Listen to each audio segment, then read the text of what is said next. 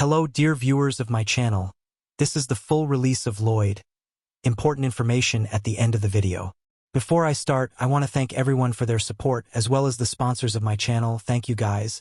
And not to delay the beginning, I want to wish everyone a pleasant viewing. Majestic mountains. In the middle of a clearing, two men are standing with a shovel and a flag in their hands. It has a black and white pattern on it. One of them was named Soo Ho. At the feet of the men stood cute little creatures saying short phrases. Oh no, here the man's name is Baron Frontera. Royd swings a shovel, aiming at the spot. The shovel is firmly embedded in the ground from Frontera's confident movement.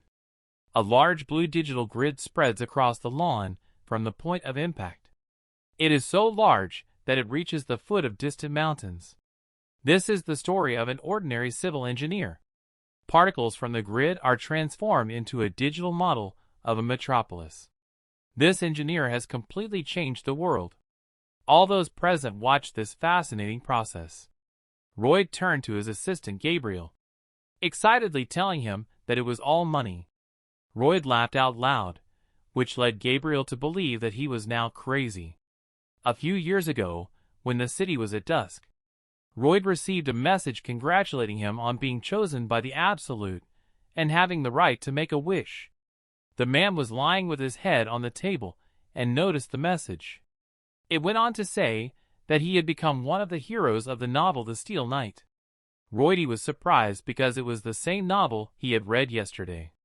The message ended with wishes of inspiration and good luck. The man is puzzled because he's not even drunk enough to dream about it.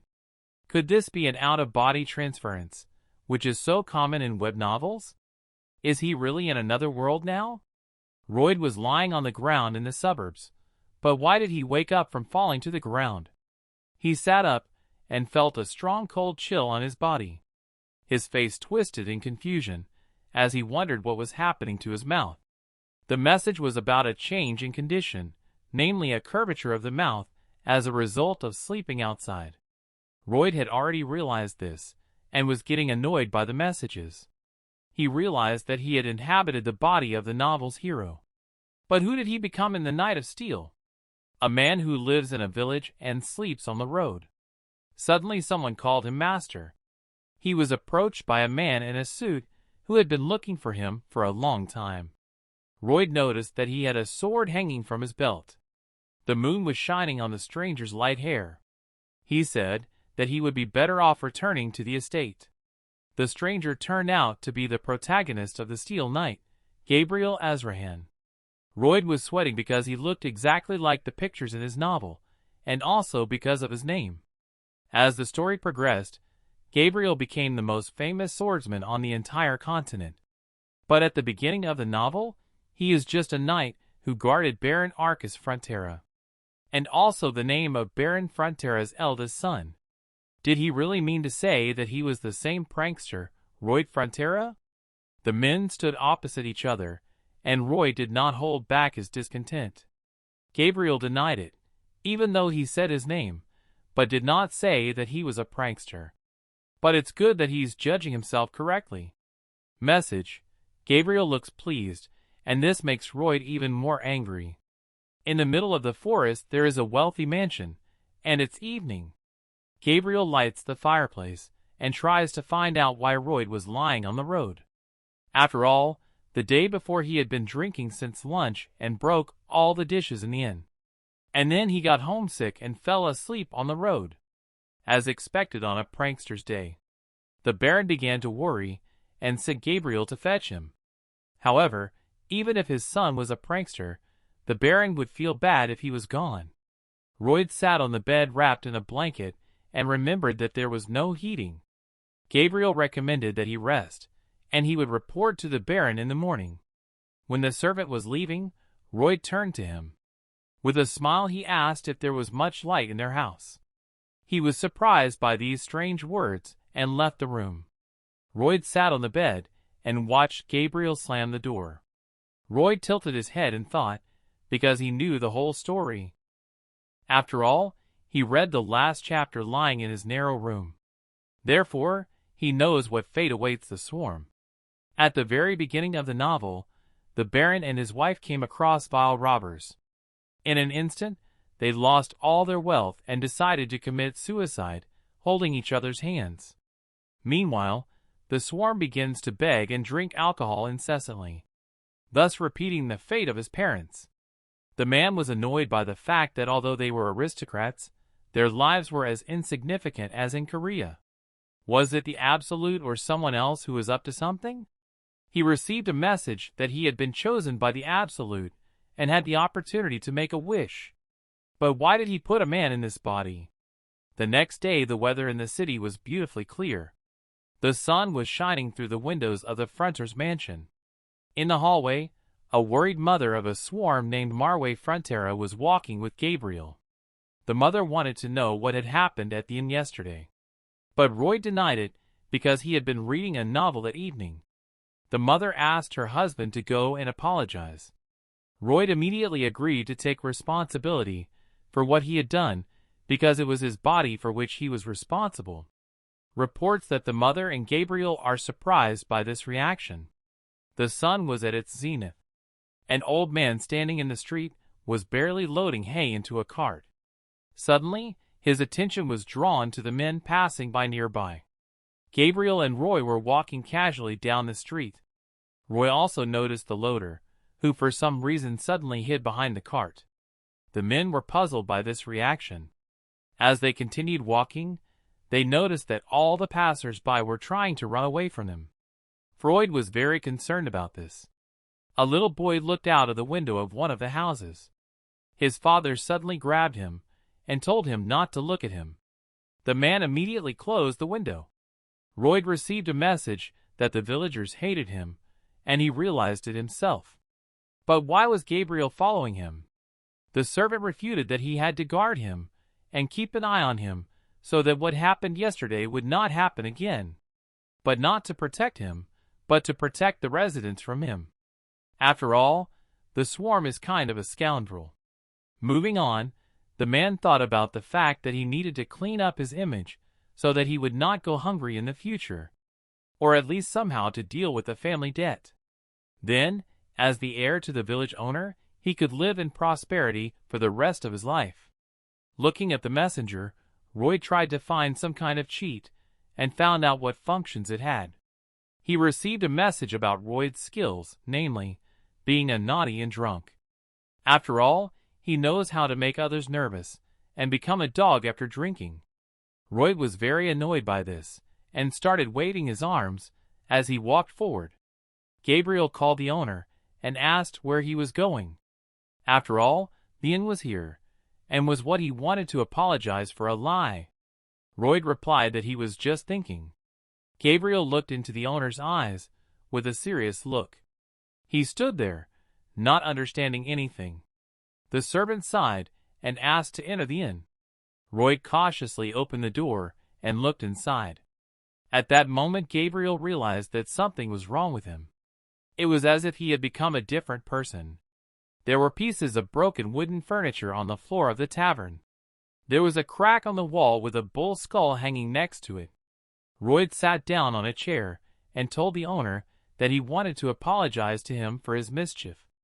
There was a report that the owner of the inn was on alert. But the owner asked the host to stop with a trembling voice. Or maybe he was even more frightened because such a lowlife as Roy spoke with respect. Then he decided to change his tactics and speak a little rudely. Although this is an improper manner of a person who apologizes. However, the innkeeper said that everything was fine and he did not have to apologize. Roy was embarrassed by this answer. White clouds slowly floated across the sky. Walking along the road, Roy noticed that even after apologizing, the owner's face did not look good. Gabriel agreed with him. After all the dishes and furniture that he had broken were purchased with hard-earned money that should have been compensated. Roy was angry because he was already in debt and could not even look good in the eyes of the tenants. If he didn't pay off his debts, nothing would happen. But how? Gabriel added that due to the cold winter, the health of the innkeeper's mother deteriorated, and Roy also made a mess.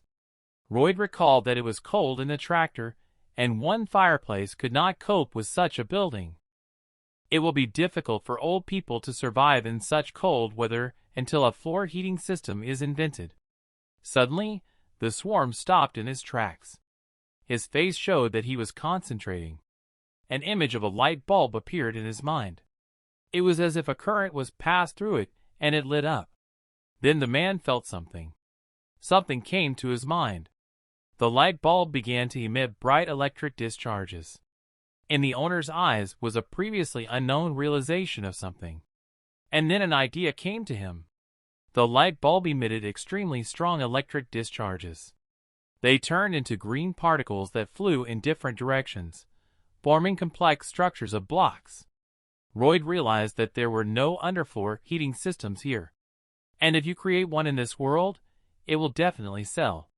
For the foolish Baron Frontera, this was not even a dream.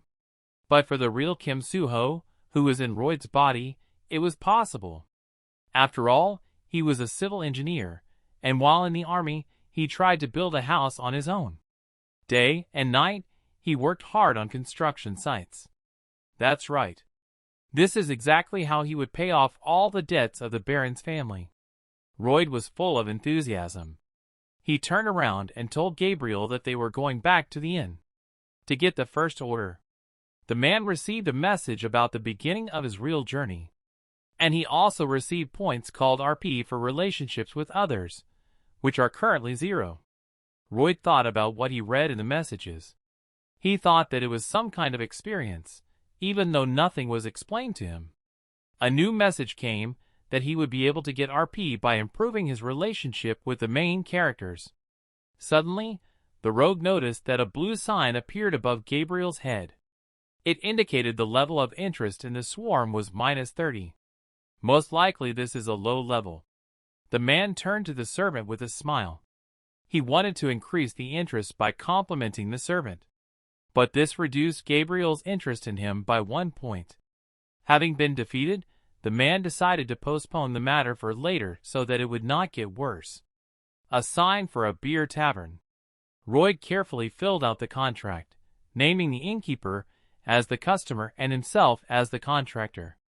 He also specified that all construction costs would be deducted from the amount of compensation for the damage. Royd held out his pen for the owner to sign, even though he didn't believe him. He was not satisfied with this problem of distrust. He couldn't ruin his grand plan from the start. He did not want to use this method. So he decided to talk like a jerk. Royd said that they should trust each other because they would see each other here often. And it worked. The tractor driver immediately signed the contract, even though it was a real rag. Nevertheless, the first contract was signed. Royd was pleased with his plan and assured the owner that he would not regret it. There were white fluffy clouds in the sky.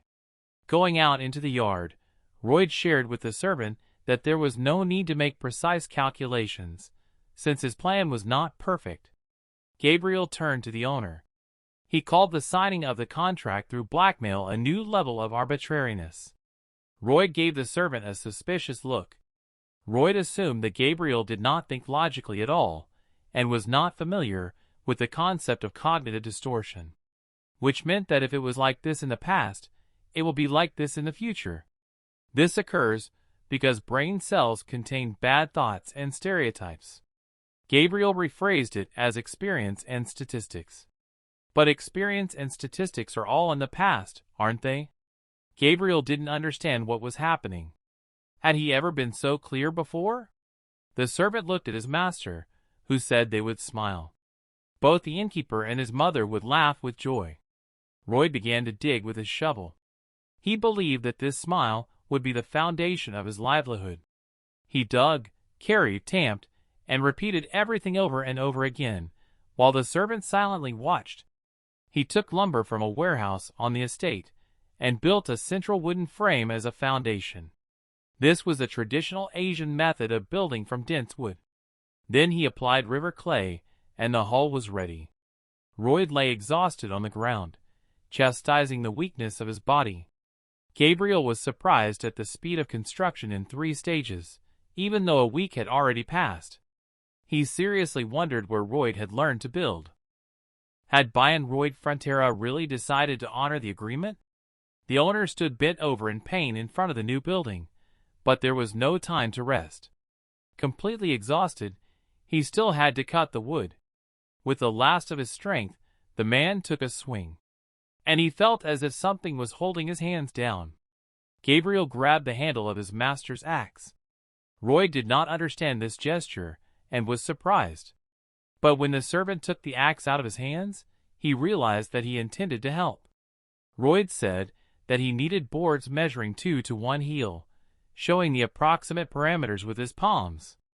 Gabriel confidently throws a few logs up. He makes a clear swing and aims with concentration. And with skillful movements, he chops the logs into smaller pieces in midair. Neat, finished boards of the right size fall to the ground. Roy stands in a stupor with his jaw open from the show he saw. He shows his appreciation for Gabriel. The man considers the servant to be a true sword master who does not need any modern devices. He approaches him with his hand on his shoulder. With a smile, he says that when he is done, he can help him with the digging. Gabriel is shocked that the owner doesn't thank him and makes him work. He had already forgotten about his character. Roy thought that he helped him out of interest. He would definitely cheat someone someday, but how? The man wanted to finish the job as soon as possible to see the result. To do this, they had to work together. Gabriel was embarrassed by his host's approach. But he thought that although Roy had changed in recent days, he still could not trust him. He could only test this by completing the construction together with his master.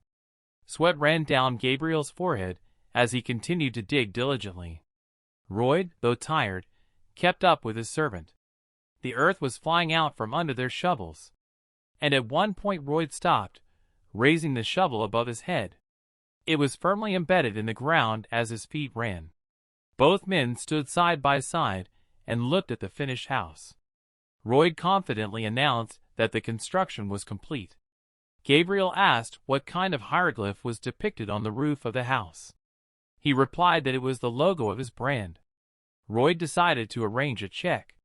How exactly he had deceived the innkeeper? The servant did not understand how this would happen. There was a dense forest nearby. From there, the man brought wood and lit a fire in a special hole in the house's foundation. Smoke came out of the chimney on the roof. The innkeeper and his mother enjoyed sitting on the warm floor. All the tendons in the old woman's body could finally rest. The innkeeper could not believe that this was possible. Roy was pleased, because the people of this world could only wonder. Because this power of floor heating is almost like magic. The innkeeper sincerely thanked the owner for the smile on his mother's face. Gabriel was dumbfounded that they were smiling just as Roy had said before. In one morning, he changed not only his behavior but also his work ethic. He also fulfilled the agreement. Was it all for the sake of seeing smiles on these people's faces? It was impossible. Roy is not that kind of person. But he saw the sincere, warm smiles of satisfied villagers. They were really happy. Roy received a message that Gabriel's interest level in him had increased by 2 points. Now it was -29. And because the relationship with him had improved, Roy received 36 points. The man was happy to read all this. He assumed that Gabriel's opinion of him had changed. In any case, the first order was fulfilled, despite the fact that he was in the red now. After all, he built this model home to advertise his services. A few days later, there was a line of city residents waiting outside the new building to try out the new development. Everyone left saying that they had almost melted. Roy was sitting at the table next to him, offering everyone to make such a room in his house. He offered 2 models to choose from, with the possibility of either completing one room or rebuilding the entire house, adding a discount. The peasant was confused because he did not trust Roy. The man decided to reiterate that they needed to trust each other. He also proved to the potential buyer that such a price was almost nothing. Suddenly, someone approached him. It was his father, Baron Frontera, who was interested in what his son was doing. The level of interest in Roy was -20. The man did not expect to see his father here. The estate of the Frontera family. In the middle of a large room at a long dining room table, Royd was having lunch with his father. The man looked at his father. He had been avoiding him so much, and now if he forbids his son to build, what will he do? The man's thoughts were interrupted by his father, who said he was ready to hear Royd out. The father wanted to know what he had come up with this time. Royd said that the innkeeper had given him an order to create floor heating, and he had fulfilled it. And now he makes contracts with other residents of the town. But for his father, the townspeople are very important and valuable, and he will not forgive deception against them. Royd assured his father not to worry, even though no one believed him.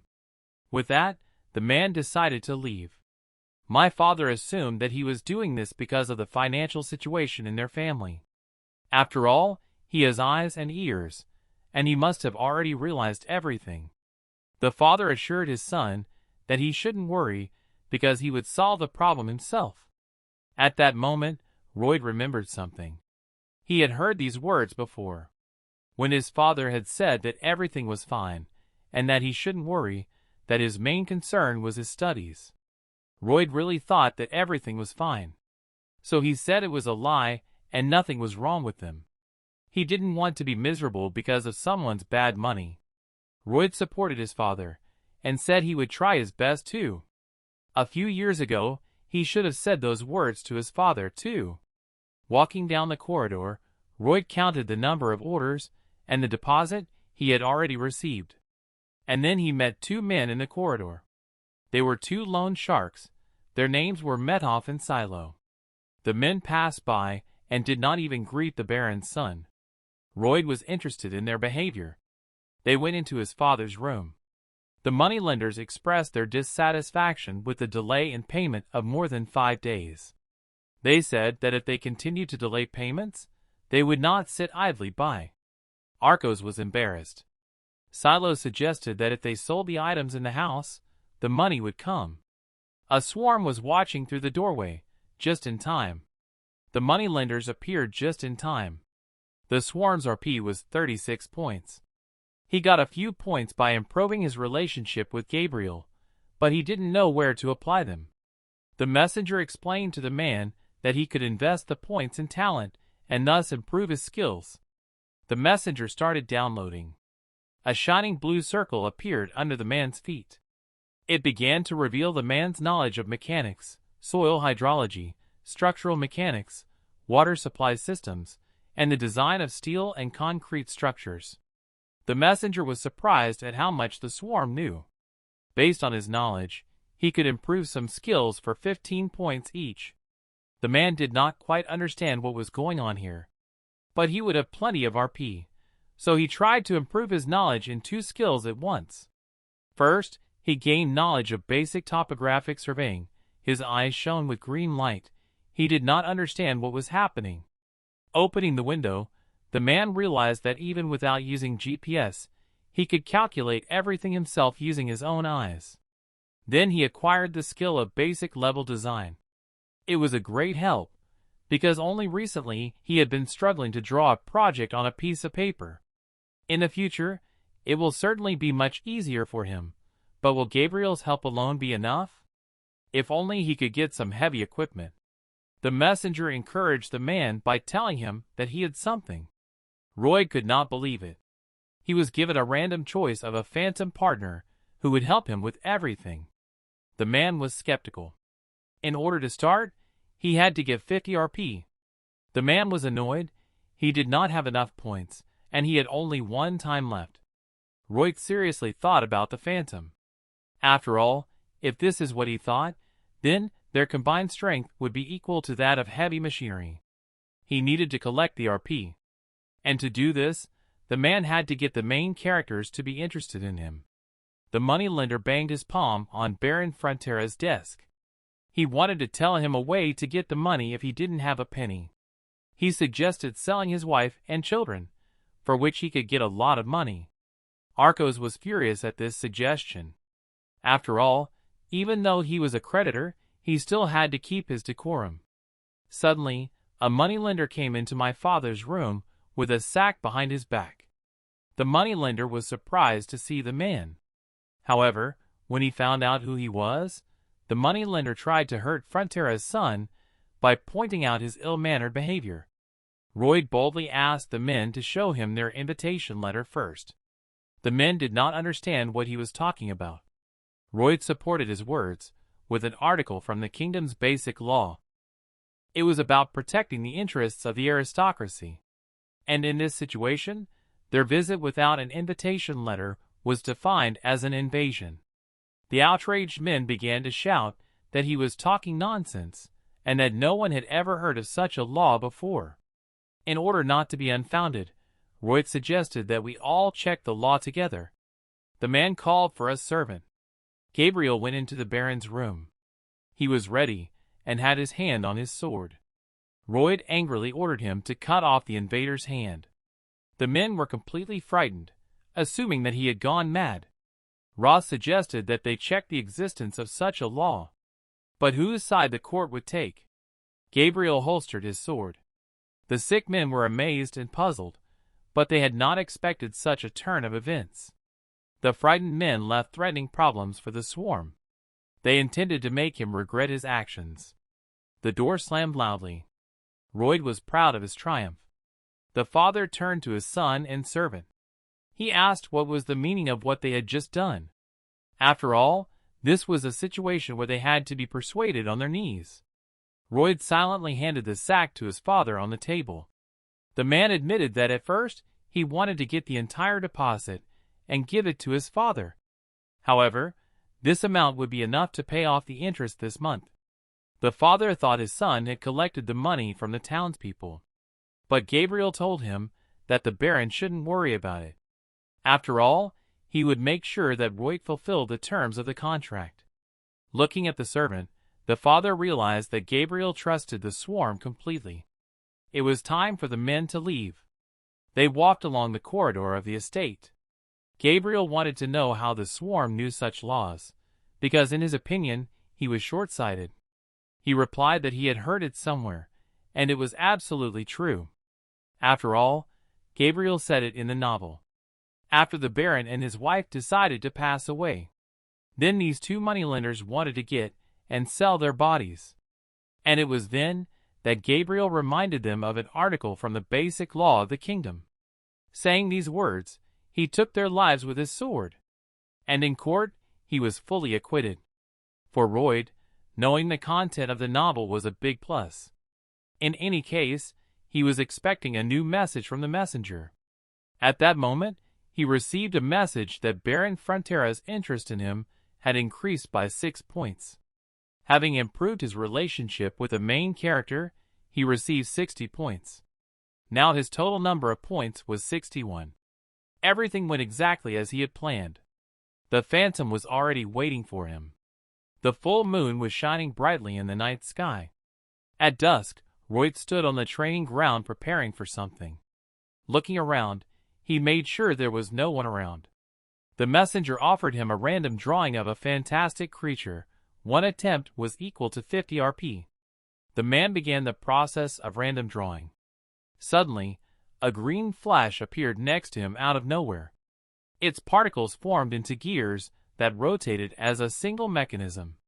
Expanding the space between each other, they created new elements. Royd watched this action with fascination as if it were magic. The green particles formed into some kind of spell. This small mechanism only made an unpleasant noise. And then a bright light began to emanate from the middle of the light circle. The light turned into the face of a small hamster-like creature. Royd was puzzled by what he saw. The little creature jumped to the ground at Royd's feet. The hamster looked happily at the man, its eyes sparkling. The creature was tiny compared to Frontera's height. The swarm called the creature some kind of nonsense. The hamster was extremely offended by this, and his eyes filled with tears. When Royd was about to leave, the rodent began to make indignant noises at the man. He asked what the hamster could do, and if he could demonstrate it. The hamster pointed to its cheeks with its paws and started chewing. Suddenly, he spat out a crumpled piece of paper. It turned out to be an instruction sheet for a litter box. It said that the litter box was a cute hamster that needed to be taken care of with love. Also, along with the instructions, there were colored sunflower seeds that could change its structure. The red seed made it possible for the pallet to grow giant for 12 hours. And the blue seed allowed the pallet to become small. It had to be given to the hamster before the effect of the red seed wore off. A set of 2 seeds cost 1 rupee. The man wanted to know if the hamster could grow to the size of a human. But since the hamster could not speak, he had to test it himself. He thought that if hamsters are good at digging, then if it became the size of a man, it would be a very useful helper. Roy gave the hamster a red seed. The hamster ate it in a flash. Before the man's eyes, the hamster began to grow in size. It was so big that it was resting on the swarm's face. Suddenly, the man flew several meters away from the powerful push. He could not believe what he was seeing. The hamster was at least 10 meters tall. He looked down on the swarm. A message came in about a Padong skill, namely level 1 digging. The swarm only managed to shout the rodent's name as it began to dig rapidly. A message about another hamster skill, level 1 earth fortification. The hamster laid down on the ground and began to spin from place to place. Another skill, first level cheek puffing. The hamster stood there with its cheeks puffed out, looking at the swarm. And in a flash, he spat out a giant boulder right in front of the man. The boulder was bigger than the swarm. The man was amazed and satisfied at the same time. He had finally solved the problem with the heavy machinery. But if he appeared in public with this magical hamster, people would become suspicious. In the end, he decided that he would simply carry a book of callings and call himself a genius recruiter. And then, he would deal with the problem of workers for large-scale construction. White fluffy clouds floated across the sky. Another ordinary quiet day in the city. Roy stood on the beach with a team of workers and asked them to repeat after him. That safety was the most important thing. All the men were sleepy and unfocused. But what could you expect from the 30-man army of the Barony of Frontera? He couldn't help but laugh because they answered as if they were soldiers who were paid and didn't work. He wondered why they hadn't been dispersed yet, because the Baron had a lot of debts. That's why they wouldn't get any additional bonuses, because they already had labor. Roy addressed the soldiers to emphasize the importance of their unity and cohesion. After all, the purpose of the army is to accomplish tasks. When he was in the army, they did more digging and weeding than training. Roy then pointed to a pile of earth as an example of his fruitful work that night. Although, in fact, the entire pile was dug up in just half an hour. Their main task was to revive the estate. It was a project of a boiler house for the people of the estate. To build it, they had to move all the earth there. The workers were not motivated by the owner's words, and were afraid of the amount of work. Roy knew he should expect this reaction from them. Suddenly a man approached him. It was a senior knight of the Barony of Frontera named Newman. He wanted to clarify what the royalty had ordered his men to do. And also the royalty expected this man to speak. There are 3 knights in this estate. One of them is Newman. Byron and the protagonist of the novel, Xavier Azrahan, obey him. At the beginning of the novel, only Byron and Xavier remained loyal until the fall of the estate. This man was the first to betray and abandon the Baron. Since it was Newman who sold the information about the Baron to the intruder, we owe him a small debt. Roy thought it was not good that such a man was a senior knight. The man asked the newcomer what he thought they were doing.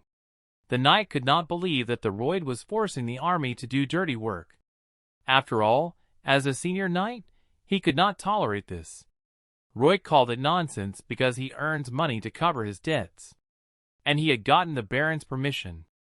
Newman could not believe how he had deceived his lord and decided to recall the young master's past. The knight believed that he was using the army for personal gain. Roy closed his eyes at this statement from the knight.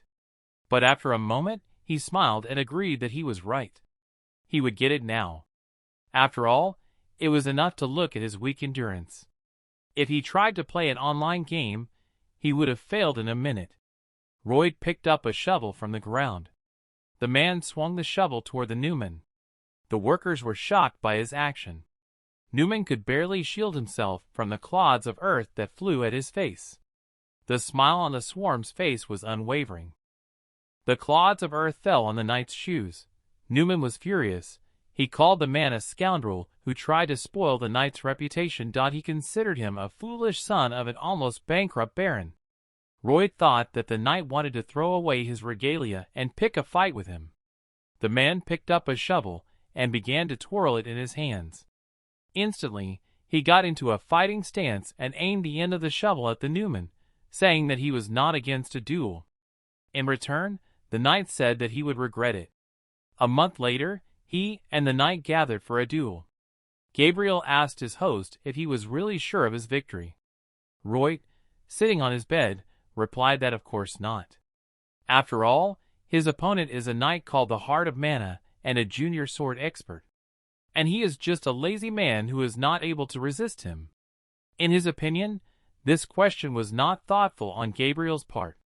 The servant could barely keep his hand away from the sword to avoid fighting back. He could not believe that Royd suddenly threw the ground in the face of Knight Newman, and even asked for a duel. He probably wants to be a scoundrel again. But it was he who came up with the idea of making money this way, and asked the Baron for a favor. And then he got into an argument and eliminated him. By this time, he had appointed the Knight Baron as a temporary manager, and was in charge of a team of workers. But despite this, Gabriel still did not believe that Royd was unsure about the duel. The servant could barely restrain himself from hurting his master. Royd interrupted Gabriel's inner thoughts by asking him for a favor. He wanted him to teach him how to use a sword. But the servant refused outright. First of all, his main task was to protect the young Master Royd. Secondly, he compared the man to a sack, meaning that if the sack learned a sword, it would be more dangerous for everyone else to be around him. Royd was upset that Gabriel did not want to teach him. So in exchange for fencing lessons, Royd offered to help the servant with his insomnia. Gabriel was shocked to learn how he knew about it. Royd knew about it from the novel, and also about what caused the insomnia. In the novel The Knight of Steel, all knights are divided into 4 ranks. The least expert, the middle, the highest, and the master of the sword. Currently, Gabriel's level is the highest sword expert, and he will soon become a sword master. The reason for his insomnia is his inhuman nerves, which are too sensitive. This is the so-called sword master syndrome. But of course, in the countryside they don't know about such things, including Gabriel. So Royd offered his deal to the servant, because he could see on his face that he was not sleeping well. The servant sighed heavily, and agreed to teach young Frontera. The master asked him not to give in to him. It is clear that Gabriel agreed to this deal because he was sure that his master would lose. After all, he had already tried many things to cure insomnia, starting with cognitive behavioral treatment and ending with aromatherapy. In a moment, Gabriel fell asleep with a pillow in his hands, sitting in his chair. After all, Royd had proven that he knew how to cure his insomnia. It was the first time he had accidentally fallen asleep while studying magic techniques. The 18th magic technique is to read out instructions for iron and concrete structures. That's what really puts you to sleep. Now Royd will master all the fencing skills that Gabriel has. The weather was sunny and warm. Gabriel ordered his master to run 50 laps right now. Royd was stunned. But he obediently turned around and started running. He ran without even complaining. The servant watched the young Frontera's marathon closely. It was not easy, but the boy showed good promise. When he reached the finish line, the tired man asked the servant to teach him something better. After that, he started the second lap of the race. He ran up to the servant again to find out that he doubted that Royd could do it. The third lap was much easier for the man than the second. Most likely, if Royd had started to whine, the servant would have said that he could not do it and turned away from him. Gabriel gritted his teeth and agreed with this assumption. Royd intended to run to the end and find out what Gabriel would do then. A message appeared about the passive skill freakishness as it had risen to level 4. Everyone who saw him thought he was crazy and wanted to hit him. But the swarm denied having this skill. Dust flew from under his feet. In fact, he was very tired, and it would be a lie to say he wasn't. But this was nothing compared to his life in Korea. He had no family to give him warmth. Every morning he opened his eyes to a crowded Gashawon. Every day he carried bricks to the 4th floor of the villa. Every night he loaded trucks with boxes. And all this just to keep from starving to death. Constantly dreaming that someday it would be better. Every time he replayed these words in his head. Hang in there, Kim Soo Ho, it will get better, you're doing well, just a little bit longer. Kim seemed to be reaching for the cherished star. He froze, waiting for it to end a little more. After all, the star was still so far away. And then it completely disappeared from his sight. Kim Soo Ho was in deep despair and despondency. So compared to that pain and despair, this was nothing. Roy continued to run in a circle. Seeing all this, Gabriel said that he would teach him fencing for his sincerity with him. A note appeared in the messenger because Gabriel's opinion of him had improved by +1 point. But his overall opinion of him was now -28. He also received 18 points for a slight improvement in his relationship with a key character. The total score was 29 points. It was getting dark in the city, and the moon was shining its light through the windows of the Fronter's mansion. Newman was talking to Arcos, expressing his indignation at the actions of his son Royd.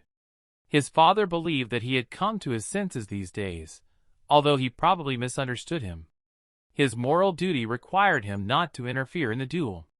And besides, Royd was to become the heir, so the father asked the knight not to be hard on his son. Arcus asked that he be brought to consciousness, so that he would not be mutilated. Newman accepted the Baron's request. But he doubted whether he could do it during the duel. He intended to end this scoundrel once and for all. And if the Baron began to blow it out of proportion, he would have him and his wife killed by making the crime look like suicide. And then, as planned, he will leave this city to seek a better life. Now, thanks to the young scoundrel, his plan will come true faster than he expected.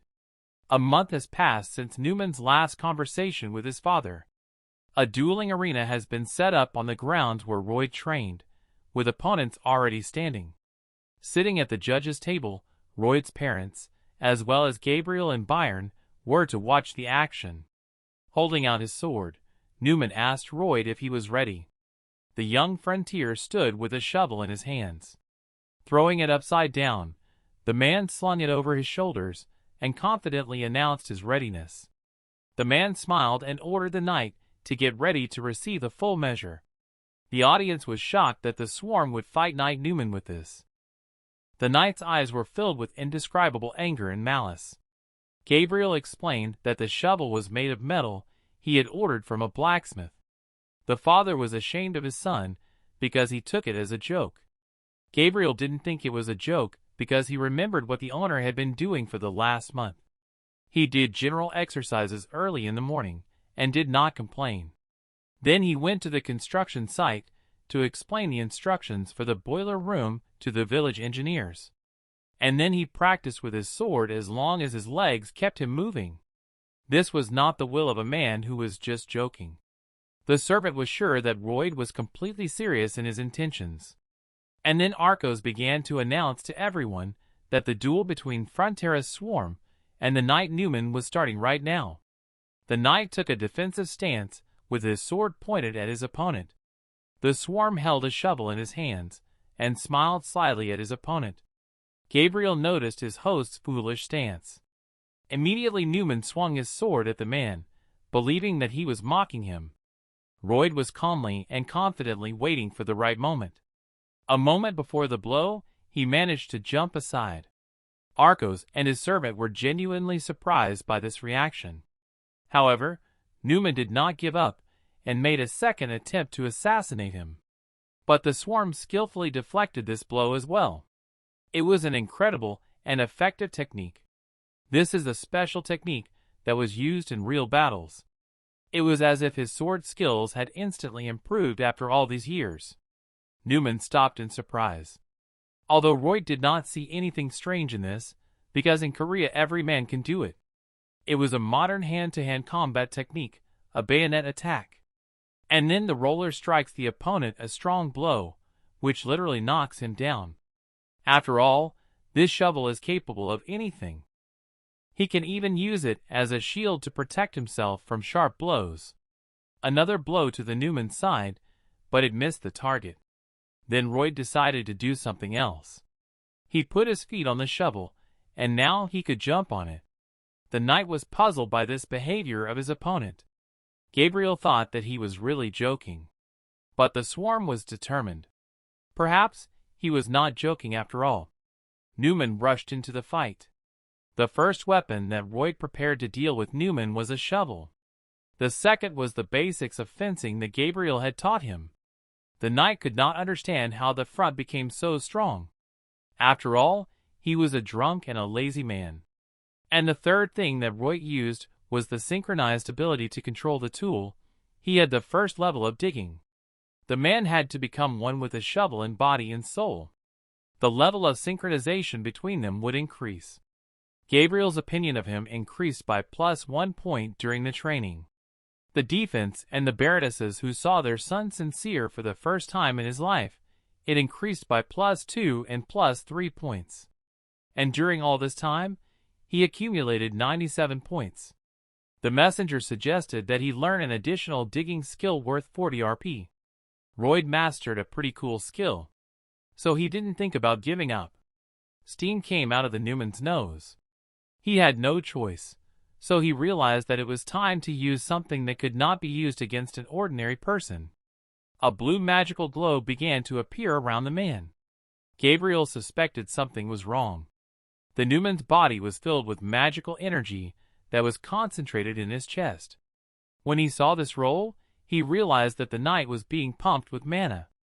This is the heart made of mana. Newman completed the pumping and took the sword in his hands. Now everything was serious. Roy silently waited for what would happen next. The knight was furious. Sparks flew from his eyes. He made a powerful swing at Roy. Gabriel knew that it took at least 5 years to develop a mana heart. Therefore, he believed that the young master would not be able to block such an attack. The knight's sword almost touched Frontera's body. The parents screamed in fright to the knight. Freud was worried, but did not give up. Newman was eager to finish off the young Frontera right now. The mother and father of the swarm froze in anticipation of horror. But their son, along with his shovel, was able to withstand such an incredibly powerful attack. Newman did not even have time to understand how the opponent was able to resist him. He felt as if all the strength he had inside was leaving him. This was the fourth skill that Roy had prepared for him. It was the mana that made Gabriel Xavier the strongest character in the novel. It was the Azrahan core technique.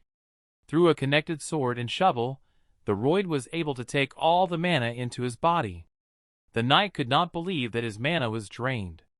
Frontera concentrated as never before, and made a powerful swing with the shovel. It entered the knight's face like butter. A snow-white tooth flew into the sky. Before Newman could recover from the blow, another one flew out of his mouth. It was his tooth. Roy dealt another epic blow to the knight with the handle of the shovel. And then, raising it high above his head, he threw a humiliating look at his opponent, who could no longer resist. Newman was completely frightened by the man's skills. Finally, the powerless knight fell face first to the ground. All the spectators were shocked by this outcome. Arcos and Gabriel looked at their swarm with pride. Everyone thought it was crazy, and no one could believe that the young master of the swarm had defeated the Newman. The Baron made an announcement that Frontera's swarm had won the duel. Lying on the ground, Newman thought about how this scoundrel could defeat such a master swordsman as he was. Royd approached the knight to emphasize once again that he had defeated him. Let's just say he was shaken up. Suddenly, the man raised his shovel to give the knight one last good punishment. The toothless knight froze lying on the ground, waiting for Frontera's actions. The father turned to his son to understand what he was doing, since the duel was already over. But the young master did not care, because the time of reckoning had come. The father turned to his son with horror on his face to stop him. The guards ran up to the swarm and pulled him away from the knight, asking him to stop. Byron thought he had gone mad. Gabriel also assumed so. Roy calmed down and asked the guards to let him go. Newman covered his head with his hands and lay motionless on the ground. Finally, the guards and the owner stood calmly next to the knight. But a moment later, the swarm broke loose and began to beat his opponent on the back. The guards tried to stop him, but their efforts were in vain. Gabriel thought that if he looked closely, he could see that he was beating him so as not to hurt him too badly. At the same time, his face was completely calm, as if he knew in advance what would happen next, and as if he already knew everything that would happen. 15 days before the duel, Royd asked his servant to teach him the aristocrat mind technique. Gabriel was surprised by this request, but Royd saw nothing wrong with it. After all, in addition to assimilating magma, it can attract mana from the things around him and turn it into his mana. The servant was seriously puzzled as to how the master knew this. This was a technique he had always kept secret, and it had not even been finalized yet. Royd refuted this by saying that Gabriel himself had talked about it on the day the master helped him to sleep. The servant didn't understand how he could know about a technique that didn't exist. Gabriel refused to teach him the technique. However, Royd said that he would help him complete it after he had learned it. Seeing the overconfidence of the sword master, his servant agreed to see if it was possible. Royd stuck his sword in the ground. The man suggested that perhaps his mana heart was sucking in mana from the outside by itself, and as a result, it bounced off. The young frontiersman realized that from the point of view of his heart, the external mana was something foreign. But if the source is changed, the mana he absorbs from the outside will not mix with the heart of mana. So it needs to be allowed to connect separately. It has to be rolled up and used. He compared it to an auxiliary engine that was near the main engine. After all, they make up one whole, but at the same time work separately. Isn't it cool? Gabriel was sure it was possible, even though he had no idea what an engine was. Royd was excited because he had just imagined it, and it seemed to work. The look on his master's face told Gabriel that he clearly knew something. That's how he managed to complete the aristocrat mind technique that had been bothering the servant for a long time. Since his first attempt, the number of contours he could create had increased to 3. If he continues to practice, he will be able to reach 4 or even 5 contours. There was a report that Gabriel Savier's opinion of him had increased by +5. These words worried Royd, because he wanted to master only the part about sucking up the mana he touched. Gabriel had expected him to defeat the Knight of the Newman, since the young master of the swarm had this ability. But his victory was triumphant. Standing up, his father shouted at the swarm to stop and not to spoil the knight's reputation. The man stopped and was embarrassed. He was surprised by the words about the knight's reputation. To question his father's words, he asked him to look under the tablecloth on the table where he was sitting. Arcos lifted the tablecloth and saw a pile of envelopes with letters. The stunned father began to study their contents. Royd explained that these letters were from Tords, the scoundrel who had been damaging the Baron's estate all along, and they were sent by this knight Newman. There he told about the events in the estate, what the Baron liked and disliked, and how to forge property documents. These letters contained everything they had managed to share. Newman was shocked by this because he had kept his letters safely hidden inside the walls. Later in the novel, Xavier would find them anyway. And last night, Royd sent a peddler to fetch them, who promptly fulfilled his errand. Arcus was stunned by what he saw and heard. As expected in the novel, he was described as a good man. There would be a great uproar if they did away with him now. The Baron felt sorry for him, but the words good leader and good leader mean very different things. Royd offered his help in getting rid of the man. He thought a good punishment would be to have an angry rat put on the knight's head. And then he would be chased out of the manor, mutilated by rats. Or he could be reduced to the level of an ordinary soldier and given the opportunity to correct his actions. People were outraged by this proposal, saying that this could not be done. Arcas decided that this was really too harsh a punishment for such an act, so he would be given a chance to reform, but it would be the last warning. Byron also agreed with this wise decision. And a good warning for other people, too. Everyone agreed with the Baron's decision. Royd asked Newman if he had any objections to this. He replied that he did not, and thanked him for his mercy. The young Frontera was touched by the words of mercy. After all, if everyone treats criminals well, will they correct their mistakes for the sake of the forgiveness they have been given? It is unlikely. Rather, they will become more confident and try to take advantage of the kindness and mercy given to them. Newman believed that Baron Frontera would regret his decision, because he would definitely take revenge on him and his son. Royd noticed that the knight smiled and said that this smile would be his last. Newman did not understand what the bastard was getting at. The young frontline soldier took out his little pocket hamster, Podong, and happily handed him a red seed. After he swallowed it, Royd threw the furry high into the sky with a cold expression on his face. After all, there is no better way to apologize than that. In flight, the hamster quickly broke the seed shell and ate the seed inside. After the snack, the rodent began to grow in size before our eyes, getting bigger and bigger every second. The man's parents opened their jaws at what they saw. Gabriel, along with Byron, also watched with bated breath. All the spectators and residents of the town were puzzled, surprised, and a little scared.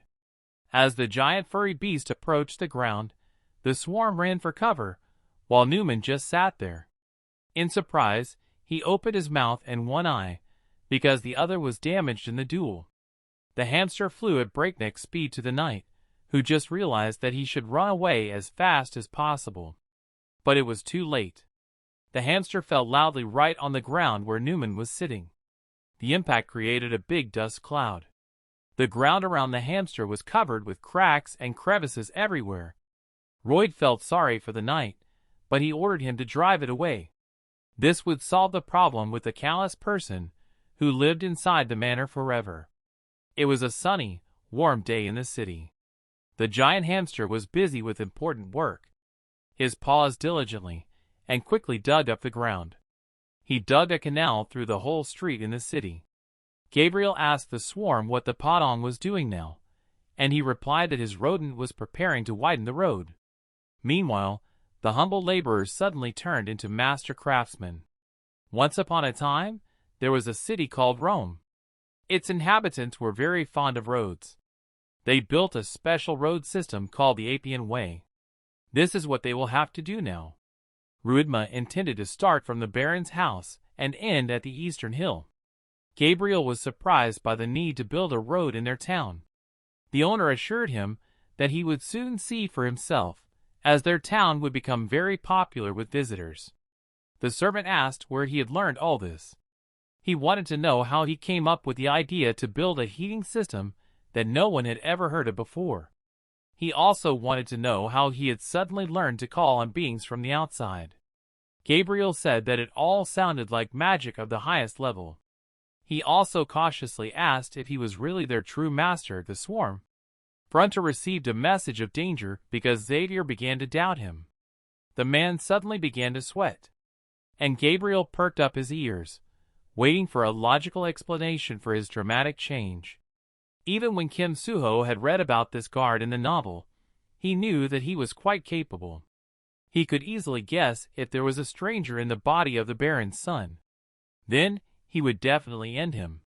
After all, this guy is no fun to mess with. But he didn't have to worry about that because he had a special skill for such cases. Royd trained in secret from everyone. His special skill was perseverance. Gabriel believed that his young master used to drink for days on end in secret. But Royd refuted this by saying that the servant was not with him 24 hours a day. Perhaps he had been a real fool and a party animal before. But Gabriel knew nothing about what he had been doing all this time. But how could the master explain his new magic skills? Because even mages with great experience sometimes fail to do this. In his defense, the Roid decided to ask the servant himself how he could handle mana so easily, even though he was barely in his 20s. Perhaps someone had taught him this too. Gabriel did not consider himself a brilliant magician, but Roid tried to convince him otherwise. This dialogue made the servant think seriously. The young front man, using his special skills of quick conversation and persistence, was able to quickly end the conversation and go about his business alone. Roid began to worry about the rapid conversation with the servant. The man approached the Baron Knight and asked him to monitor the progress of the work while he was away. The knight agreed and assured him that he would take care of everything. Gabriel said he would go with him because it was his duty to protect his master. Roid did not object, and at that moment the men set off. They were heading to a place on the trail of an unpaid debt, to the small town of the Redhead's estate. The men saw a wooden sign with the inscription Hotel. Suddenly, a man slammed his fist on the table and started swearing. It was the house of the intruder, Rhodes. He was swearing in his house because he couldn't believe he had lost all his money. He had to make those bastards pay.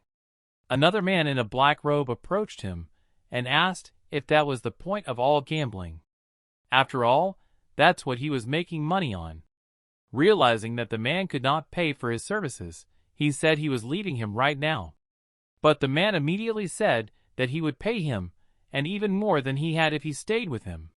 The problem was that Rhodes could only make money by deceiving other people. But now there are too many people who want to get even with him. So now the man had to lay low. Hearing these words, Royd thought it was about him, and immediately opened the door with his foot. Rhodes and his partner were stunned by the visit. It was not surprising for the swarm, because they had never seen each other in person before. So he introduced himself so that everyone could understand. Rhodes and his partner's faces showed incredible shock and fear. In a moment, the attacker ordered the other man to run away together. The big man in the black robe picked up the attacker in his arms. And at the same moment, the two of them flew out of the window of the Rhodes house.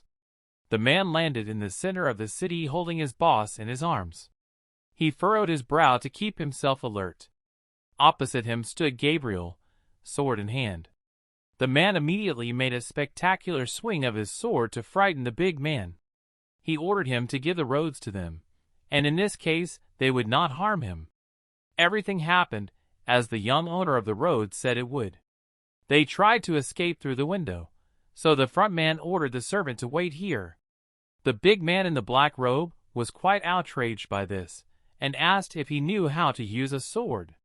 His eyes turned white, and a black and red blob of magic spun in his hands. After the Baron's death, Xavier only wanted revenge. He fought a duel with a personal bodyguard of Rhodes, the criminal on whose trail he had managed to get. It was also his first battle with a dark wizard. It was not easy for Xavier, but he had to resist the magic of gravity. This is how it was in the novel. Meanwhile, the man in the cloak was launching magic bullets at Gabriel one by one. But thanks to his supreme skill, the man skillfully deflected his opponent's attacks. His dark magic broke up into tiny particles that flew in different directions. Gabriel stood confidently on the battlefield, looking the wizard in the eye. As planned, he had to die. His fist flew into the face of his opponent. But at that moment, the servant was able to stand on his feet. In the novel, Xavier fought the bastard as a mere weapons specialist. When the magician looked at him, he was very surprised. He saw his heart of mana and turned pale. After all, a real Xavier has a heart of mana with a triple ring around it. With new strength, Gabriel took a swing with his sword. He noticed something. Did he have the magic that controlled gravity? Mom had no choice but to point her fist in Gabriel's direction. But in a moment, he was in the air, even though they hadn't agreed on that. Rhodes only had time to reach out to his assistant to stop him, but he was faster. Gabriel turned to Rhodes and asked him if he knew what happens when someone cheats honest people. The criminal was very scared and could not say anything in response. The servant drove the criminal into a dead end, and unable to run, the man fell down and hit the barrels. Gabriel wanted to leave him without legs, so that he could only crawl to court on all fours. Rhodes tried to cover his face with his hand. Gabriel took a swing at the criminal, and at the same moment Rhodes ordered him to stop. The man blocked the criminal with his body, facing the servant. The young frontier man justified his action by saying that Gabriel was not going to act wisely. After all, if he had gone to court without his legs, he would have been punished. At that moment, Gabriel realized that he had almost committed the same crime as this bastard. Would his master now also show compassion for others? The city was silent at night, with only the moon peeking out from behind the clouds. A frightened Rhodes was sitting in his room, tied to a chair by ropes near the table, not knowing what was going to happen next. Across from him, Rhodes sat with a calm expression on his face, his hands folded in front of him. The man decided to encourage the criminal so that he would not be so afraid. After all, when lives are at stake, people tend to be greedy. They will do anything if they get the chance. The criminal did not understand what this man was trying to do. Rhodes shared his thoughts that leaving him without a head would be too cruel. This gave Rhodes hope that he was ready to be forgiven. The young frontline soldier wanted to make sure that he returned all the money. Rhodes was happy and agreed to do so, on the condition that he first receive forgiveness. The owner graciously agreed that receiving forgiveness was the meaning of their existence. Rhodes could not fully understand what the man who caught him was up to. But suddenly the Royd wanted to add one more condition. After all, the criminal was ready to do anything for forgiveness and release.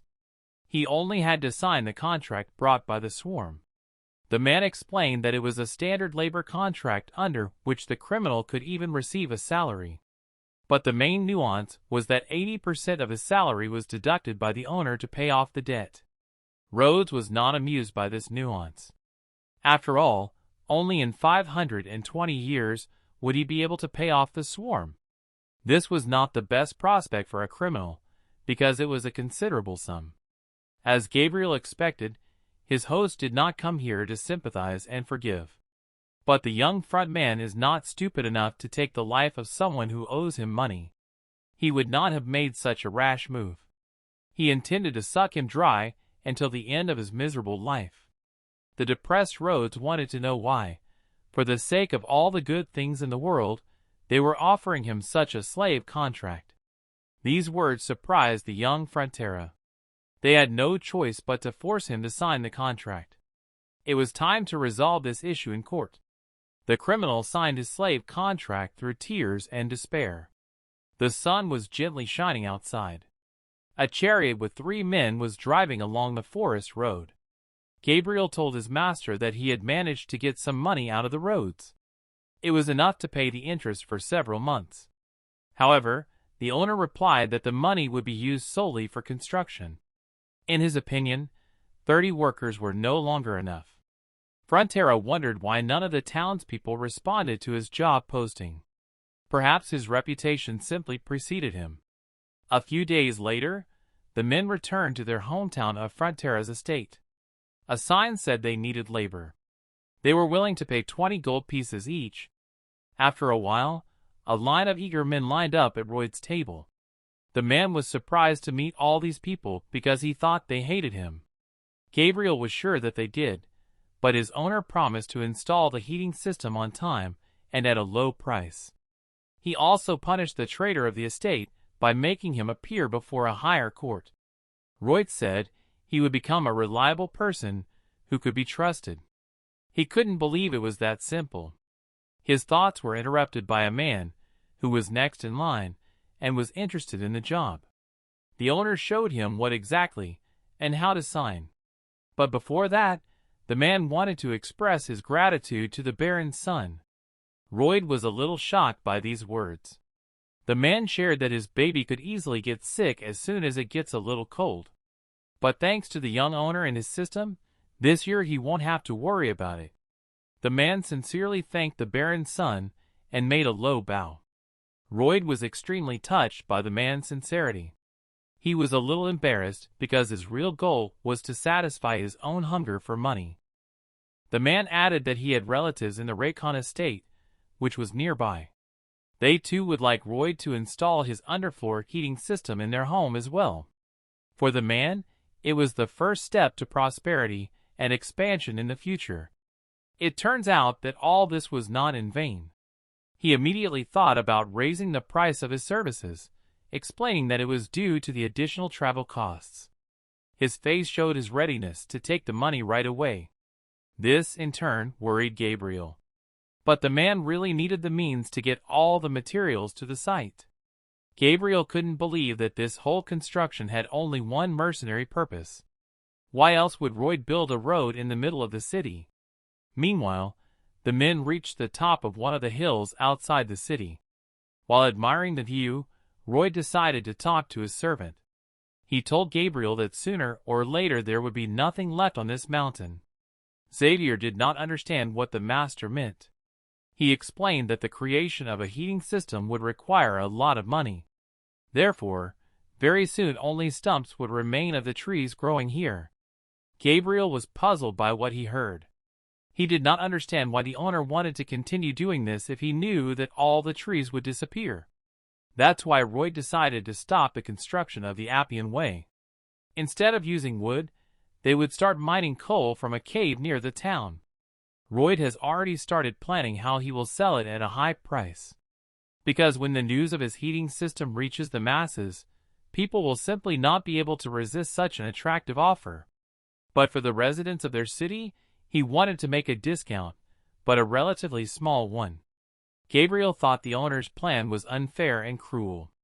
Does he really think Royd is like that? But if the man refuses to do this, they will not be able to pay the debt for the estate. Gabriel understood this, but still thought Frontera's views were wrong. The servant agreed that they had no choice in the matter. But he still decided to warn his master against it, because the Baron did not know about his son's plans, and if he did, he would not just leave it alone. Earlier, other townspeople had also tried to start mining coal again and again. Royd knew that it all ended in a collapse due to the unreliability of the ground. But the man was positive and believed that he would succeed, thanks to modern technologies for earthworks. After all, he knew how the shield method of passage works. He worked with a movable prefabricated metal structure that ensured safe mining operations and the creation of permanent fortifications inside it. Royd was ready to go because he and Gabriel had great things to accomplish, even though he had no idea about this new and unknown technology. He wanted to see what his radically new master could do this time. The men decided to return home. The entrance to the old cave, which had been used to extract minerals, was almost completely blocked with stones. The cave stretched for tens of meters into the hollow. Suddenly a strange creature came out of the darkness in the depths of the rock. It had long black sensitive antennae like antennas. Here and there in the darkness, the red eyes of other unknown creatures sparkled. They were giant ants, a whole army of them. Each of them had a strong, pointed jaw and large, shining red eyes. They were all heading to the smell of new prey from outside. Royd clapped his hands together in concentration. After that, he began to create a magic symbol with his hands. He gained energy and transformed his magic into a large beam of light, which the man launched into the sky, saying that he had the best apartment in Cannes, one of the richest neighborhoods in Seoul. The magical stream instantly soared above the clouds, and then it disappeared over the horizon, leaving behind a small star. In a few seconds, the man was standing outside the best and largest house in the richest neighborhood of Seoul. He wanted it to be true, but unfortunately, Royd didn't have that kind of cool skill. In fact, Frontera was sitting at his desk, just drawing blueprints for a plan to create an underground exit using his own magic. He spent a lot of time on it, though. He received a message that he had only one available skill, which was intermediate level design. He wished that he could hire 100 hardy workers without having to pay them. Although he did like the ability to draw blueprints with magic. Thanks to the incident with the Newman, he was able to earn 639 RP, making a great impression on the Baron, Baroness, Gabriel, and others. He invested these points in upgrading his skills, and was able to acquire new ones. Royd came back to the same cave to determine where to dig. He had one more new mid-level skill available to him, namely underground scanning. The skill allowed him to see only at a distance of 5 meters. That helped him find the right direction to dig. He had only one problem left, which was to drill the passage as quickly as possible. After all, an ordinary person cannot do this, and people quickly get tired of such hard physical work. Potinak could not help with this because he fell ill during the construction of the road. And even if he had recovered, it would have been dangerous to use him because he was too big. But Royd had no other choice. He decided to use the messenger to choose a random mystical creature. After all, the man had enough points to do so. The young Frontera sat dutifully on the road waiting for his new creature from the magic portal. From the magical glow, he could see someone's small head with a bow. In a moment, its smiling face completely emerged from the portal. The tiny pink creature with a bell on its tail fell to the road in front of the man. She came to her senses and looked at her owner with joy, making bell-like sounds. Roddy could not believe that this was the same ruthless machine. Despite its cute appearance, he assumed that it had poison in its teeth. But at first the Podom also seemed so innocent. Surely there was something good to be gained from this little guy. Royd asked if it could grow in size with the help of a red sunflower seed. She confirmed this, and that she also had her own superpower. The man kindly asked her to demonstrate her skills. She smiled in response. A few weeks later, the giant bluebell ate up the ground while moving inside a shield barrel in the cave. In addition to resizing, the bellflower had the first-level earth excavation skill. It also had the first-level soil cultivation skill. Standing behind the giant bell, Royd ordered Xavier to get ready. Gabriel was already sweating profusely, but he was ready with his sword in hand. After all, the second step of the bell shot hot metal. Xavier, on the other hand, used his skill to quickly cut the metal shots with his sword, forming identical tubes from them. Then the brave blacksmiths used tools and fire to turn the tubes into a strong support. The fifth step was to realize the harsh reality. Gabriel didn't understand why a knight like him had to deal with the secretions of a giant snake. Royd confidently led all the processes, despite the fact that he was also completely sweating. He and his team of workers, Gabriel and the snake, moved further and further into the rock. But because of the lack of oxygen, he was starting to feel dizzy. If they hadn't laid a pipe to bring in oxygen, everyone would have passed out long ago. Gabriel said that the owner, like the other workers, needed to rest. Royd refused, because he had to monitor the work process as a supervisor usually does. Although in Korea, managers are all about talking. Sometimes he came across bosses who had never been to their workplace. And at that moment, the young frontline worker promised that he would never be like that and would monitor all the processes himself. Then Royd used his internal scanner to notice something in the rock. It was the very coal they were looking for.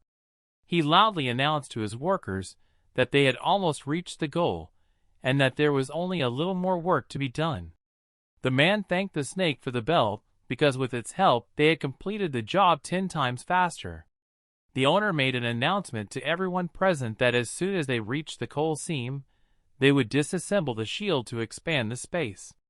It was a rather dangerous place, so everyone had to be extremely careful. Suddenly, a knock from the ground behind them attracted the attention of the robot. This puzzled Mr. Frontera quite a bit. Everyone was worried because the ground in this city was strong and should not collapse. The man started his underground scanning to find out what was in the ground. Behind the coal pile, a hole appeared that had not been there before. In a moment, the hole grew larger before his eyes. Suddenly, a giant mutant ant came out of it, scaring the hell out of everyone. Before Royd knew it, the ant had cornered him. Gabriel, unlike his master, was always on the alert, and without any hesitation, he used his sword to cut off the giant pincers of the mutant's jaw. When the young frontman came to his senses, he jumped to his feet and, taking a shovel, desperately ran to the servant's aid. The man used all his anger and strength to finish off the monstrous creature. The mutant was finished, despite the fact that it was much larger than the men. Roy didn't understand how the ugly creature had appeared here, which was not mentioned in the novel. But it was too early for them to relax. After all, it was just one mutant ant, and there was a whole army of them in the crack. The ants were rapidly approaching the crevice, lighting the way with their red eyes. Royd ordered everyone to run quickly to the outside and leave the cave immediately. Xavier bravely confronted the creatures, killing them one by one. Royd could not understand how many of them were left, hundreds or even thousands. If they reached the surface, all the inhabitants of the city would be finished. Gabriel could not hold out much longer because of the lack of oxygen in the cave. Their mine could not be destroyed without explosives. But even if the structure had fallen into disrepair, there was still a chance that ants would get to the surface. Roth did not know what to do. The servant slapped his master to get him to pull himself together, because they certainly didn't have time to panic. Roy didn't panic, he thought, but he didn't have much time. Gabriel could not hold them back for long. The young frontline soldier concentrated and put all the factors together to find a solution. The light bulb in his head was off, but in a moment it began to shine brightly, radiating electrodes in different directions. This is it. The man picked up the torch and turned to Xavier. He told the servant that they would attack and move forward. It sounded crazy to Gabriel, but he thought it made sense. Xavier continued to fight off dozens of ants with his sword. The men desperately rushed forward to attack the enemies. It was already evening, and one of the workers came running to the frontiersman's estate to tell the Baron the bad news. Arcos was extremely surprised and frightened by the appearance of these creatures. The man also said that all the workers had successfully evacuated, but Xavier and the swarm remained in the tunnel. Byron was about to close the entrance to the mine. The swarm's father put on his armor and, together with the worker, hurried to his son's aid. Gabriel continued to destroy the pests in the cave. He did not understand why they should continue to attack the ants as there were more and more of them. Roydna told him to stop talking because he was busy at the time.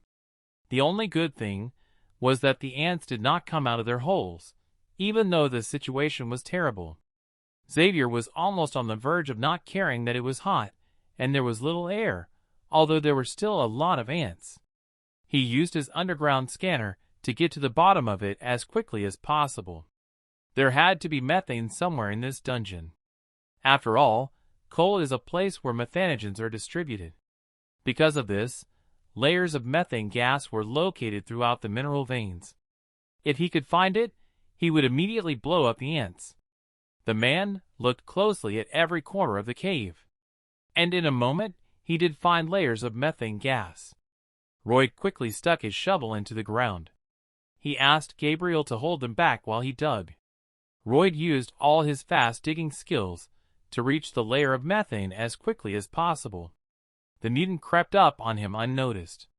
But Xavier reacted quickly, removing the pests from their path. Royd continued to dig tirelessly. Gabriel continued to fight off the fierce creatures. Suddenly, a very loud sound echoed through the cave. In surprise, the men quickly covered their ears and eyes. Coming out of the depths of the tunnel, a huge pink ant, 10 times bigger than the other ants, stood in front of the men. The men realized that it was their queen. Only one of its jaws was larger than Xavier's height. Royd hoped that the servant could overpower her if he tried. But Gabriel objectively understood his strength, so he said it was beyond him. But at the moment, they had no other choice. At that moment, the queen attacked Xavier. The man used his heart of mana to try to keep the defense. The queen's size was considerable, so Gabriel had to look for her weaknesses. But for her, his blows were significant. Xavier was trying his best to hurt her. However, this only irritated the queen to keep fighting. As long as he was holding on, the swarm did not waste a single minute continuing to dig. The servant did not spare himself in the fight with the ant. Suddenly, he heard a strange hissing from under the swarm. The man grabbed a torch and ordered Xavier to run to the exit with him. The furious queen followed them. The men saw the narrow entrance they had used earlier. When they reached it, they quickly jumped in. Royd turned for a moment to see where the queen was. Finding the creature with a glance, the man threw his torch in her direction to eat her. The burning torch fell on her head and bounced to the ground. Her ants were frightened by the fire, fleeing deeper into the tunnel. The enraged queen wanted to end the men. And that's when methane gas leaked through a crack in the tunnel, ignited by the flame from the torch. A moment later, a powerful explosion occurred in the cave. The queen was caught in the middle of it. A few meters away, lying on the ground, Xavier covered his master's body to shield it from the blast wave. The ants watched in horror as their queen passed away, burning in a fiery vortex that in a moment covered them as well. One of the stones landed on Xavier's head, but he continued to protect the young Frontera. At the exit of the mine were the workers, along with Baron and Arcos, who also heard the deep echo of the explosion. The father could not contain his emotions and wanted to follow his son. But at the last moment, he was stopped by Baron, saying that he might get hurt. Then, the men were lying on the ground among a pile of stones and smoke. Royd woke up, because his ears hurt badly after such a powerful sound. The man got to his feet, and when he saw the queen's head still, he realized that his plan had worked. Royd looked at Xavier and realized that he had protected him. He then picked up the bell and apologized for the scratches he had received from the explosion. The man looked up and saw that the exit from the cave was blocked by stones. This meant that things were bad. Suddenly, the man began to feel dizzy. He received a warning message that there was not enough oxygen in his body. He knew it himself. That is why he needed to get outside as soon as possible. Using his scanner, Royd estimated the thickness of the rubble to be about 5 meters. The oxygen level was getting even lower. But the young Frontera had no choice but to dig for Xavier and the bell. Gabriel came to and saw his master. Everything swam before his eyes. He could only hear his master saying that they had to get out together. Royd said that he would not leave them. At the same moment, Gabriel lost consciousness and fell to the ground. The messenger expressed his admiration for the young frontier because of his desire not to leave Xavier. Then Gabriel's opinion of him improved by 6 points. This brought Royd's total score to 108 points, bringing his total to 157 points. The man was breathing heavily through his mouth, inhaling the last gulps of oxygen, the level of which was at an extreme limit. In any case, Royd had nothing left to lose. There was less and less oxygen. And then the man pulled himself together and turned to the messenger to activate the search for knowledge that could develop his skills. The messenger started processing its own data. It started scanning the man and looking for the knowledge he needed. It found some of it, namely, mana absorption, mana processing, and mana increase. By combining all these skills, Roy could master the Azrakan core technique. This was exactly what he needed. After all, the young frontrunner hadn't stopped training since his duel with Newman. He was confident that he could develop his skills as far as he wanted. The man did not hesitate to agree to receive such a technique, which cost him 15 RP. In a moment, Royd received the Azrahan's core technique in a 5th level single ring. Then a small blue spark appeared in the dark space. It formed a ring that Royd felt inside of him. Unfortunately, he had no mana in his heart, but he could feel the presence of the mana rings. Inside, he had a 120% expansion of mana. Even if he had been an ordinary person who trained hard, The result might not have appeared immediately, but he had a lot of RP, and he could increase his skill level with the click of a button. Royd decided to move forward and bet everything. His Azrahan's core technique in the single ring increased to level 6. There was a 125% expansion of mana. However, every time he clicked on the upgrade, the cost increased by 5 points. Despite this, Royd continued to level up his technique until he reached the 10th level. For a moment, he thought that he would need these points in the future, but he had little choice. He decided to level up his technique as long as he could. His ring of mana that had been revolving around his heart turned into 2 rings of the first level. His mana had expanded by 200%. To increase to the next level, 100 RP were required. But the man had only 7. Royd wanted to know from the messenger how he was doing now, because the number of rings had increased. The messenger informed him that he had 2 skills available to him, such as a 10-minute stretch of life with the ability to not feel tired and an energy burst that allowed him to triple the manga for 20 seconds. Also, these 2 skills had restrictions on use and the amount of 1 time per day. The man accepted this and prepared for a quick dig. Then he activated the skill of the stalker, which allowed him to forget about his fatigue. The man quickly began digging in the direction of the exit. His oxygen level was at an all-time low. In his mind, the man was begging for daylight to show through the crack. He only needed a small space if he could find even the smallest gap.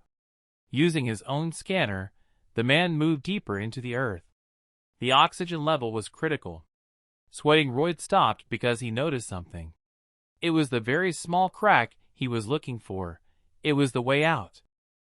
The earth flew from under his shovel even faster than before. Exhausted, Gabriel and the bell still lay unconscious on the ground. Gritting his teeth, Royd continued to bathe without stopping.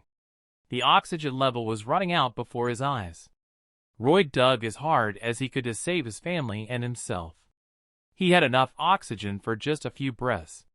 Meanwhile, there were only 3 meters left to his cherished crevice. The exhausted man fell to his knees in despair. His shovel also fell to the ground without strength. After all, ZHYVCHYK's skill had ceased to work. The man sitting on the ground was on the verge of despair. And that's when he decided to use the energy release skill. Royd got to his feet and picked up a shovel. Every second was worth its weight in gold, so he immediately continued to dig aggressively. His skill only lasted for 20 seconds, and he had only 30 centimeters of earth to dig to the rescue hole. Meanwhile, there was no oxygen left at all. Having dug such a large stretch of earth, he did not have enough air and strength for the miserable 30 centimeters. Royd lay powerlessly on the ground, so close and yet so far from the exit. Royd thought about how quickly it was over. After all, as the son of an influential man, living in a remote area, he only dreamed of a normal, quiet life. It seemed as if the story of his life was over. But suddenly, he heard a strange sound that he had heard before. With the last of his strength, Royd stood up on his elbows to see where it came from. At the same moment, a giant hamster, Podong, who had long been familiar to him, emerged from the ground. This made the man very happy, and made him smile at the furry animal. Royd immediately smelled the fresh air outside. This encouraged the man to get back on his feet. He told himself that the quiet life of a baron's son was waiting for him. It was already dark and twilight had fallen on the city. A torch with a bright flame was burning in the cave. Arcus, accompanied by Baron and the townspeople, moved through the tunnel in search of the missing men. Although the night warned the Baron to move on, he was determined to go all the way. For a moment, the man stopped when he saw something in the depths of the tunnel. A few meters away, the silhouette of a man carrying something on his back was moving toward them. It was a Royd rescuing his humble servant. The use of special skills in an emergency situation helped him surpass any limits of human capabilities. The special case, combined with Azrahan's new core technique, had a great impact on the man. However, after that, a new skill of the third-level power mode was available to him. With the help of this skill, the core technique was calculated to be able to operate even during severe exhaustion. Frontera's father recognized his son as a soul and ran towards him, shouting his son's name. Confused and exhausted, the young Frontier, carrying Gabriel and the bell, did not immediately recognize his father. When the man ran up to his son, the latter lost all strength and fell into his arms with the servant. It was deep night, and it was extremely difficult for everyone. At dawn, the city was already abuzz with gossip and theories about the latest developments. Two men in the middle of the street were comparing their attitudes toward the young swarm master before and now. One of them said that his nephew was in the very epicenter of the events and saw it with his own eyes. He noticed that when the giant ants attacked people, the owner of the house thought first of all about saving the workers, not himself. It seemed as if the whole town was discussing the exploits of Royd and Xavier. All the residents expressed different opinions and attitudes toward this event, but each of them agreed that this swarm was different from the one they had known before. Meanwhile, the culprit of the gossip was lying in bed in his room under Gabriel's watchful eye. The young frontline soldier needed time to recuperate, but later he opened his eyes. After a long time, Xavier finally saw his master conscious. Royd received a message that the inhabitants of Frontera's estate and the townspeople were deeply impressed by his heroic actions. But whether he would be awake or asleep, the man did not understand what was being said. However, the messenger informed him that he would be rewarded with extra RP points for his outstanding achievements. After this message, his RP scoreboard was updated, and the number of RP points on it was now equal to 507. The man began to realize what had happened to him. He realized that he had become a hero, and in addition to that, he was happy to receive 500 rupiah. The feeling of pride and joy filled him with positive energy. The next morning, the mine was already in full swing. The workers were busy reinforcing the walls of the tunnel and performing their daily duties. Suddenly, a long-awaited visitor caught their attention. Royd, Frontera, and Gabriel were just returning from the mine when they met the workers. They all paid their respects to the owner and praised him for the fruitful work he had done today. The men looked at their savior with big, sincere eyes. He was different from other nobles, and was a true example of nobility. All the praise and affectionate words made Royd feel ashamed of himself. After all, 2 weeks had passed since the victory over the ants. Therefore, the work in the stone mine was in full swing. Everything seemed to be going well again, however. In such a turbulent time, Royd believed that their safety should come first. He wanted to avoid even the slightest risk of danger. On this day, their main task was to search for ant tracks. Gabriel wanted to ask the owner something, but he insisted that he do it quickly so as not to waste oxygen. The man asked the swarm why he was constantly putting himself in danger. After all, he could have simply ordered others to do it for him. He believed that it could not be that the owner was only interested in the comfort and safety of ordinary workers. Moreover, as a future heir to the estate, he had to take care of himself and take care of his personal safety above all else. In response to these words, the young Frontier called the servant a fool. After all, his real duty was to take great responsibility for all possible risks. Gabriel looked at his young master in embarrassment. Roy explained his position by saying that in this case, even if he threw money around, no one would dare say anything to him. Xavier did not understand whether this was good or bad for him. The messenger informed the owner that Gabriel's level of sympathy was ready to increase, but he suddenly changed his mind. The men reached a blank stone wall. Gabriel suggested looking elsewhere. However, the young frontline soldier was not in a hurry to make conclusions. It seemed to him that there was an empty space inside the wall. Perhaps it was there that the uterus laid eggs, from which new offspring could appear. So the man wanted to verify this theory by digging. And suddenly something surprised him. Inside the wall was a really dense space. The man saw a humanoid green creature with fangs hanging above the ground by its hands, bound by cobwebs on all sides. Also among the victims of the insect mutants were animals wrapped in strong cobwebs. Most of them were horses and pigs. For Gabriel, the green creature seemed dangerous, so he intended to deal with it. It was not a well-considered decision on his part. He wanted to know what kind of creature it was. However, Gabriel explained that it was an ordinary orc. The owner assumed that it was inanimate, but he had heard that ants usually preserve their prey by paralyzing a living organism. This fact encouraged Royd. The man could not hold back his smile, because it was an incredible find for him. On the same day, the men brought a green orc to the Fronter's estate. His name was Garrosh. The orc told the men that Royd was his savior, whom he would never forget. Royd wanted to know why the orc always added a kick at the end of his statements, perhaps in order to match his character more harmoniously. However, the orc did not understand what he was talking about.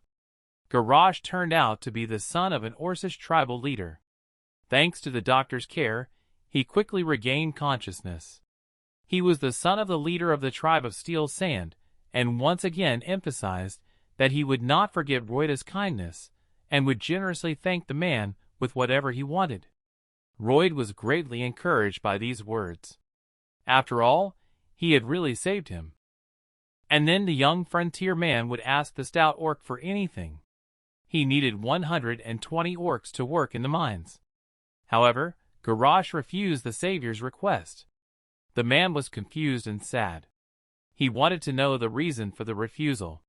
For the orc, it seemed suspicious that the swarm had clucked his tongue, as if he were a bad person. However, the young frontier immediately refuted this as a habit, just like the orc's habit of saying the prefix kick every time. Garrosh emphasized that orcs are warriors who follow only the orders of their commander. And since Royd was not a warrior, he could not give orders to orcs. That was the reason. He had heard before that orcs were supposed to go out into the wild upon reaching adulthood and return with the head of a giant ant. Garrosh said that he had made a mistake when he went to the ant's hive, where he was instantly paralyzed. Hearing this, Royd made a new decision, which made the man lick his lips just thinking about it. The young frontline soldier pretended to accept Garrosh's decision and kindly congratulated him on his coming of age by clapping his hands. But Garrosh explained that he had been on his mission and had not brought the giant ant's head back to the tribe, because it could not move once it was inside the insects. Royd did not immediately understand what the orc was talking about. After all, Garrosh had caught and killed the giant ant with him, and its head was hanging on the wall in Royd's room as a trophy. However, the orc could not remember ever having managed to take out such a large ant. Frontera explained that he did not remember anything because he was unconscious. Royd told his new friend that he had witnessed a fascinating sight. When he got to the ant's hive, he saw the queen shaking with fear. She was screaming that she could not believe she had lost to the young year. Garrosh wondered how the mutant ants could understand human speech. But Royd explained that it was true, because they had made great progress in this skill recently. The man emphasized that it was thanks to Garrosh that it was much easier for him to find their hive. Gabriel didn't understand why the owner was so confidently lying to his new friend about his incredible feats.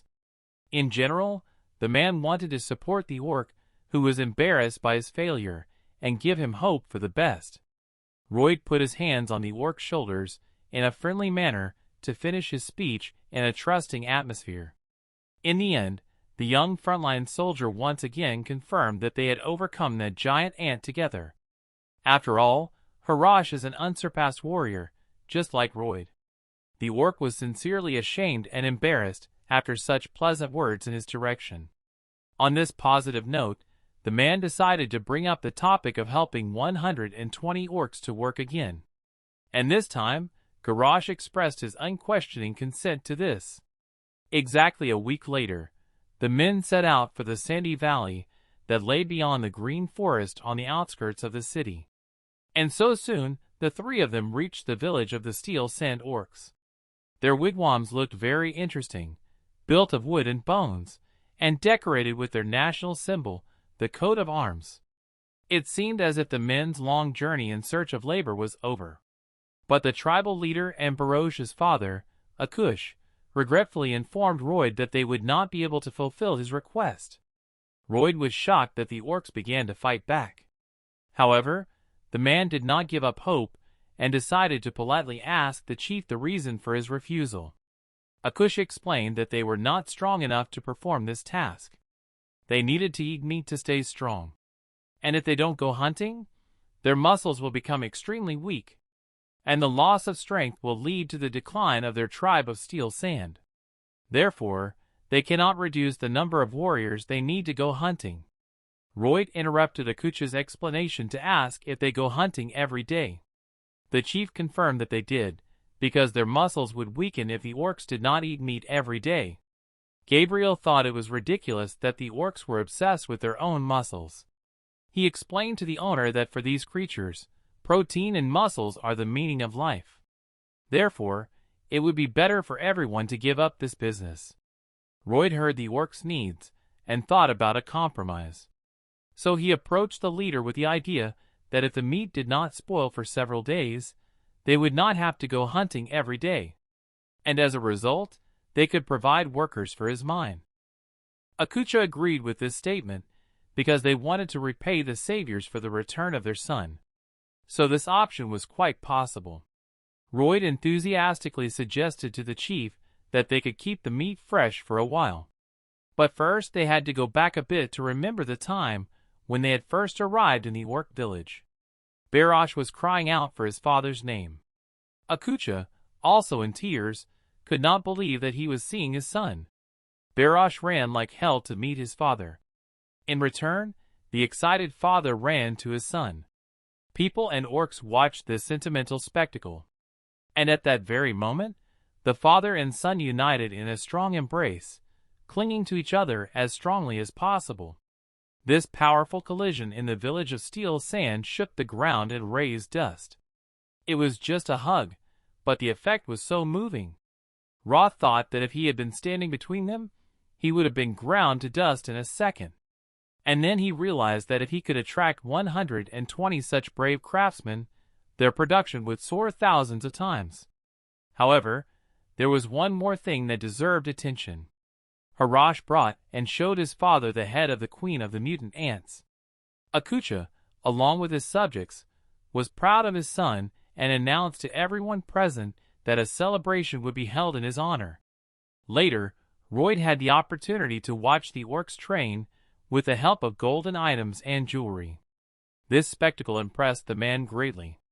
After all, they used golden columns as ordinary dumbbells in the gym. The young frontline soldier could not understand what they were doing with these golden things. He had the impression that the orcs were taking them out of thin air, because these precious things cost 10 times more than any other sports equipment. That's why the Great One signed a construction contract with the leader of the Shark. This way, they would get both labor and treasure. The men intended to build a stone-cold storage facility for storing meat, and in return, they would receive various precious items. However, Gabriel noticed that they would need special tools to work with the stones.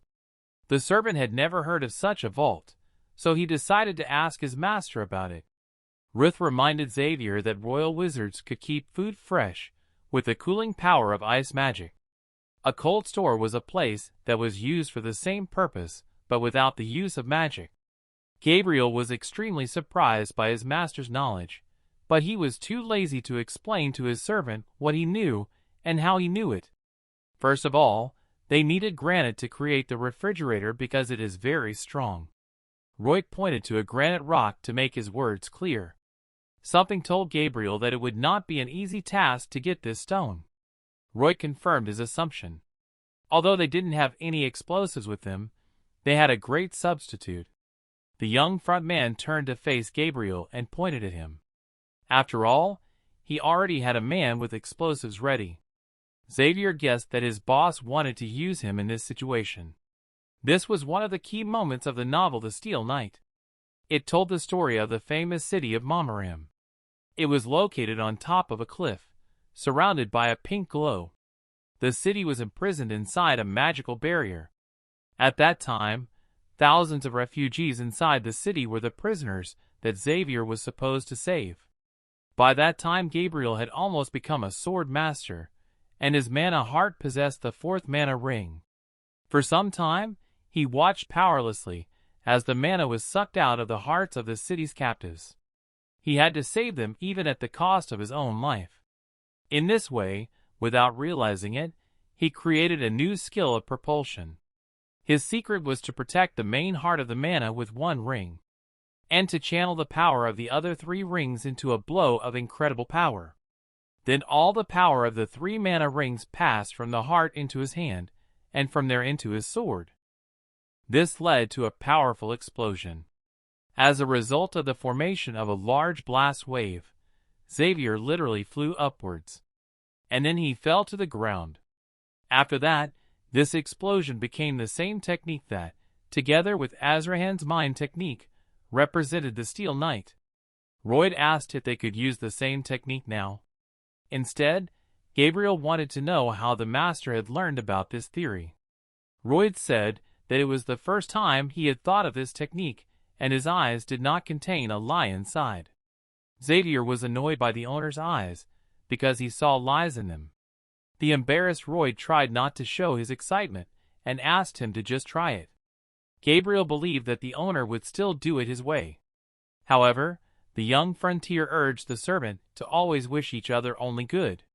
He also promised to make an effort if Xavier succeeded in his theory. That would be a definite plus for the Baron's son. Gabriel approached the rock to try to apply his propulsion technique. To do this, he needed to protect the mana heart with one ring and release the other three by force of impact. And at the same moment, the man made a decisive sword strike into the granite rock. A bright light began to radiate from the place of impact in a second. Royd thought that Gabriel had succeeded on the first try. From the dust cloud, the silhouette of Xavier was moving toward the host. Coming closer, the man noticed that his outerwear was torn. Gabriel was in a stern mood and wanted to know if the owner had planned this. Royd did not plan it, but he was sorry that it happened. But in any case, Xavier was happy that this time the master's plan worked. Next was the young Frontera's turn. The messenger told the owner that Xavier was grateful for this lesson. Gabriel's level of sympathy for him increased by 3 points. The overall level of sympathy for the host was minus 11 points. He also received 54 RPs for improving his relationship with a key character. The total number of RPs was 561 points. Gabriel shared his thoughts that the master knows his skill and should use it to protect the Baron. But now he uses it for construction. Royd took these words as gratitude from his servant. But that was not the case at all. Since then, construction has progressed much faster. The granite that Xavier split and shaped was delivered to the construction site by a hamster called Padong. The orcs tried to free people from hard physical work so that they would not break their backs, even though no one asked them to do so. But the orcs, who were addicted to training, were doing all the work themselves. After all, lowering and lifting large granite blocks was like a normal workout for them. Royd assumed that at this rate, they would finish the construction 5 times faster. For the next stage, they only needed ice and insulation. The man asked Xavier how long it had been since he had sent his workers to get the insulation material. He replied that it had been exactly 3 weeks. They should have been back by now. Gabriel assumed that either their soldiers were too lazy, or something else might have affected their speed. Royd thought that something might have happened to them on the way back. The man got up from the stone to find out what had happened to his soldiers. But Gabriel stopped him from doing so. Xavier offered to go in search of the soldiers himself if that was the only task. He believed that the owner should not go with him, because they could not know for sure what had happened to the people. However, Royd reminded him that they had already discussed this topic with the servant. The young frontman again explained that he was responsible for organizing the construction, and therefore was fully responsible for his workers. Gabriel had no choice but to exhale and agree with his master on this point. The men immediately set out on the road. They passed through sandy rocky areas where there was not a single living thing or plant. Suddenly Royd noticed a lost glove of one of his workers in the sand. It was one of the gloves he had recently ordered for his men to use when working with insulation. While the man was looking at the glove, Gabriel noticed something else. Xavier showed his host a crevice from which a very strange atmosphere was coming. Royd did not understand what was so strange about this crevice. But Gabriel explained that the mana flowed here in a rather unusual way. Everything was somehow blurry and imprecise. The young frontiersman thought about the servant's words. He remembered that he had already encountered something like this while reading a novel about the Knight of Steel. After realizing his own memories, fear appeared on Royd's face. The man ordered Xavier to leave the place quickly with him. Gabriel did not understand his host's reaction. The swarm anxiously told Xavier that most likely their soldiers were no longer alive. Gabriel was both surprised and frightened by his host's words. Later, after a difficult journey through the rocky terrain, the men reached the foot of a strange gorge. Royd noticed small piles of straw near the entrance to the cave. The man took a handful of straw from the ground with him, which surprised Gabriel a bit. The young frontline soldier tightly gripped the dry grass in his hand and prepared himself for any circumstances. Royd explained to Xavier that they had reached the Ruffulon Gorge. After all, at the very beginning of the novel, this place was mentioned as one of Xavier's goals, because it was here that the dark wizard Ruffulon lived. The man was furious that this magician could do something to his soldiers. After all, trespassing on private property was supposed to be punishable. The owner's thoughts were interrupted by Xavier, who ordered him to follow him through the cave. Royd did not have time to stop the servant as he stood on the floor with his foot and caused a strange magical reaction of the stone, which began to shine. Royd barely had time to take Gabriel back by the collar. A moment later, a small explosion sounded where the man was standing. Xavier was amazed that there were magic traps in the cave. Royd asked the servant if he was really a knight, because a real knight should calculate such moments in advance. In the novel, Xavier fell into the same trap when he was wounded and looking for shelter. But his Gabriel never repeated his mistakes twice. And then the knight rushed to the exit of the cave. Since the flow of mana in this city was unusual, Royd suggested that the man apply his technique here as well. Gabriel knew that in the natural environment mana was in a state of constant uninterrupted concentration in the atmosphere. Thus, he could understand where the magical traps were laid in the skull. It was by sensing a certain unusual concentration of mana in one place. Gabriel listened to his feelings and concentrated. In a moment, he was already leading his young master forward. Royd noticed that the servant's senses were quite well developed. As Gabriel walked cautiously forward, he thought that Royd was only doing what he was doing, lying to him and insisting. But now everything is different. Xavier did not understand what was going on. After all, the young frontman had somehow predicted various events before they happened. But how did he do it? Gabriel did not feel any special energy from him, although on the other hand it could be a very powerful mana. As a result, the man came to the conclusion that first they had to deal with what awaited them ahead.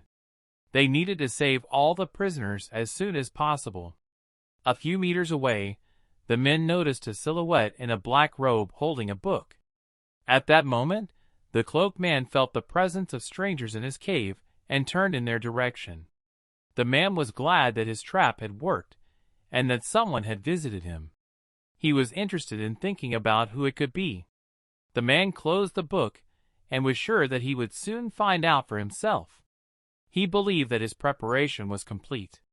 His experiment had to be successful, so he immediately opened the bolt on the stout metal door. Behind it, on the stone floor, young Royd's workers sat tied up and frightened. The magician chose one of them, and, at the prisoner's begging, dragged him by the scruff of the neck into another room. In a moment, the laborer was lying inside the red magic circle depicted on the floor of the ceremonial hall. The magician had everything he needed for the experiment: a magic circle, a ruthless scythe of a priest, and most importantly, a young human life. The man sharply swung the scythe at the worker. He screamed and cried pitifully, waiting for his end.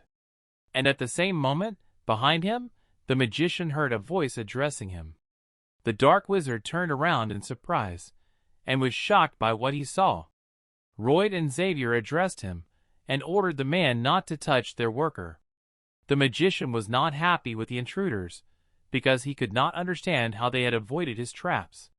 Worried for his safety, he quickly began to lower the metal gate with the help of magic to prevent the men from getting inside. The metal curtain dropped sharply in front of them. Behind the men, too, white, thick smoke began to pour out from under the cracks in the metal gate. Royd inhaled the remaining fresh air and held his breath to avoid falling into the dark wizard's new trap. Royd had managed to hold his breath, and so he felt confident, but Gabriel did not. The magician intended to put the guests to sleep with sleeping magic in order to deal with them later. When the space between the two metal walls was filled with sleep magic, Royd used his Zichic skill. He got 10 minutes to not feel tired at all, although he was sure that a few minutes would be enough. After all, he was not in an ant tunnel now. Xavier had never taken medication to treat insomnia, so no sleeping pills were going to work on him. Royd had already gone too far. He dug a rather long tunnel that ran under the metal wall in the direction of the magician's hideout. Gabriel noticed that his master looked like a mole with a shovel, and he would laugh at this on occasion. Royd gestured for Xavier to go downstairs to him. As the servant tried to apply his driving technique, the young front man crouched down with his ears covered. Gabriel concentrated the power of the mana rings in his sword, and with all his strength he struck the ground. This caused a great explosion. When he saw it, the mod did not know what to do, because he was terribly frightened by the skills of ordinary people. His face was full of horror. When the dust settled, it was possible to see a hole in the ceremonial floor of the magician. The hand of one of the men appeared from there. It was a swarm holding onto the stones and climbing to the surface. He crawled slowly toward the magician with an unwavering fury on his face. He had never seen such a large monster before. The wizard kept his magic ready to repel the intruders. With a sharp movement, he directed it all to the floor. In a moment, a giant, terrible two-headed giant appeared from the magic glow. Even though his experience had been a failure so far, it was his most powerful creation. It was virtually invulnerable, with only its steel armor worth a damn. Its giant arm was approaching the men. Roy told Gabriel that it would not be easy for them. He also tried to tell him that his weakness was his legs. But Xavier immediately desperately rushed into the fight. Xavier used his propulsion technique again, but this time in the fight against the magical giant. With his sword, he created a powerful tornado wave that covered the monster's head. In one incredible move, Gabriel split the magician's creature exactly in half from head to toe. The magician's face was full of horror and shock. He could not believe that this was really happening. Royd was no less surprised by this result than the magician. Royd could not believe that Gabriel had used the power of the explosion as an auxiliary force, which gave him the opportunity to split the monster in half. But for some reason, his novel did not mention this technique. Meanwhile, Gabriel stood calmly over the body of the defeated giant, sword at the ready. Fearless and proud of themselves, the men stood in front of the magician, staring unwaveringly ahead. The wizard trembled before them and realized that no matter what he did, he could not defeat them. Royd sat down leaning forward and spoke disdainfully to the magician. He told the man in the cloak that due to the disappearance of his workers, the construction of the young Frontera had stopped. And since it was the work of a magician, he had to pay Royd back somehow. The magician decided to lie down on the ground in order to survive in any way possible, and to apologize for his evil deed. However, Royd was not interested in his words at that moment. He wanted to receive compensation for the damage he had caused. Realizing the man's intention, the magician said that he had many valuable things that he would give them. This greatly amused the young Fronteras and agreed. Going to the storeroom where the prisoners were kept, Gabriel told the owner that the soldiers were very exhausted, but their lives were not in danger. Royd was pleased with this news. Royd tried to ask the magician why he needed all these people, because in a few days they could have been dead with such an attitude.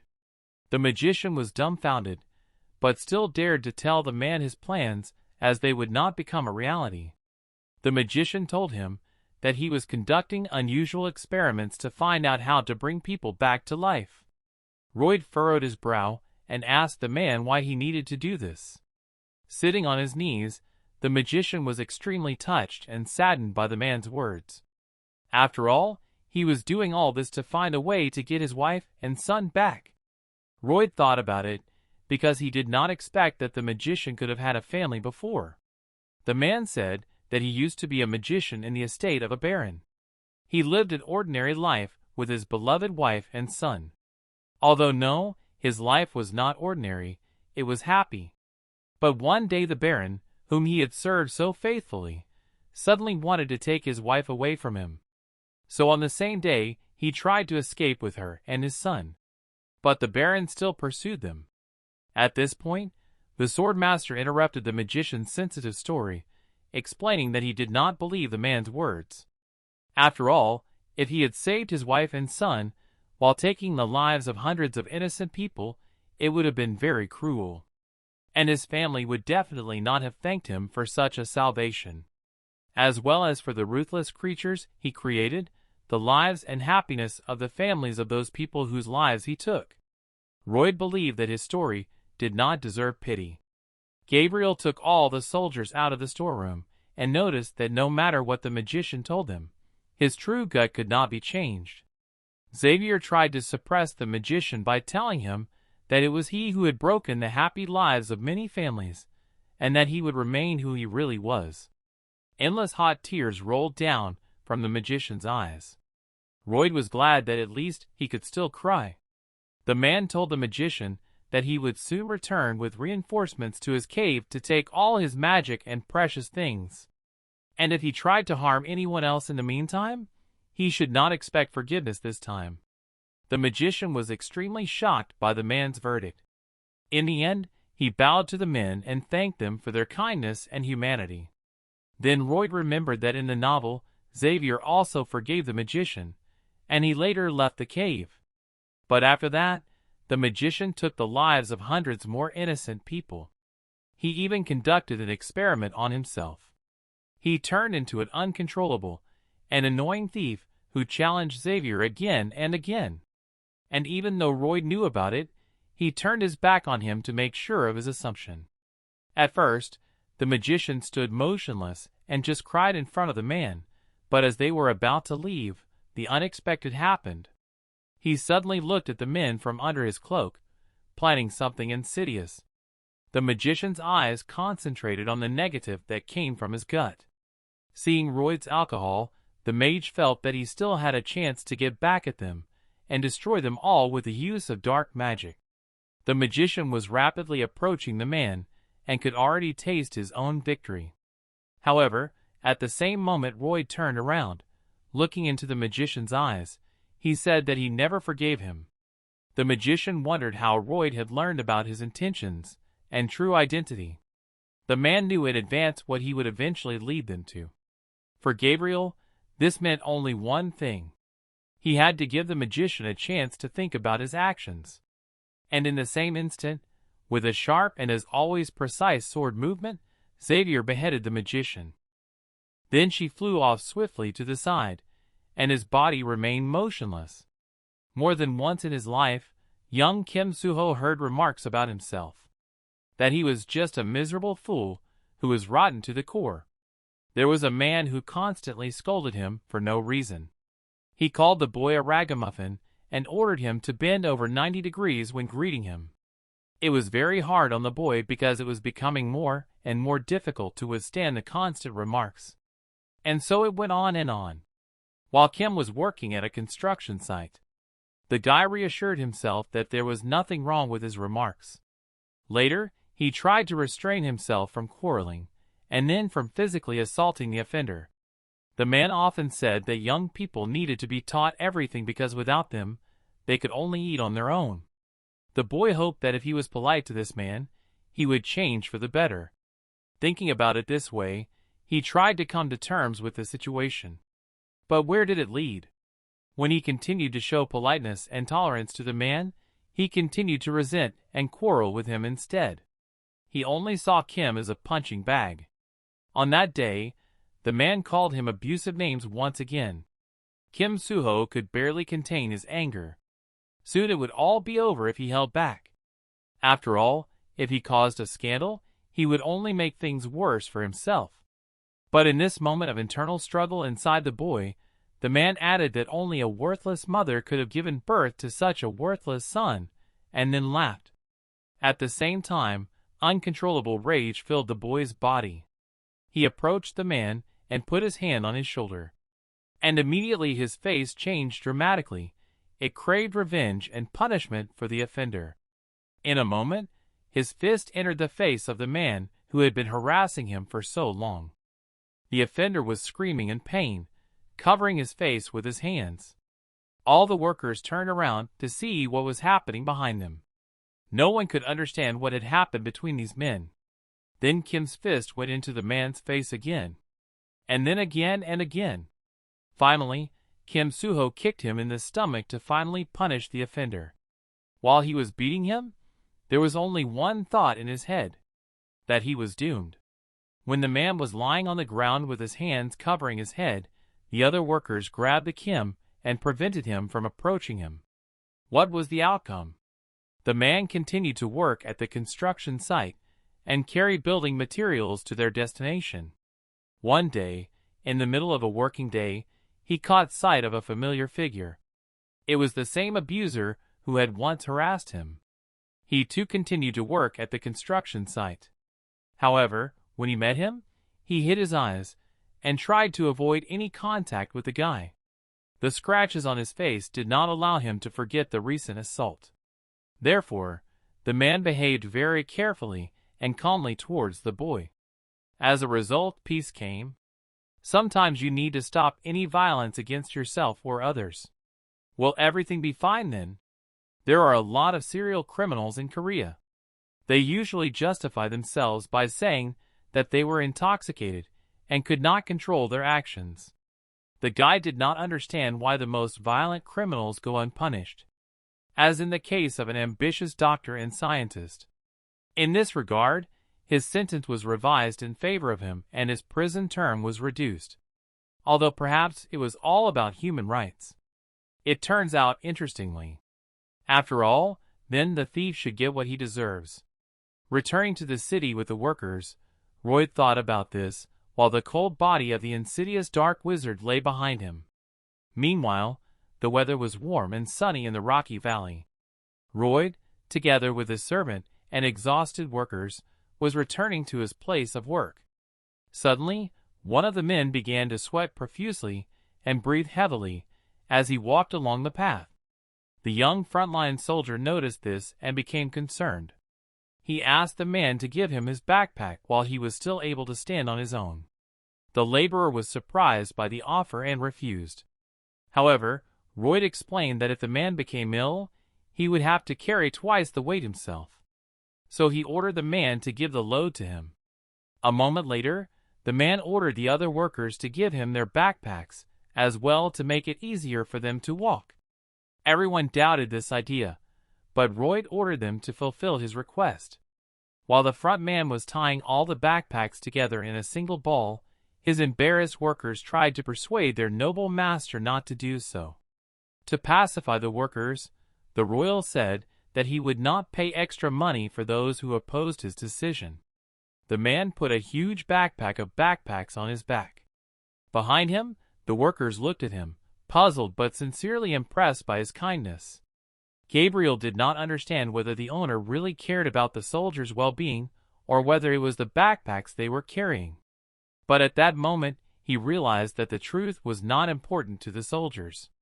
For them, he was a trustworthy leader who they could follow anywhere. This is what the soldiers thought of the young swarm leader. Messenger reported for the man that the liberated soldiers were deeply impressed by his actions. And after a while, stories about him will be passed down from generation to generation. Isn't that great?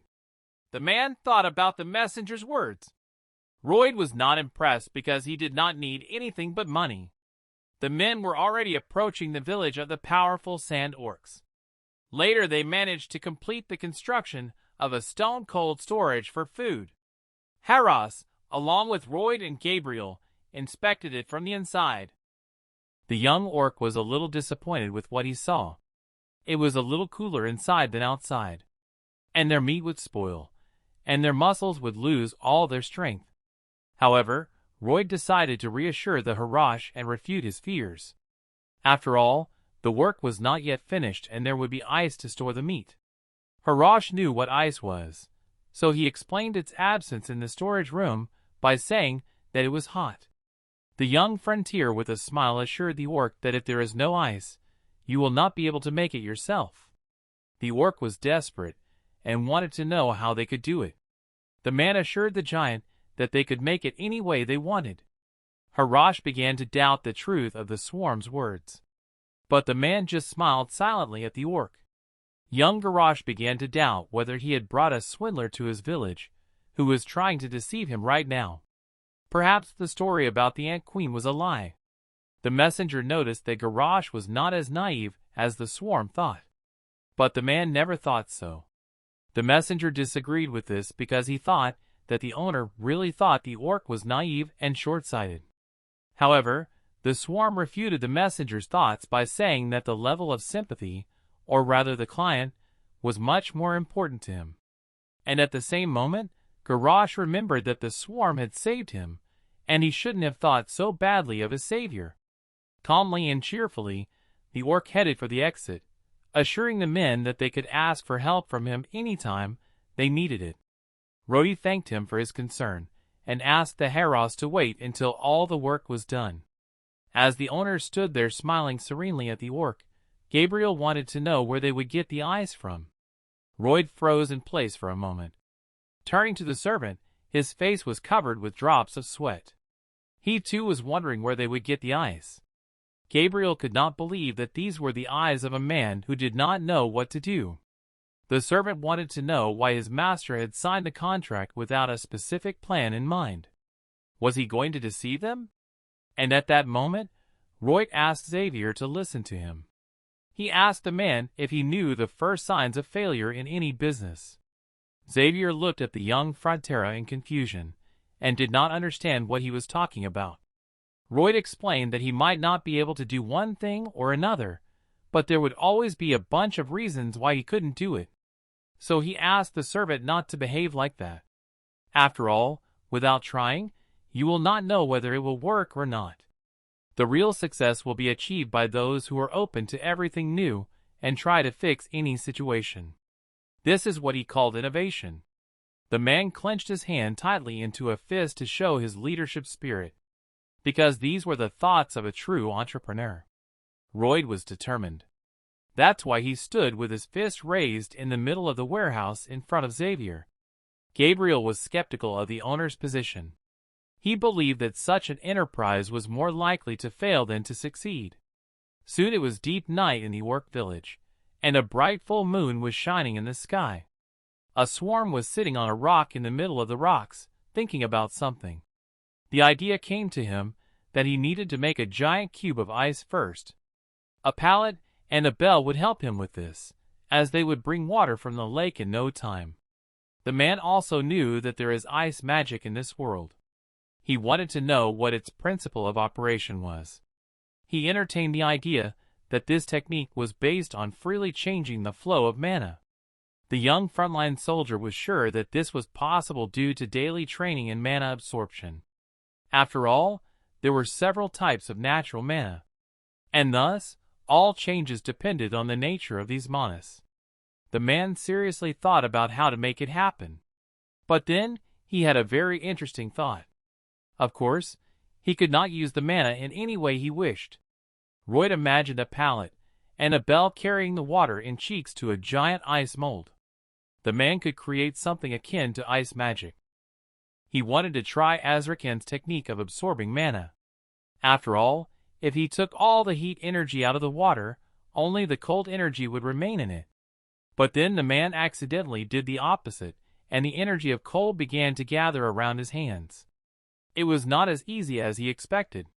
Gabriel watched in silence as the man put his hand into the water. Gabriel remembered his master's words about being open to everything new and trying to fix any situation. Xavier thought that the man's position was rash and irresponsible. But he realized that Royd was really trying to find a way out with dignity. The servant settled on the idea that he did not understand him. Strangely, the swarm continued to sit on his knees with his hands in a giant ice cube tray with water.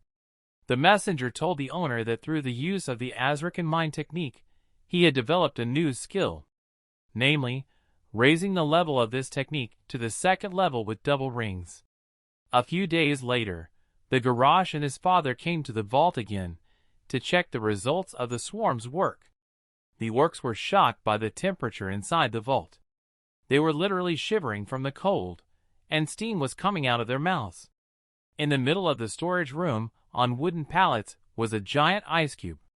The orcs could not believe their eyes that they had managed to get it. Roth said that everything would be ready as soon as they installed the insulation on the ice cube. And the heap was happy because there was plenty of space in the storage room to store the meat, which no longer had to be thrown away.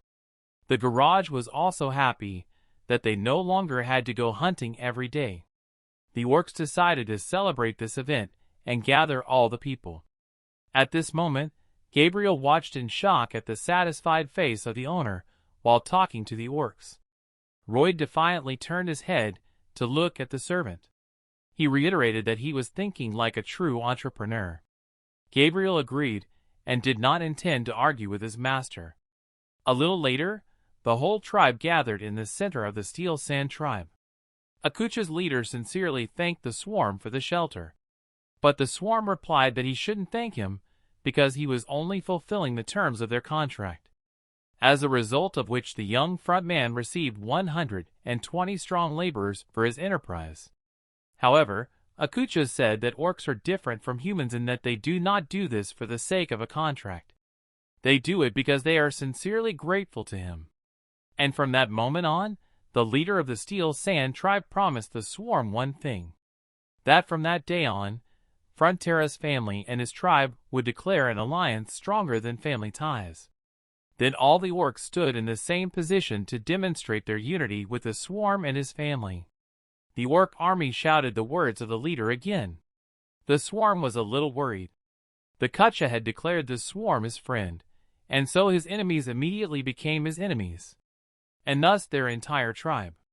He assured the man that they would come as soon as he needed help. Then the messenger began to load to send a new message to the swarm. He made it clear to the man that the tribe was now available to him. After all, the orc tribe accepted him as a true friend. And now the swarm could strengthen his kinship with them by using the orc's RP. As a result of this event, the young frontrunner received plus 100 bonus RP for discovering the tribe. This brought his total points to 611. For a moment, the man was in mild shock. But a moment later, he was happy to have discovered the Steel Sand tribe and to have become related to them. And so they set off again on a long journey to return home. Of course, the citizens of Frontera Manor were very shocked to see 120 living muscle units arrive in their city. Royd thought that he should write an official appeal to the people to calm the situation down. After all, orcs were often heard of only in a bad light. Meanwhile, the young Fronter's father and mother watched in horror as a bunch of green giants roamed the streets of their city. Even though the Baron was aware of his son's journey, he froze in his tracks as soon as he saw the orcs in person. Moreover, the man did not expect to receive bonus points for helping the giants. The messenger reported that his wonderful story about defeating the wizard and saving the soldiers instantly spread around the city. and the residents of the estate praised the young frontier for his noble courage. After that, the man again received bonus points plus 300 RP for his achievements in society. The total number of RPs was 911 points. The man thanked him for the RPs, but asked him not to praise him anymore. The Baron said for his son that he would look for a wealthy buyer to sell what they had received from the orcs. Then, they had only the magic stuff of Ruffielon. The young wizard was sitting on the floor in the room among the magician's things and holding a magic ball in his hand. Gabriel asked the owner if he had found anything worth selling, but the man was trying to figure out what they could use before selling it. Suddenly, Root came across something strange in the magician's magic book. The man told his servant that he urgently needed to go to the mine. The young front immediately grabbed his cloak and the magic book and hurried out of the room, ordering Xavier to clean up the floor behind him. Soon, the man was reaching the entrance to the cave where his workers were mining coal. Once inside, the man sternly called out to Rhodes, who, along with the other workers, was serving his sentence under the contract. Rhodes heard his master and approached him to find out what was going on. The young frontline worker wanted to give the man some good news. He asked if the man remembered the details of their agreement that he had to work for the swarm for 520 years. The man confirmed that he did. But at the same time, the Roid said that it made no sense, because all these conditions were ridiculous. But now, he wouldn't have to worry about anything. Rhodes held his breath waiting for his master's explanation. Royd opened a magic book and showed him how to bring a dead person back to life. Rhodes did not understand what the master was getting at, but Royd explained to him that in this way he would still be able to serve his full sentence. Isn't it wonderful? The man smiled sarcastically and put his hand on the debtor's shoulder. But at that moment, he asked why he was the only one who was laughing and ordered Rhodes to smile a little too. At first Rhodes was embarrassed by his master's words. However, in a moment he understood everything and smiled through tears of disappointment. The cheerful and vigorous swarm continued down the tunnel, wishing the debtor not to get discouraged. After all, it was fun for him. The messenger noticed that the Lord of Darkness himself appreciated his efforts and was already thinking about offering him a job. However, the man did not see anything wrong with that and cheerfully walked further into the tunnel. The messenger did not understand the gesture, but he could not object. The sunlight shone through the windows of the frontiersman's mansion. Roy was walking down the hall toward his father's study to discuss something with him. When he entered the study, he did not find the Baron and was surprised. Suddenly, the man was approached by a cleaning lady who explained that the Baron was currently receiving guests in the guest room. Roy wanted to know who the guests were.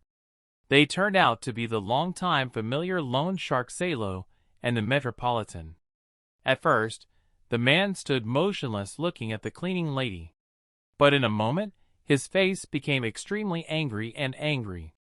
In the guest room, there was a large chandelier with crystal beads and candles. At the table opposite my father sat the notorious moneylenders. They said that they usually demanded that the debt be covered in one payment. This time, however, they would only allow the Baron to pay 10% of the debt if he transferred ownership of the mine to them. Arcos Frontera thought about the offer with his hands folded in front of his face. The loan sharks asked him why he was taking so long to think about it, since it was the best deal he could get. Suddenly, a young Frontera knocked on the door, introducing himself and asking for permission to enter. The father did not hesitate to allow his son to enter the room. Once inside the room, the man began to talk nicely to the moneylenders. The men said that if he came to threaten them again, it would be useless. They already had a solution. Royd said that from their point of view, a visit with such a good offer was a very reasonable decision. However, he expressed a desire to make a counteroffer to them instead. But one of the moneylenders refused to listen to a fool like Royd. But the young front man still said that in the future they would still pay the debt in installments, although they could really reduce the interest. The moneylender got angry and started shouting at the man that he did not want to listen to him. Royd asked why they were allowed to offer something and not him. This position made the man angry. Suddenly everyone heard a strange voice from the hallway. A giant green orc's foot came into the room. The furious Garrosh asked the audience who had angered his brother Frontera. The moneylenders quickly grabbed each other, their faces full of uncontrollable horror at what they saw. Garrosh told them that his tribe of steel sand would destroy anyone who harmed the young frontier. However, Royd calmly explained to his friend that nothing terrible had happened to him. But the orc noticed that Royd looked extremely angry then. The man said that the moneylender had only raised his voice a little at him. He decided to calm the frightened men down by telling them to ignore the orc.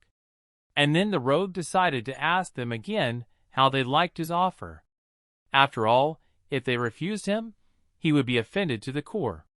He also added that as soon as they dared to offend the young frontier, he would destroy them right then and there. After these words, the terrified moneylenders quickly fled from the guest room to the street. Roy wanted to make sure that the dead did not exist at all. But as long as that was not possible, he gave his father the opportunity to be satisfied with what he had. The bewildered father agreed and thanked his son. Roy noticed that orders for the system were growing and coal production was in full swing. Thus, they would be able to quickly close the debt. The man handed the contract to his father and asked him not to lose it. The father carefully took the document and made a promise to his son. After that, the young frontier said that they had bigger problems that needed to be solved as soon as possible. After all, orcs consume 10 times more food than people. Therefore, their food costs were no joke, but they could not let them go either. The words of the son caused anxiety and misunderstanding of the situation in the eyes of the father. As Royd had thought, the orcs were excellent miners. Their powerful bodies and muscles helped them to make powerful swings of their picks at the stone, and to cut the small stones in an instant. Their eyes were full of fury and passion for hard physical labor. Suddenly, Roth noticed that one of the orcs was heading into the depths of the tunnel without a reinforcement system, digging a path in front of him at the speed of light. The worker clarified that this orc had been working non-stop for 24 hours straight. Upon hearing this, the swarm ordered several workers to take him away and make sure he did not appear here until tomorrow morning. The furious orc tried to resist the men who were dragging him out, explaining that he did not want to rest, but only to work, because without it his muscles would weaken. Their productivity was 10 times higher than what the swarm had expected, and their endurance and strength defied any explanation. When the young front turned to the garage with a proposal to pay for their work, he said that money was not needed for orcs. On the one hand, this pleased the man. But on the other hand, now, at Garrosh's request, he had only to feed them all enough. This was not an ordinary problem. Royd assumed that as a result they would have to raise taxes very much. After all, they would use the money to buy meat for the orcs. The man explained to his father that because of their natural productivity, they would not go into the red because of such expenses. The father understood his son, but said that he could not be sure that the people of their city would be able to afford it. It was very difficult for him to make a decision. Arcos said that they cannot demand such a high tax from people. He explained that if they keep raising the tax, it will be a real robbery of the people. But they are not losing anything now because they will work harder. They could only suffer losses if the amount of tax paid decreased. The father was interested in his son's words and wanted to know how they could raise the tax for the city's residents. The young front said that it was quite simple because it would allow them to earn more money. The man gave an example of an abandoned land in the north of the city. He suggested turning the wetlands of the Marie's estate into a farm, which they would give to people in return. In this way, they would grow various crops on the farm, earn a lot of money, and pay taxes for the Baron accordingly. The sky was covered with orange clouds. The sun had disappeared behind the horizon, and it was getting dark. Royd walked confidently in his safety shoes across the marshes in the Mares estate. Gabriel walked behind him. He told the owner that it had been several hundred years since the land had been abandoned. He did not understand how people could grow anything in such a place. However, his big boss had an idea about it. Royd said so, but he didn't deny that it would be difficult. He had to take into account many things because the territory was not small. The family had to think about a system of accurate rainwater drainage. Therefore, the man had no choice but to model a possible option. On the training ground, the man created a reduced model of a marsh in the Mares wetland out of water and earth. Based on it, Royd tried to come up with an experimental solution to the problem. However, his attempts failed time and time again. The man did not give up and continued to work on the model of the marsh, looking for ways to solve this situation. A new sunny morning dawned in the city. Exhausted, the swarm continued to sit in the same place and use his hands to form pathways out of the swamp to drain rainwater. Arcos and Gabriel came to visit their son. He had been at the training ground for 21 days. Xavier asked if he should stop his master, because he had hardly eaten or slept all those days. But his father forbade the servant to do so. Arcos hated him, even though he was his son. He no longer hoped that Royd would ever become a normal person, because it seemed impossible to him. But now the Baron saw that he was trying to bring amazing changes to their city for the sake of other people. Perhaps his father could not help him at that moment, but he was not going to stop him either. Xavier agreed that it was a wise decision on his part. After all, it was then that the young master of the royalty was responsible for his words and never gave up. The man worked diligently to solve his problem, gritting his teeth and forgetting about everything in the world. It was then that the messenger informed the swarm that Baron Frontera's level of sympathy for him had increased. As a result, he received 20 RP and his total level was 931 points. Meanwhile, the trees were covered with evening fog, and it was getting dark outside. The young frontrunner sat in front of the finished model with relief, having found the best solution to remove rainwater from the swamp. He raised his fist in victory, which by then was already illuminated by the moonlight. The man shouted that he needed to suck it in, and then the water would go where it was needed. All this meant that when he figured out the water, he would be able to raise taxes. And then the money of the people of his city would fall on him like a shower. And then the man would have a truly carefree life. Royd could already imagine himself swimming in honey like a bee. But at that moment, he was alone in the middle of the training ground at night. He exhaled and fell to the ground to rest with relief. Royd was extremely exhausted, but he considered it tolerable compared to the way he worked nights and days at odd jobs. Suddenly, a message from the messenger started loading in front of his face. He said that his unusual experience had a good influence on his new skill, namely design. Royd read the information about this skill in the messenger with concentration. There he learned that this skill can be obtained from the personal modeling mode, which in turn is possible by managing the collected data. At the same moment, his visual scanner was used in the man's eyes. Behind him, a digital grid was formed around the rock containing certain data. The man tried to deform this grid in his opinion by increasing the height of the rock. However, the digital model on the grid showed that in this way the rock would collapse. After realizing his new capabilities, the Royd began to scold the messenger for not telling him about it earlier. After all, the young frontline worker had spent a whole month searching for the necessary solution. But the messenger thought that it was normal for him because the owner said so himself. However, the man had something else in mind because he was having a hard time all this time. He also told the man that his skill could become visible through the wisdom he had gained. But in this case, the reason for its appearance was his desire. The man asked what his desire was when he first appeared in this place. He believed that the messenger did not know for sure. He did not understand how his wish was connected to this world. After all, he just wanted to graduate from college, get a license, get a job in a good company, and not think about money. Wasn't that what he wanted? However, the messenger explained that this was only his goal, and his desire was much stronger. It is what overcomes any space and time. The man interrupted the messenger to finish the conversation about the transience of life. He was busy at the moment. Roy got to his feet and called his faithful assistants, Padong and Bell. He invited them to meet their new friends. The magical creatures did not yet understand what their master was doing. The next morning, the sun was rising over the horizon in the Mara's marsh. At the beginning of the swamp, Roy stood with his friends and thought about the steps to fulfill his plan.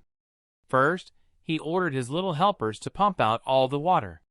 The hamster and the snake were shocked by the amount of work, so the young frontier realized that they could not cope with this task alone. Then he put the little creatures on the ground and decided that he would paint. The man intended to use all his RP to create the maximum number of magical creatures. He turned to the messenger to clarify the cost of this service. Roy had to pay 100 RP for one choice of a magical creature. And since the price would increase by 1.5 times each time, he would get 4 new creatures in total. The man immediately pressed the start button because he didn't need any special skills. After all, he needed the same giants as a paddle and a bell to pump out water. The random creation of creatures was very noisy, and everyone was waiting for the result on the sidelines. Suddenly, someone's yellow head peeked out of the magic portal. The creature immediately jumped out of the portal in the direction of the master. Then the yellow ball hit the young Frontera's nose and bounced to the side. It rolled a little further away from the man, who could not understand what kind of creature was in front of him. The balloon turned into a yellow creature with a big mouth that said its name Hippo. Roy was surprised at the name. Could it be a little hippo? The pallet and the bell were happy to have a new friend. Hippo ran with open arms to hug the little creatures.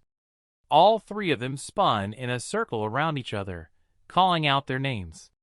Then the swarm apologized to Hippo for distracting him and asked to see the instructions. The little yellow hippo immediately spat the instructions out of his mouth. Roy was already used to this. Then the man began to carefully study the instructions for the new assistant. He learned that a hippo will not grow even if it is fed with sunflower seeds. Maybe Roy had made a mistake this time. Meanwhile, the little hippo just smiled sincerely at his owner. The young frontline soldier stood with his arms crossed and thought about something. The hippo stood in front of him and continued to smile at the man.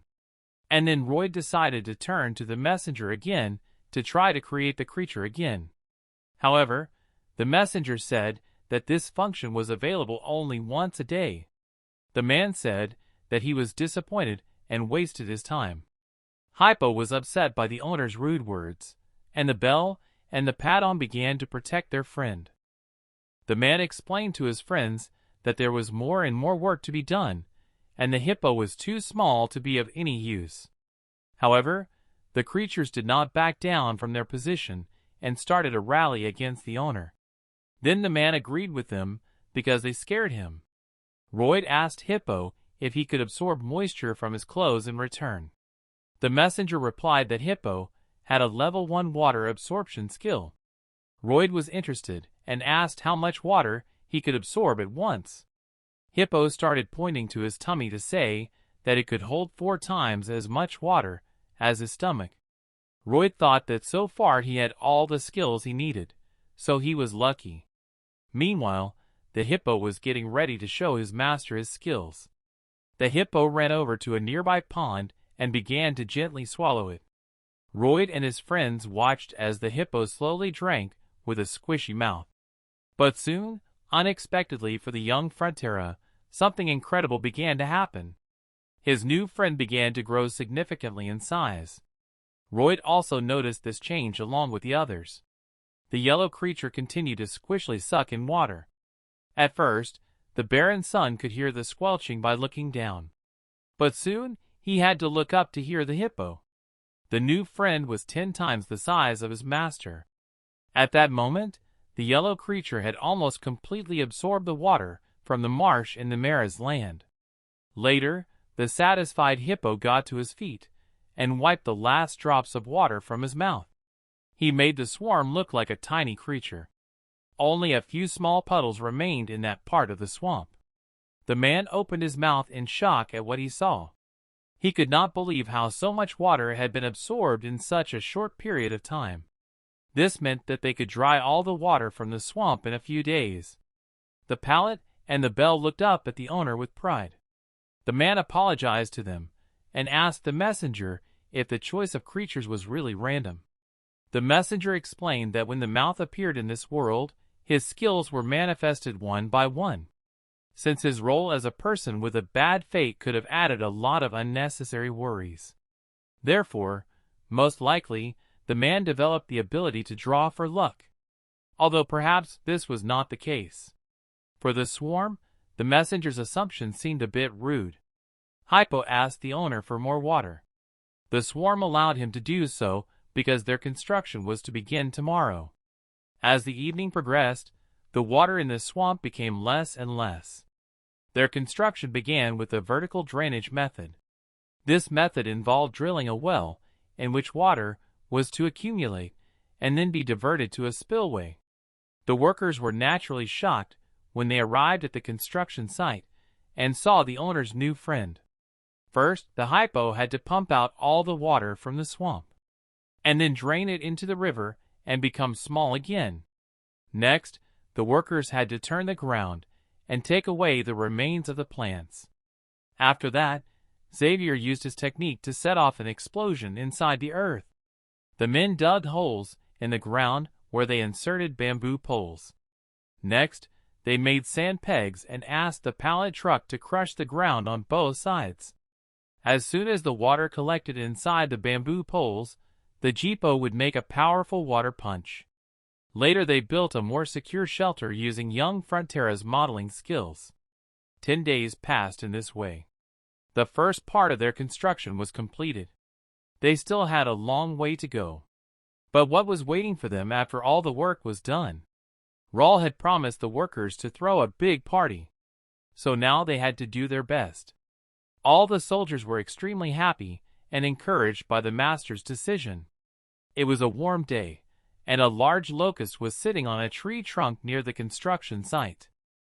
Sweating, Xavier watched her silently and thought. Before his eyes, the abandoned area was really turning into farmland. Holding the shovel in his hands, Gabriel did not understand why he had started working on the construction site. He had already forgotten what his task was. Suddenly, his thoughts were interrupted by Royd, who was running to the servant. He handed Xavier some seeds and ordered him to plant them from there. But he asked why he had to do this, since he was a knight. However, when the royal explained that he would protect the estate from pests, the knight agreed. Xavier sat silently over the beds, watering the planted seeds. At this time, he was thinking that the owner had interrupted him again, and that next time he would have to get away with it in some way. Suddenly the man heard the Baron's voice behind him. He approached the servant with his wife, and said that all the townspeople had probably heard about the rice farms. Everyone thought it was a real miracle. The laborers were happy to see the rice farms expanding. When the swarm passed by, the men looked at it with respect. Messenger reported that the townspeople were showing their admiration for the miracle he had created. The swarm received plus 450 points for his significant success in the community. The total number of his RP was 1,281 points. Hearing this, the swarm smiled with satisfaction and walked on with a shovel on his shoulder. It was already evening, and small insects were fluttering in the air above the farm. The first stalks of plants began to sprout in the beds. Xavier watched this process with interest, keeping the watering can at the ready. And when he noticed the growth of the plants, he was happy about it. In a moment, the owner came up to him and said that everything would be ready as soon as they put the water wheel in place. After all, during the rains, the water would need to go somewhere so that it would not flood their land. However, to realize this, they needed a specialist. Suddenly, the men's conversation was interrupted by an incomprehensible roar behind them. An army of horsemen in suits was moving toward them. Royd wondered who they were. One of the guests was the Viscount Racona, whose estate was located to the north of this swamp. In a moment, the horse's rearing was very close. A moment later, one of the men stopped near the swarm and asked which of them was responsible for this construction. Xavier was angry at the man's rudeness, but the swarm immediately replied that he was responsible. The man asked them sternly if they knew that the land belonged to the Vicente of Racona, and so he ordered the bewildered men to leave the area immediately. This place was abandoned several hundred years ago. The northern lands were under the rule of the Viscount Racon, and the southern part of the marshes belonged to the frontiersmen. It was obvious that he had decided to assert his rights for a reason. After all, the Viscount probably wanted to take possession of these fertile lands. I knew that he could really insist on transferring the land to his use, because the northern part of the land belonged to the Viscount. The man smiled, because that was the case until recently. Royd asked the guests if they really thought they had entered his territory without permission. The writer sternly confirmed this, because the king himself had given them the land. In response, the Royd decided to close his mouth to the Viscount's servant so that the conversation could be conducted between people of the same status. This position impressed and puzzled the writer.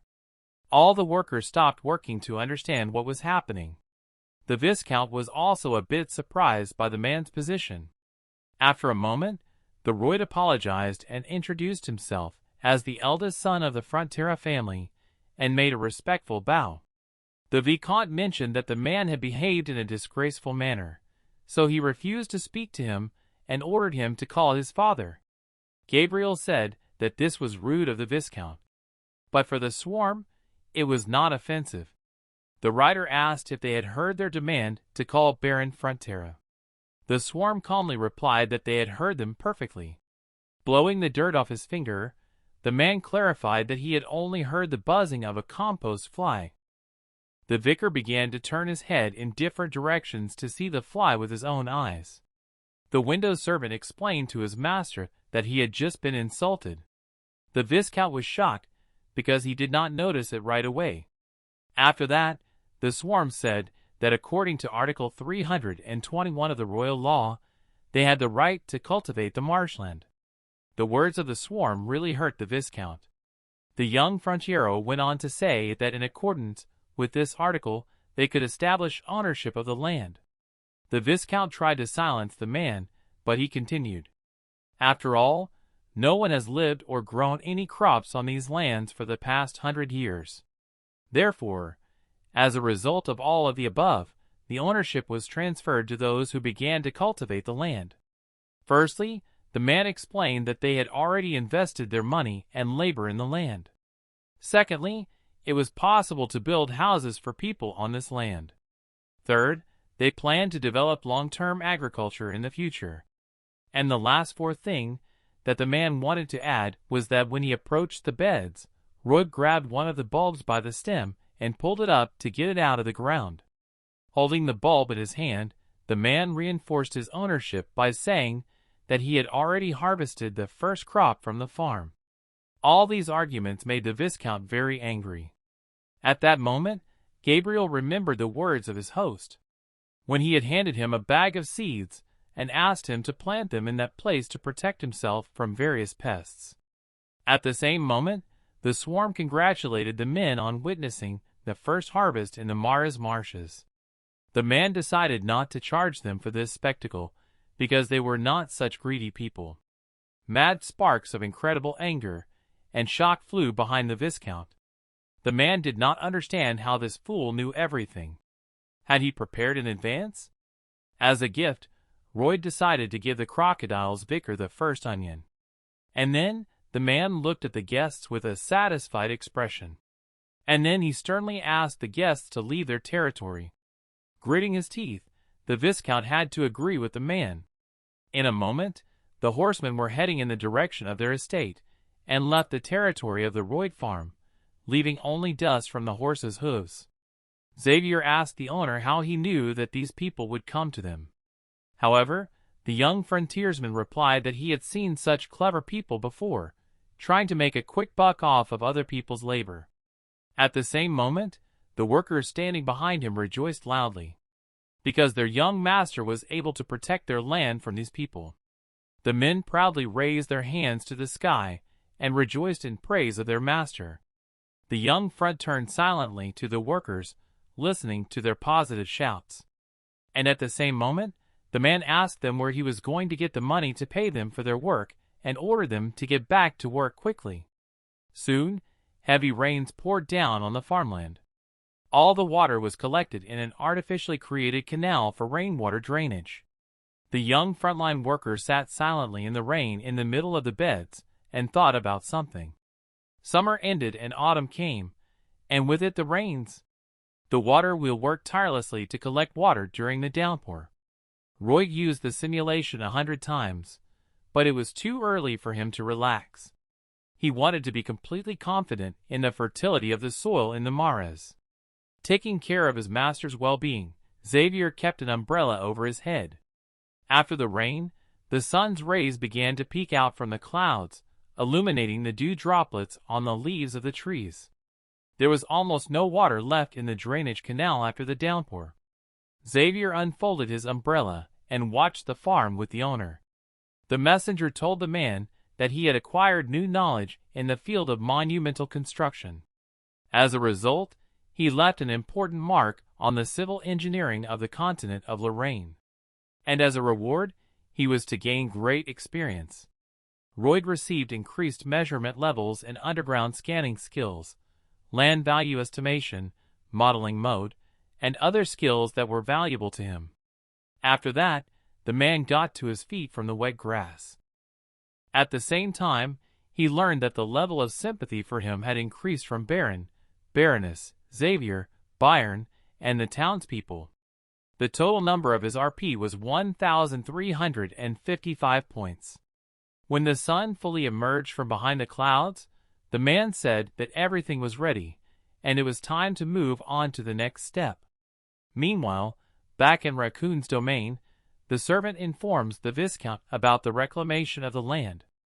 As a result, they will be exempt from taxation for 3 years, and will not have to leave the land. The man could not believe that in the next 2 years the royal family and their workers would be cultivating the land.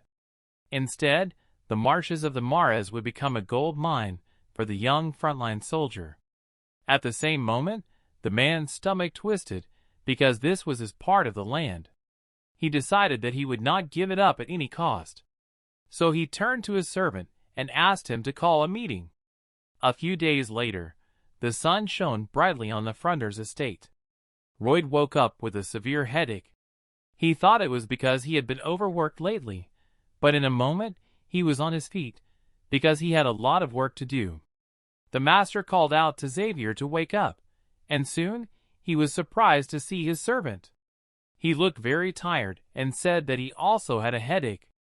At first Roy did not understand what was wrong, but then his face changed to a negative expression. That same day Roy and Xavier went out into the city and found that Baron Emily's cleaning lady, Farmer Alof and his family, and the boy Mikhail had headaches. They also noticed that all the animals had been avoiding the water since yesterday. Comparing all the complaints from people and the suffering of animals, the man realized that the problem was water. One of the most powerful weapons he could use in this world was the information from the book about the Steel Knight. However, after the incident with the giant ants, he realized that events that were not in his book could be happening now. Since Roy expected resistance from Viscount, he decided to make some inquiries about him. The young frontman learned that the main source of income for the Lacona region was their secret technology for dyeing things. And the same technology was used to color fruit. At that moment, the man realized the situation and realized who the culprit was. Meanwhile, in Frontera's estate, the Viscount's servant met with the Baron and told Frontera that if they gave half of the swamps to them, they would stop spoiling their water. The Baron was angry to hear the threat and said he would sue them, but the Lacona representative said it would take at least 2 years to get a verdict, and they doubted their town would last that long, given the legal fees and drinking water charges. After a long discussion, the Viscount's servant stood up to leave, but the Baron told him that they would not give up a single piece of land for him. At this moment, Royd enters his father's room to discuss with his father the necessary measures to improve the water situation in their town. The Viscount's servant, whom Royd accidentally hit with the door, was angry because he had insultingly called his master a parasite. The young frontier boy was surprised that the servant of this parasite understood human language. After these words, the Viscount's knight challenges him to a duel. But Royd immediately knocked his opponent down, not allowing him to get to his feet. The servant asked him to stop and not to hurt him anymore. The outcome of the duel was the same as with Newman.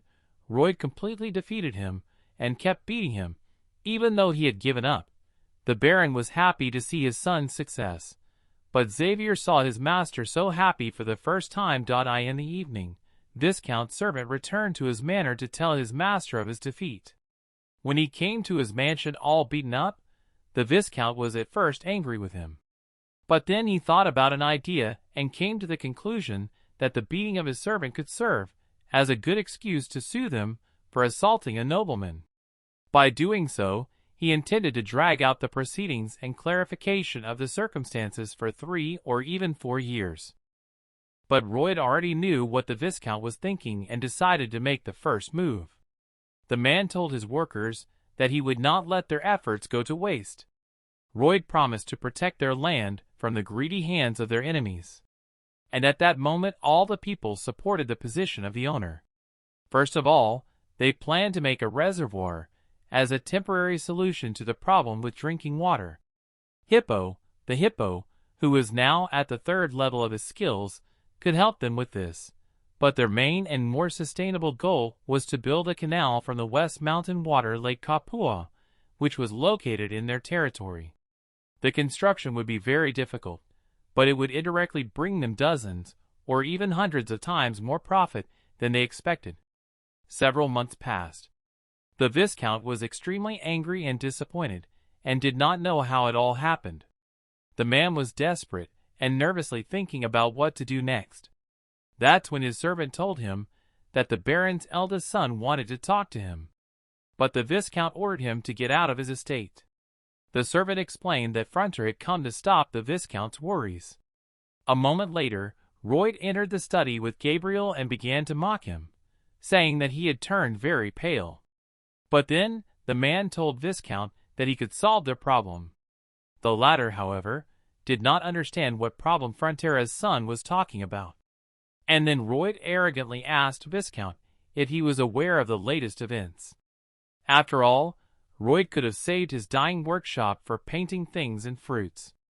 For a moment, the Viscount blushed and realized that, as he had expected, it was Royd who had destroyed his workshop. The man said that they had done a lot of work to solve their water problem, because at first they did not realize that it was his work. After all, because the Viscount had spoiled their water, they had to get it from the mountain lake Kapua. In general, they had to dig the land from the Kapua River to their estate. They also had to process it and fill it up. The Viscount was very angry and asked how all this was connected to his workshop. But Royd decided to tell him everything in order. So when they were building a water supply system, they came across a huge valley. Standing in the middle of their path, they had no choice but to build a Roman aqueduct. Then, to find limestone as a resource, they carried out blasting operations. But because of this, limestone began to settle at the bottom of the valley in an unintended way. A very large amount of limestone ended up at the bottom of the valley. Then the Viscount interrupted his opponent again to find out how this affected his workshop. In response, the man explained that it was the water from the valley that flowed in the direction of the Viscount's workshop, and that the limestone ingredient had turned his fabric the color of feces. Then the Viscount was completely outraged and threatened Royd with legal action. But Royd reacted calmly to this, because he had to wait at least 2 years for a court decision, and by then no one would even remember his workshop or his product. The Viscount was amazed at this wise act from this small-minded man. However, while Royd was listening to the Viscount's threats that he had connections at the royal court and would make him pay twice as much for the damage he had caused him, the man simply waved his hand at him in silence and left the estate. It was a pleasant autumn day outside. Xavier asked him what was the point of this meeting, because all he had done was to make him even angrier. Xavier also said that this man knew many aristocrats in the city, and if a lawsuit started they would lose even more money. Royd understood his anxiety and told him to wait a while to see who would lose more. Exactly a month later, Count Racona arrived at the Fronter's estate. He literally knelt before Royd and asked him to save the almost bankrupt workshop. Royd looked down on the Viscount. After all, his friends at the royal court could not help him. The only choice he had was to tearfully beg the young Royd to revive his workshop. However, the man did not want to hear any apologies. He wanted him to sign a contract with him for a fixed fee. Thus, he promised to restore his workshop in a week. But when the Count saw the terms of the contract, he was very puzzled by the price. The Viscount said that it made no sense to put such a high price on water, which was already so expensive. Royd replied that it was the Viscount who taught him how to set the price of water. The Count was extremely shocked by what he heard. After signing the contract, young Fronter gave the papers to the Baron, who was also shocked to see how much money they would receive each month. After all, with such a sum of money, from which he could easily pay his monthly debt, he would still have enough money left over for himself. Royd happily remarked that the Count was very kind and quite gracious to sign this contract. Xavier knew that it was the Viscount who had started this war between them, and Royd was doing all this for the estate, but at this point he began to look like a real bad guy who wanted the Count to suffer. In addition, the contract with the Viscount did not specify a deadline, which meant that the owner was going to eat him for generations, if possible. The Baron interrupted his son's fantasies by asking if he was all right, and after a positive answer, he told his son another good news, that Count Cremo offered a good price for the treasures he received from the Orc tribe. Royd wondered why he was buying them at such an attractive price. But his father explained that the buyer was planning to make a huge bronze statue out of their treasures instead. Wanted to make a huge bronze statue. In the middle of the ocean was the trading city of Count Cremo. Then the man stood in the middle of the room and looked out the window at the ocean. A strange water vortex appeared in the seemingly quiet ocean.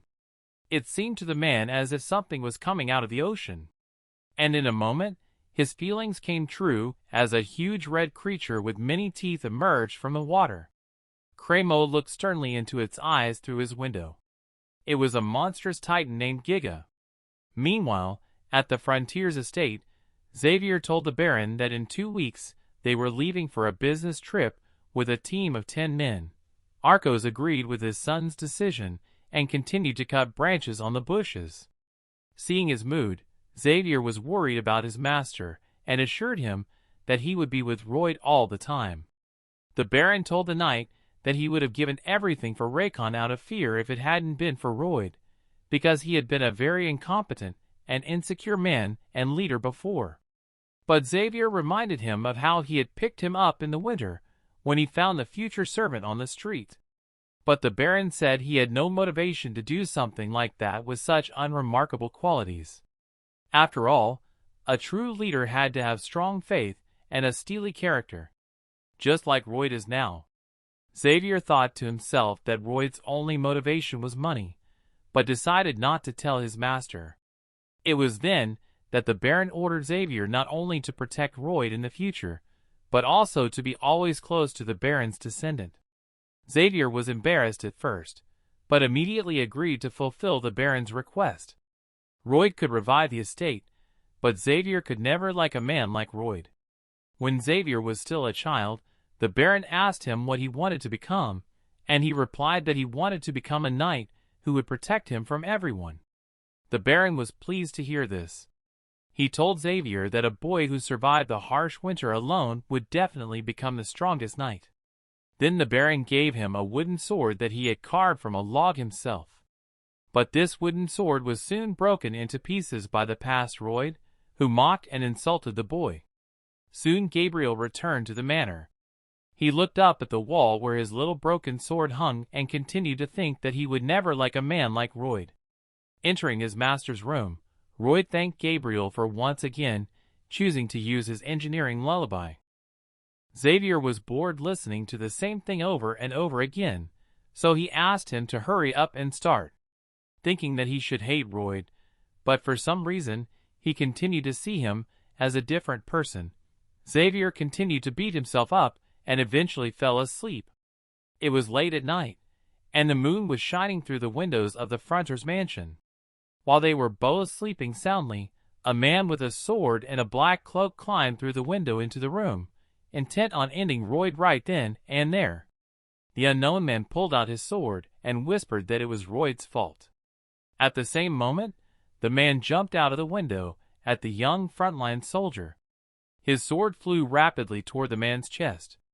But suddenly Xavier woke up and immediately jumped up to stop the criminal. With one swift movement, Gabriel cut the offender's sword in half. He was shocked by the servant's reaction. Royd woke up at the same time. He got out of bed and saw that Gabriel was sitting on the floor holding a strange man in dark clothes by the head. The next morning, the men continued to work on the water pipe. He asked the workers what was the most important thing in the operation of any enterprise. The workers told him that the most important thing was safety. Xavier went to the owner and told him that he had informed the Crayfish Knight about the night's incident. It was the right decision. After all, this man was a servant of the Viscount whom he most likely fired primarily because of the high cost of water. Ryde said that he would have done the same if he had been paid good money and had not fulfilled his duties. That's why this man attacked him, because all short-sighted people are similar. Xavier asked if the owner knew this would happen. He wondered how Royd could always foresee certain events but never prepare for them. The young frontier looked silently at the servant and pretended that he did not understand what he was talking about. After all, why did he need to prepare for anything if Xavier was always there? Gabriel was very touched by his master's words.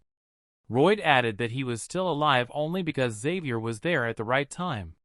It showed his reliability and endurance as a knight. After all, not every young boy could survive the winter alone without any help. And it was this person, who was able to become a knight, who was with him at that time. Who else could he have trusted? Xavier was genuinely impressed and surprised by his host's position. The two men looked at each other in silence. After a few minutes, the swarm became silent, and he asked the servant to finally say a word. Gabriel hesitated and did not know what to say in response. Xavier said only the word wow. But then he hated himself inside. Then Royd lost it for a moment and patted the servant's shoulder in a friendly way to encourage him. Xavier hated himself for thinking Royd was a good man. Then the messenger told the man that at that moment Xavier got rid of a long-standing resentment in his heart. His level of interest in his host increased by 15 points.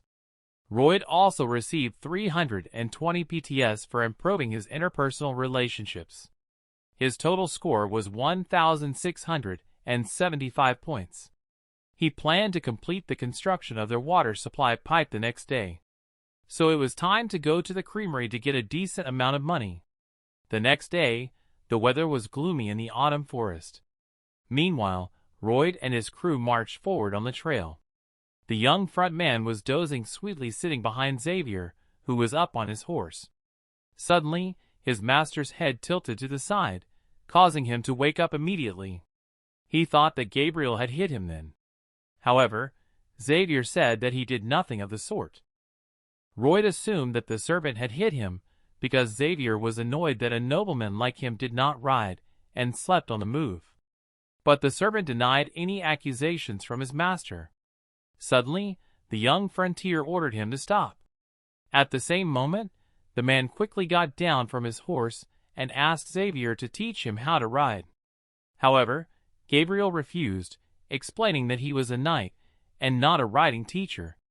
The messenger translated the servant's explanation as admiration for the fact that the master was trying to learn something new and necessary. But Royd said it was an order. Instead, the messenger translated it as a sincere request for training addressed to Xavier. Then the messenger tried to translate all the men's words into actual words, which eventually drove Royd crazy. For a moment, Gabriel thought that the host had lost his mind. The messenger also said that rumors spread faster than words. Specifically, rumors that he had built the first water supply system on the continent. As a result, his reputation as a builder has increased. And later his name would be written in the history of construction of the kingdom and the entire continent. For this, the man received 600 bonus RPs. His total score was 2,275 points. Reading all these messages, Royd realized that he was in luck. It meant he could expand his business. After all, fame meant money and money meant a carefree old age. The man smiled because he was sure that he had a golden future ahead of him. Because of the abrupt change in his mood, he again thought that he had gone mad. Their journey to the cream was not easy.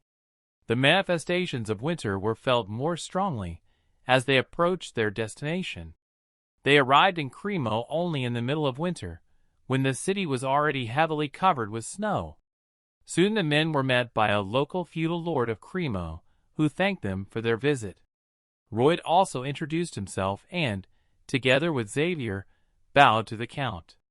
Cremo said that he had imagined Frontera a little differently, but noticed that the man exuded nobility.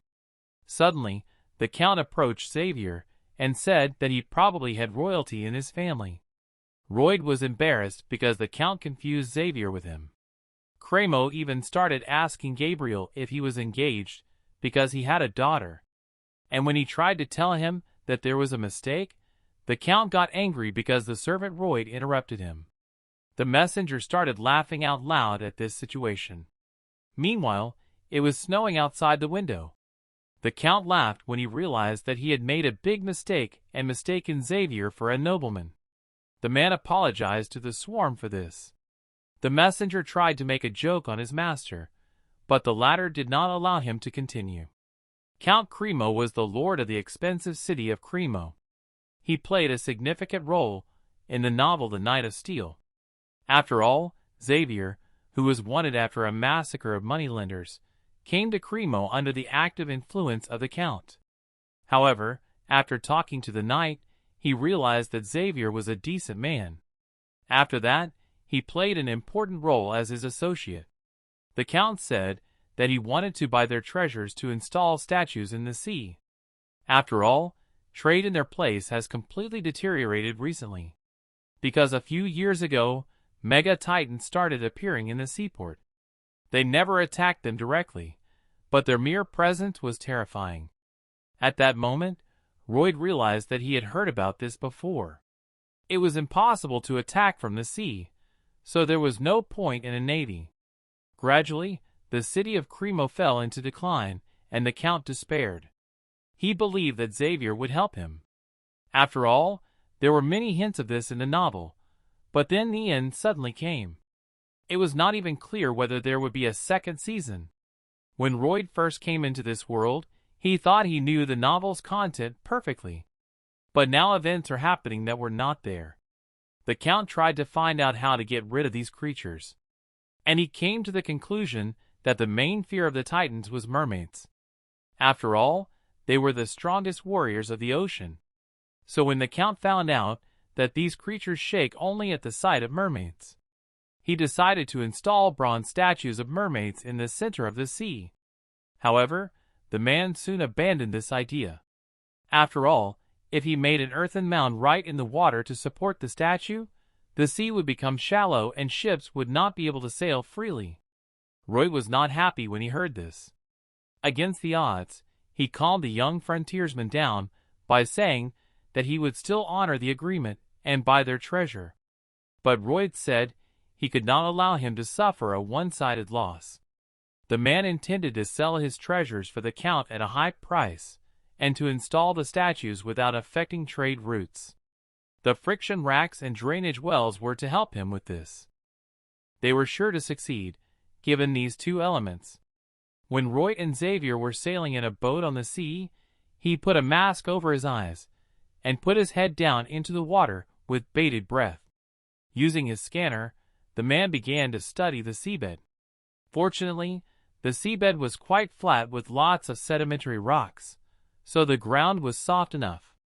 The man wanted to know if these rocks could be found even deeper in the layers of the earth. But his air ran out, and Roy immediately went up the mountain to replenish his oxygen supply. Then he noticed Gabriel's satisfied look on his face, and asked why he was smiling. And Xavier explained that he had never felt so happy watching someone else suffer. The young frontier was shocked to hear such words from his servant. When Xavier started rowing, he asked his master if he was really satisfied with the terms of the contract. But Roy asked him not to change the subject. No matter how much Xavier thought, he could not understand how to make an earthen embankment in the middle of the ocean. So the man suggested that some kind of magic was involved. Roy agreed because he planned to use cement as magic. The only problem was how cement was mixed in this world. After all, if it was Roman cement, everything should have turned out perfectly. When Xavier offered his hand to the owner to help him get up from the boat, he asked him to be less careful, so that he could easily fall into the water. Suddenly someone spoke to the men. Behind them stood a pretty girl in a fluffy dress with blonde hair, who held out an envelope with a letter for Roy. The man was momentarily confused by such beauty. The girl greeted him and introduced herself as Count Cramo's daughter, Christine. She said that she had seen Roy yesterday in the courtyard of their estate, and was instantly ashamed. Christina closed her eyes tightly, and clutched the letter in her hands. Roy was a little embarrassed and waited to see what would happen next. The girl finally decided and handed the letter to her husband. But not to Roy, but to Xavier. Just like her father, she too had mixed up the men. In a way, the young frontline soldier expected it. Roy was a bit puzzled, although he thought it was probably the right thing to do. Xavier took the envelope from the nice woman's hands, and quickly tucked it into his pocket inside his coat. Young Christine hurried away with her servants, not believing that he had accepted her letter. Gabriel silently watched the young beauty go, and intended to leave, but the displeased master stopped him. Roy asked him if he thought everything that had happened then was normal. Xavier did not understand why the owner was so irritated, because he did not see anything wrong with accepting a love message. In a moment, Gabriel was surprised to realize that the master had probably never received a love letter before. The servant's assumptions made Roy even more angry. And then Xavier, although a little confused, decided to sincerely sympathize with the owner and support him. The messenger told the swarm that Xavier sincerely supported him. The man was very angry about this. While working on the drawings, Roy repeated over and over that he did not envy Gabriel. After all, he would soon become a rich man and earn a lot of money. When Count Cramo approached him, he did not recognize him at first, and responded rudely. But a moment later he apologized, explaining that he was concentrating on his work. The Count came to report that almost all the materials he had requested had been delivered, all but the volcanic ash. Roth thought about it, because it was a key material for Roman cement. The advantages of such cement were obvious. After all, any structure made of such cement could stand for more than 2,000 years. Its reliability was unconditional. The Count said that it was possible to get the ash if you went to where the volcanoes were. The only problem was that the journey to such a place could take 6 months, which was too long even for him. However, Roy encouraged the man by saying that he had a solution. His plan was to forget about Roman cement and replace it with Portland cement. This type of cement was already a modern material. Roy only knew roughly how to mix it, but his lack of knowledge was in the details. Even if he didn't know what to do, he could always at least try. The man decided to try everything he could. Days passed, and the winter weather was frosty in the city. There was a pile of crushed cement on the man's desk.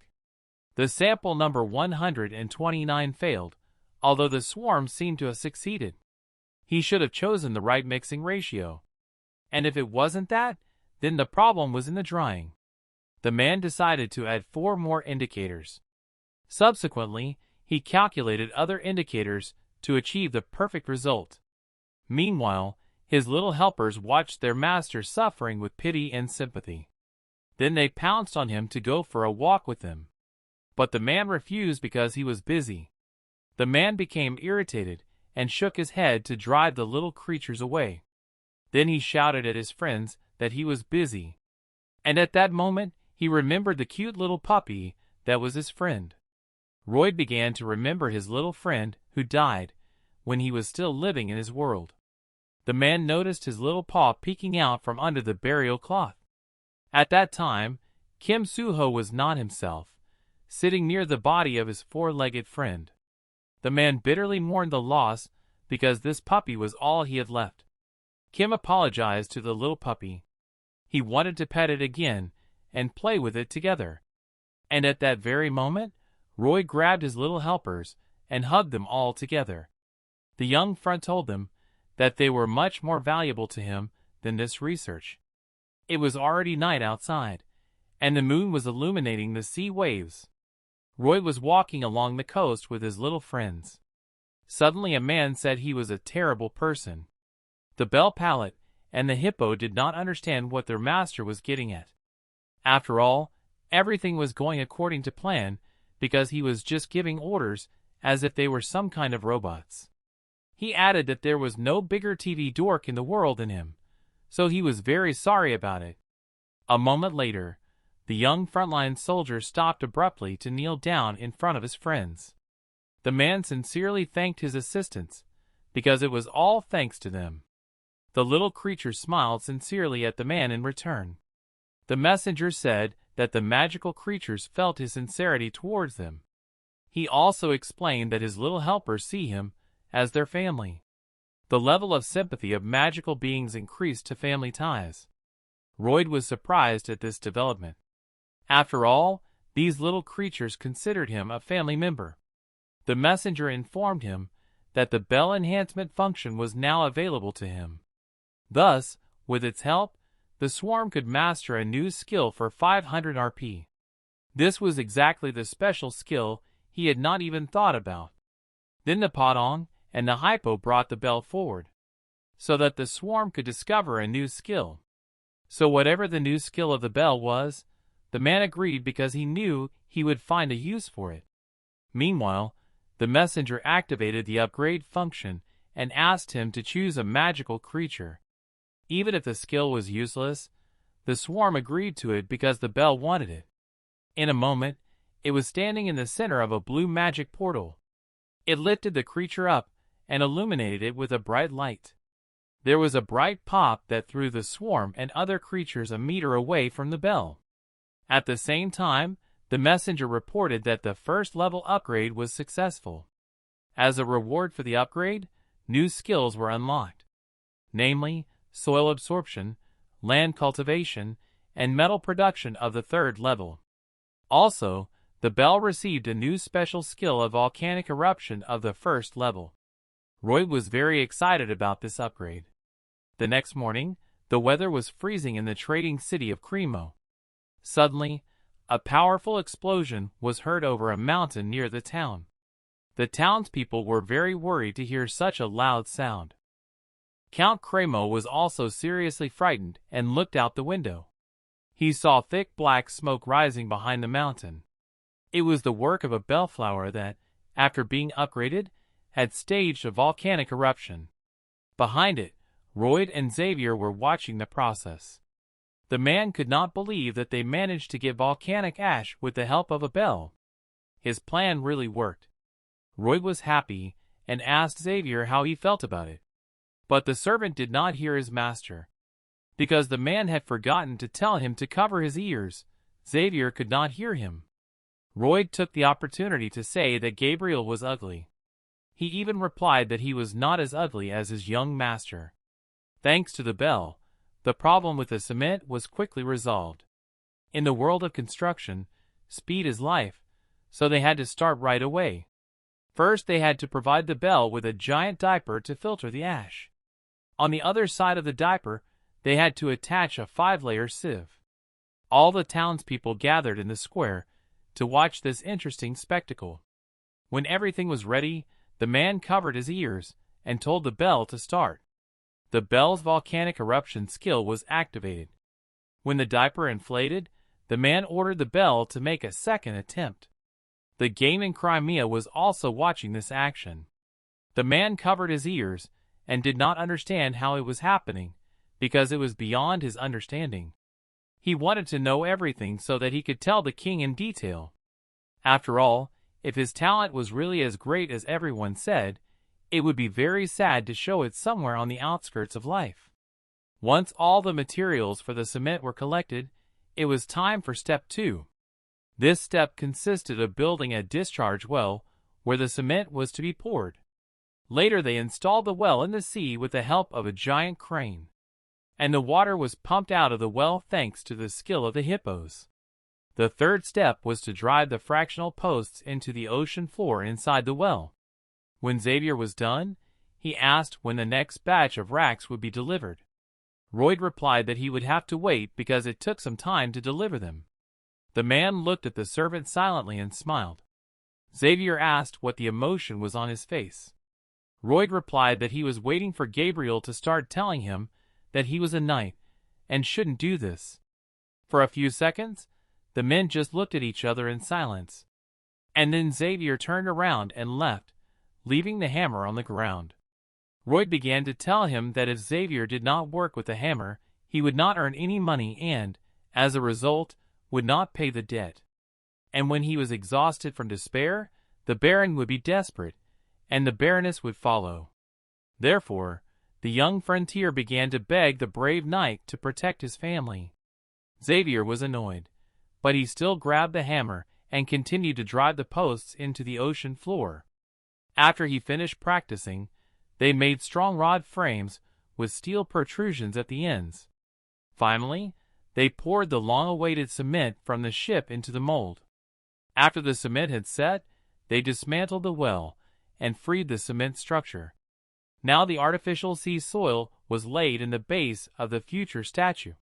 Royd reported to the Count that the column was 50 centimeters higher than the water level in the ocean. If they put the statue there, it would rise above the water. Crémeau agreed with this. In fact, he still did not believe that such a column could support the weight of a statue. However, if everything worked out, he promised to be generous with the man. Royd was happy with the Count's decision. Night came, and the sea was slightly stormy. In the middle of the sea, the statue was already mounted on a cement column. Around it were ships covered with garlands and bright lights. The body of the statue was decorated with various golden jewels. Meanwhile, a lavish feast was in full swing on the ship. There were many people on deck. Royd was worried about the tie around his neck that was too tight. He asked Xavier how he could wear it at all. This surprised the servant because Royd spoke of it as if it was the first time he had dressed like that. Xavier remembered that his master had already participated in similar outings. The young frontier was embarrassed, explaining that it was a long time ago.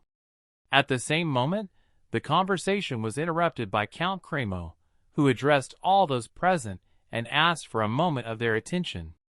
When the guests turned their attention to him, he said that Royd had made an invaluable contribution to the installation of the statue. Suddenly, a crowd of people rushed over to Xavier, wanting to get to know him better, shake his hand, and express their admiration for his work. Royd was smart enough to realize where this was going. But he kept telling himself that he was not jealous at all, and that money was more important to him than praise and recognition. However, he was annoyed by the expression on Xavier's face at that moment, because the man did not want him to look at him or feel sorry for him. Count Crémeau approached the swarm and said, laughing, that it was all because of his face. At the same moment, the man put his hand on Royd's shoulder and told people that he was responsible for the installation of the statue. The people turned around and were shocked to hear this because they thought the man was just a simple servant. The feast in the middle of the sea continued. The glow from the festive garlands and lights attracted a lot of attention in the darkness of the night. The bright light also attracted the attention of the Titanic Jigu. The sea monster emerged from the water to get a better look at what was happening. Among several ships, he noticed a large merman. His eyes were filled with bewilderment and fear because the merman was their sworn enemy. The golden jewelry on the statue's body reflected the light from the ship's garlands, which scared the sea creature away even more. He stared at the statue from afar for a long time and decided to dive back into the water. A moment later, the giant decided to swim towards the merman because he was all alone and it was much easier to destroy him. Meanwhile, the swarm was kindly chatting with the guests, and Gabriel, while eating without realizing it, was fascinating young ladies and women with his appearance. While everyone was busy celebrating, Xavier was drinking quietly when he suddenly felt an ominous sensation coming from the distant sea. Royd approached the servant and asked him why he was so silent. Xavier told him that something was rapidly approaching the ship at high speed. When Royd asked him how big it was, Xavier told him that it was at least twice the size of the ship, even bigger than a full-sized hippo. Royd immediately realized what it was, and why it was headed their way. Royd immediately informed the Count of the approach of the Giga Titan. The Count informed his knight, who also had the status of a sword master, but was not as sensitive. Xavier told the Count that he felt nothing, and the Count replied that the Titan had never come this far. After all, in all these years there was no reason for him to attack now. It was then that they noticed the mermaid and realized why he had come here. The Count ordered the men to raise the anchor and move away from the mermaid statue. They all quickly started to raise the handle, but Xavier told them that they were too late. Royd ordered him to cut the anchor. Royd threw a paddle to free the ship from the statue. Xavier decides to jump into the sea himself to cut the anchor. At this point, the man uses his explosive sword and cuts the anchor. Meanwhile, the Padon also breaks the rope. After cutting the anchor, Xavier sees that the Titan is already very close. It was too fast. They dispersed the ships from the statue, but the giant Titan emerged from the water and began to destroy the ships. The giant hit the statue so hard that it flew in all directions, all the way to the city. Xavier emerged from the water and used his explosive technique to save Royd. The impact threw the statue into the air. There were too many people drowning, and the men could not save them all one by one. Royd took Hippo out and ordered him to do one favor. The hippo began to drink all the water along with the people. Xavier told Royd that the monster was heading for the city, so they had to hurry. But then, the servant saw that Royd wanted to go in the other direction from the city. Xavier asked his master where he was going, and he replied in anger that this was not their estate, and there was no way they could defeat such a monster. A moment later, he ordered Xavier to jump into the boat, and not to do anything crazy. Xavier saw the Count trying his best to save as many people as possible. Hippo, the hippo, helped him a lot.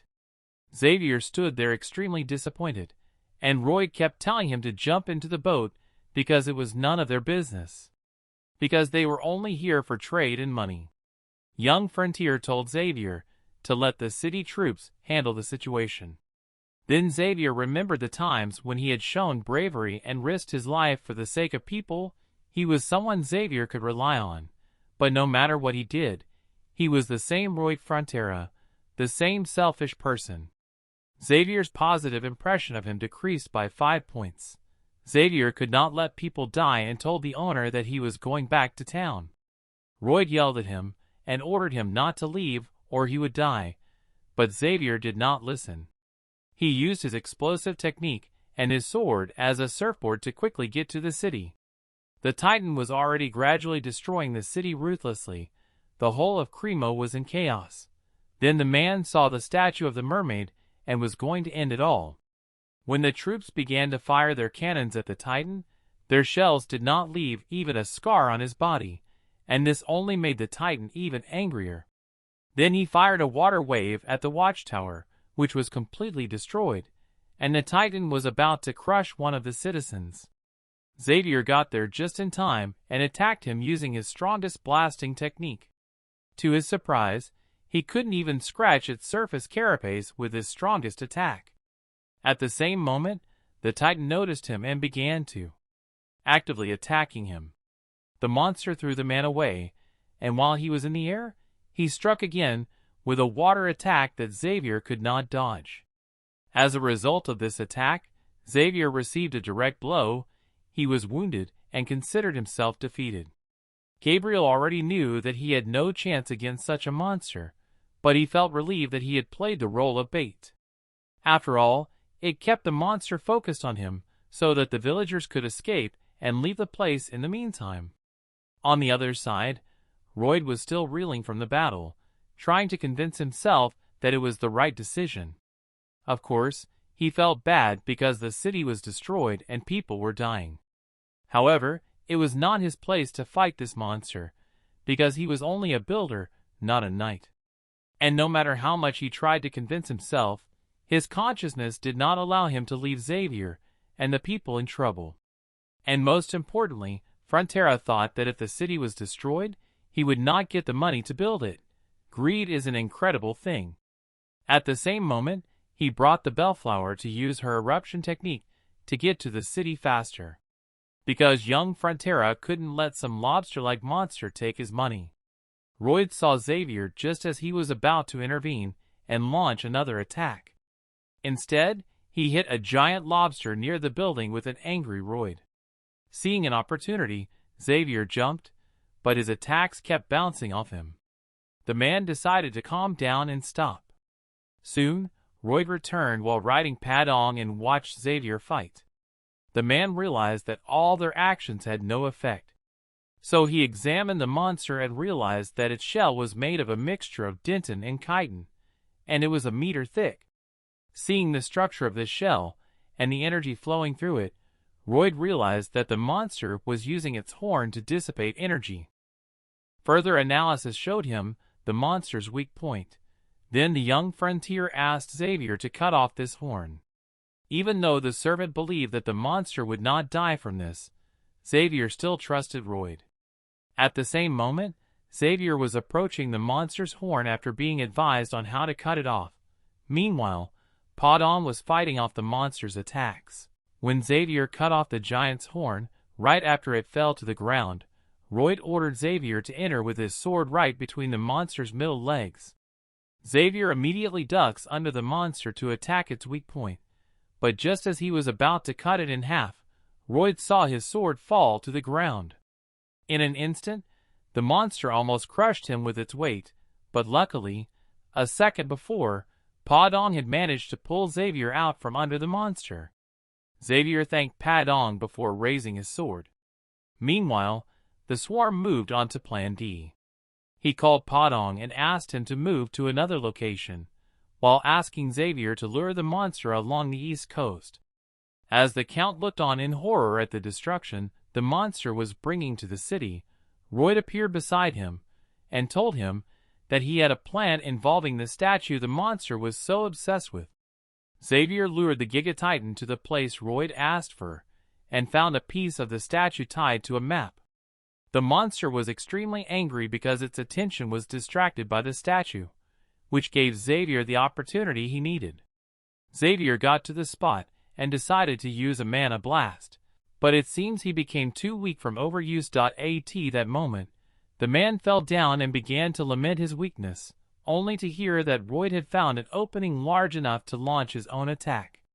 As Xavier's fall was interrupted by the hamster's kick, Royd rushed through the gap into the giant lobster shell. The man was extremely exhausted and at the end of his rope, so he then decided to ask Padong to launch him into the air, because before the battle began, Royd had used his RP reserve to level up his basic Azrahan mine technique to level 9. He was a few RP short of reaching the triple rings of the mana heart. While Royd was hanging on the monster's shell and wondering what to do, Xavier's sympathy level for him increased enough to allow him to get the extra points he needed to reach the triple rings of the mana heart. Royd invested his points in improving Azrahan's basic technique to the point where he could use a mana blast. Royd started to prepare to attack, but the moment he was about to attack, he received a hard blow to the head with a stone, which caused his focus to be broken. And instead of facing the two solid circles, all three of them unleashed the previously mentioned destructive attack. Therefore, at the cost of risking his own heart, his triple ring created a gigantic explosion that hit the monster at its weakest point. Soon Xavier woke up surrounded by his little helpers and saw the monster's corpse. Suddenly, he felt a Podong pull his finger, pointing at Royd. Xavier rushed to find his master. After examining the man, he realized that Royd's heart had stopped. Soon after, a carrier pigeon flew to the Baron with a letter from Count Cremo. After reading its contents, the Baron rushed to Cremo with the Baroness and Bayern. The letter said that the swarm, having fulfilled his duties, had fallen into a coma while defending the city from a monster. The Baron was extremely upset to the point that he was rushing to Cremo without prior preparation in freezing weather. On the way, he remembered how Royd always addressed him as "my lord," and wondered if Royd was really his son. His train of thought was interrupted when the man saw a wolf-like monster approaching them. Then their knight dismounted to meet the beast face to face. However, the beast asked him to run away, not to fight. But the man said that these creatures were super fast, and that as soon as he turned around, they would take his head off. Then the knight said that he would distract the monster and give the leaf and his wife a chance to get to the cream. After giving the two nobles a chance to escape, the Baron left, ordering Bayern to meet them in Cremo. Bayern was left alone with the beast. When its long claws flew towards the knight, he bravely fought off the monster with his sword. The furious wolf flew at the knight, but he was ready to fight back. But the wolf broke his sword in an instant. Suddenly, the beast grabbed his shoulder with its teeth and knocked Bayern to the ground with a broken sword. The knight was in a difficult position, but he had a small knife with him. He stabbed the monster in the face with it, but it had almost no effect. But at that moment, the Baron and Baroness appeared in time to attack the monster, destroyed it by plunging two swords into its body at the same time. Thus, they saved their knight. Bayern felt ashamed that he could not resist the beast alone, but the Baron told him that as a lord he was obliged to protect his subjects. However, everything suddenly changed for the worse when a whole pack of wolf beasts appeared in front of him. Bayern picked up his sword and faced the monsters as they were about to attack him. The Baron and Baroness clung to each other, thinking it was the end for them. At that moment, Xavier appeared and began to quickly chop the attackers to pieces. His sword practically did not stop, leaving only the heads of the wolves behind. Bayern was surprised to see how much Xavier had improved his skills in the short time he had been in the cream. Afterwards, Royd's parents asked Xavier if their son was okay. But the man said he was not sure of his current condition at the moment. After the fight with Giga Titan, when Gabriel found his master dead, he was scared, because if Royd didn't survive, Xavier would lose his entire house. The man took Royd's hand, and suddenly he felt a pulse, although his heart had stopped. He was breathing, albeit weakly. The servant kept his hand on the body of his pale master, and could not believe it was possible. And at that moment, the man noticed triple rings of mana in the swarm's chest. Moreover, they were spinning at an incredible speed. It was difficult for him to know the state of his heart, because he could not check it through the magnetic field. This incredible movement of the clouds was not in his heart, and the mana itself kept him alive. Then if Xavier realized that the Mega Titan met his end from a triple explosion. The man asked the owner what he was doing, knowing that he would not answer him. Soon the weather in the city of Cremo was sunny and frosty again. The townspeople were repairing their houses after the monster attack. Others were clearing away the rubble from the houses. Together with 3 nobles, Gabriel reached the city. The man said that the swarm was in the Count's house, and that the doctor was currently taking care of him without any significant changes. Arcos expressed his admiration for the servant because he was only a swarm, and he was able to resist the monster who had organized all this. Against Gabriel, he said that it was entirely the merit of the swarm master. After all, only his strength helped to end the monster. The man's parents were worried. Arcos could not believe that his son, the swarm, had such strength. However, on the way to the Count's estate, he heard that other people were also trying to visit his son. Sometimes he heard talk about Royd's nobility. It was hard for the man to imagine even how many people he had saved from the water before he reached the Mahatan. One man, walking on crutches, said that if it wasn't for the swarm, he wouldn't be in front of them now. After all, the Royd saved him when he was running with a pallet, and left a bellman to clean up the debris. A group of women suggested that the fire was caused by some elements of the statue, and that if it wasn't for the swarm, the city would have turned into a sea of fire. Because everyone saw the giants appearing out of nowhere, and absorbing water to put out the fire. Now it was hard to imagine the number of people in this place who now owed the swarm. It seemed that all the townspeople were standing in front of the windows of Count Cremo's mansion in anticipation. They all hoped that soon their savior would open his eyes. Suddenly, a man's voice was heard in the crowd trying to prove to everyone that Royd was the cause of all this chaos. At first, people looked at him in silence and then spoke a few words to each other. But in a moment, they all gathered together to kick the fool.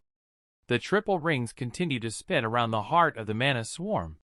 The messenger reported that his sacrifice and bravery had made a great positive impression on the townspeople.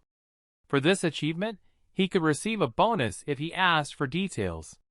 The young frontline soldier raised his head and opened his eyes. The man stood up in a sitting position and felt a severe headache. He remembered how he had thoughtlessly used the triple explosion. Royd asked the messenger if he was still alive. The messenger replied that it was possible, because undead people cannot dream. But Royd could not believe it because he thought that his heart was part of the settings. Instead, the messenger asked the man to pay attention to more important things. At the same moment, Xavier came into the room. His eyes showed sincere shock. Holding his head, Royd said that he had come just in time. He wanted to know when they were going to be paid for their work. At first, Gabriel was embarrassed by his master's reaction, but then he realized that he felt better. Suddenly, he heard his parents screaming. They immediately ran into the room and grabbed their son in their arms. With tears in their eyes, the parents were happy that he was okay. They were extremely worried about him. It was not important to them whether it was really their son. They were just grateful that he was alive. Soon the news of the recent events in the city of Crimea reached the kingdom of the Magenta. The letter to the king stated that the Mega Titan was destroyed and no longer posed a danger to people. The king was surprised that such an unusual young man was on his lands. He ordered his servant to send a message to the Franther's estate inviting him and his knight. Whether it was true or not, the king met with these men in person. But it was not a king. Queen Alicia, the term Magentano, was sitting on the throne. The messenger reported that rumors of his bravery and sacrifice had spread throughout the country.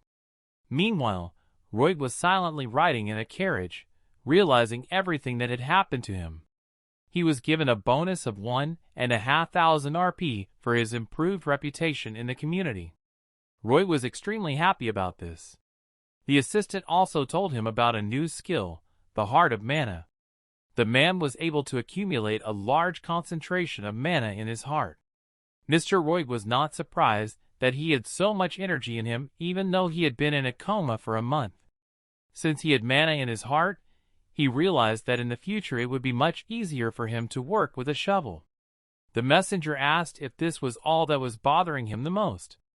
And the swarm seemed dismissive of such an attitude toward hard-working workers from him. The messenger apologized to the owner. He explained that his mana heart was not due to training, but to the shock wave from the explosion. Therefore, his mana heart had unique features. Royd was curious to hear what they were. He had gained an exclusive option for the shock compensation skill, which allowed him to minimize the impact of any explosion. He didn't understand his new skill, and asked if he could use the triple strike anytime. Then the young frontline realized that mining would also be much faster thanks to this. The messenger asked him to say something cooler, and Royd thought that now he was humiliating mining as well. But he again apologized to the owner for this. Although the reason why the heart of the mana had to be protected from the consequences of the explosion was that mana was like a storehouse of ammunition. One had only to strike a match and everything would instantly fly into the air. Since the consequences of the impact are catastrophic, if the heart is not protected, you can lose your life. But at that moment, Royd did not have a mana heart. That's why he is still alive, because the shockwaves settled in his heart. Trying to save his life, it turned into a mana heart. While the swarm's mana heart was developing powerfully, he didn't even notice it, thinking that waving a shovel was much more useful. The man realized that sometimes it would not hurt him to act like a fool. Suddenly, his thoughts were interrupted by the Count of Cream, who entered the carriage and apologized for the wait. The Count got into the carriage. Royd looked slyly to the side and licked his lips. In a moment, their carriage moved forward. The young front man stared silently out the window, leaning on his elbow. He looked at the destroyed houses and the road and asked the Count how much it would cost to rebuild them. Cremo replied positively that the repairs could cost more than their monthly budget for the town. At that moment, Royd thought that if the Mega Titan had not died, their expenses could now exceed the city's annual budget. The Count started to get angry and asked what the man meant. The man replied that compared to the annual budget, the payment he received was hardly even pocket money. He laughed and added that who would have thought that a statue erected to fight a Mega Titan would bring such trouble. After all, no one can be blamed for their choice because this choice was made by nature itself. However, thanks to the fact that there were people who were willing to sacrifice themselves, it is good that everything worked out. And also when Royd thought about it, he remembered that he had overheard the servants. They said that those who work in the interests of the townspeople, regardless of their status, should definitely be compensated. Royd added that he was only curious to know how strong the interest of his townspeople was. The sweaty and irritated Count said that he would pay him 1.5 times more. Royd silently looked out the window, thinking about the Count's offer. The furious Cremo asked if this would be enough for him. However, the young broker apologized for the misunderstanding between them, because he had not asked for more money. But now he knew that for him, the lives of the townspeople were worthy of an increase in remuneration of only 1.5 times the total amount. The Count was stunned by Frontera's conclusion. Meanwhile, their chariot was traveling fast on the stone road. While Royd was silent, the Count decided to offer double payment. However, the man did not react to this. Cremo began to sweat profusely and offered triple the amount. Royd was extremely pleased to hear this, but tried not to show his satisfaction to the Count.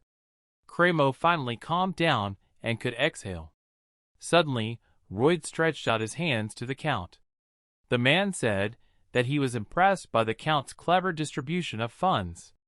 He said he would consider it compensation that he could spend in the right way. The man shook hands with a swarm in embarrassment, realizing that it was all a demand for clean water. However, he did not hate him. For some reason, he was not even annoyed.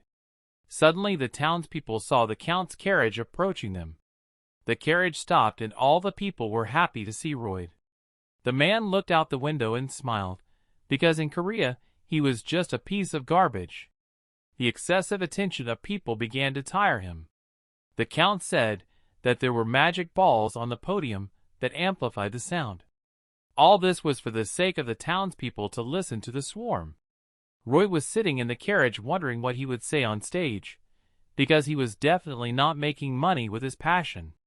When the man took the stage, he saw hundreds of townspeople chanting his name with excitement. At first, he was hesitant to speak, but then he gathered his courage and put his hand on the magic ball. He was amazed by the number of people present. At the same moment, the man said that if he could get money from each of them, it would be very wonderful. He asked if everyone already knew about his heating system. However, the people's faces showed surprise at the new words they heard. He looked around and realized that no one in the town had heard of it. The man said that the older generation suffered from joint pain in the winter, and parents were worried that their children would get sick. He asked how much time they spent on making fire. Maybe an hour or two a day.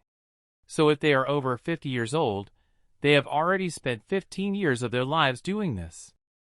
He said that if they consider it a lot of time, they should memorize what a heating system is. After all, thanks to this, the quality of life of all the townspeople could increase tenfold. For more information, the man asked them to contact him and visit the frontier estate. With that, he ended his speech. The man silently turned around and left. The Count knew the reason why he simply could not hate him. After all, Royd had a thorough approach to all financial matters. He was persistent but reasonable. Besides, he did everything he had to do. So instead of hating him, he wanted to make him his subordinate. After all, it would have been too stupid for him to keep him in the wilderness where he came from. Frontera's estate was to become his sweet gold mine. And the main knight here was Mr. Baron. He was honest, sincere, hard-working, everything was fine, but compared to his perseverance, his knightly skills were mediocre. The Count was a problem, because he thought his knightly skills were even less than average. Royd sat silently in the hall opposite Baron. The latter told him that all the preparations were complete. He handed the man a list of land allocations. The knight explained that they had decided to deal with the problem of labor shortages on the farms, while the orcs were to take over the work in the mines. And thanks to a neighboring estate, they were able to secure a large contract for the installation of a heating system. With a 30% discount, the net profit rate was 10%. Taking into account the volume of coal sales, the final net profit rate was over 50%. Knight wanted to continue with the waterproofing and rehabilitation, but Royd stopped him. He asked if Baron had been doing all this himself while he was away. The knight looked at the owner in confusion. He said he was just fulfilling his request to keep an eye on things while he was away. Suddenly, a worker came into the room and said that the last level of the heating system had been laid and asked the knight to take a look. Seeing the knight's capabilities, Royd realizes that if he had been born in Korea, he would probably have become a managing director of a large corporation. It seems that the contracts for the supply of floor insulation lent themselves well to Baron's leadership. Royd's parents concluded that their son was close to paying off the debt. While Royd and Gabriel were overseeing the construction of the coal warehouse, a trumpet sounded to announce the arrival of someone. Royd felt an ominous feeling from the pompous messenger, who announced the arrival of the king's envoy. The messenger began to read out the contents of the letter, which stated that Royd and Xavier were summoned to the royal capital for an audience with Queen Alicia. Royd was not very happy, remembering how he had been dragged into the work because he was good at something. Now he felt that his pride had been hurt, and he would have to work even harder. The man was already saying goodbye to his lovely country and his noble life. Meanwhile, Royd and Xavier were being taken in the royal carriage, and the young frontier looked like a corpse, and Xavier tried to cheer him up in his own way, saying that a gentleman he knew would like to extort as much money as possible from the queen. These traits were inherent in Royd, as a money-hungry person leading to the Empress. After the first greetings, the Empress asks Javier about the man. She thinks he might be a worthy sparring partner, but Javier apologizes, saying he is just a nameless knight. The Empress in return expressed her gratitude for their feats, as well as the two that had taken place in the cream. And later she said that she did not care much for other people's recommendations, and would prefer to see for herself their skills. She intended to test the skills of the swarm. Alicia asked the man which construction project he thought was the most advantageous in the color purple. Since Royd knew everything from the book, he knew the correct answer was to repair the crumbling palace. But he decides to say he would build a new bridge on the purple river that runs through the capital, knowing that. The Empress asks him the reason for this decision. Royd replies that others might think that repairing the royal palace is the most urgent thing to do right now, given that the dragon has flown off the palace tower twice in the past. He also said that the way the palace is built now is the reason why the structure is crumbling, but that repairs are only necessary afterwards, so it cannot be considered urgent. After they read each other's thoughts, Royd said that the current bridge over the Purple River has already been rebuilt 12 times because it regularly collapses when the water rises, and that if she gave him a construction contract, he could build a bridge that would never collapse. His idea was to build a modern suspension bridge. Despite the man's insolence, the Empress realizes that the more she talks to him, the more she likes him. Meanwhile, the woman begins to ask the swarm about the details, and he begins to talk about suspension bridges.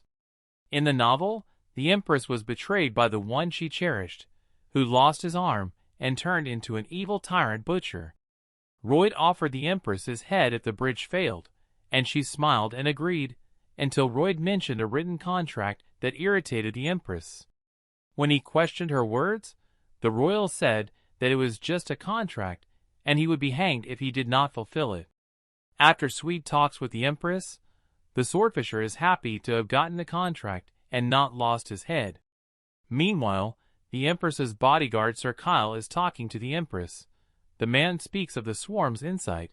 He asked her if she was unhappy and she said yes, because he seemed to know from the beginning that he would defeat her. But his pathetic posture was adorable afterward. Royd leaves the pole, leaving Xavier behind because he continues to attract the attention of women from everywhere in the capital. Royd goes to see Baron Frontera, his younger brother, who is studying at the Royal Academy and his parents have committed suicide. Eventually, Royd reaches the academy and finds Julian, who is supposed to be Xavier's age, and sees that he is very skilled in defense. Royd decides to act as if he has turned a new leaf, becoming kinder than the Royd he was supposed to be. Julian is already suspicious of him, because he hasn't called him names, and has even done what his mother told him to do. Royd turned around to leave before Julian became even more suspicious, but remembered that his mother had asked him to have lunch with him, so he reluctantly asked Julian if he knew of a restaurant where they could have lunch. While Lloyd tries to be as much of a jerk as he should be, everything falls short of Julian's expectations. They have lunch and Julian continues to puzzle over how Lloyd has changed so much. Royd has changed so much that he gets hit in the head by another student who starts bullying him. Julian because he forgot something, and then begins to despise the Frontera family, openly calling Julian names. The impoverished Royd realizes that the academy values status more and students are annoyed when the son of a poor village baron is the best in the class. Royd wonders if he should intervene, but Julian looks at him to keep him out of it. Suddenly, the student starts talking about being the heir to the Lacona Dyed Fabrics Company. Hearing this, the evil side of the swarm wakes up, and he asks the student who his father is and learns that it is the Viscount. Before he can say more, Lloyd beats the student across the room. Meanwhile, other bullies try to intervene and get randomly slapped one after another. After beating up all the others, the Viscount's son, Diego Lacona, punches the swarm in the face, which brings an evil smile to the man's face. He begins to kick Diego thoroughly, grinning ear to ear like a maniac. Julian intervenes, grabbing the swarm from behind to stop him. The man tells Julian that he doesn't have to worry about being bullied after this because Diego will not be able to bully him. After all, if he is dead, the swarm will start beating Diego again. When the dean and his guards show up, the swarm introduces himself to the dean and then apologizes to him for causing such a commotion, saying that he was only. He says that Diego is responsible for the abuse, even though he knows that the staff probably already knew about the abuse Julian was suffering, but could not do anything about it. Fearing to upset the aristocrats, the dean asks what this has to do with Her Majesty. Before the royalty takes out the coat of arms marking him as a royal guest, the dean kneels before the coat of arms, but intends to treat the offenders better as if they were the coat of arms, because the coat of arms was only a temporary hope to calm him down. Royd knows the dean's intentions quite well, so he went with Julian to the office to ask for a leave of absence. Julian yelled at him for ruining his life, thinking the bullying would get worse, and for making him miss school. But Royd reassured him that studying here would be useless. Soon after, at the royal palace, Julian met Xavier, who suggested that he trust the swarm's plan, which Julian could not believe. Xavier told him that it was the swarm that planned to destroy the Giga Titan, along with all the developments he had made in the royal palace. The swarm had been listening to their conversation through the door. Julian asked Xavier if someone could really change like him.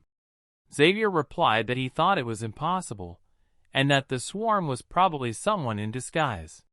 Then suspicions arose in his mind, and he told Julian that he had read that his soul could theoretically inhabit someone else's body using a powerful mana binding, and so he had been investigating the swarm secretly to find out if there was any mana flow that was inhabiting someone else's soul in his body. He found no such anomaly, much to Royd's relief. But he didn't even realize that Xavier knew what he wanted, and knew that Julian didn't know that his family was in debt. However, he still paid tribute to Royd for handling it. Then the man received RP, and now that Julian's favorability rating has increased, Royd entered the room and tells Julian that they are going to practice. Royd made a pizza out of stone and clay and let the bellhop eat it to create metal wires, which Pong later rolled into cables. The man then gave Julian a shovel, saying it was an important task. Julian asked why he had given him such an important task, to which Royd replied that it was because he thought he was smart and responsible. Royd went to his workshop to borrow some technology that could help him create the suspension bridge and met with the royal dwarf master Corgoodies. Royd knows that Corgoodies is a stubborn old dwarf and won't budge until he is interested, so he gets the blueprints and forces Corgoodies to look at them. Corgoodies tells him he doesn't want to see him, but not before he sees his interest peak.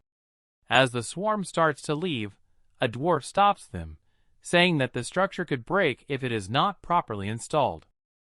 Royd objects, saying that he is well aware of the consequences if anyone other than Corgoodies helped with the construction. When the dwarf was done, he looked at the blueprints and agreed to help with the installation. So the process began.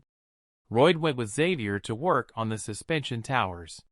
When they were just starting, nobles with guards appeared and began to accuse Royd of fraud. Royd was taken to the Empress, where the nobles complained that there was already a bridge on the river that had stood for 30 years, and Lloyd was trying to build another one. The Empress calls everyone to the table, and both sides begin to present their arguments. The first to speak is the Builders Guild, with Victor, the leader of the Builders Guild, who claims that the purple bridge has been standing for 30 years, and says that it will fall like a slide. A slide on the guild. Royd cannot recall future events, so instead he asks the official sitting next to the leader how much he is paid to do this. The accusation is clear, and the Empress is encouraged to emphasize the writer's mistake as an unfounded accusation against a royal official. At the same moment, the woman orders that the Royd be tied up and an executioner placed over him. The Empress declares that he has insulted her with his lies, and now she must restore her honor. Kavya was already reaching for his blade when the Empress asked the swarm if he had any last words. He said to destroy the entire family of the culprit. The Empress asks Victor and the official if they agree, and they agree, and the Empress declares that she will prove her vassal's innocence. She summoned magicians to cast a confession spell on him. As a result, the vassal is found to be corrupt, and they are both immediately punished and paraded in public half-naked. Royd appears and tells us that he begged the Empress not to harm their families, and the Empress in turn also ordered all the workers in the kingdom to help with the construction of the bridge. The work went smoothly, and the suspension tower was quickly completed with cables attached to both suspension towers. Julian and Xavier looked at the completed bridge, and Royd received 1,050 RP along with the Empress's granting of the title of Master Builder. The problem of the estate's debts would now be solved. But the question remained that the Empress would now want to use Royd's abilities further. She asked him to return with her to the royal palace, but the man intended to break free from the Queen's power and solve the problem with Julian's academy. At the palace, the Empress presented Royd with a title of nobility. Royd earnestly asked the Empress for something more, saying that he would like her to withdraw the offer of the land and title, and in return, he would like a thorough purge of the Royal Academy. Lloyd explained that it was currently full of corruption and inequality, where lower-ranking students were subjected to physical and mental suffering. He believed that the academy was now just a platform for students to exercise their power rather than to learn. The man then asked Xavier to produce a document detailing the results of their 4-month investigation into the academy's graduates and teachers who had left the academy because of corruption, including their testimonies. The nobles immediately began to panic and claimed that Royd was a liar, and that nothing he said was true. The furious Empress summoned magicians to cast a spell of confession on the nobles. The nobles who spoke were punished before the Empress began arresting everyone. Royd watched the process with Xavier, convinced that the Queen must have forgotten he existed, so he could sneak back into the village. When Sir Kyle appeared behind him, he told him to leave only after attending the banquet. The next day, he also told Royd that the Queen said his plan to create a diversion with the Academy was excellent, and she respected his desire to live a lazy life. Kyle leaves him a little dumbfounded. Even Xavier couldn't sense his approach considering that Kyle is the best swordsman in the kingdom. Later, Royd talks to Julian about the events and how he guessed what would happen. Julian tells Royd that he doesn't have to force himself to curse him because he trusts his brother and is proud of him. The swarm stepped aside and received a significant increase in RP on his balance sheet. Later, at a royal banquet, the Empress asked Royd to come to her, and she mocked her husband a bit with Xavier. So before the Empress ordered the swarm to fulfill her order, he reluctantly stepped forward. The Queen told him that she would prepare everything for him if he ever changed his mind. She then leaves the swarm to enjoy his newfound financial freedom. The man begins to eat to his heart's content, and suddenly realizes that his insurance will lapse in 3 years because of the evil Queen. Royd suddenly hears the phrase that the feast will last until the moon sets. As Kyle walks behind him, the young front man remembers it from the time when the Queen was poisoned and lost one of her arms. It was another secret code used by those who planned the assassination, which was not to take place for another 3 years. In the inner chambers, the Queen sat down on the sofa and thought that perhaps she had overdone it.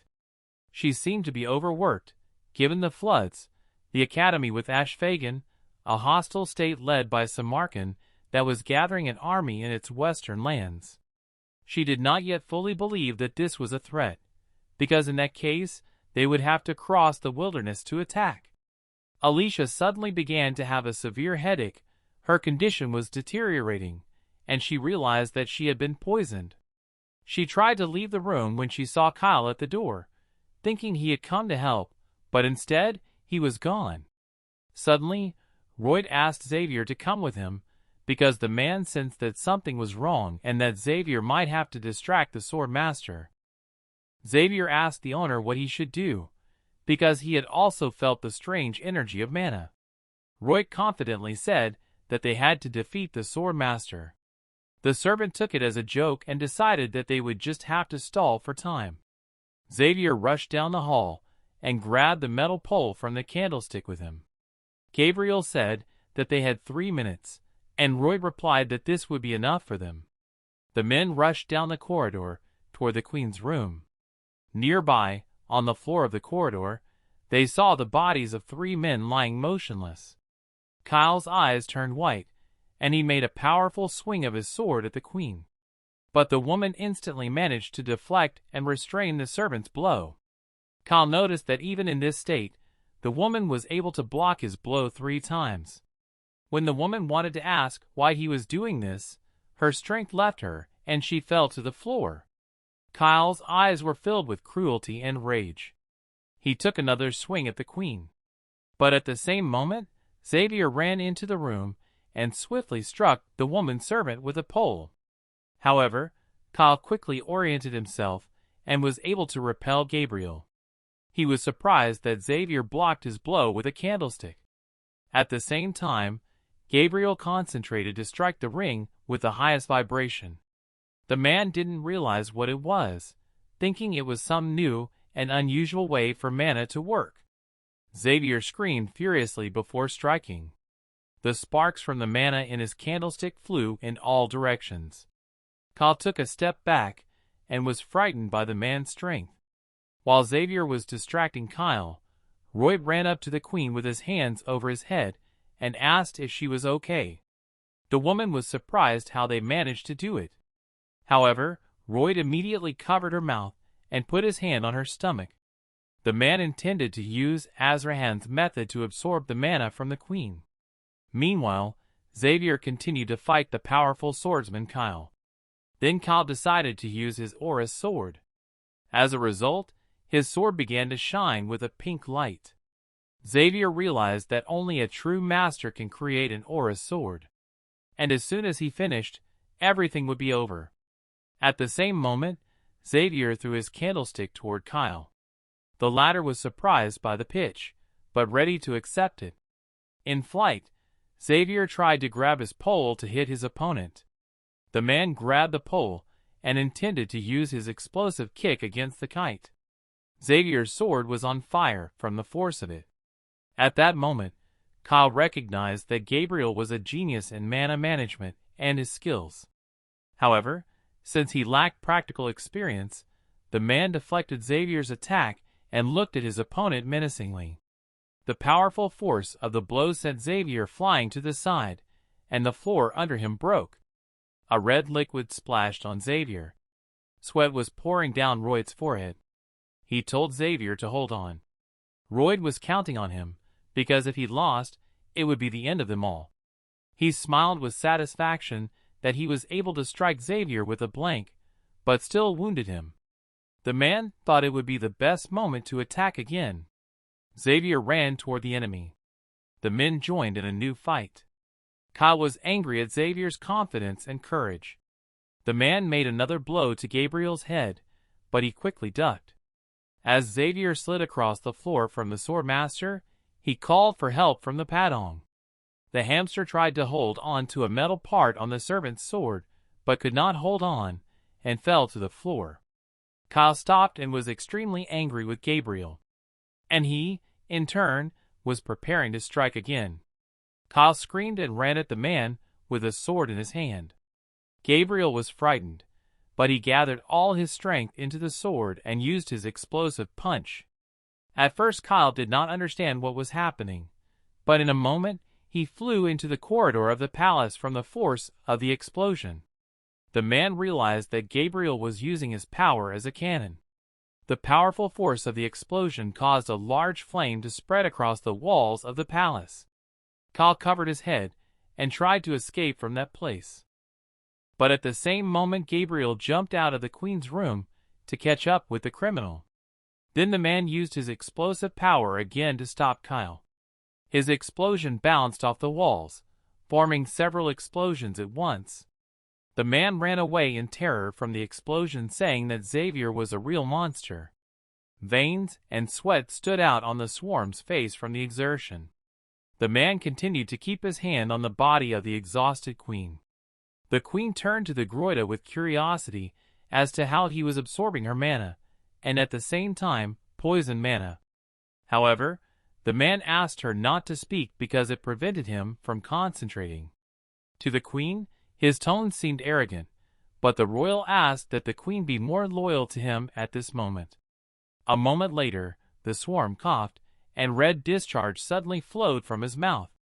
The woman was embarrassed by the young Frontera's actions. She could not believe that he was ready to save her even at the cost of his own life. At that moment, Kyle was in a dead end. The flames from Xavier's explosion were approaching him. Suddenly, the flames from the explosion burst into the ceremonial hall. The doors to the hall were blown out by such a powerful force. All the people were extremely frightened. After the flames, a large cloud of dust appeared, and Kyle froze in place, waiting for his opponent to appear. Suddenly, in the cloud of dust, he saw the silhouette of a wounded Xavier approaching him. Gabriel looked at the criminal Kyle and told him that he would not get out of there alive. Kyle frowned and realized that he would only be wasting his time if he tried to get rid of him. Kyle smiled slyly as a plan came to him. At the same moment, the man called the armed guards to him, saying that Xavier and his supporters were going to attack the queen. Thus, the man urged them to raise their swords with him to defend Her Majesty. Suddenly, dozens of armed knights stood against Xavier. Kyle ordered them to capture him by all means. However, Xavier was ready to confront them. The man gritted his teeth and was ready to give even that many knights a run for their money. Then in one move, he threw 3 guards, who were in his way, into the air at once. Then the man continued to destroy the guards one by one. Seeing all this, Kyle realized that he had never heard of a person with such skills. Therefore, if he could reach the level of a sword master, he could easily conquer and destroy a whole small state. But Kyle could not allow this to happen. So he told everyone to get away from him, because he intended to fight him alone. After all, he was going to lose. Xavier looked at Kyle's aura sword in fear. The swordmaster held his sword tightly in his hand, and immediately he made a powerful blow with the aura sword toward Xavier. Gabriel flew into the corridor of the palace from such power. His power destroyed not only the flooring, but also the columns and part of the walls in the corridor. After that, Kyle silently turned around and headed for the exit. Xavier was lying on the floor, all mangled and exhausted. His clothes were torn and his forehead and body were covered with red spots. A moment later, Kyle confidently approached Xavier. Just then, the swarm finished absorbing the poison mana from the queen. The queen felt better, and at that moment she looked at the swarm. In addition to the protruding lines on his face and body, the man began to vomit violently right in the room. The queen said that if he continued to sit like that, he would die quickly. The woman told him to gather all the poison mana in one hand because it would help. The man agreed to this because he should have cut off his hand, because that is what she did to herself in the novel. Roy believed that there would be no harm in losing his arm. The only thing is that it would be inconvenient for him to dig with a shovel. The man concentrated all the poisonous mana in one hand and picked up a table knife. Roy intended to make an explosive stroke. In an instant, a powerful magical force was released from his knife. It was so powerful that it destroyed the roof of the queen's room and flew into the sky. Hearing an inexplicable explosion, Kyle stopped and listened. The man realized that it sounded like a powerful release of mana. Kyle realized that the young further did not even know what he had done. Suddenly Xavier got to his feet and stood in front of Kyle with a broken sword in his hand. Kyle couldn't understand how Gabriel was able to get up after a direct collision with his aura sword. Through the pain and sweat, Xavier said that he had taken an oath, and that was why he had to keep it. It was a quiet, peaceful, starry night. Xavier told his master that he was scared from the beginning to the end. Roy did not understand the servant's words. The men sat in front of the fire and shared their thoughts with each other. Roy asked what kind of nonsense Xavier was talking about. Gabriel replied that he, as a knight, had forgotten his duties and rushed to meet the Mega Titan in defense of his young master. He was also disappointed that his master did not support him. He was sad because he wanted to trust the swarm. In the end, it was always like that. With his weak willpower and lack of strength, he did not consider himself worthy of the role of a knight. The swarm was surprised by the servant's words and assured him that it was not like that. The servant said that he would still face a 6-month pay cut. Xavier looked at the owner in silence. The men continued to sit by the fire. Gabriel suggested that the pay cut should be for 3 months. But Royd was not going to give in to Xavier. At one point, Xavier promised that as a knight of the young master, he would never again neglect his duties. Royd did not believe his words to be true as long as he was wielding a stick at the rich man. Gabriel, on the other hand, said that he was still keeping his word. Xavier already knew that his master possessed the 3 rings of the mana heart. So he had to catch up with him as soon as possible to remain a worthy knight. To do this, he had to become a sword master by the end of the year. Royd joked about the servant's desire by comparing his goal to losing weight. The men fell silent again. Roy then picked up his wand from the ground and addressed Xavier. He explained to him that each person has a limit to how much he can expand his mother's heart. Therefore, theoretically, he would not be able to grow any further even if he trained for 100 years. According to the man, the boundless ocean of mana is not so easy to polish. While Roy was drawing on the ground with a stick, Xavier immediately erased his drawing with his foot. Xavier realized that this time, he would be able to do without his master's help. He decided that he would no longer rely on the swarm master. Using only his own strength, he intended to become a worthy swordsman. After all, when he fought with the kite, he also relied on his own strength. And when Kyle struck at him again with his sword, Xavier was able to avoid him. Carl was very surprised by this because any other body would have been shattered into pieces when it met his sword of aura. Then Kyle asked him if he had strengthened his body by connecting all his mana. If it was possible, he would have been impressed by his little trick. But the man was tired of it all and decided to end it with Gabriel. At the same time, we were waiting for Xavier to pass through the body. The man was screaming frantically from the pain and fear that the sword master was causing him. However, at the same time, Xavier immediately grabbed Kyle's hand in which he was holding the sword. Kyle was shocked by Xavier's behavior and thought he was crazy to do that. Gabriel realized that the mana radiating from his sword aura was tearing it apart. However, he decided to let it pass through the sword to his hand, and then, in return, to his heart of mana. Thanks to this energy, Xavier was lifted up and fell to the floor, hitting the wall in the palace corridor. The mangled Xavier lay on the floor, unmoving. Kyle walked over to him and stared at the body of the young Frontera's servant with a fearsome look. He could not feel his breath or the flow of his mana. So the man decided that he had spent too much time with Xavier and decided that it was time for him to go after the queen's head. But suddenly Xavier got to his feet with a broken sword in his hands. Kyle was amazed that he was able to get back up after such a fall. Exhausted, Xavier told Kyle that he now realized what a sword master's mana was.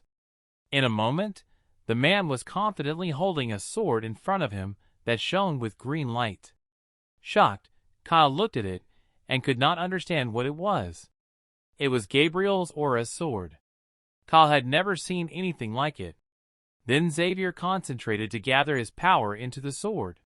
The man took a swing at Kyle, and at the same moment the floor began to crack under his feet. A furious stream of green mana from Xavier's aura rushed toward Kyle. He, in turn, prepared to take the blow by launching his mana in his direction. But his power was less than Xavier's. So the man realized with fear that his mana had passed through him. In a moment, red drops flew into the air and Kyle's hand was torn from his body. The man was screaming in pain, and next to his body on the floor was a huge crack from Xavier's blow. At the same moment, several guards rushed to the explosion to help their master Kyle. However, Xavier told them that whoever approached him would meet the sword master. Just then, a woman's scream was heard in the queen's room. At that moment, the queen was sitting on the floor next to the sword master and asked him to open his eyes. She asked him to absorb her mana to recover. The woman was nervously shouting at Frontera because she could not afford to lose such a talented man as he was. Suddenly, the swarm opened its eyes and looked at the worried queen. The messenger informed him that he had survived the poisoning. As a result, he had a new skill option for the mana heart, namely, immunity that became resistant to all types of poisons, as well as a fast and powerful fight that made it possible to absorb mana from the environment during severe fatigue. Royd started to smile because he was glad to have such cool new skills. The queen did not understand his expression and slapped him on the forehead. Royd was embarrassed by the woman's reaction. However, she could not explain her actions either. Instead, the queen asked if Royd was feeling better. Although his legs were shaking, he had to get up to help Xavier as soon as possible. After all, now that he had discovered a new skill, he had no choice but to try it out. Then the man began to absorb mana from the environment in front of the queen. The man used a quick, powerful struggle. And the queen, with extreme delight, did not understand what was happening. Then the swarm began to suck mana from all the space around it. The queen panics for a moment as her mana is absorbed at an exponential rate. Is being absorbed exponentially, but calms herself down and offers her mana to the swarm. The swarm wakes up again and finds the environment depleted in his hard mana level, which has increased to that of a low-ranked sword expert. Next, he unlocked the frenzy skill, which activated the berserker mode for 60 seconds, in which his strength, stamina, and reflexes increased by 200%. Suddenly, the swarm noticed that Her Highness was exhausted. In a panic, the Empress tells him that she will ask about the details later, as the first priority is to apprehend Kyle. Royd carried her at her request, and the two of them went to Xavier's aid, only to find him with a sword in his hand, and Kyle on the floor without an arm. The queen ordered the guards to lower their weapons before ordering an investigation of everyone who was at the banquet. As the Empress leaves, Royd asks Xavier about his bonuses, and gets a little annoyed when he casually brushes him off. Then a messenger appeared and informed the swarm that he had fulfilled a hidden condition and unlocked the system of add-ons, according to which any earned achievement leads to an honorary title, and each title is accompanied by its own bonus skill. In addition, at midnight of each full moon, the swarm received a certain number of points to add to the list of fancy titles that fit his face. He chose a title related to the events in Cremo. Later, after the investigation, Royd returned to his room, where Julian asked him if they had found the man behind Sir Kyle. It turned out that he had caught the people who were plotting against him, but the confession spell did not work because it was blocked by a protection spell. Royd realized that the plot was moving too fast, which made his knowledge of future events more unpredictable. Julian asked about Xavier and learned that he was summoned separately by the queen because he had become a sword master. Julian was instantly shocked to hear that he had become a swordsman. In the hall, the queen addressed Xavier and told him that the position of captain of the royal guard was currently vacant, and then the woman ordered him to stand next to her and take the captain's place. However, Xavier instead asked the Empress for forgiveness, saying that his Baron Arcos was with him, and he could not leave his master. The queen said that this was an order, and that disobedience to an order was tantamount to treason. Xavier then asked her to allow him to send a farewell letter to the Baron. After that, the Empress realized that Xavier would rather die than serve her, so she allowed him to leave. Xavier went out to find Julian, who asked her what she had said. Xavier replied that he would always be a knight of the Frontera family. Later that night, Royd checked out the other titles he had received. One title allowed him to obey Frontera's subjects without question, another allowed him to use orcs, and a third title, connected to Queen Alicia, meant he had her full trust over anyone else. On the night of the full moon, Royd received RP for the titles he held. Then the man decided to check out the ending spoiler reward where he could spend RP to see the final scene for the storyline. He clicked to see it. Royd ran around and found himself in the future. The man moved to the place where the fire was burning the neighborhood and immediately tried to find a sign that would show where the place was. And he realizes that it is the Frontera estate. Houses and trees are in ruins. Not far from it, he also sees that people are dead. Something is eating them. He runs around to see what's happening in the manor and calls out to anyone who can hear him. And no one answered. So he turned to the system, asking what kind of ending this is, wondering if it would end like this. Suddenly, he stopped and saw two people standing right in front of him, then he and Xavier, watching the death of the Baron and Baroness. Royd also saw himself from the future, where he wished he had come a little earlier. He was crying, apologizing for not being able to protect anyone. He was angry looking at the ruined ending, and so he started shouting at the system, asking what kind of ending it was. Suddenly, a huge swarm of giant locusts appeared behind him. Royd knew about it, but wondered why it appeared at the exact moment when Xavier appeared and was about to meet the swarm of locusts. With all his anger and the power of a sword master, he struck the swarm with his aura's sword, cutting through the red sky. But he was not able to get rid of all the locusts. Swarms kept coming, and the bigger they got, the more time passed. Eventually, even with the power of his newly acquired sword aura, Xavier Azrakan dies, eaten alive by a swarm of locusts, along with his master, Swarm Frontera, and the entire northern part of the kingdom. The swarm woke up in horror at the sight. He asked the messenger what he had just seen and added whether all this would happen. The messenger did not confirm whether it would or not. Instead, it told him to think about what he would lose if he was wrong.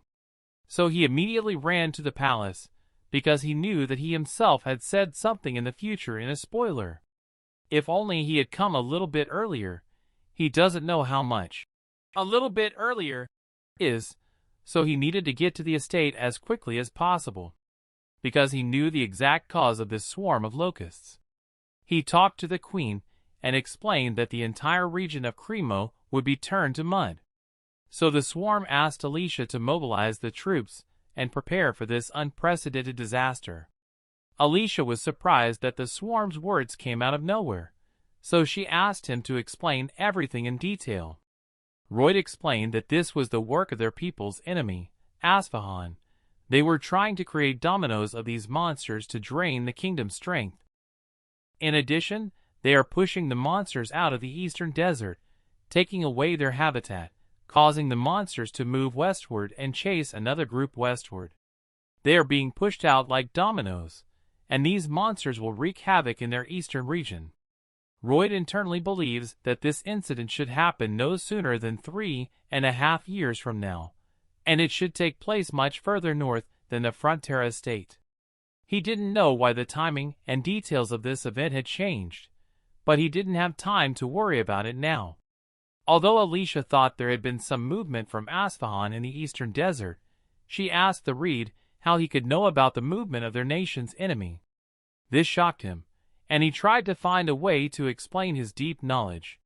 She knew that the Royd was hiding too much from Alicia, because she found him more suspicious than Asfahan. So he began making up a story as he went along, telling her that he had some connections, a bloodline, in fact, with the Wasteland Orcs, a tribe of sand and steel. They send him a carrier pigeon to inform him of this. As for what he knows about the attempted assassination of Kyle, he explained that he saw Kyle and his subordinates talking strangely. So when the swarm saw the suspicious looks they were giving each other, he followed them and witnessed the event. As for how he absorbed mana and destroyed his surroundings, he explained that his bodyguard was a genius who had no equal. They had been together since childhood, and Xavier had taught him the secret magic of self-defense. And Royd claimed that he could master these skills. Alicia thought that although this story made sense, she knew that Royd was making these stories up as he went along. And the swarm knew that she knew, so he used the last trick he had, which was a headline where he could get Alicia's full trust. So she gave him 500 warriors under his direct command, the White Cavalry, and 50 wizards to support him. She also allowed him to command them, because he knew the enemy's movements. Lloyd was happy, thinking how generous Alicia was, so he thanked her.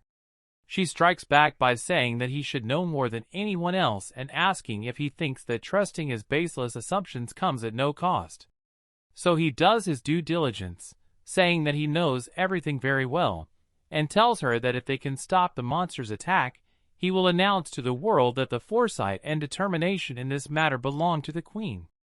To restore the honor of the crown, which was tarnished by the assassination attempt.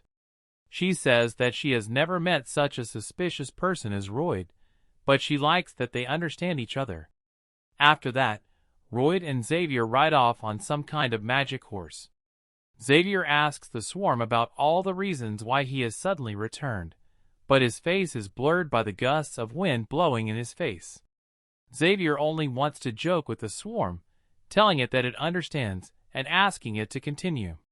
In 5 days, they will arrive at Frontera's estate, and the swarm thinks about how Xavier can now easily defeat the army of the small people. If they see dozens of soldiers being destroyed with a single swing of the auric sword, the enemy's morale will drop. But with locusts, it's different. They just run to the food they see in front of them. They are not afraid of death, and so Xavier alone is not enough. Since they are attacking from everywhere, at a 360-degree angle, the intense firepower of 2 men will not be enough. After that, he tells Podong to go to the place he told him earlier and wait, as he has a plan for the locust swarm. Now, together with Xavier, he has to save his money-centered Frontera estate at all costs.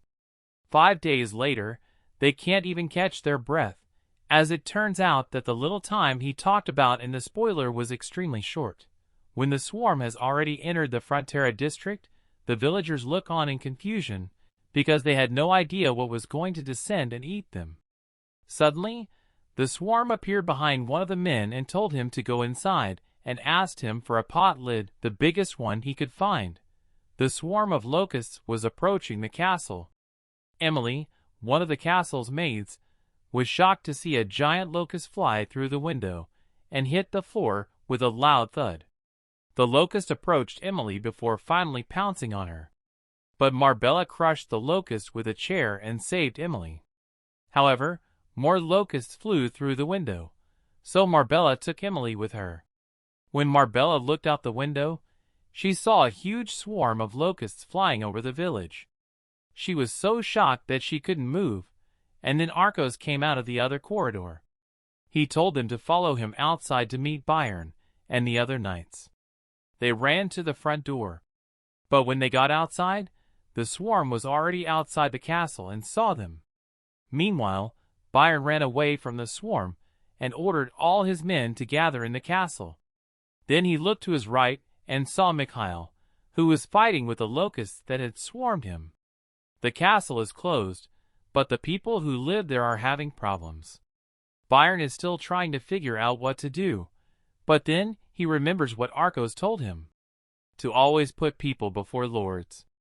Byron pulled out his sword, gritted his teeth, and helped Michael by cutting the locusts in half. He ruthlessly killed every locust in his path and ordered Michael to stay with him. Meanwhile, Arcos struck one of the growing swarms with his pickaxe hammer and destroyed it. To keep his word to the swarm's family, he roared at his men to fight for the townspeople. Byron, Michael, and the orcs were determined to defeat the locusts. But soon they were outnumbered, and Byron could only watch Michael and let the locusts bite him. When the locusts got close, the helpless mother panicked for her child's safety. The people in the city fought with everything they could find, and Arcos kept fighting even though the locusts were biting him. The orcs defended Arcos, Marbella, and Emily in the castle. Suddenly, a loud sound came over the village, and the mother helplessly began to defend her child. She doubted whether she had heard correctly until the sound came again. As soon as the locusts realized, they stopped attacking the villagers. The sound came again, and the swarm of locusts took off. The swarm screamed and cursed the locusts, yelling at the top of his lungs. Xavier swung his sword and struck it in the middle of the large lid Lloyd was carrying until it made a loud sound. Holding the lid, the swarm continued to shout at the swarm. Meanwhile, Xavier was frantically swinging his sword at the lid of the pot. The swarm began to chase them, making more and more noise. Soon the swarm thickened in the air and flew after the swarm and Xavier. It didn't take long for the locusts to leave the castle and start chasing the rest of the group. Meanwhile, Arcos and Marbella immediately recognized the swarm's voice shouting in the village. The swarm began to form a large figure around Royd and Xavier. Royd was right when he said that the locusts were following them in a straight line. Royd was glad he was right and told Xavier to walk around the residence. The farmers were shocked to see a huge swarm of locusts following them. Lloyd then told Xavier to hit the lid harder, and when Xavier did, Lloyd nearly fell off his horse. Then the swarm began to complain, but Xavier was only amused. He told the owner to prepare for the next attack without any regrets. The young frontier knew that locusts are attracted to loud noises because he had read about it in a book. When he told Xavier that they were going to Lacona, the servant asked if he wanted to help them too. Then a window appeared in the messenger window that showed that Xavier's approval had increased, giving him more RP points. But then the swarm screamed, saying that he didn't want to lose his water bill. At the same time, the swarm was surrounding the castle in Laken, and the Viscount tried to defend himself. Then he heard the loud ringing of a gong, and before he could even realize what was happening, Royd and Xavier on horseback were breaking down the door. The Viscount was angry with Royd for breaking into his mansion, but Royd warned him not to be late with his water bill. Xavier was obviously frightened by his master's threat, and he rang the bell again. A loud sound resounded in the castle. Then Lloyd and Xavier immediately took off, and a large flock of locusts followed them. Xavier asked the owner if he had gone to the buildings on purpose to gather the swarm. Lloyd replied that he planned to annoy the Viscount. When Xavier heard these answers, he was too shocked to say anything. They rang the lid again, and the swarm followed them. Royd confidently shouted to everyone to clear the way. Xavier asked the swarm to stop shouting for no reason to conserve their energy. However, the swarm said he wanted everyone to know that he had saved them because he wanted everyone to give him credit. Xavier was again too stunned to speak, thinking Lloyd had a few cogs loose in his head, but he knew they had to continue the mission and go to the Merritt's marshes. Lloyd was shocked when he saw the swarm approaching them. He immediately told Xavier to defend himself as he had done behind the lid, but he had a mind of his own and rushed forward, channeling his mana through his sword and preparing to attack the swarm. Xavier managed to kill a lot of locusts while Lloyd tried to stay still as the swarm of locusts slammed into his lid, and it didn't take long for Xavier to split the swarm as they ran away from him. The swarm then joined the one behind it. As a result, the swarm became larger, and Lloyd took this as an opportunity as they formed one pack. But when they reached the middle of the ground, his horse began to feel tired. Lloyd knew they would be in trouble if he kept pushing his horse, so he threw back the cover and told Javier to get ready. And before Javier knew what Lloyd meant, he immediately jumped off his horse and onto Javier's back. On Javier's back, saying that Javier was now his horse and ordered him to run. Javier was visibly annoyed, but he knew what to do and immediately jumped off his horse. Javier landed perfectly on the floor, but Lloyd teased him by treating him like a real horse. Javier was getting more and more upset. Then Xavier decided to run as fast as he could. Even though he was still angry, he was able to get a few feet ahead of the swarm while he carried the swarm. But the swarm had already caught up with him and was closing in. Lloyd immediately called for Jingle and Hippo, who jumped off Xavier's back and followed him to a small ditch. Belle and Hippo were waiting on the other side of the field. Hippo had a mouthful of water, ready to spit it out at any moment. And as soon as the men dipped into the ditch, the Belle immediately jumped out of the river and into the air. The Belle farted fire at the approaching swarm, followed by a loud explosion that shook the neighborhood, killing all the locusts in its path. The number of locusts was completely and instantly cut in half in one swift action. The fire trail left a huge black smoke in the air that could be seen by other people from a distance. The swarm then ordered the bell to continue the attack on the swarm, and Hippo stood in the field with his big body and spat liters of water on the locusts. Some locusts broke in half because the water from Hippo was so strong. The last attack disoriented the swarm, and dead locusts fell like rain from the sky. By then, Royd and Xavier had already climbed out of the ditch and were watching what was happening.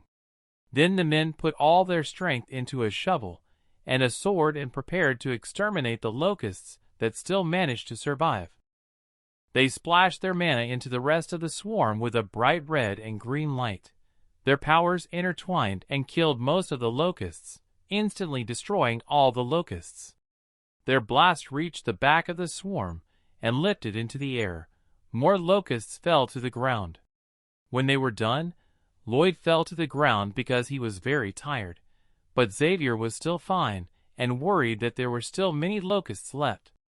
Dozens of locusts were still causing trouble in the city, and most people were afraid of them. However, Roy told the servant not to worry because the cleaning team was already prepared. Meanwhile, Padong was walking through the forest. Padong stopped at the edge of the forest, and behind him were 300 warriors from the Orc tribe, including their leader. And in front of them, other horses stopped on their way, and they belonged to troops of white cavalry and wizards. It was a clean team that Royd had prepared. Royd told Xavier not to worry about the locusts anymore and started thinking about the domino monster. Lloyd looked at the sky and realized that this life has endless obstacles. Meanwhile, the leader of the white cavalry raised his horse and ordered his soldiers to kill the rest of the locusts. The soldiers immediately drew their weapons, and the wizards behind them polished them to a shine. They lined up to launch the attack. The cavalry instantly destroyed dozens of locusts, while one of the orcs used a branch to kill a locust. He stabbed 2 of them with a single blow and then threw them on the fire to cook while the other orcs cheered. Once the locusts were cooked, they immediately ate them while the other orcs sang about their high-protein meal. And in the middle of all this fun, Emily is interrupted by one of the orcs with red hair. She was holding a flower in her hand. Then she gave it to the orcs as a sign of gratitude for saving her life and quickly ran away. The orc blushed as he looked at the tiny flower in his hand. Meanwhile, Arcos and Marbella were approaching Lloyd and Javier in the field. Arcos was very worried about their safety, because even though he was the Lord, he could not do anything. They hugged their son and were grateful that Lloyd was okay. As Arcos and Marbella hugged Lloyd, Lloyd reflected on how he had risked his life for his old age pension. Then he talked to the notification panel about what he said in the spoiler about the ending. He realized he had more pressing matters to attend to. The messenger revealed that Royd had earned the title of Exterminator, which would allow him to scare away the bug-like monster. As day turned to night, Lloyd stood on an empty training field with a shovel. Then a white cavalry leader named Valilardi approached him from behind and asked why he wanted to meet. Lloyd thanked him for his help in killing the rest of the locusts because it would have taken too long without his help. Valiardi was not happy that Lloyd could give orders to the troops. However, this day showed him that Lloyd was a true strategist because he had carefully calculated everything that was happening. Valilardi told Lloyd that he did not like him, and he just listened in silence. When Valilardi asked what he wanted from them, Royd realized that he was different from the others. In the novel, he recalled how he remained on the side of his queen, even when she became evil and fought fiercely against Xavier. There, Xavier was not yet a master of the sword, so he had a hard time fighting before eventually defeating him, and as Xavier looked at him as he was dying, he asked a favor of Xavier. After he died, he asked Xavier to stop the queen. Royd realized that he had a strong loyalty and was a potential asset. Lloyd smiled at Valiardi. He knew he needed clarity, so he challenged him to a duel. If he wins, the cavalry will become the engineer corps of their estate. If he lost, they could return to their queen. Valilardi was shocked by his request, but laughed, saying that Lloyd may have seen this coming all along. He told Lloyd that only the Queen could give him orders.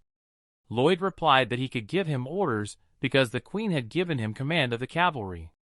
Valilardi was furious at this, but Lloyd told him that if he gave him orders all the time, he would give him orders all the time. He would have no respect for Lloyd, so it was better to earn it in battle. Then Valilardi took his sword from his belt and asked if Lloyd had any weapons. Lloyd replied by picking up a shovel.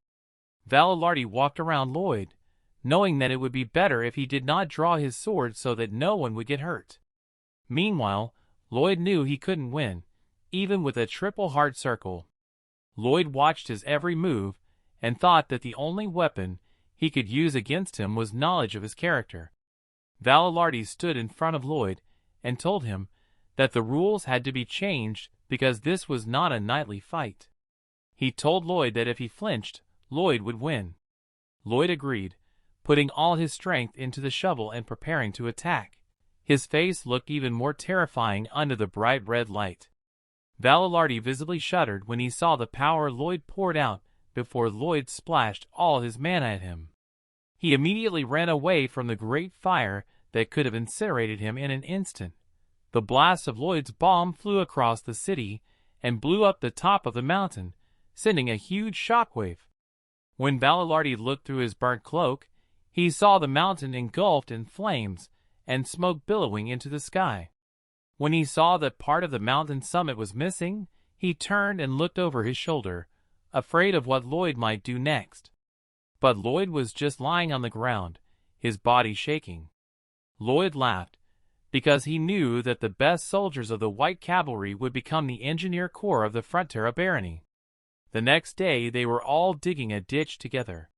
One of the soldiers angrily threw down his shovel and immediately ran to Valilardi, complaining that the knights should be on the battlefield, not doing hard labor. But Valilardi told him that this was not an ordinary request. He recalled that Lloyd had said that sometimes it was more honorable to use a shovel than a sword. He dug up the ground and threw the dirt behind him, telling his soldiers that he wanted to know what Lloyd meant. Meanwhile, Lloyd and Xavier stood on the edge of the cliff. Xavier asked him if his plan would work, and Lloyd assured him that the orcs had taught him the orcs, so his plan would work. He smiled and told Xavier to sit and watch while the other workers were tied to the rock as they carved the rocks. It turned out that dozens of men were working on a massive monster figure on top of a massive monster figure on the rock. And the next morning was quiet. But soon, something like an earthquake swept through the barony. It started small, but grew stronger and stronger. Soon furniture began to fall and families held on to each other as the tide rose. Hordes of four-legged creatures ran and made the ground shake so hard that the whole town feared their houses might collapse. But everyone believed that Lloyd would protect them. Meanwhile, Lloyd was climbing a huge white rock, and from the top he could see a cloud. A big cloud of dust coming toward him from the middle of the forest. He held a blue and white flag as he watched the approaching hordes. In contrast, Valilardi and his cavalry watched the dust coming at them. Valilardi doesn't trust Lloyd at first, but when he sees the huge horde of mastodons, he realizes that Lloyd is right. The mastodons were trampling the forest and destroying trees. Valilardi recalled his conversation with Lloyd when he told him that the circle of dominoes were mastodons.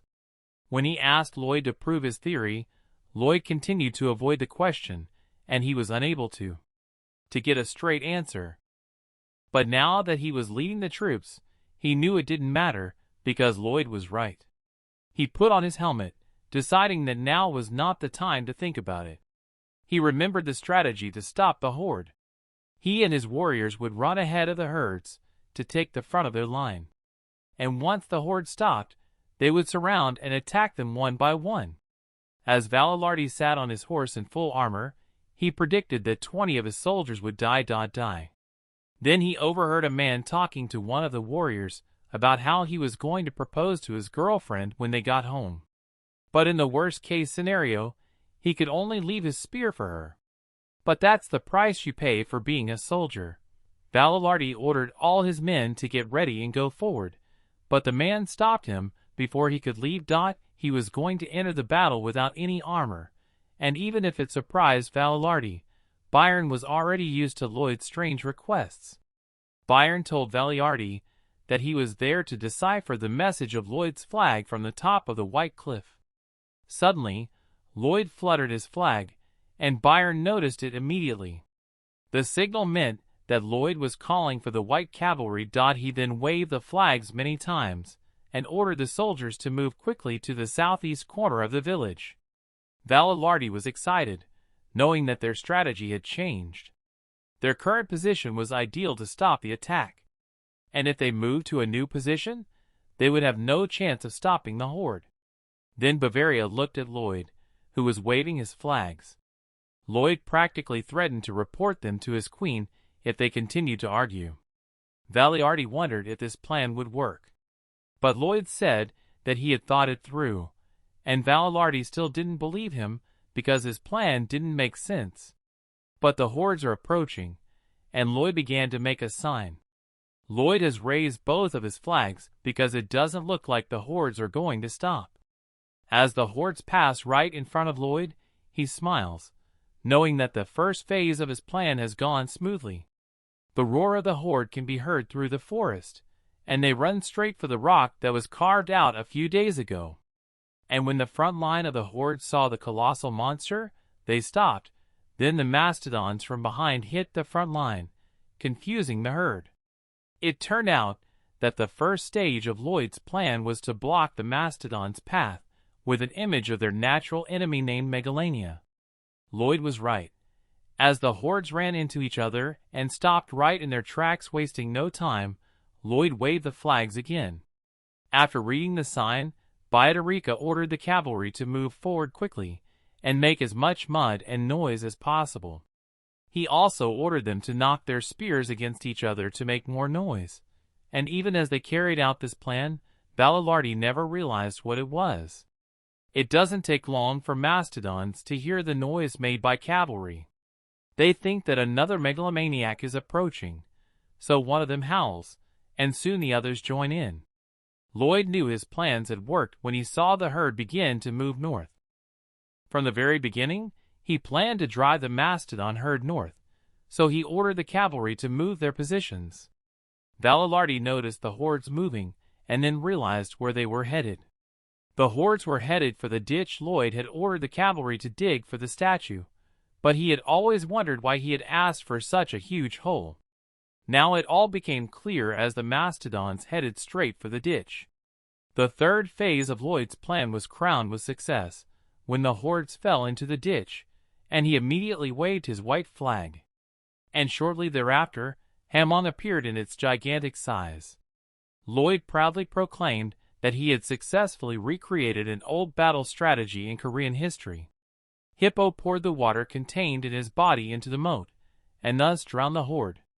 Lloyd happily threw away his flags and posed in victory. Both Byron and the cavalry looked on as he once again proved himself a master strategist.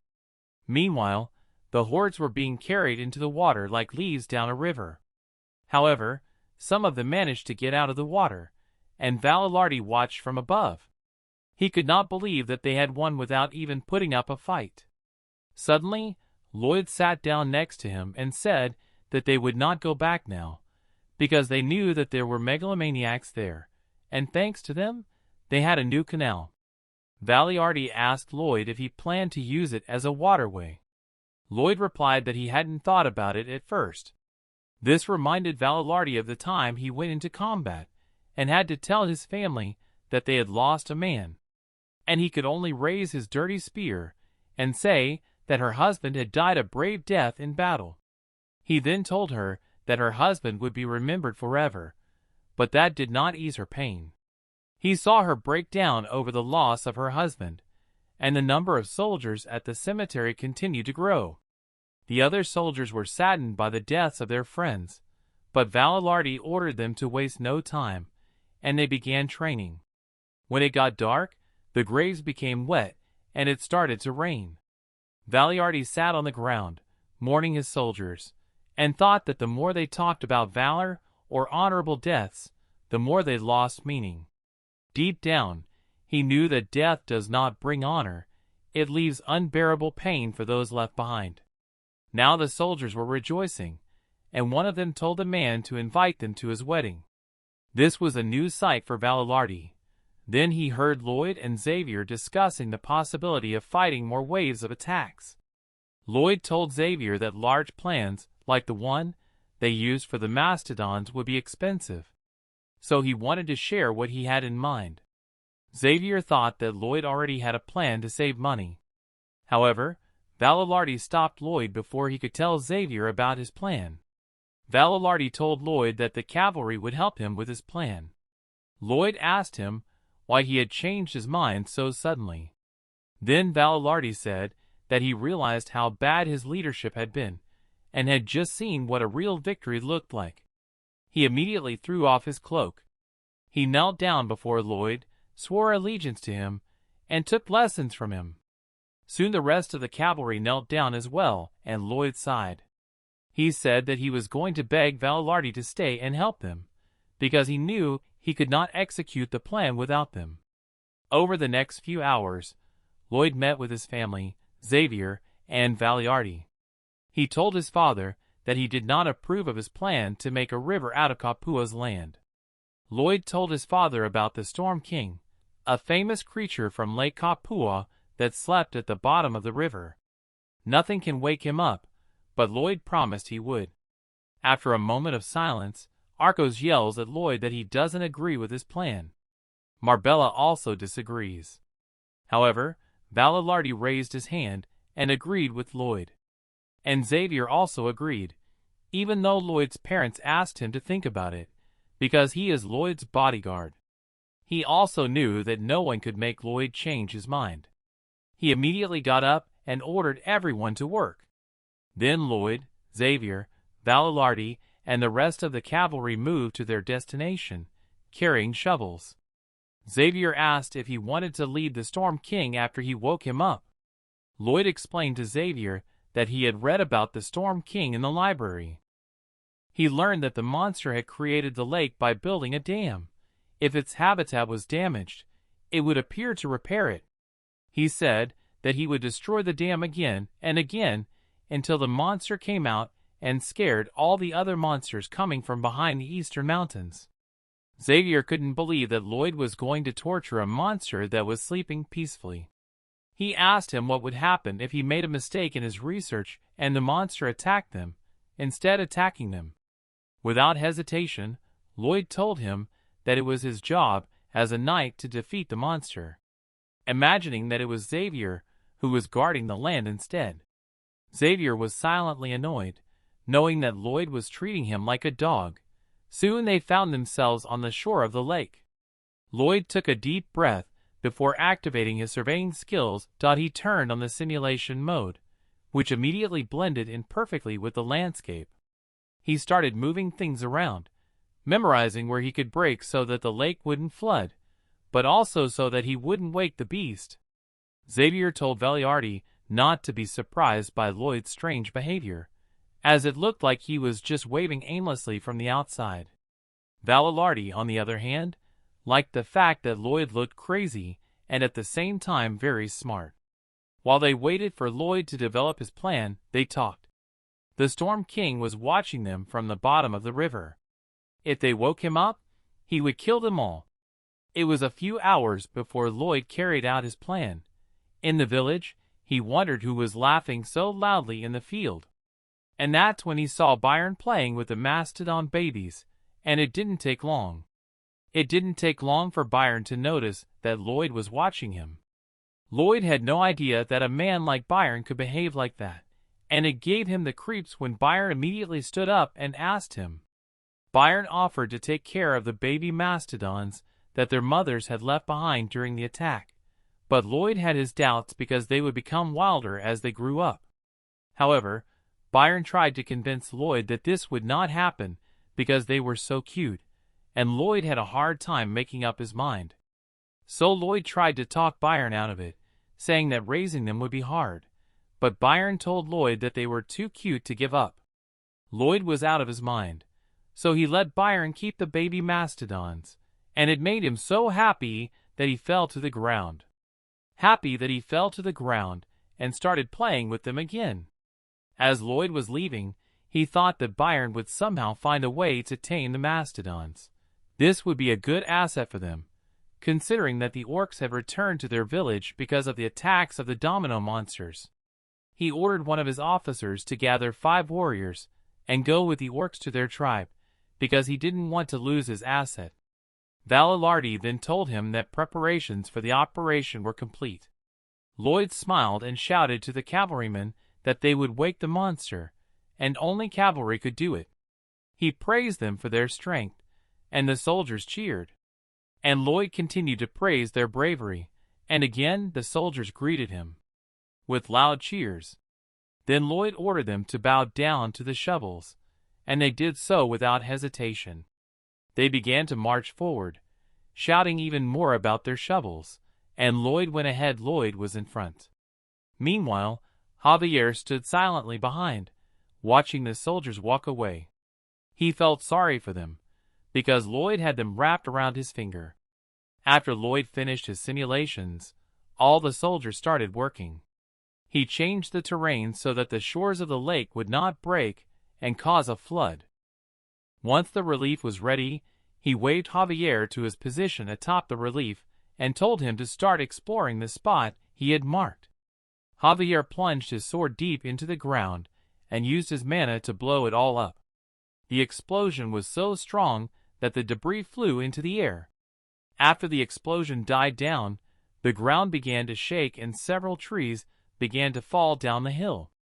Dust flew high into the sky and could be seen from afar. It was exactly what Lloyd had predicted. The explosion was enough to cause the natural dam to collapse, so he ordered the cavalry to take cover. And suddenly the lair, which was floating calmly on the water, began to shake. Lloyd had foreseen everything, and now he was sure that the Storm King had woken up. The lair exploded and split into 2 parts. But Lloyd never thought it would be so huge that they would be in danger. A pair of eyes looked at them from the water, and Xavier stood behind a tree, his mind on full alert. Valilardi watched from the ground how tall the monster was as it rose to the surface. The water burst and Lloyd was confused to see that the monster looked like a beaver. Meanwhile, all the soldiers, including Valilardi, were also shocked, but not at how scary it was. That it was scary. They all thought it was magical because the monster was screaming something that no one could understand except Lloyd, and the beast was furious. Looking at the monster from the ground, he wondered if it wasn't a summoned creature like Podong, Bell, or Hippo. Nevertheless, Lloyd is now more confident in his strategy, considering that the beaver's main job is to repair dams. Suddenly, the Storm King turned and looked at Lloyd, causing him to crouch lower to the ground, hoping he wouldn't be noticed. The Storm King spoke, and Lloyd understood him perfectly. He knew where he was hiding because he could smell him. He told him that he would not just fix the dam, but kill them all because they had disturbed his peace. Lloyd began to sweat, knowing that the Storm King was smarter than he had expected. Valilardi approached Lloyd and asked him what to do next, but Lloyd was scared and couldn't put on a serious face. The Storm King angrily scooped up water with his hands and splashed it on everyone. The cavalry tried to escape the great wave of water that would have covered them if they had not moved to a safe distance. However, they were too slow, and all of them drowned, except for Xavier, who immediately jumped out of the water.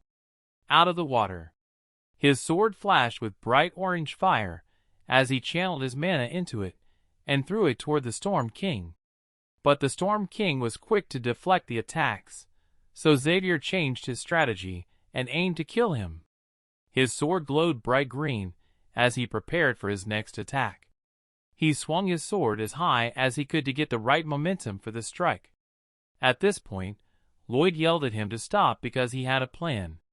Xavier spotted him and stopped immediately, while Lloyd knew his plan if the Storm King was a summoned creature. Xavier was still hanging in the air when the Storm King was about to attack him, but he quickly swung his sword, and his explosion hit the Storm King instead of him, and this made him angry. The Storm King tried to catch Xavier, but he quickly dodged and attacked the Storm King at the same time. Meanwhile, Lloyd was able to swim slowly behind the Storm King.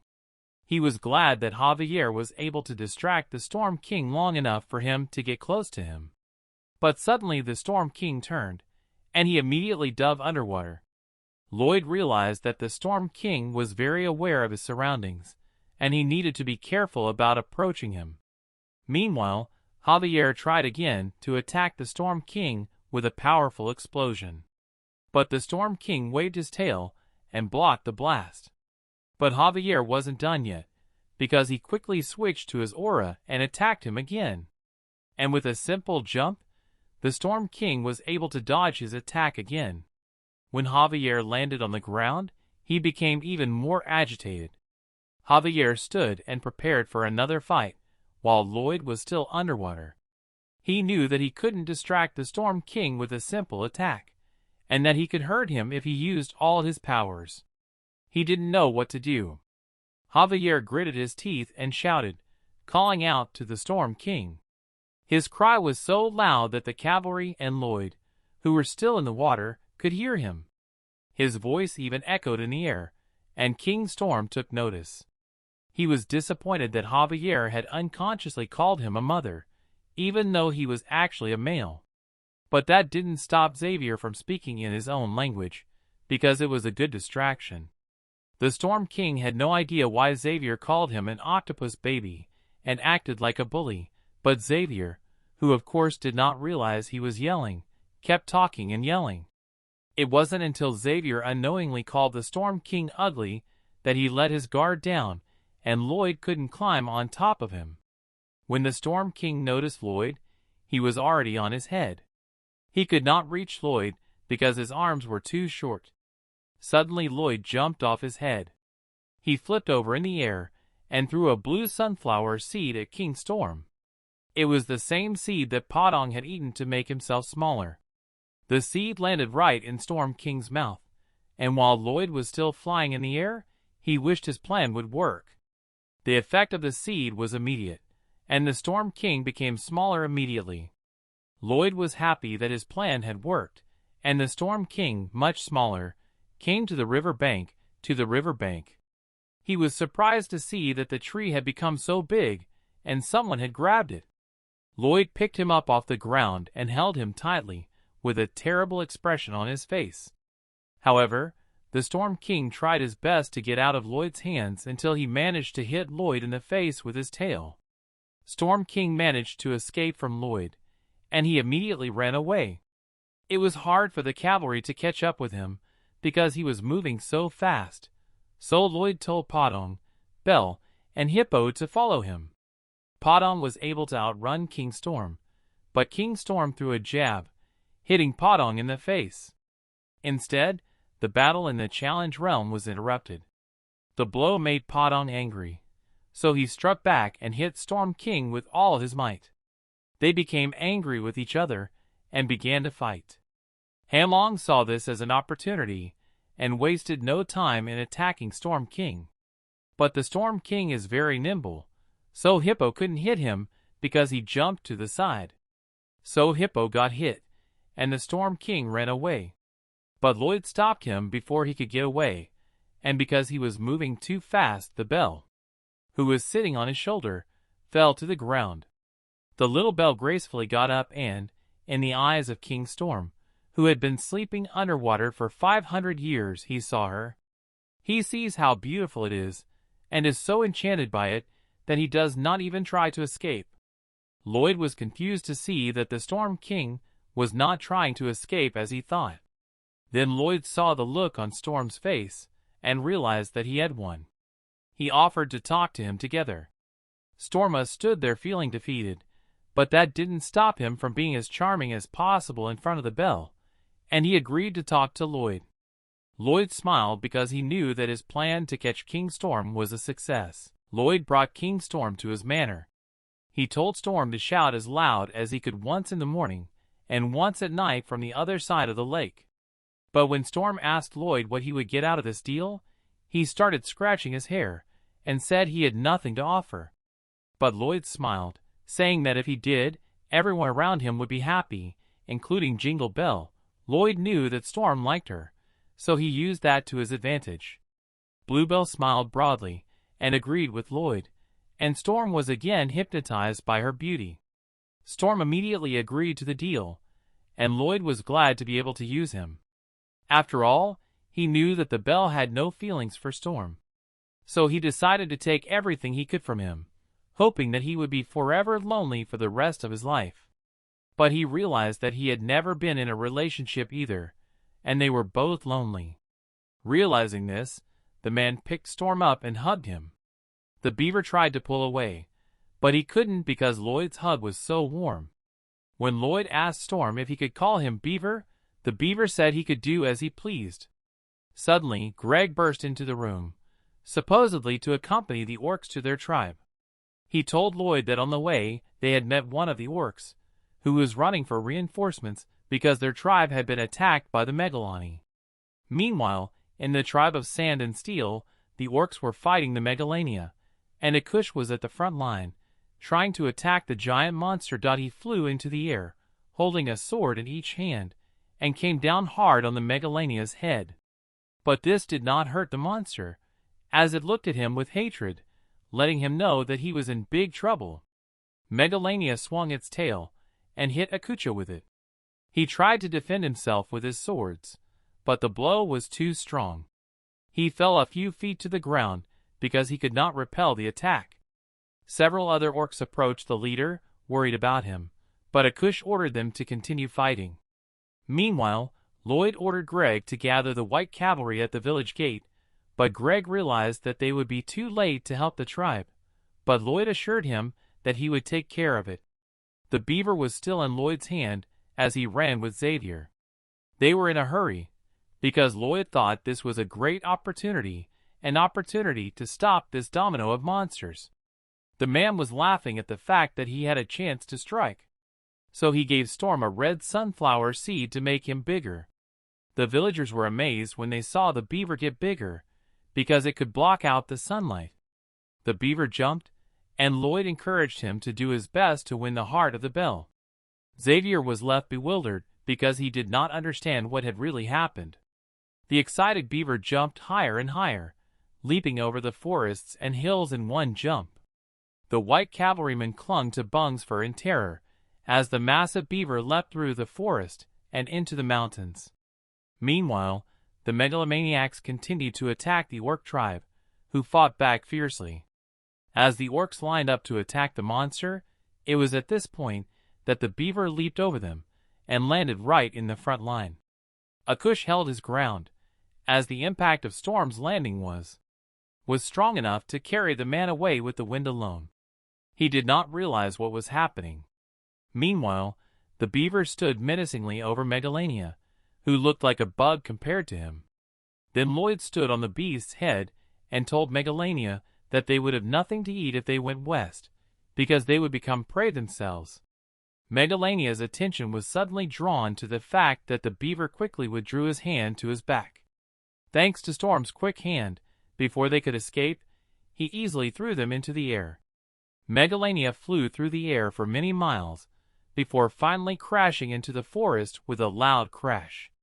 His work was done when the seed's duration came to an end and made him shrink. When he turned around, he was surprised to see the bellflower standing next to him, causing his cheeks to turn red. Bangul encouraged him, which made the beaver's face redden even more. Immediately afterwards, Balalardi approached Lloyd, asking what the cavalry could do, since everything seemed to be under control. It turned out that Lloyd needed them for something else, but before he could say what it was, Akush approached him. He told Lloyd that they no longer had a blood contract, which confused Lloyd. Akush took a deep breath. The other orcs followed Akush's lead, pledging their allegiance to the tribe of Sand and Steel and the barony of Frontera. Lloyd was pleased and grateful for their loyalty, so he offered them to carry out his grand plan to revive the tribe. However, Akush, not knowing the details, remained puzzled by Lloyd's cryptic words. Meanwhile, in the east of the desert, in a kingdom called Asfahan, a reed field had been burned in the past, causing a domino of monsters to appear. One of the tribes of these monsters, possessing some intelligence, witnessed the day Lloyd threw Megalania away. Rumors began to spread about a beast from the west that was so huge and terrifying that it seemed as if the monster could devour everything on the planet. And the demon who controlled the beast looked like the embodiment of hell itself. The beast and demon they were talking about were none other than Lloyd and Storm. Meanwhile, in Asfahan there is a large and luxurious palace. The Sultan listened to a report from one of his warriors that an orc tribe had moved into the Magentano forest. He then asked him about Magentano's reaction, which was without any problems. When the Sultan was about to release him, he tells the Sultan about another problem. The monsters they had driven away by burning their field had returned and attacked their borders. The soldiers fought them with all their might. But the monsters seem to be running away because they are scared. So the Sultan ordered all the soldiers and weapons to gather to fight them. The Sultan can't figure out if Magentano is behind the monsters attacking them, but it seems impossible that they could fight off full-scale monster attacks. He then begins to think about the possibility of a demon existing in the west. Meanwhile, in Frontera, Lloyd gives the loan sharks, who have been harassing his family for a long time, a paper, and asks them to sign it is a receipt for the full payment of the family debt, as well as a check for the total amount of the debt and interest. The loan sharks could not believe what they were seeing as Lloyd pushes them to sign it and leave. After they signed, they walked away in fear, and Arcos saw everything that happened. He goes up to Lloyd and asks him if he has just paid their debt, to which Lloyd shows them the entire receipt, asking them to hang it on the wall. Arcos immediately hugged him and cried, feeling grateful to Lloyd. He feels sorry that he made Lloyd work so hard to pay off their debt. He feels like a worthless father to Lloyd. Listening to his father pour out his heart like they don't deserve to be his parents, Lloyd asked him if he loves him. Without a doubt, his father loves him with all his heart.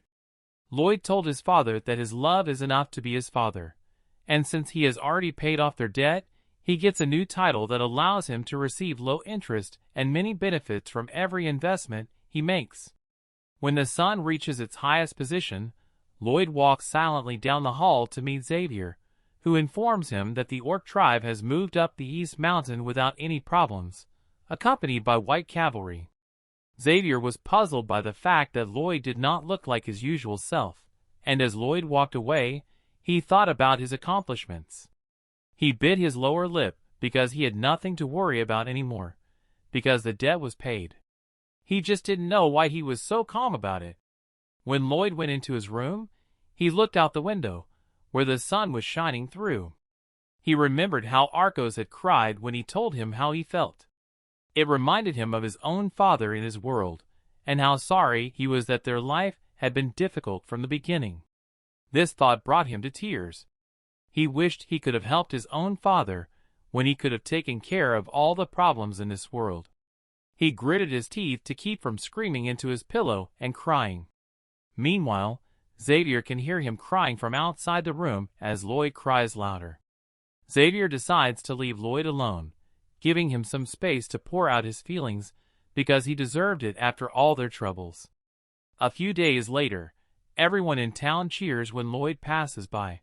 However, Lloyd doesn't know what to do with all the congratulations, so his face turns red and he snaps at them to get back to work. Javier tells him that he can brag as much as he wants because people in the city wouldn't be able to smile if it weren't for him. Lloyd replies that if he acts arrogant, no one will pay him anymore. He decides to ignore all the shouting when suddenly Byron runs to him in a panic. Breathing heavily, Byron told him that a large number of people from the south were arriving in Frontera. Lloyd asked if they were soldiers. However, Byron told him that they were all refugees. Lloyd was stunned by this unexpected news, wondering where they could have come from. He thought that after all their debts were paid, he had nothing to worry about, but the sudden appearance of these refugees left him with many questions. As the group of refugees approaches, Byron, Xavier, and Lloyd intercept their path, and one of them asks if they own the town. Lloyd says that the Lord is his father.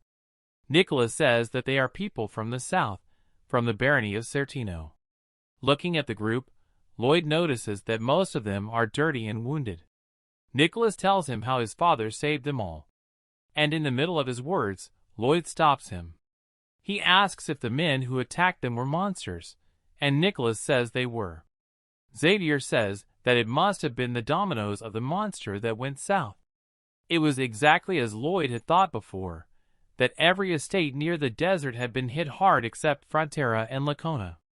And all because he managed to tame the Storm King, and the monsters went elsewhere. Obviously, the refugees could not go north because there was only the sea. To the south was a completely different country, and to the west was too far. The only place they could go was to Frontera or Lacona, which is right in the middle. Lloyd wonders how many of them are there, as they kneel and beg for help.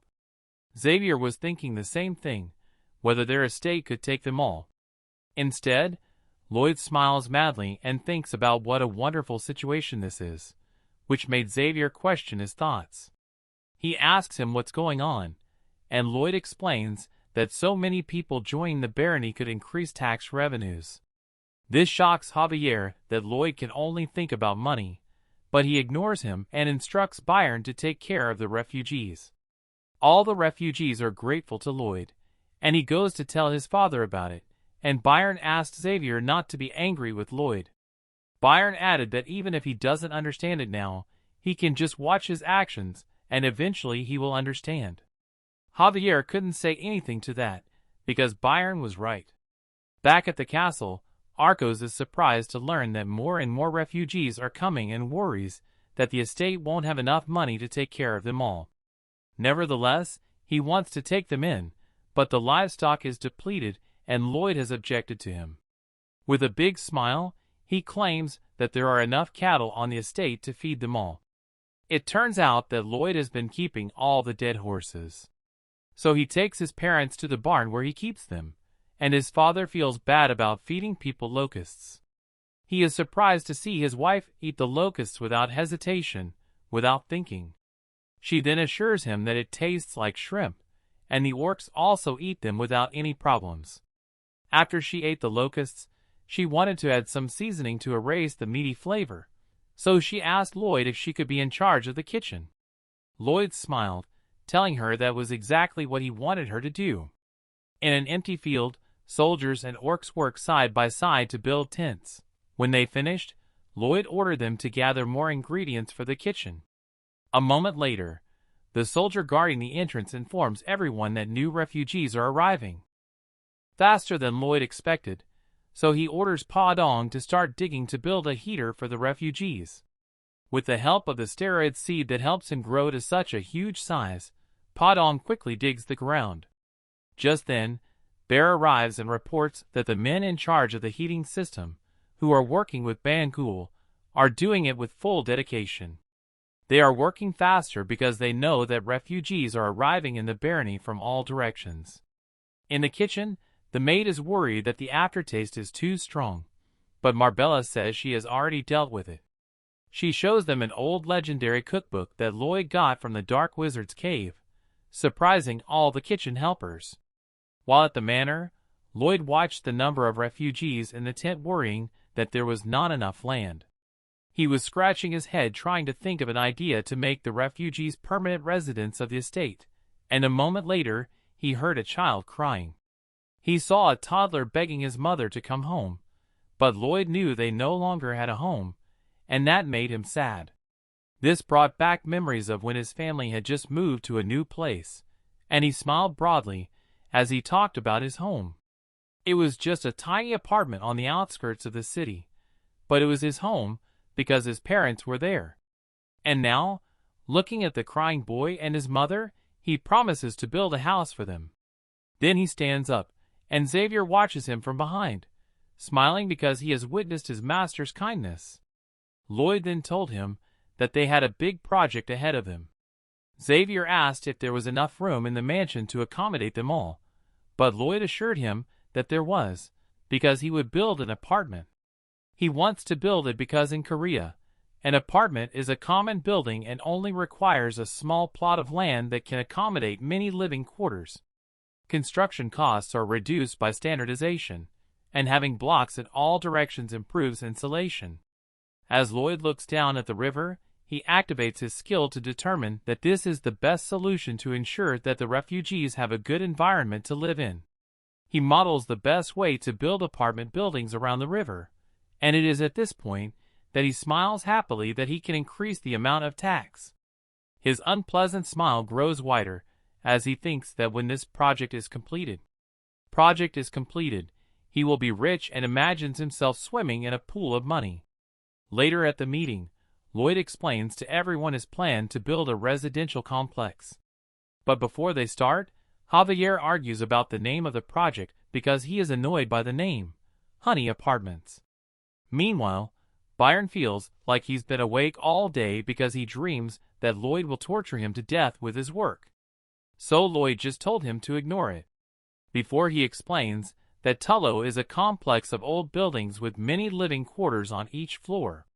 Floors and common areas for water, toilet, and dining in the middle. He also said that the most important thing about this project is that if they build a steel gate to block the way to the square, it will be a strong fortress that cannot be broken. Hearing this, Valalardi applauds, and everyone else is surprised that Lloyd has thought of it this far. Xavier then expresses his concern about the limited budget of their estate. This irritates Lloyd instead, so he lashes out at him and asks Xavier if he is accusing him of being limited by money. However, when Arcos asks the same thing, Xavier politely replies that they have the budget to implement the project and feed the refugees. Later that day, Lloyd and Xavier are riding horses, and Lloyd keeps teasing him for being crazy. But Xavier just ignored him, which in turn made Lloyd wonder what was on his mind. So he expressed how worried he is if he fails at something. He knows that he is responsible for everything if things go wrong, and the only person he can share his worries with is his knight. Xavier was stunned by what Lloyd said, so Lloyd tried to cheer him up by acting nasty, as he always did, to make fun of him. Xavier started punching him, wishing it was real, and not just in his imagination.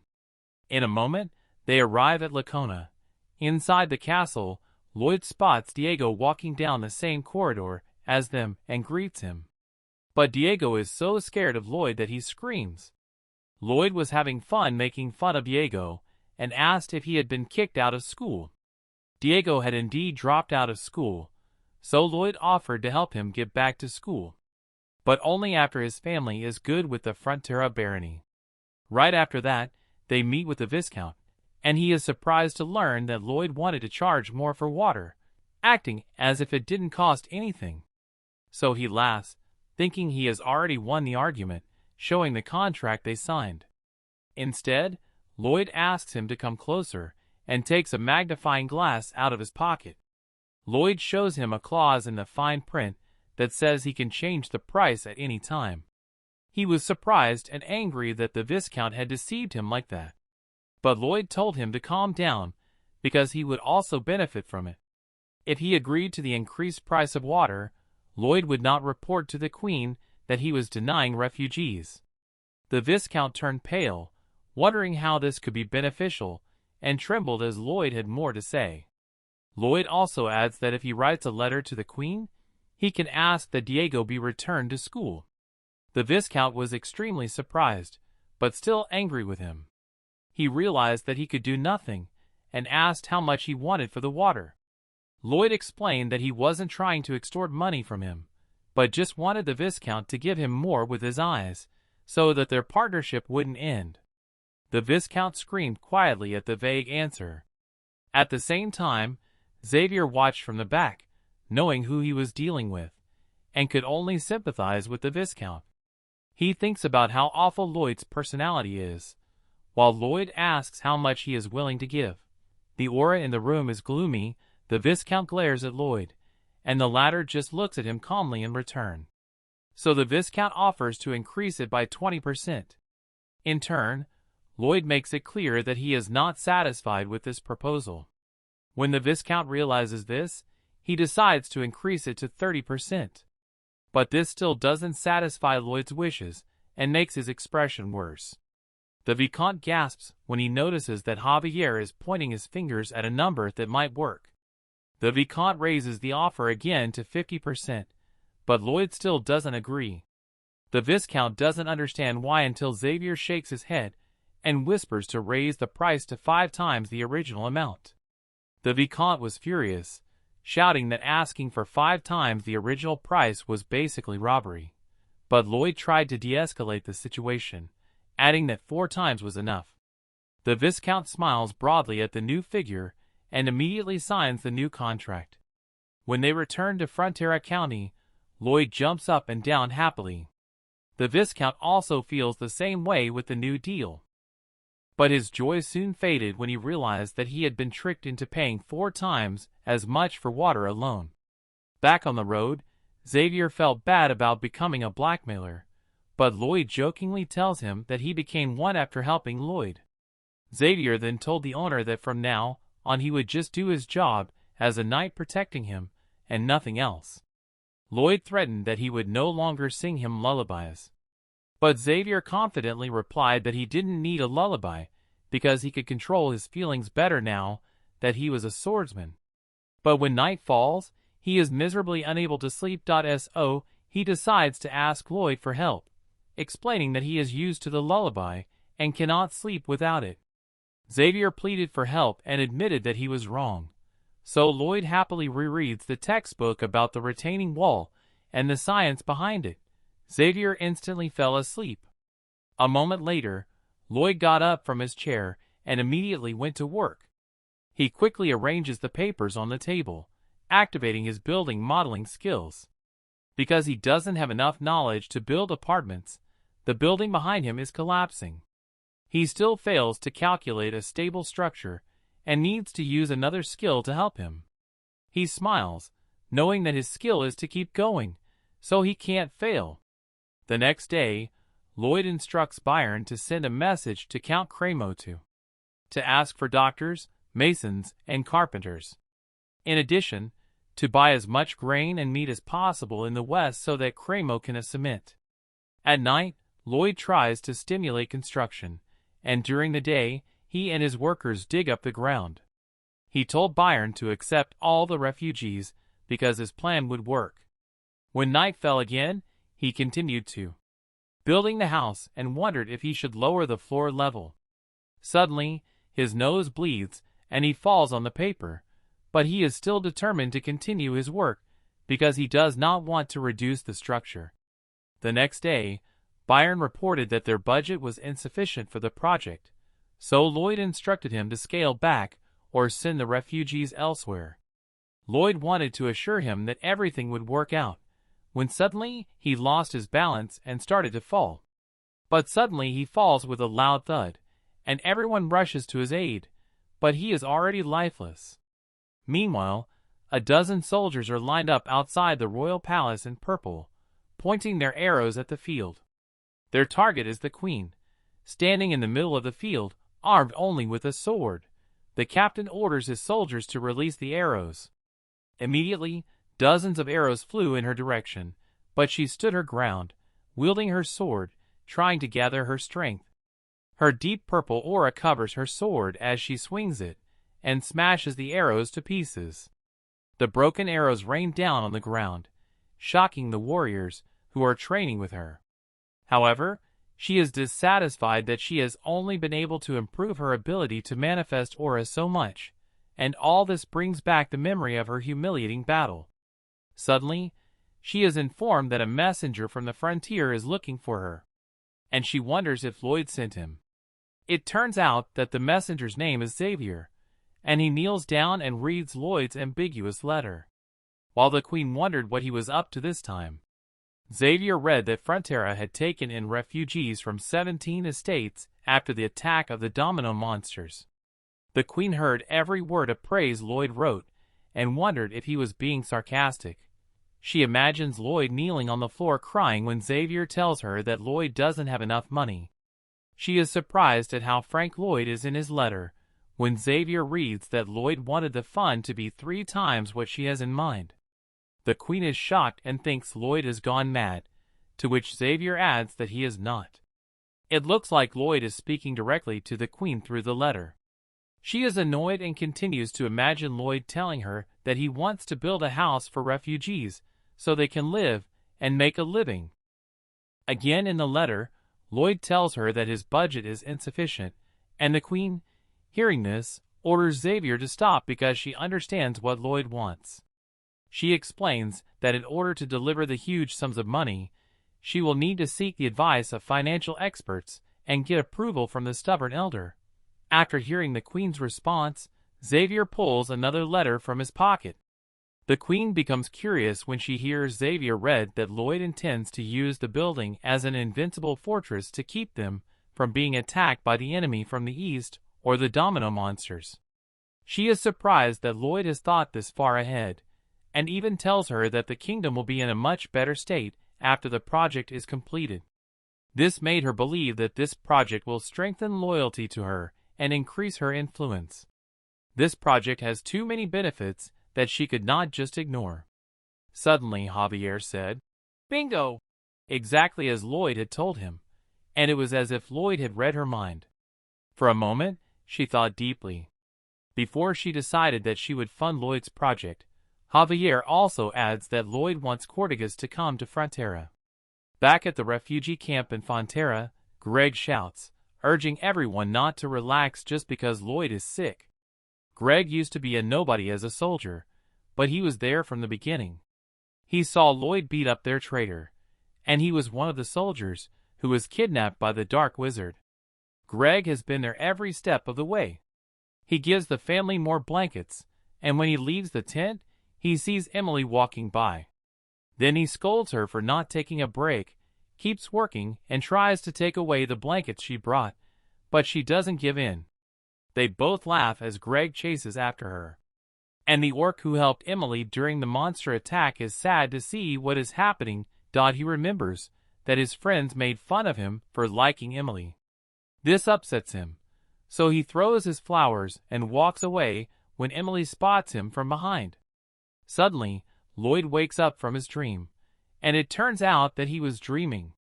Bavaria is right next to him, and Lloyd is so pale that it worries him. Lloyd dreads the day when he has to pay the soldiers' salaries, and this makes him feel even worse.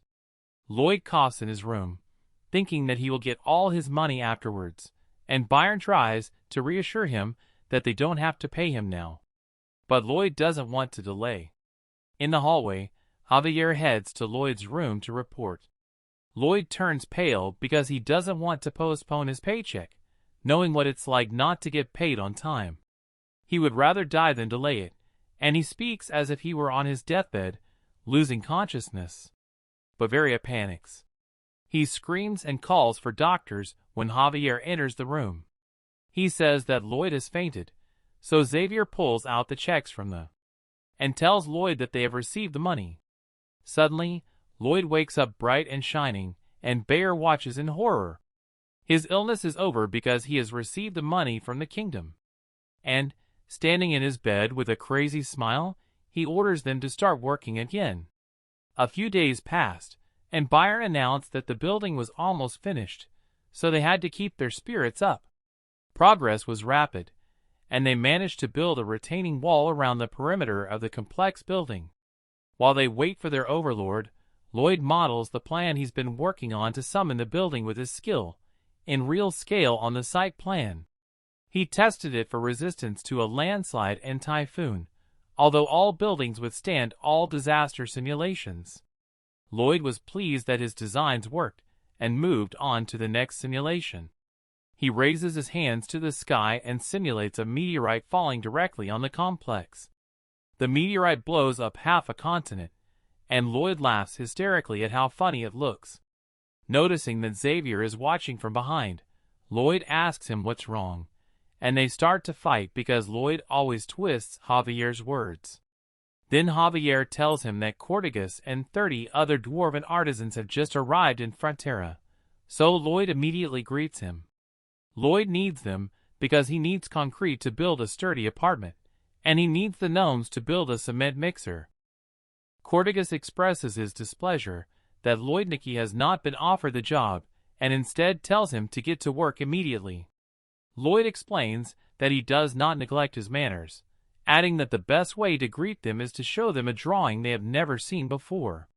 Cortigas snatches the blueprint from Lloyd's hands and begins to work. Lloyd and Xavier also immediately start working. Together they use a mana blast to blow up the earth.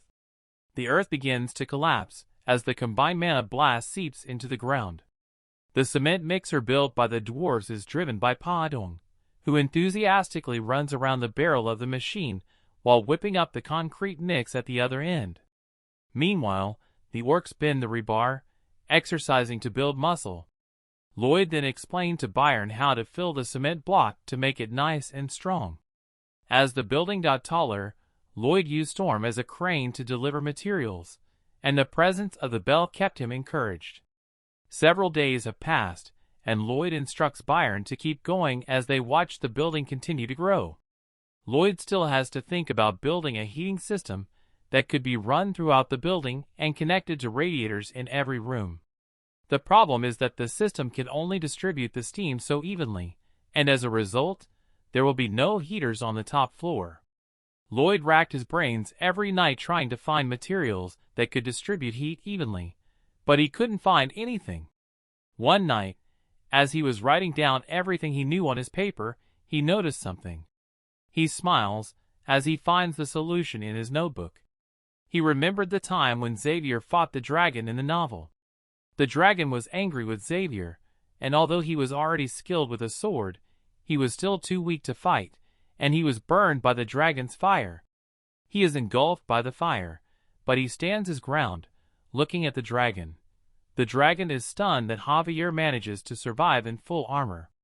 It turns out that the armor is made of the hardened sap of an Elencia, which is the strongest insulating material in the world. The next day, he takes Javier to find this tree. In the middle of the journey, Javier asks how far they have to go to find the materials, and Lloyd explains that they are from the Elencia tree, which grows in the evergreen forest, where the elves live. Javier immediately objects that the elves despise humans and cannot be negotiated with. But Lloyd knows the story from the novel about how Javier conquered them, so he makes him feel guilty. Therefore, Javier has no choice but to follow his overlord as he wonders how Lloyd is going to convince them. Although Lloyd was not going to convince them, he smiles slyly, proudly declaring that he intends to steal him from the elves. Javier is extremely annoyed and wants to kill Lloyd. As they approach the evergreen forest, Javier holds his sword tightly, and they walk between the beautiful flowers that have bloomed in the middle of winter. Lloyd warns Javier that all elves are connected to the forest, so they must be careful and move quietly. But Javier is allergic to flowers and immediately sneezes when he inhales their scent. Lloyd is annoyed that Javier has to be quiet when he sneezes, but Javier argues back, saying that he is just beautiful, so everything he does looks cool. Lloyd was even more annoyed by his answer, so they start arguing about meaningless things. Javier was laughing at him because he knew Lloyd couldn't compete with him on looks, so he changed the subject to nonsense. Having no argument, Lloyd tries to hit him, but Javier easily blocks every punch using only one hand. Lloyd suddenly stops and tells him to hold his breath because they need to be inconspicuous. Lloyd explains that they need to go to the center of the forest, but the elves are already lined up in front of them with their bows drawn. He is surprised that the elves have already spotted them, and one of the elves says that they have made a lot of noise at their door, so they will be caught. Javier expresses how bad the situation is, but Lloyd thinks otherwise. He tells Javier that the situation quickly escalated when the elves shot arrows at them. Javier immediately gathers his mana to swing his sword ruthlessly. He breaks in half every arrow that comes their way, while Lloyd hides behind him. Javier doesn't miss a single arrow, and the elves immediately realize that he is a master swordsman. When the arrows stop flying, Lloyd runs away and tells Javier to meet him by a tree. Javier is worried that Lloyd won't survive on his own, but Lloyd says that as long as Javier distracts them, he will be fine. One of the elves shouts and orders the other to ignore Lloyd, the ugly horse. Lloyd feels a sense of sadness when he learns that the elves find him less attractive than Javier, which leads them to chase Javier into the woods. Javier notices how fast the elves are moving through the forest, and one of them is right above him. It lightly taps the leaves to jump higher into the sky. He doesn't know much about elves, but Lloyd was right when he told him that they love their plants and have a special way of walking. Lloyd explains that he shouldn't attack the elves directly, but rather take advantage of their love of plants. Take advantage of their love of plants. Javier immediately realizes that she is aiming her arrows at him. He stops running because he is suddenly hiding behind three of them standing at his feet. This upsets her, so she moves back a little and then shoots at him without hesitation. Javier dodges her by leaning back, but more arrows are flying at him, and he deftly dodges each one. Javier throws himself trying to run and lose them, but the arrows keep coming from both sides, making it difficult to dodge. He continues to run frantically for his life and realizes that the elves are leading him somewhere with their attack. So he sets his sword on fire with the help of the sword aura and prepares for a counterattack. Meanwhile, Lloyd finally reaches Alencia's tree and slowly reaches for his shovel. Lloyd activates his kill energizer to keep himself from getting tired for 20 minutes as he runs his mana through the shovel and starts digging into the ground. He digs quickly, and in no time, he reaches the foot of the tree. At this point, Javier doesn't notice the elf captain stop following him and chasing after him, and thinks she's going after Lloyd. He keeps running and is shocked when he reaches the lake. He hides in a corner because there are no plants around the lake, so he has nothing to hide behind. Soon the elves come up from both sides and shoot arrows at him. Javier decides to direct his mana blast at the lake, and the water effectively neutralizes the incoming arrows. When all the arrows sink, Javier emerges from the water unharmed. The elves wonder what kind of power Javier has, and one of the elves assures them that no matter how strong he is, they still have Melika. From the depths of the forest, Javier notices someone approaching. It's a muscular elf with a bigger physique than the others, and she's aiming for Javier. She lowers her bow to the ground, aiming her giant arrow called the Dragon Sniper at Javier. Javier has no choice but to defend himself, and when the bow quickly shot at him with tremendous force, it split the lake. He doesn't have enough strength to stop and barely manages to hold on to the arrow that pushes him back. Despite being pulled across the lake, he holds his sword tightly. Raising his foot above the surface of the water, he takes a perfect defensive stance. Using all his strength, he pushes at the arrow until he deflects it. He is amazed that it was able to deflect his mana sword with its strength alone, and he doesn't know what to do, because if he kills one of them, they will hunt him down for revenge. The elves bring another dragon sharpshooter, and when Javier looks up, it rains arrows on him again. Was a summoner, he is still worried that some of the elves who followed Lloyd are trying to figure out a way to fight without killing them. However, he has a bigger problem to worry about, because Melika has already aimed her arrow at him. He pulls out his sword again, and cuts off every little arrow that comes at him. In the midst of all this, Melika releases her arrow. Javier, gathering all his strength, uses his mana sword to deflect the arrow flying around him. Javier refuses to give up as a massive arrow flies in his direction, and Melika is already releasing another. Swinging his aura sword, he spins it to control the arrow's momentum. It works, and Javier manages to deal with it. Using this arrow, he tries to block the second one with it, and the arrows collide, generating a powerful explosion. At this time, Lloyd manages to cut the root of the tree and steal the sap he needs from the ground. But the elven captain's squad also enters the tunnel he created by aiming a bow at him. They are furious that Lloyd dared to steal the only thing they consider sacred. Lloyd justifies himself, explaining that the lives of many people depend on him. The elves threaten to kill him, but Lloyd is unfazed and challenges them to kill him. Turning around, he threatens in return that if they shoot him, he will burn the mandrake that is begging for help. The elves immediately lower their weapons, and Lloyd asks them to move away if they don't want the plant to be harmed. They begin to curse him for treating the plant so cruelly, but Lloyd brushes them off as if nothing had happened. One of them pushes him, insulting his appearance, which catches Lloyd's attention. So he points his lantern even closer to the plant and tells the elves to keep moving back. Lloyd is so angry with them that with a deadpan look he keeps bringing the torch closer, asking the elves to move on. But they reach an impasse, and the captain tries to de-escalate the situation and suggests negotiations. However, Lloyd doesn't want to hear anything and starts to open his mouth.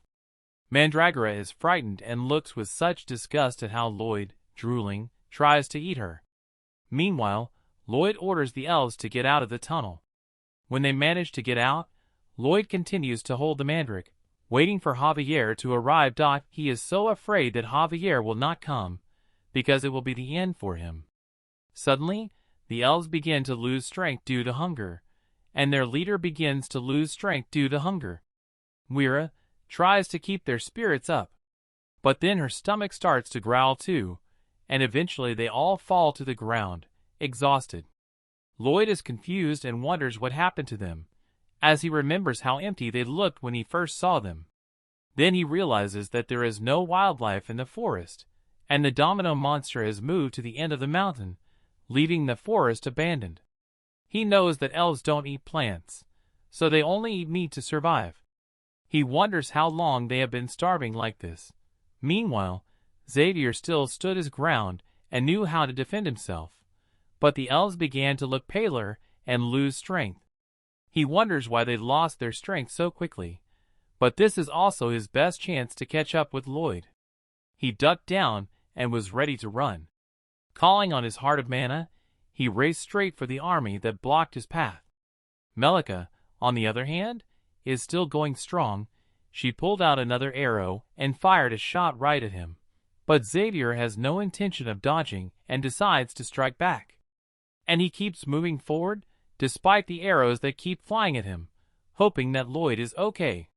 The elves in the tree warn the others that Xavier is about to break out of the siege, but they are all too hungry to move on.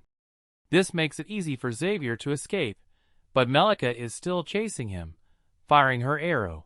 Fortunately, Xavier manages to dodge it. However, the force of the explosion from the arrow hitting the ground is enough to make Xavier fall. Melika does not miss her chance and quickly rushes forward to stab him. Xavier stumbled, trying to dodge every blow that came his way. He was determined to get to Lloyd, because it was his job to protect him. Melika approaches him again. She swings at him as he jumps to avoid the attack. The other elves also begin to attack. Leaves fall from the tree and float in the air as Javier steps on them, and just like that, he jumps several feet into the air and runs away. The elves are surprised that Xavier managed to use their technique, which they have been mastering for years. Xavier lands on a branch, and immediately arrows fly at him. So he quickly jumps to another branch. He is determined to get to Lloyd no matter what, even when arrows are continuously raining down on his back. Javier just keeps running while Melika prepares to shoot 2 arrows at the same time. Soon, Xavier sees Alencia's tree and immediately calls for Lloyd. Meanwhile, Lloyd is resting, cooking meat with the elves. He hears Xavier calling out to him and turns around. He sees that Xavier is covered in mud, his clothes are torn, and he is suffocating. Lloyd is surprised to see how dirty his night is. Javier, on the other hand, is dumbfounded by what he sees. Lloyd eats with the elves as he fights them to a standstill. So Lloyd invites him to join him, and while Javier is sitting with the elves, Lloyd introduces him to Wira. She is the leader of the tribe. Javier greets her coldly in return when Moira asks if she can bring another person with her. Lloyd lets her do as she pleases, so Moira calls to Melika, who has been hiding behind a tree, to join her, and she comes and sits down next to Javier. He is stuck between the elves, claiming that it's nothing. Then Lloyd offers her some meat, and says that he knows the elves, who are still on guard, are hungry too. He is right. They are all salivating at the smell of the barbecue, and she just nods silently. A moment later, she feels sad when Lloyd mentions that their family is also hungry. As Lloyd continues to tell the story, some of the elves also begin to cry. He says that many of their children and elderly people are also suffering from hunger. Moira has nothing to say to this, and as if pouring salt on an open wound, she says that their children and elderly will be the first to die of hunger. Melika bursts into tears, as do the other elves in the tree who might have overheard him. Lloyd offers Moira a deal, but she immediately rejects it. However, Lloyd points out that they have already made a deal from the moment she agreed to back down, so that he would not burn Mandragora. He adds that the moment she sat with him and ate with him was also an agreement. She sits there in defeat, and Lloyd smiles, and says that he wants them both to survive. When she hears this, she doesn't understand what he means, but Lloyd explains to her that in exchange for her cooperation, he will provide them with meat and charcoal for cooking. He will also build them a freezer to store the meat, and Moira listens to this in silence. Then she asks what he wants, and Lloyd explains that if she rejects his offer, the children in the barony will freeze to death. He needs the sap from Alencia's tree once a month, and he will teach her how to get it without damaging the tree. Lloyd also adds that if they agree, they should divide the elves into two groups, one for distribution and the other half to help him build the apartment. Another elf recommends that Moira not agree to his suggestions, so she thinks carefully about his proposal. Then she remembers how her mother told her to trust only people who can become her friends. She sits in silence for a long time, making Lloyd more and more worried. Then she refuses his offer anyway, because she only trusts people who can become her true friends. Lloyd curses himself, realizing that this is not as simple a deal as the one he made before. He remembers that when he was just Soo Ho Kim, he was just a regular guy. And when he joined the club, people talked about him behind his back. But he didn't mind and tried his best to keep studying and succeed in life. But one day, one of his classmates invited him to eat Korean barbecue together. He told him to eat as much as he wanted, because he could not afford it on his own. He still remembers the eyes that constantly underestimated him, and the offensive smile. Soo Ho knew that the boy felt good because he was able to feed someone like him. But his charitable deed and humiliating words were nothing compared to the delicious food he was eating, so he gladly accepted it. At least he is better than the others, so he eats as much as he wants. And that's how they become friends. Now that he is in the other world, he still thinks there is nothing good about friendship and smiles, as he takes a piece of beef out of his bag. Moira is surprised because it is unlike any beef she has ever seen, and Lloyd is cooking it over charcoal. When she takes her first bite of the beef, she cries because of how delicious it is. The others also enjoy the beef.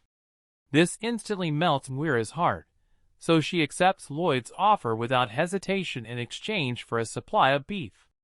It's a success, and Lloyd brings the elves back to the barony, while Javier is still upset that Lloyd was able to win them over with food when he has to fight them tooth and nail. The townspeople are no longer surprised that Lloyd is able to bring other creatures into the barony. As a representative of the elves, Moira walks alongside Lloyd, seeing trees used as fences and doors. Lloyd knows what she's thinking and explains to her that each tribe has its own values to uphold, and when they are willing to compromise, the world can be a better place. She already understood this, but still thinks it's wrong. But Lloyd smiles and reminds her of the beef they will get from their deal. She immediately begins to compromise. The construction of his apartment complex is still underway, and as Lloyd looks at the building, he wonders if they will be able to finish it before winter sets in. He worries that the water inside the concrete will freeze, and when it starts to thaw, the moisture will damage the concrete from the inside. As a result, the building will collapse, but he doesn't have to worry about it because the elves help and pick up the work. They work quickly and are motivated by the promise of eating beef after the job is done. When winter comes, the apartments are ready. So Lloyd immediately tests an adiabatic material made from Alencia extract. He told his men to cover the radiator with it, and when everyone on the floor was done, he ordered them to turn on the boiler in the basement. When the machine started up, the steam quickly went up the pipe. And the room is perfectly heated, which means his project is a success. When Lloyd leaves the house with Xavier, he announces to everyone that they should move in with him. Javier tries to tell him what should be his priority, but Lloyd just brushes him off and walks away. Xavier was annoyed that Lloyd was ignoring him, and ordered Byron to prioritize families with young children and the elderly for resettlement. Lloyd goes on to say that if the refugees cannot move now, they will have to be housed in gondolas. Javier is surprised that Lloyd has thought of all this, while all Lloyd could think about is his tax revenues. When he's done, he asks Javier to go with him and meet with Arcos because he still has work to do. Javier thinks about how much Lloyd has changed and how he has changed the lives of everyone around him. As they walk down the street, they notice the royal messenger approaching. Arcos and Marbella are already there and greet the messenger as he opens the scroll. He reads out a message from the queen, who says she is impressed with Frontera's accomplishments. And she announces that Frontera's barony will be elevated to the level of a county. The envoy congratulates Arcos and Marbella, and Lloyd smiles happily in the back as he watches this happen. Thanks to their efforts in fighting the monsters' dominoes, protecting the shelters, building up the east, and turning it into a fortress, Frontera will become independent, turning into a county. He also adds that the queen will finance and supply materials for the construction of the Orient, which makes Lloyd extremely excited. Lloyd immediately turns and asks Javier to go with him to the village. Arcos notices him leaving with Javier, and he cries, because all of this was possible because of Lloyd, and he is proud to have him as a son. When night falls, Lloyd, along with Bayer and the villagers, walk around the statue of the queen that they have decorated and sung praises to. Lloyd is the one who persuaded them to do this so that a messenger would watch them. So when he comes back and tells the queen about it, she will be confused and angry. Meanwhile, the Viscount Lacona hurries to Frontera because he has been called by Arcos.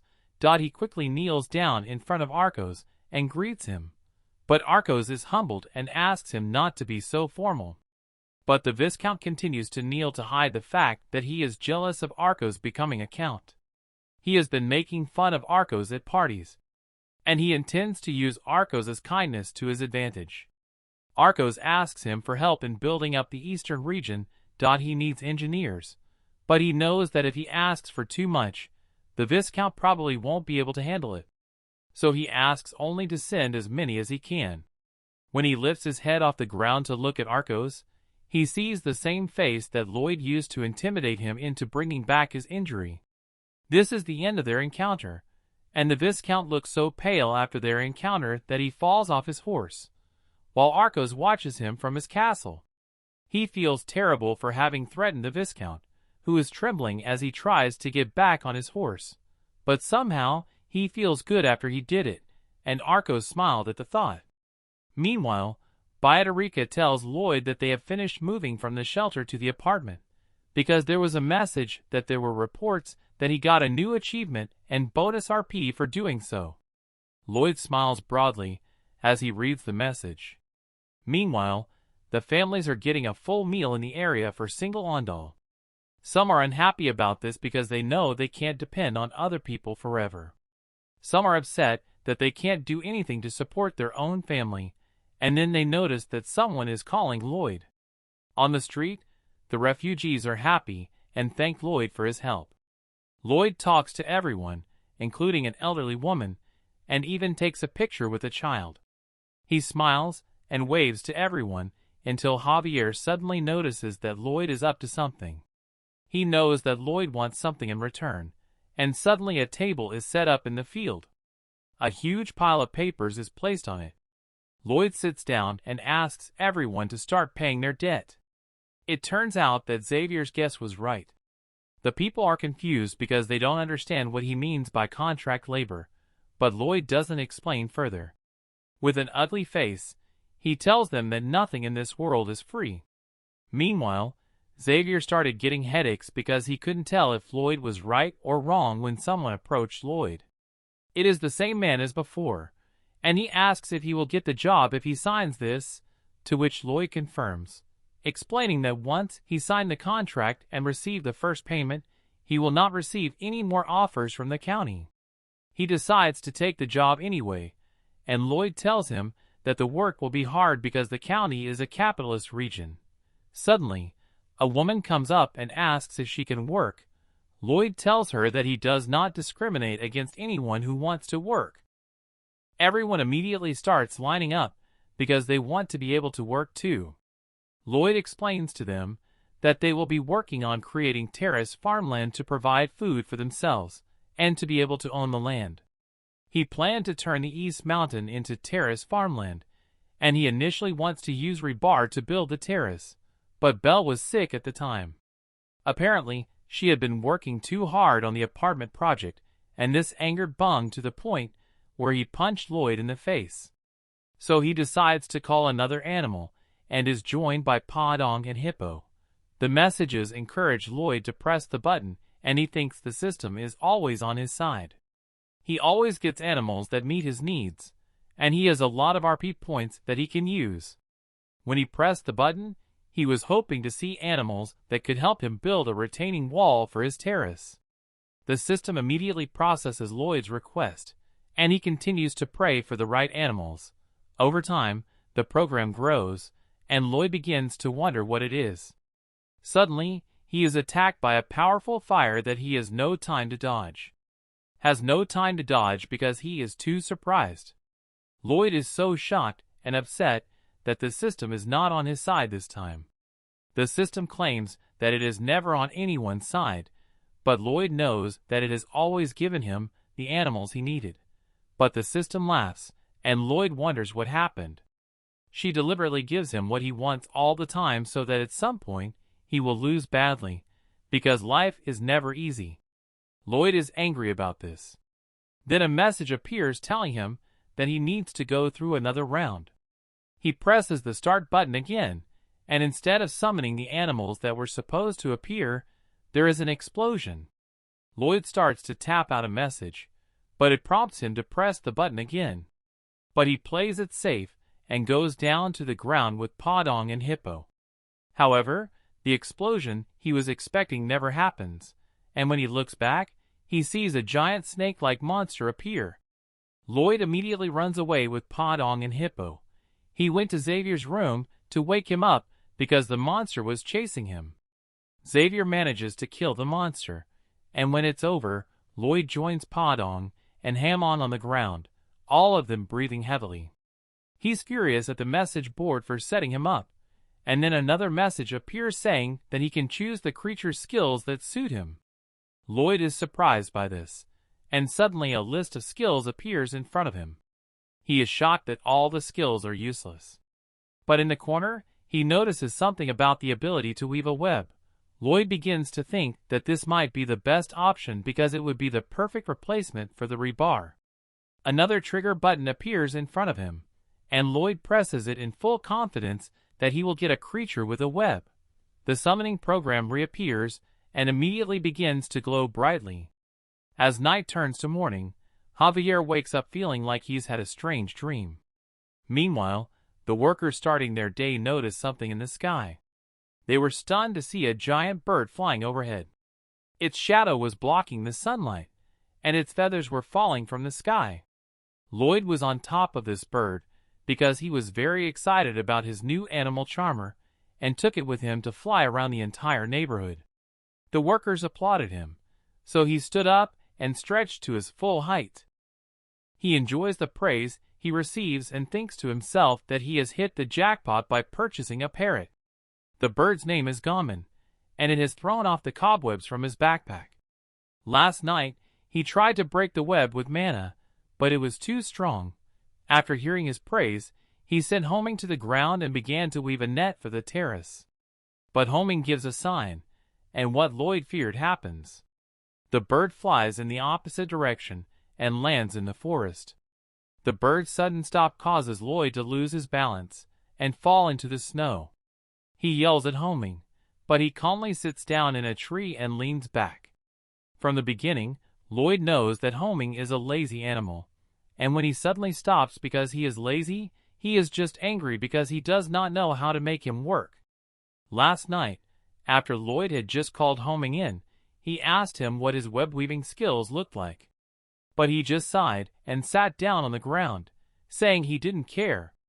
Lloyd was shocked at how he behaved while Padong was talking to Homing. Padong tried to convince Homing that work was important in life by smiling broadly at him, but Homing didn't seem to care. Then he said that he would try to do it, and for a moment Lloyd believed that Padong's motivation had worked. But he was in a lazy state again that day, so Padong again got out from under Lloyd's shirt and tried to get Homing to do something. Homing said that he didn't see why he should work hard if Lloyd would take care of him. Lloyd was shocked and angry to hear this. Padong scolded him for being lazy, and Homing threw the stick he was chewing to stop him talking. It hit Padong in the head, and Lloyd just stood there and watched it happen. Then he asked Lloyd to give him a red sunflower seed, and Lloyd gave it to him. In a moment, Homing flew off in fear, trying to escape from the forest. Everyone was startled by a loud roar coming from the forest, and Homing tried to fly as fast as he could to get away from Padong. But Padong, who has grown bigger, grabs one of Homing's legs and holds it tight so that he cannot escape. Padong then chews him up like a lunch, making him scream so loudly that he can be heard throughout the forest, while Lloyd is too shocked to say anything. After Homing was shoved into Pong's mouth, he immediately spat him out on the ground. He must have done this to get Homing to go back to work, because when he offered to do it again, Homing screamed that he wanted to work again. Then both Padong and Lloyd laughed because they had won. In the first phase of the project, Lloyd sent his men to dig the ditch and then asked Storm to divide the sand. Goming flew above the ground and dropped cobwebs to make a net. Padong kept an eye on Homing so that he wouldn't get lazy again, and Lloyd, who was sitting on Homing's back, ordered the white troops to come from above. The soldiers welcomed him and covered the spider web with sand to cover it until they were done filling it.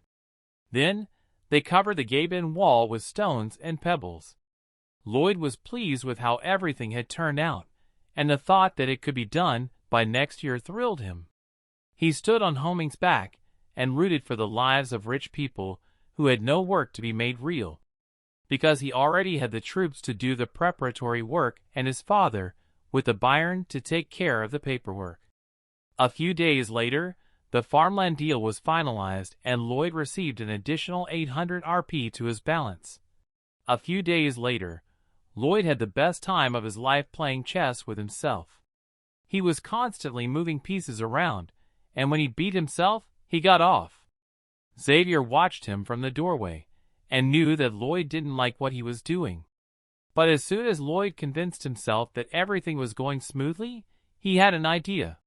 He remembered that his father had told him that even if things were working well, he should double-check to make sure everything was okay. He got up and told Xavier that he would sleep late tonight because he needed to check everything. When it got dark, he opened the closing spoiler window to make sure his future was going to be okay. To make sure his future would be okay, because nothing in this world is free. He pressed the yes button to find out what would happen next. He entered a dark, empty room that was gradually becoming familiar to him. He was probably in his room when he saw Xavier using a wild magic circle. His body was covered in green light, and he was directing all his power at Lloyd, who was dying on his bed.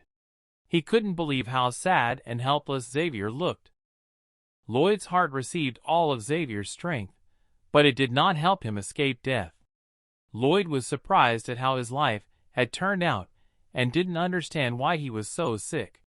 His future self told Xavier to stop everything he was doing and burn everything to the ground.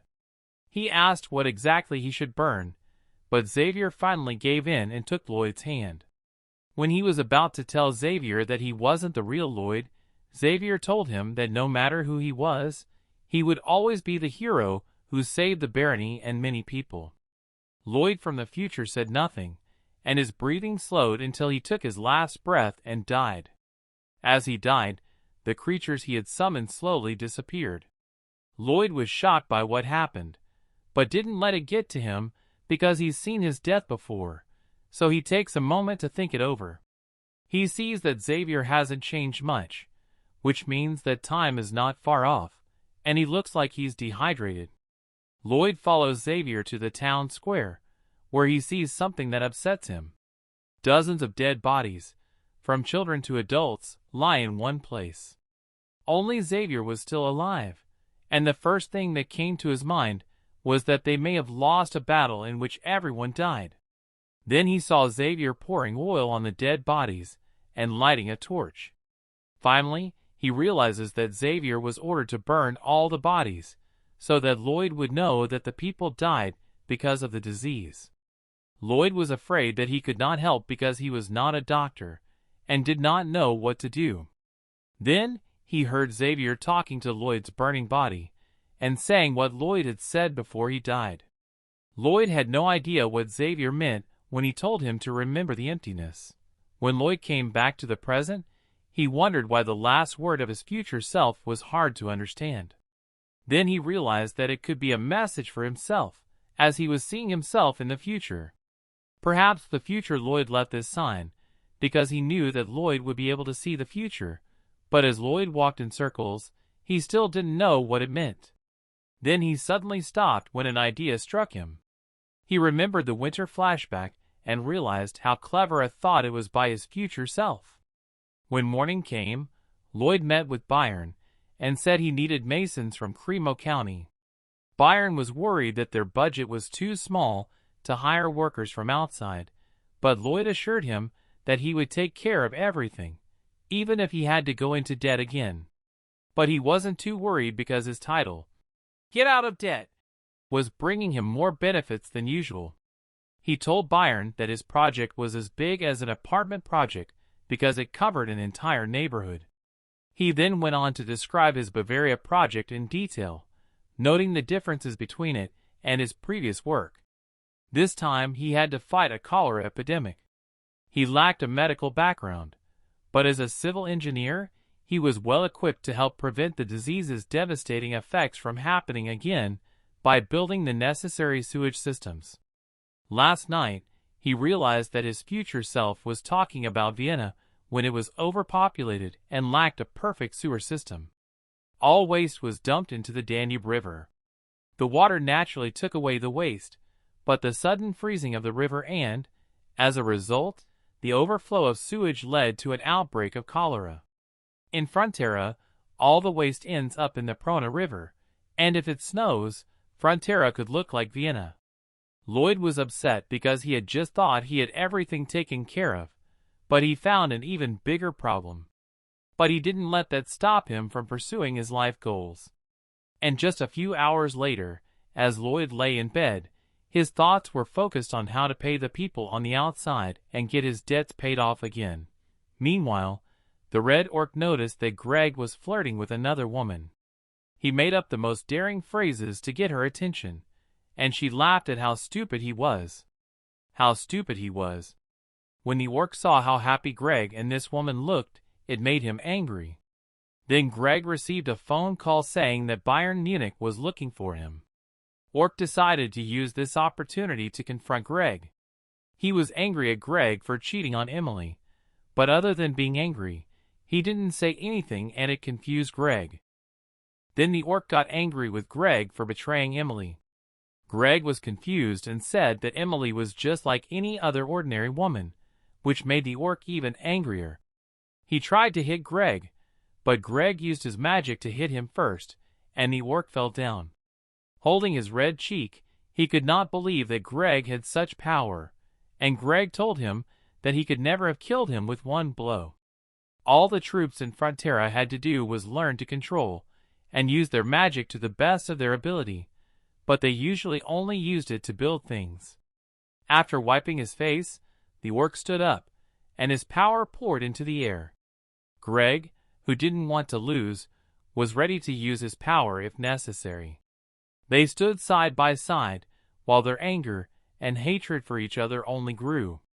Then, they started to run at each other, but suddenly, next to Greg, Byron appeared. And Byron began to deal with Greg for not coming when he was called. Greg could only apologize and follow Byron as he told him what to do. Greg looked back at the orc as Byron spoke. He quietly told the orc that this battle was not over yet. Then they both went to do their work. In the stables at the castle, Greg asked Baron why they had to go to Cremo. Baron replied that Lloyd had a plan to save their lives.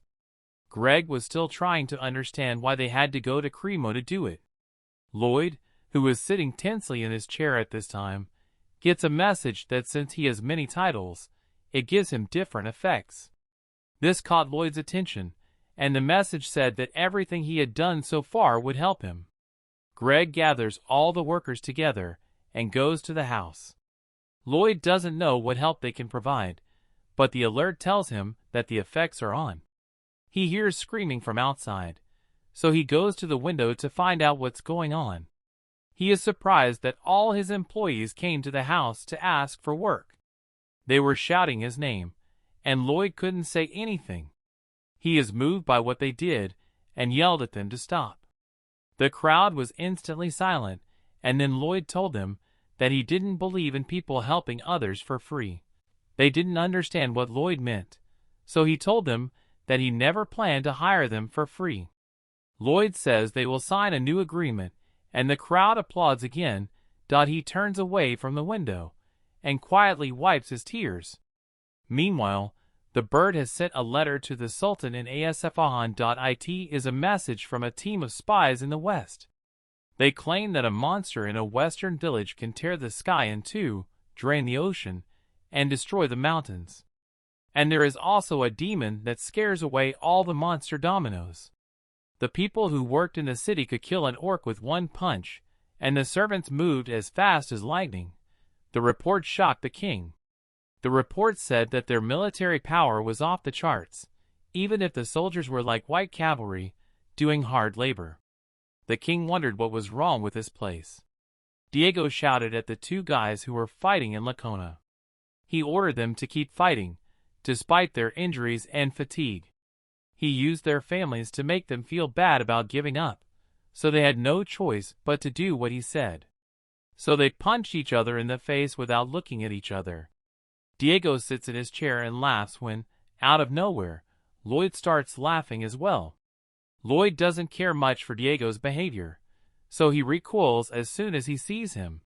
Hearing Diego's frightened screams, the men stopped fighting. Lloyd said that what Diego was doing looked like fun, so he wanted to try it too. Diego thinks that Lloyd is going to fight him, but Lloyd calls him a fool for thinking that, because he wants Diego to fight Xavier. When Lloyd tells Diego to fight Xavier, it makes him freeze. Xavier sighed and said he would gladly do it if Lloyd told him to. He pulls out his sword and puts his power into it. Diego is afraid, so when Lloyd told him to take out his sword too, he bowed to him and asked him to spare him. Lloyd said in passing that he realized he had asked for too much. So he asked Xavier to put the sword away and asked Diego to fight him instead. Diego is shocked by his request. Without hesitation, Lloyd punched Diego in the face, and it didn't take long for Diego to be covered in bruises. Then, when Lloyd was satisfied, he wrote about what Diego had done to his guards in his letter of appeal to the school. When Diego asked him not to, Lloyd told him that since his father was a count, he had a higher pedigree than Diego. In the end, Lloyd does send a letter with the help of Homing and Pa Dong. Then he sees the soldiers that Diego had been inciting to beat each other. He told them to stop looking sad and go work for Frontera. When Lloyd leaves with Xavier, they both look happy. Meanwhile, the Viscount has just woken up from a bad dream. He is upset because he had another dream about Lloyd just before someone knocked on his door. When the person on the other side of the door continued to talk to him insistently, he grabbed the whip from the table and opened the door, where he saw Lloyd's scary face. The Viscount immediately fainted, and Lloyd asked Xavier if his face was not too scary, to which Xavier agreed. When the Viscount woke up, Lloyd took him to the roof and said that he would need the land behind the mountain that stretches over Lacona. Lloyd wants to demolish it to build an underground facility, which surprises the Viscount, and he wants to refuse him. But Lloyd's quick change of heart scares him after he tells him that he doesn't need his permission to do so. Lloyd wanted to build the sewer out of granite because it would last longer, so he told his workers to make a straight road from the quarry to their estate as soon as possible. But shortly after they started working, they came across Lakin's estate and immediately destroyed it because Lloyd had ordered them not to turn around. Finally, Lakin's estate is destroyed, and the Viscount can only watch in horror, although Lloyd has promised to build him a new house as compensation. Melika watched over the Viscount and Diego in a tent until their new home was ready. When she asked if they needed anything, they shrank back in fear. Meanwhile, Lloyd, watching his project, orders Byron to move the stones in Appian Tunnel, and he doesn't have to worry about destroying the forest because he is Storm, who can rip all the trees out of the ground. The orcs then cut them down and carry them away. The bonus was Bayer, who managed to tame the mastodons, which they used to carry heavy things. While this was happening, the elves continued to work on the apartment. And now that everything was taken care of, Lloyd only had to think about what to do with the dirty sludge from the sewer. He knew he couldn't tell his men to dig it up, because the deadly fumes would kill them. The only way to get rid of it was to burn it, but he couldn't find a way to do that. He was worried about finding the right slave to come to the sewers every day and burn the garbage, when a thought occurred to him that made him smile. The next day, Lloyd and Xavier went to the dwarf instead to collect sap from Alencia's tree to make armor. Lloyd happily replied that he agreed when Corgidus asked if they wanted to hunt dragons. When Corgidus asks who will do the hunting, he points to Xavier as the person who will do it. Xavier says nothing, but he is confused and angry that Lloyd hasn't told him anything. The next day, the dragon on the East Mountain could not cut his gems, so he threw them away every time he broke them. He cried because he could not make them into beautiful jewelry. The dragon wants to get married, but he could not make any of the stones look beautiful with his own hands. He could only destroy them, and knew that no female dragon would be attracted to him. But he didn't want to give up, so he picked up another stone. He starts to cut it with his finger, but it immediately breaks. Then he could steal from people or force dwarfs to help him with it. When the Dragon King married a human, he made a rule that other species would not attack humans and force them to make stones for them. Other species would not attack and force another species to do it for them, but would find the means to create it themselves. He curses the king for making such rules and prays that he will die, when Lloyd appears out of nowhere and says that he understands how he feels. Lloyd tells him that the old men are lying, and that the dragon is angry that he and Xavier got inside without triggering any of his traps. He told Solita, the dragon, that they had turned them off, but that Xavier takes care of all the traps. Solita, however, is not interested in reason and instead starts throwing fire at them, chiding them for their misfortune. Lloyd and Xavier are both protected by armor, and when Xavier asks what they will do next, Lloyd replies that he has already told him. They had to hide behind a rock because the fire was raging, and when Lloyd didn't tell Xavier his plan, Xavier told Lloyd that he trusted his every decision. So Lloyd told him to fight and catch the dragon. He pushes Xavier off the cliff, even though the fire is still aimed at them. When Solita stops, he is surprised to see that Xavier and his armor are still intact. He yells at Xavier and plans to kill him by crushing him. Lloyd is just standing behind him and cheering him on. Xavier decides to ignore Lloyd and use his mana to ignite his sword. Suddenly, Selita's hand rose up, ready to crush him like an insect. However, Xavier manages to jump back, but Selita is determined and continues to try to kill him with his bare hands, and he just got angry because Xavier dodged his hand more than once. This fight proves to Xavier that he moves faster than he thought, which can help him in the fight with Solitaire. Lloyd knows that his plan will work because he read the book and saw Xavier kill the dragon. Selita tried to crush Xavier again and again, but Xavier moves so fast that Selita could not keep up with him. Then Xavier takes revenge on Selita by attacking him from above, but Selita quickly uses his tail to block the attack. Xavier is about to get hit when suddenly a magic step appears to help him avoid it. He uses it to jump to the other side. Selita is amazed at his movement and how well he can do it. Thanks to the magic steps, Xavier can move faster, and Lloyd admires that he was able to do this after only one fight with the elves. Selita is confused because he can't keep up with him, and is frightened when he looks up and sees that Xavier is ready to hit him. The circles of mana around Xavier's core become brighter, and they begin to move together. Then, before it explodes in a huge flash, Xavier directs it into his weapon. This is Xavier's mana blast at full power, and he aims it directly at Selita. Although his skin wasn't badly damaged, one shot to the chest was enough to make him cry. Xavier falls to the ground and challenges Selita to another fight, but Selita has already asked Xavier to spare him. Lloyd completely understood Selita. In his opinion, it's similar to when a person finds a bug and tries to fight it. He tried to scare it away with bug spray, but it didn't move. Then the beetle started flying around him and poking him with its handle. The man was scared to see that a beetle could behave like that. And Xavier is a beetle in Selita's eyes. Selita is so afraid of Xavier that she is shaking. Selita tries to talk to Xavier and says something that makes Xavier stop and listen. Selita takes this as a chance to hit Xavier, but only hits the ground when she raises her hand. Xavier suddenly appears from behind and hits him with a blast of mana.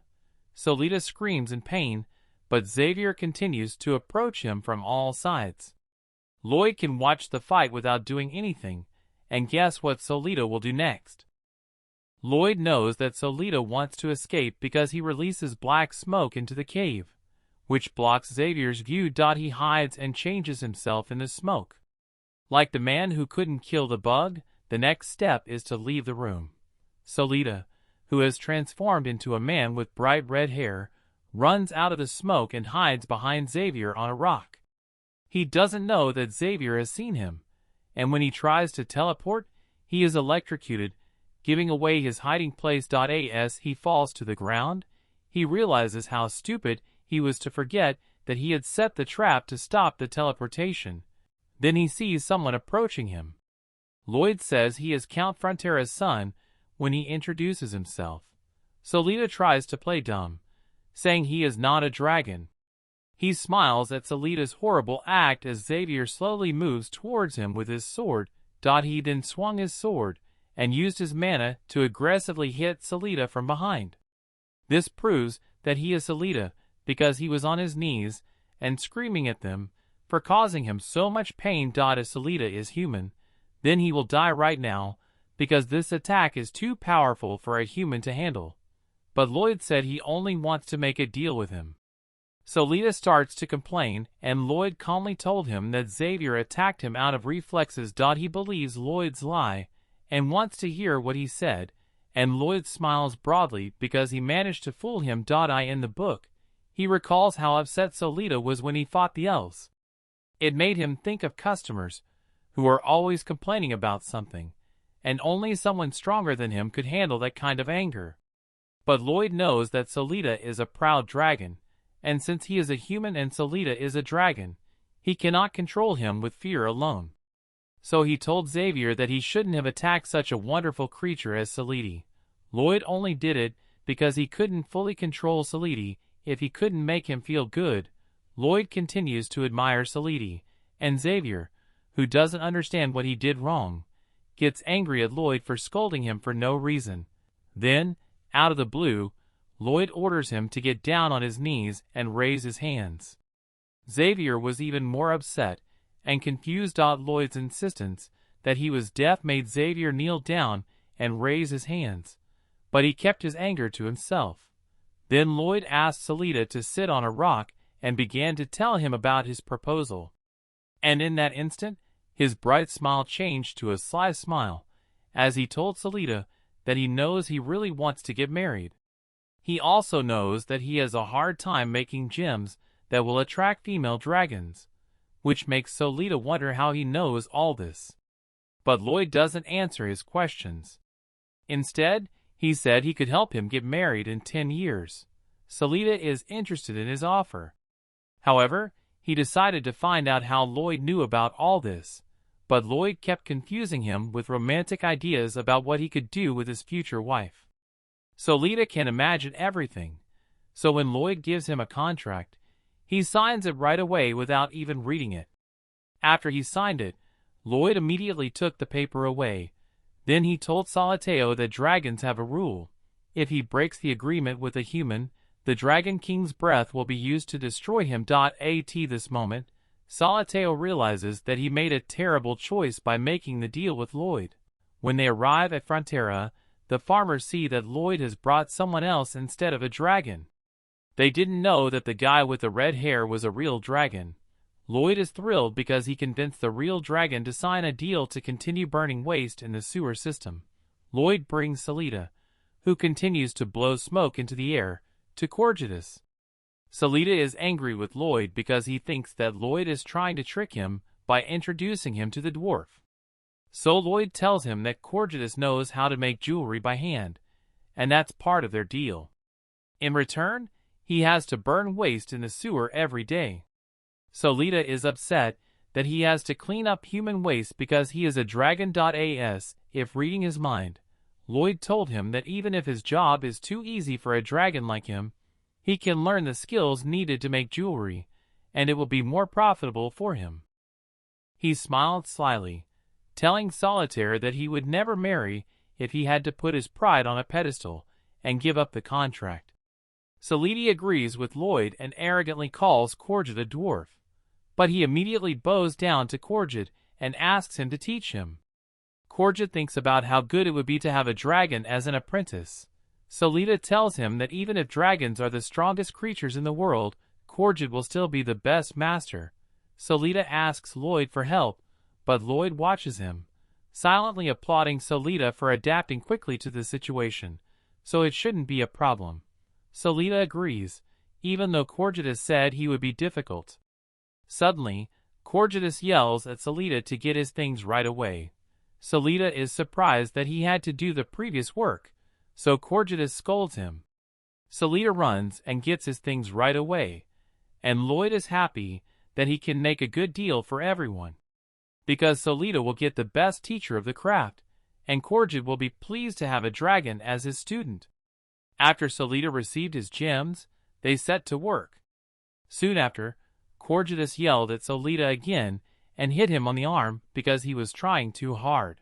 Lloyd remembers having to sign contracts even though he knew they were bad deals. He believed that people like him didn't have many options. Watching Corjutus scold Solita for falling into the same trap, he thinks that such contracts are like murder. From his point of view, the deal should be beneficial for everyone. He sees Solita repeatedly breaking stones, but all he does is throw them away. Lloyd, being Lloyd, took the jewelry and kept it for himself. He considers it a bonus for himself. Eventually, he receives a box full of oddly shaped jewelry and a message that he's made things right. Solita always lost to Xavier in a fight, and he lost in the story. He was wounded before he died in his dent. Lloyd had just found out about it, and then received a message saying that Arcos was happy because Lloyd had paid his bill, and now he could do things he hadn't done before. Arcos creates small figures of Lloyd and his brother Julian, who graduated at the top of his class. Lloyd is proud of what he has done and asked for money in return. On the messenger board it was written that he should go and get the money himself. But he really needs to improve his skills, because the area he can cover with this he can only cover 729,000 square meters, and his project was designed for an entire county. Standing on the hill, he raises his level to get a wider range of estimates. Lloyd kept raising his level until it evolved into a more sophisticated design, with a range of over 3 million. He is happy with how it turned out, and suddenly receives something called construction guidelines. After that, Lloyd is skeptical of the message that urges him to try it, like a salesperson trying to convince him to buy a product. However, Lloyd does what he is told and opens one of his projects. When Lloyd uses the rule skill, his design is projected into reality. Behind him, he is shocked to see his design transform into a life-size hologram. The message said that his employees could see the hologram and use it in their work. Lloyd immediately realized how much this skill would help him and wanted to try it out immediately. At night, he meets Xavier in the field, draws a circle on the ground, and asks Xavier to dig inside the circle. Xavier wants to know why he has to do this, but Lloyd just told him to do it first. As Xavier dug, the image showed how deep the ground was.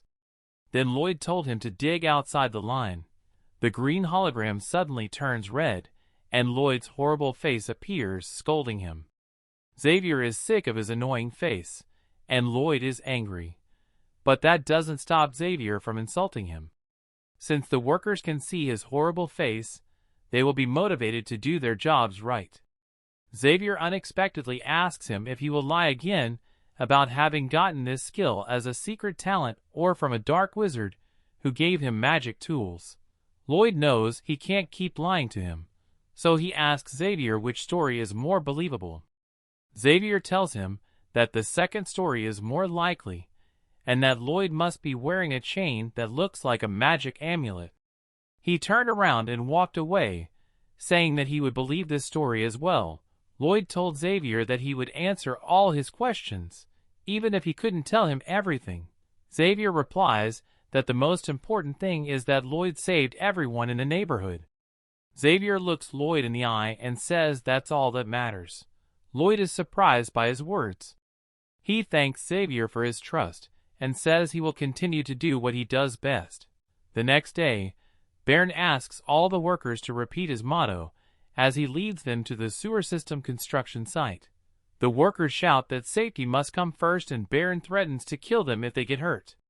Lloyd wonders why they are getting crazier by the minute.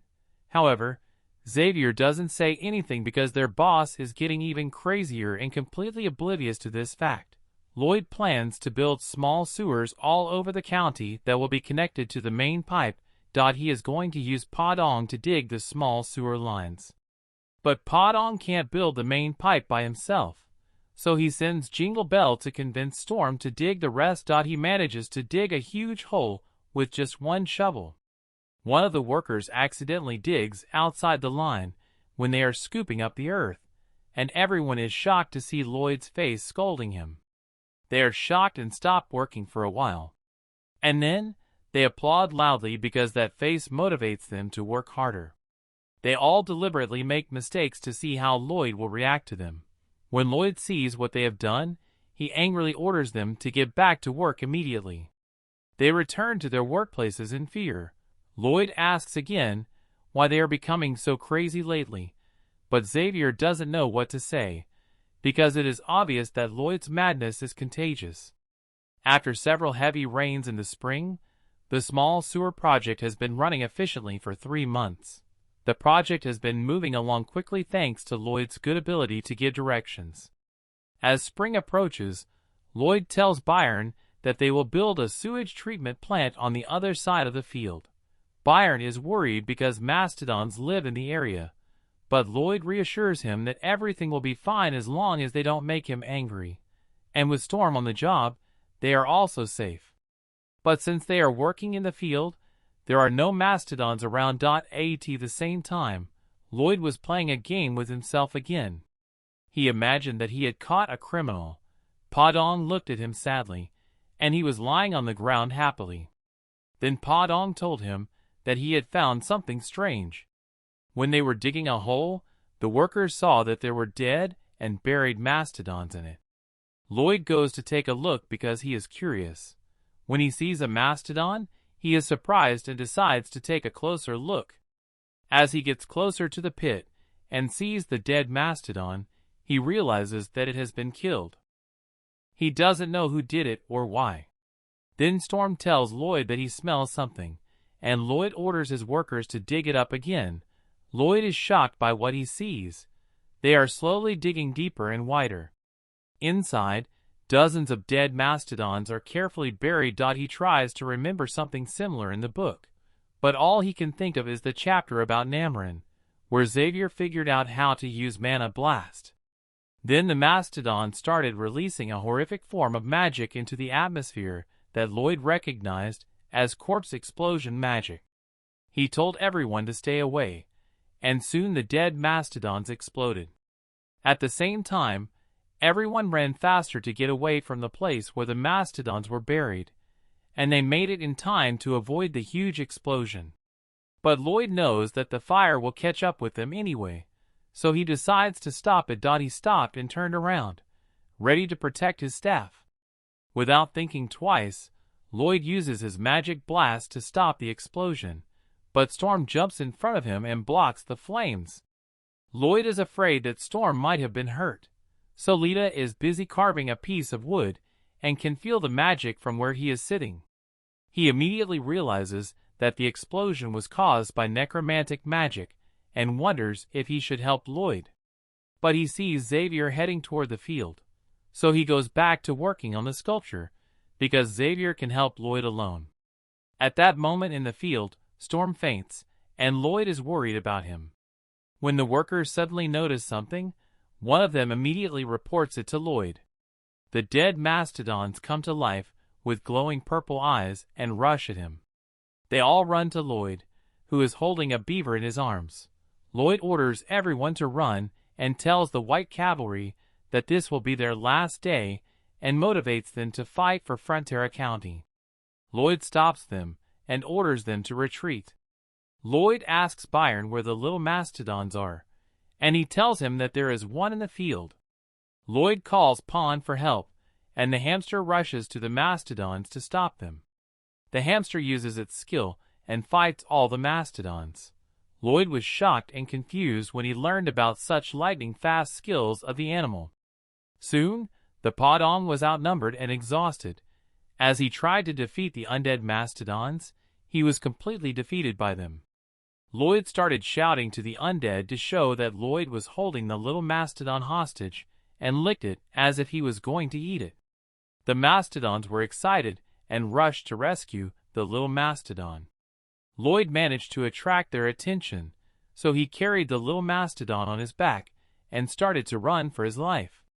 Soon they were joined by a Padong, and Lloyd ordered him to take them to the forest at the end of the valley. The soldiers had mixed feelings as Lloyd had saved them again. It soon became cold in the forest, and soon he was grabbed by Xavier and asked if he could take him with him 10 kilometers north. Padong was exhausted, and soon the undead mastodons caught up with him. Lloyd used a mana blast to attack one of the animals. When he attacked it, it exploded, but there were too many of them. Padong got scared and stopped as they were at a dead end. Lloyd got scared when the mastodons approached him from behind. So he used his modeling skill and was sure that they could not climb higher. He was confused but calmed himself down and moved forward to face the evil creatures. Lloyd orders the Padong to stay close to the wall as much as possible. Then he turns his shovel around to use the triple mana core blast attack and misses it on purpose. The shovel falls down, and soon Lloyd is on his knees as well. Lloyd uses his supercharged skill and absorbs all the mana from the surrounding mastodons. We see Lloyd and Xavier on the training ground, and Lloyd shows him his triple mana core attack. Lloyd has used all his energy, causing him to fall to the ground. Lloyd uses his supercharged skill to try to concentrate his mana production. Lloyd thinks he has succeeded in absorbing Xavier's mana, but the messenger told him that his short body cannot handle this type of mana. Then Lloyd begins to vomit red liquid and falls to the ground in a moment. Xavier is confused and asks Lloyd if he's okay, but today he used the supercharged skill to absorb only mana from undead mastodons. The messenger goes on to tell him that he has exceeded the amount of mana he can absorb, and also his manly heart is being forced to expand, and soon he has received a large amount of energy, pushed himself, and tries to absorb more mana. His heart took damage, but the strong mana he absorbed is used again after a few cycles to heal his mana heart. Lloyd was able to increase his skill level, and now he was a sword expert. The man picked up a shovel and is preparing to fight the evil spirits. The system reports that he has a new skill, Heart of Mana. Lloyd was furious. He orders all the undead to kneel, and strangely enough all the mastodons knelt before him. Podon was surprised by what happened before his eyes. Lloyd fed him a blue seed, and he returned to his normal size. The messenger showed him that he would be able to dominate and control any evil with less mana than him. Lloyd steps on the mastodons and starts moving to a safe place like a boss. The messenger informs him that his skill will only be used when he faces the evil spirits. When Lloyd looked back, he saw that many mastodons have regained consciousness and are preparing to fight Lloyd. And soon the system displays a timer showing how much time he has until the end of his control over them. As soon as he saw the timer, Lloyd started running for his life. Soon time is running out, and Lloyd is surrounded by mastodons. Lloyd grabs the little mastodons trying to save him. When they attack Lloyd, he is saved by Xavier, who has arrived on the scene with a homing gun. Xavier pulls out his aura sword and asks the homing to move forward, but the homing was too lazy to move. But once he heard the podong, he had no choice but to move forward. Xavier breaks the valley wall to bury all the dead, but forgot to let Lloyd in. Lloyd was hanging in the air all this time. Xavier managed to bury the dead, but there was a huge explosion. Lloyd was shocked to see such massive destruction. They all stopped at the hill, and Lloyd thanked Xavier for saving his life.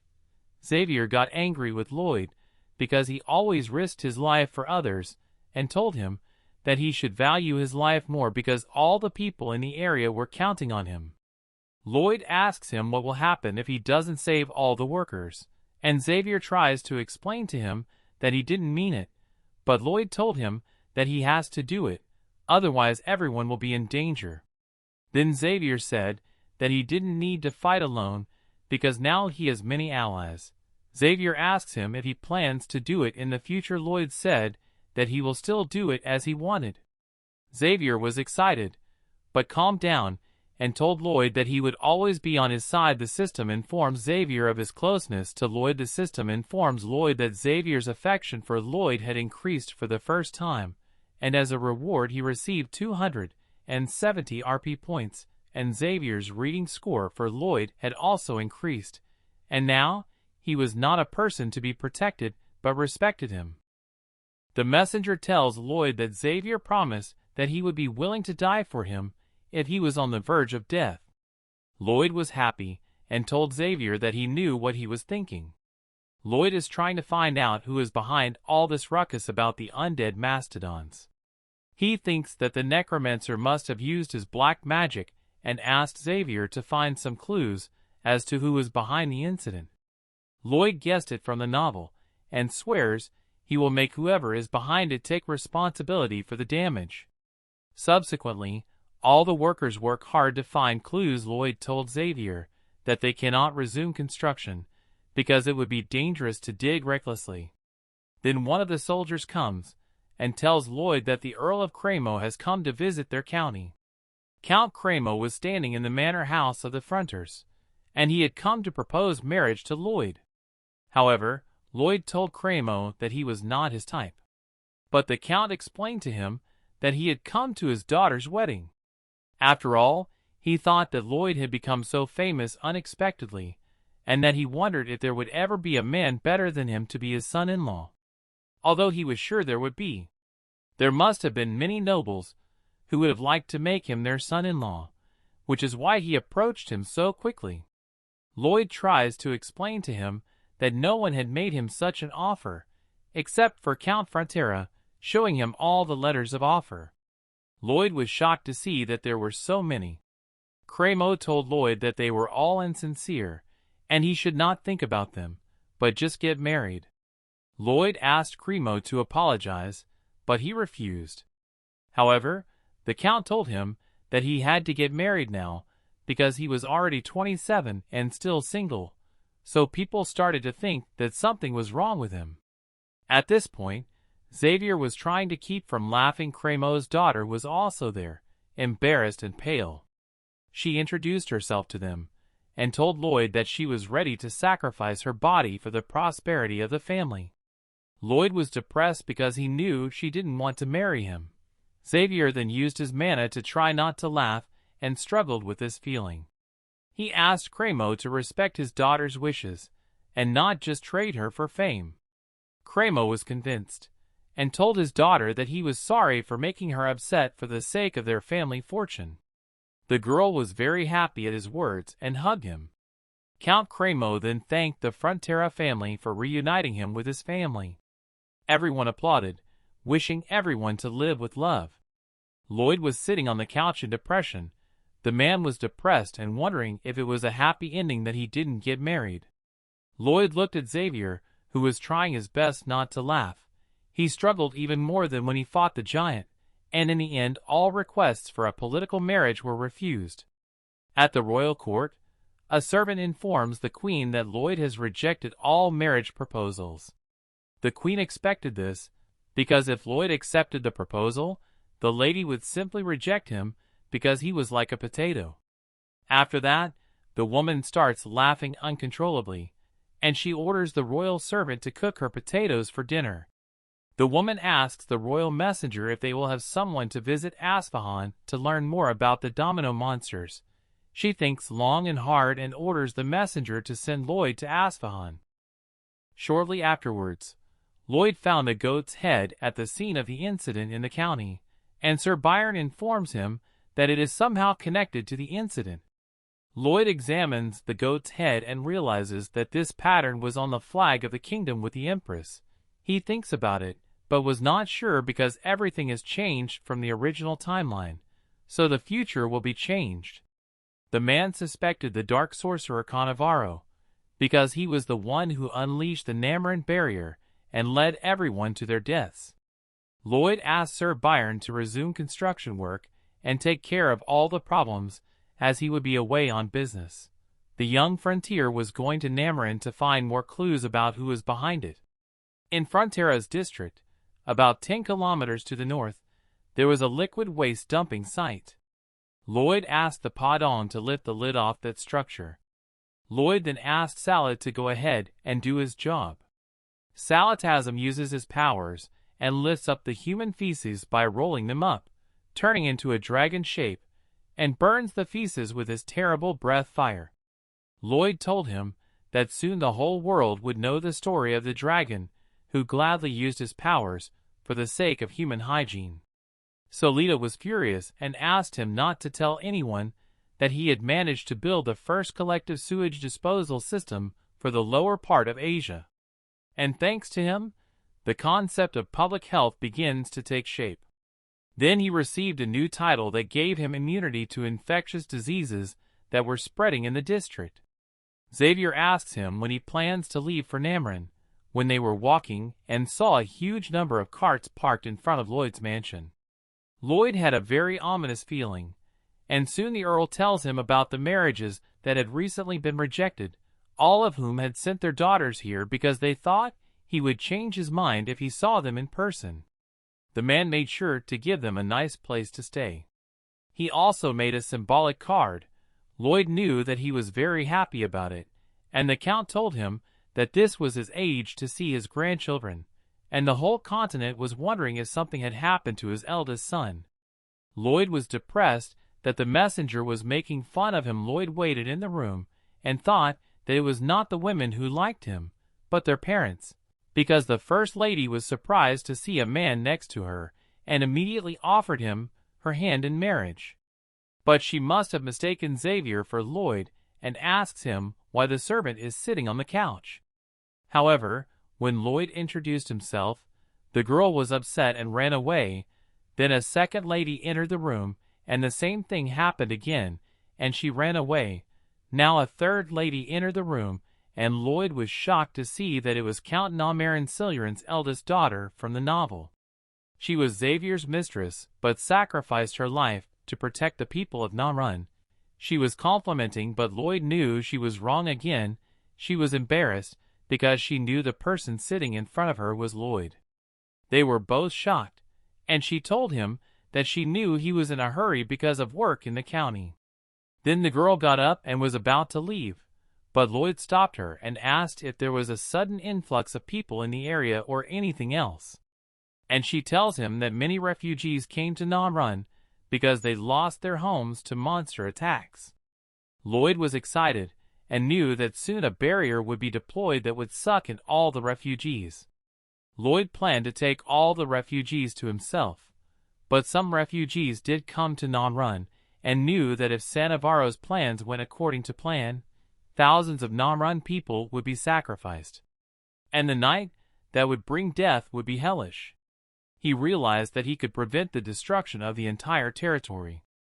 Lloyd and Xavier were ready to go to Nemirin, and then Xavier with a full basket of letters, and asks Lloyd if he has received any of them, and Lloyd confirms his words. Xavier sits down on the ground and offers one letter to Lloyd, but he rejects it and asks him not to give it to him. Xavier was disappointed and upset when Lloyd left. As the men were riding to Namrun, Lloyd asked the princess if there was any trouble in the county and told her that there would be a big problem if they did not secure the edges of the kingdom with anchors. The princess thanked him and said he was on the spot. When they reached the kingdom, the princess introduces Mr. Cannavaro to Lloyd and explains that he is the one who brought all the refugees and has been helping them since they were brought here. Lloyd notices the symbol on his shirt and is now ready to avenge the county at the count's estate. The count welcomes them, but he too confused Xavier with Lloyd, as he looked more like a king than Lloyd. Meanwhile, the princess told the count that he was mistaken, that Xavier was the wrong one, and said that the one who was next to Xavier was Lloyd. She starts yelling at her father, and takes Lloyd's side. Xavier was embarrassed, but still starts teasing Lloyd when the princess tells the king why they're here.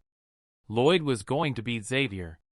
But later that night, Lloyd tells Xavier about the demonic pattern he saw earlier on Cannavaro's shoulder and asked him to gather evidence so he could prove that Cannavaro was a bad man and save their county.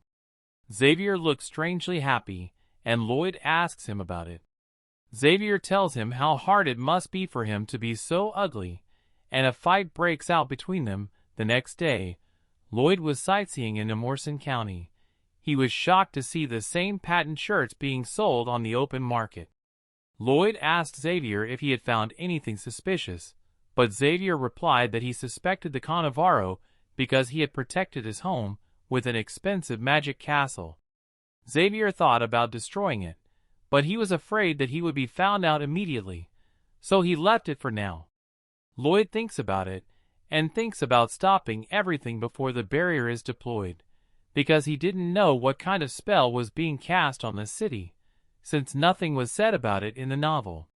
Lloyd thinks that if he teaches Xavier to become a grandmaster, he will become a being who can get rid of the barrier and the night of hell in an instant. But he realized that it would be impossible to teach him in such a short period of time. Xavier told him that he would soon do some research and find some clues about the Cannavaro, and asked him to show some trust in him to build an anchor system in the Namren Hills. Lloyd sends a messenger pigeon to Master Cordigius so that the work will be done faster, as Lloyd was going to check the details on the construction site. He heard about a beautiful woman in the distribution center, and hears praises about her body, and looks Lloyd thinks about her, but something is wrong as there was nothing about a beautiful girl, and now he had suspicions, and decided to check it out himself. When he went further, there was a huge line of people waiting to see her. Lloyd breaks through and Surprised to see that Xavier was undercover dressed as a girl with long hair, he was disgusted by the way people commented on his body. Xavier saw Lloyd from a distance, and was shocked. Lloyd used body language to show that he respected the servants' fetishes, and made fun of Xavier. Xavier tells him that he was undercover. However, Lloyd was still skeptical. But before he left, he told Xavier to do his job. When Cannavaro was talking to someone in an encrypted way, which led Xavier to confirm his suspicions. Lloyd was at the site where he was supposed to set the anchors. He used his scouting skill and found a skull underground. He thought about it and searched the entire area and finds more skulls and starts digging them up. Cannavaro met with the cult members and told them that they would begin to execute the plan they had discussed. While Lloyd was examining the skull, he realized that without realizing it, the Count had successfully gotten himself into trouble. Lloyd used his absorption skill and cleared the mana from the skulls. When he picked up the skull, a crystal fell out of it. He applied his scanning skill to it, and was shocked because its price was higher than Sir Byron's annual fee, and ran to collect the other crystals from the skulls. The man realized that he could hire 30 Byrons instead of just one to give his buyer a rest. After collecting all the crystals, he put them in a bag that was heavier than expected when he left the place. Then the man tries to talk to the skull and try to determine how he died. He bows and offers him his thanks for giving him Mr. Byron's wages. He picked them up and said he would provide them with a good place to rest. It is late at night and Xavier is trying to explain how he ended up in that dress. Lloyd interrupts him and said that it's okay because everyone has their own preferences. But Xavier tries to explain to him that it's not. But Lloyd told him that it's okay. Xavier doesn't say anything, so Lloyd asks him how he knew about his new preferences. Xavier was agitated and yelled at him, but Lloyd continued to tease him. Xavier told Lloyd that there was another door under the mansion that led to a dungeon. Lloyd began to tease him for his new preferences, which made him even angrier. Cannavaro was shocked when he heard the news that all the skulls were gone. Then everyone started to think that their plans had turned into ruins. Cannavaro stops them and said that he has a plan, and with a smile on his face, told them that the night of hell would come here as planned. The next day, Mrs. Xavier spills a bucket of water, and the owner asked her to go inside and dry off because some guys were staring at her body. Then Ms. Xavier went into the Cannavaro house. The man changes his clothes and conceals his presence, then runs to a secret door and hides there while Cannavaro opens the door. Xavier analyzes the magic, because now he was going to open the door before he left here. Lloyd was sitting with the crystals, and was all pumped up to get more free money. Meanwhile, in the mansion, Cannavaro came out of the secret room where Xavier came from. He went to the door, and repeated the same magic spell to open the door. He enters the room, and while walking down the hallway, he met a mutated orc. Xavier dodged his attack and responded with a mana strike, but was shocked and extremely shocked as it had no great effect on the orc. The orc launched another attack and successfully hit Xavier. Although he blocked the attack, he was forced to retreat. Soon many undead orcs appeared. Then Xavier drew his daggers and was ready to take them on. Now his suspicions were confirmed, as many orcs appeared. At the same moment, Xavier saw a bald man spying on him. When he noticed Xavier, he quickly closed the door. Xavier bravely fought the monsters and killed all the orcs. When he kicked in the door, the bald man flew down and found himself on the ground, wanting nothing but mercy, because Xavier had broken his leg.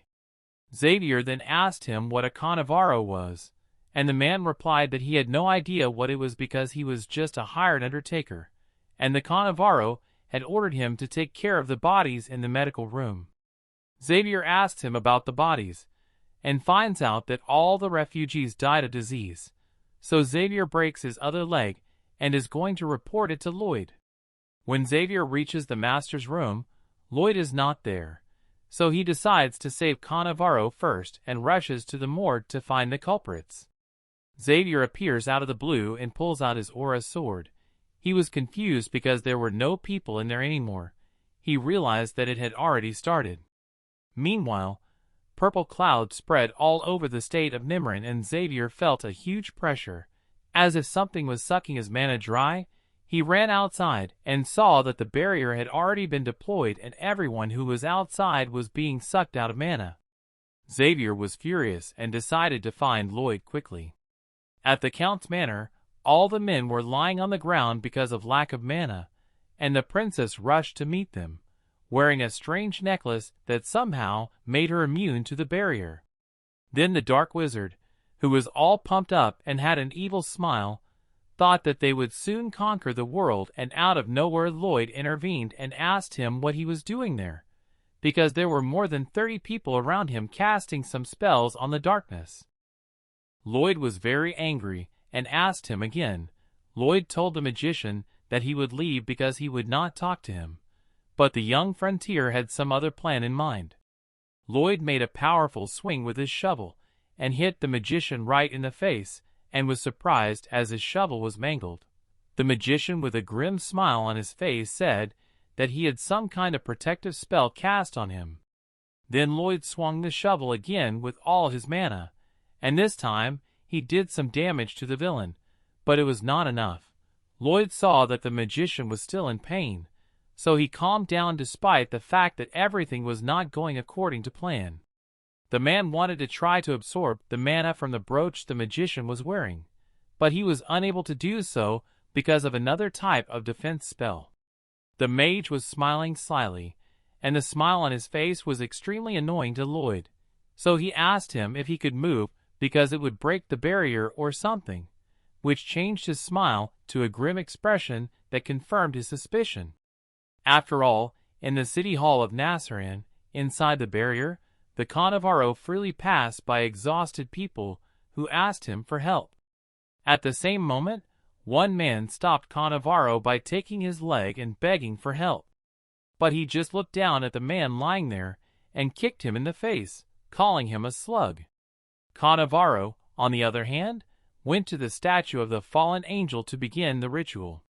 The man took a drop of red liquid from his finger to summon the Prince of Hell. Meanwhile, Lloyd was digging something in front of the magician and was about to execute his plan. Then in an instant the entire ground under the dark magician was done, except for a small piece where the magician stood motionless. The magician was embarrassed and did not understand what was going to happen next. Lloyd said that all the preparations were completed. Then, standing next to the magician, he activated his sinister mode, looked at the magician, and stood right next to him. Lloyd opened his mouth to take in plenty of air, and in a moment he blew into his ear, which made the magician feel sick, and the ground under his feet began to collapse, causing him to fall to the ground. As a result, his crystal began to shine brightly, and soon it lost its magic, making the magician unconscious. Lloyd picked up the crystal and examined it carefully. He realized that the crystal had done this because the wizard had moved. Lloyd looked at the city to make sure that the barrier was solid at first, and then lowered on one side, which made him confident in his theory. Lloyd was overjoyed to see that it had worked. Cannavaro looked to the side in surprise, and noticed a breach in the barrier wall. Lloyd stood proudly on the defeated magician, holding the crystal in his hand. Cannavaro couldn't believe it, but he still continued the spell to summon the Hell Prince. Sitting on the floor in front of the statue, he continued to chant his magic words. But suddenly his session was soon interrupted by the princess. The angry girl asked him what the hell he was doing. The man couldn't understand how she was moving freely inside his barrier, but in a moment he noticed a necklace with the same crystal that made her resilient before. Then he decided to retaliate by launching an explosive mana attack at her, but unexpectedly the princess was able to block and absorb it. Cannavaro was shocked by what he saw. In an instant, the girl concentrated all her mana into making a huge spear of mana using the fire punishment technique to attack him. A huge stream of orange flames was heading towards Cannavaro at the speed of light. The man did not understand how such a young girl had mastered imperial-level magic. The powerful blow left him with a huge amount of damage, and later the princess came up to him and asked what he was doing there. Kanawaro was disfigured but still completed his spell and loudly asked that the Prince of Hell come to save him. At the same moment, the statue of the fallen angel began to crack, and a magical glow began to pour from its cracks. The princess was shocked to hear this. Then the crazy Kanawaro was about to attack her with a dagger, but Xavier appeared from the ceiling and made a powerful swing and cut off his arm with one precise blow to save the princess. Kanawaro was terrified. His face was full of uncontrollable terror. His arm flew to the side. Xavier was about to strike him again, but Kanawaro tried to stop him with his magic shield. But all he managed to do was twist his arm. Suddenly, the ground shook and the statue radiated light from its cracks. Xavier watched in horror. Suddenly, a large red lightning bolt appeared in the purple sky, pierced the roof of the palace and hit the statue, destroying it completely. The fragments of the statue scattered powerfully across the palace, and when they were about to fall on civilians, they were immediately blocked by the princess with her earthly shield. A magical wall appeared between the stones and the frightened people. They all covered their heads with their hands to protect themselves and their loved ones from a possible collision. Xavier stood with his sword in front of Kanawaro, who announced that he had won and now they would all be doomed to die. The smoke cleared, and the monstrous metal arm of the Hell's Prince appeared, and the floor broke under the weight of it. In his hand was a red magic sword. Kanawaro and Xavier looked at it in horror. In a moment, sparks of rage flew from the eyes of the great metal knight. Kanawaro could not understand where his hellish prince had gone, and he was without legs. Kanawaro found out that the barrier was completely removed before he could complete the ritual because he didn't think he was prepared enough. Xavier looked at the Hell's Prince with horror and wondered if he could overcome him. After that, the Hell Prince asked Kanawaro what he wanted, and Kanawaro pointed his finger at Xavier and ordered him to destroy him. Then the Hellish Prince rushed to destroy Xavier and swung his huge sword at him. Xavier was prepared, so he was able to block the attack, but the enormous pressure from the attack was too much for him to bear. In a moment, the Hell Prince teleported behind Xavier's back and was about to strike one last blow, but he was prevented by Princess Yaka, who attacked him using the wind dagger, and as a result, Xavier was able to dodge the attack. The Hell Prince was angry with the princess for preventing him from doing what he wanted and attacked the woman to destroy her. Xavier used his aura blast to attack the Hell Knight and managed to decapitate him, and his body flew away. Xavier continued to stand at the ready waiting for what would happen next. And soon the body of the Metal Knight turned into ashes. Kanawaro did not believe it, because it was impossible in his opinion. It was then that Xavier pointed his sword at Kanawaro and thanked the princess for her help. All the people started to wake up and carry each other to a safe place. Xavier told Kanawaro that they would have to talk about the details in the palace, but in any case, he would have to be punished. Kanawaro was tense, but soon an evil smile appeared on his face. Xavier was confused, because the man told him that Xavier knew nothing about this creature. And when the man looked back, he was horrified to see the Prince of Hell rising from the ashes, and he was ready to continue the battle. Kanawaro explained to him that his mortal attacks were not enough to destroy the Hell Knight, because he was immortal. Then the Dark Knight told Xavier that he did not expect such strength from him, and apologized for underestimating him. He told Xavier that he was Xirencius, the first commander of the Legion, who serves the Lord of Hell, and announced that this would be his last battle. Xavier introduced himself, and said that he would soon send him back to where he was. The Hell Prince rushed towards Gabriel and attacked him. Xavier had a hard time fighting off the attacks, and was soon cornered by the infernal creature.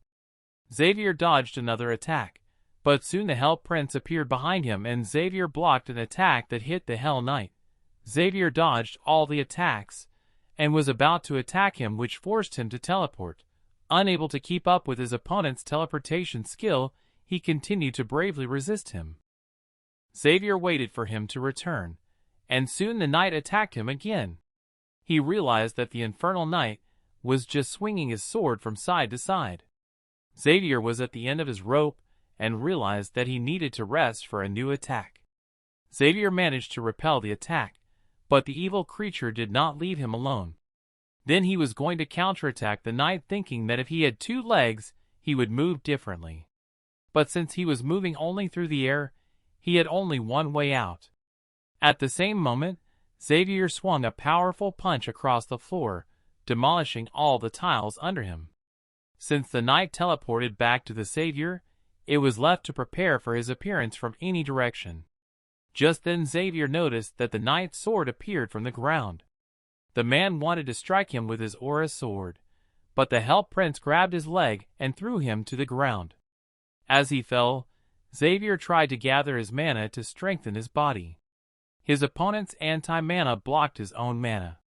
The force of the blow caused Xavier to break the tiles in the palace hall. This caused Xavier to scream in pain. Then the infernal knight threw him to the ground again. As a result, Xavier was severely injured, and the Hell Knight thanked him for fighting so well. The knight was about to deliver the final blow, but he did not have time, because Lloyd distracted him by telling him that he would return to hell when the summoner died, and ordered him to leave Xavier alone. The Prince of Hell was confused and scared because Lloyd had a very scary face. Lloyd started to count, but the Hell King attacked him. Lloyd managed to avoid the attack, but Cannavaro was severely wounded. Then the Hell Knight told him that it would be just fine if he was still breathing. Lloyd was confused as his plan had failed miserably. Xavier stood up and was about to attack the Hell Knight from behind, but he forced him to retreat. Xavier was all exhausted and lying on the ground, and meanwhile Lloyd was yelling at the Hell Knight and asking him to fight him instead, and ordered Xavier to keep his head down. However, he ignored him. Lloyd was frustrated and launched a mana blast at the creature, but his attack was easily deflected by the Hell Knight and sent back to him. The Hell Prince was just about to attack Xavier, but Lloyd intervened in the battle by jumping on his back. Lloyd was able to reach him. Then the Hell Knight told him that he was a fool for touching him like mana, because the mana from hell had polluted his heart, and he would soon die from it. Lloyd told him that dying was indeed a terrible thing, but he had already purified the black mana many times. The Hell Knight was scared when Lloyd laughed at him, and the messenger told him that the mana that flowed from the Hell Prince strengthened his heart, but still he would not be an equal opponent to the Hell Knight, and the Hell Knight would not ignore him because he considered him a threat to himself. Lloyd locks him up, but the Hell Knight had other plans. He pierced his own body to get rid of him, but luckily Lloyd was able to dodge the attack and mocked him. The Hell Knight was annoyed by this and tried to take him down. Soon, Xavier was back on his feet and ready to attack the confused Hell Knight, who tried to block the attack but was hit in the stomach. Xavier tries to hit him again, but he started to teleport quickly and dodge all the attacks. The Hell Prince was frustrated because Lloyd was still clinging to him even when he teleported Lloyd, because he knew that Xavier was moving faster than before, but he also could not match the mobility of the Hell Knight. He knew he was going to lose when a messenger appeared out of nowhere with a suggestion to activate the messenger contract, which confused him even more. He that from now on the system could give advice to a person personally, and the system. Xavier had a hard time keeping up with the teleportation that Lloyd was doing. Lloyd held onto his back, and out of the blue started singing a song that made the Hell Knight think it was some kind of ancient magic, as he felt like someone was scratching his brain with an iron nail. Lloyd continued to sing the song, and the Hell Prince tried his best to take Lloyd away from Lloyd. Signals Xavier to attack, but Xavier cannot stand his singing. Soon Lloyd guesses it, and finally realizes that his parents forbade him to sing in front of others. Because one day in music class, he sang only the beginning of a song, but before he finished the next line, the teacher picked up the organ and threw it at him, and when he tried to sing at Christmas in church, the pastor poured holy water on him and told his parents that he was possessed by evil, and now he was using his terrible singing to save the world. The Hell Prince was frightened by his singing and fell to the ground. Xavier used his mana to not hear or see the last blow. Lloyd was happy that they got rid of him, but Xavier told him that it was not over. Xavier asked him to look closely at the person around them, because he noticed a dark man near them, and when he asks Lloyd to go back, the man told him that it was not over. However, Lloyd told him that it was okay because he would not survive. Lloyd starts to move towards the Knight of Hell and Xavier tries to stop him. Lloyd bets that if the Knight survives, then Lloyd will become his subordinate for a year, and if he does not survive, then Xavier will have to disguise himself as Mrs. Xavier when they return to the county. Lloyd then picked up his shovel and attacked with all his mana. Afterwards, the man lay on the ground drained of mana, as he used his ability to absorb dark mana. As he was absorbing the mana, the Hell Prince told him that it was too much for his body, and he would die from overload. Soon Lloyd started coughing up red liquid because the mana was too much for him, but he still pushed his body to win the battle. Xavier and the princess began to drain their mana so that he would survive. In the darkness, the princess used a healing spell, and because of this, Lloyd is sure that this time he will finally defeat everyone. When the dark mana was absorbed and purified by him, he announced that the exorcism was complete. And when he fell to the ground, the princess began to worry about him. But Xavier assured her that he always ends up like this, but he will be fine. Meanwhile, the messenger informs Lloyd that he has defeated the main commander of the Legion of Hell. Because of this, the King of Hell is looking for him. When it was already night outside, Cadavaro was arrested and taken to prison, and the rest of his sentence was to be handed down by the Queen herself. But the bigger problem was that the construction couldn't move forward because all the workers had lost their strength because of the barrier, and Lloyd was stressed out trying to find another way to continue building. Then he remembered that earlier, when he woke up, the messenger told him that he had absorbed some of the power of the Hell Knight, so his skill of dominating evil spirits had improved. Lloyd was excited because he knew that if he used the evil spirits, he could gain full control over them, and that would be the jackpot because it would be more economical and efficient for the county. At the same moment, the messenger told him that he had gotten a new skill as a horrible singer, but the Lord needed something cool, something like the power of hell. And then he struck a cool pose in front of the mirror. Suddenly, out of nowhere, there was a knock on the door. When Lloyd opens the door, there are a huge number of magical skeletons without heads standing in front of him. Lloyd asked them who they were, and they started to perform an ugly transformation in a moment that disgusted Lloyd. All these ugly creatures apologized and used a poster to communicate with him, which said that they were people who had been killed by the Cadavaro, and they were wandering around the city when they suddenly felt a power that could give them physical form, and the beings who came here thanked Lloyd for calming their vengeful souls, which shocked him to no end. And they also came to learn that Lloyd had buried all the skulls he had found and prayed for their peace. They also told Lloyd that they had no memories of their past lives and no goals, and if they wandered in the open world, they would be cast out. And eventually all the dead bowed down before him and begged him to take them in and give them a chance to pay their debt to the man. Lloyd told them that there would be a lot of work to do, and when asked how much money they would need, the dead man replied that he did not need a salary or food, because that is not what such creatures are for, since there is no use for them in such things, and only required a place to live, a cubic meter coffin. Lloyd was drugged and announced that from now on the undead would be called the Frontera County Skeleton Squad, and was truly happy, because his dream of free labor had finally come true. Xavier woke up from the chaos and saw the dead, but now he didn't care because it was too much for him to handle right now, so he went back to sleep. The next day, Frontera's skeleton squad worked tirelessly. Lloyd enjoyed this scene, as all the work was done without any pay. And Count Namarin fainted when he saw the dead working for Lloyd. Lloyd explained to the Count that he was a spellcasting genius and summoned all the creatures with his brilliant eye, and the Count was extremely surprised by this. Soon winter came, and the construction continued without a single break. Xavier carefully examined his hand, and remembered how the princess helped him get out. And then the princess appeared out of nowhere. Xavier thought she wanted a project report, but the princess told him that she was there to meet him and told him that she wanted him to teach her how to use the princess's hand. How the princess died in the novel. Also, no one helped Xavier because everyone thought he cursed mana, and if they helped him, they would end up like him too. If he helped him, they would end up like the princess and other people close to him. But he changed everything, and now Xavier was happier than ever, which made Lloyd proud of himself.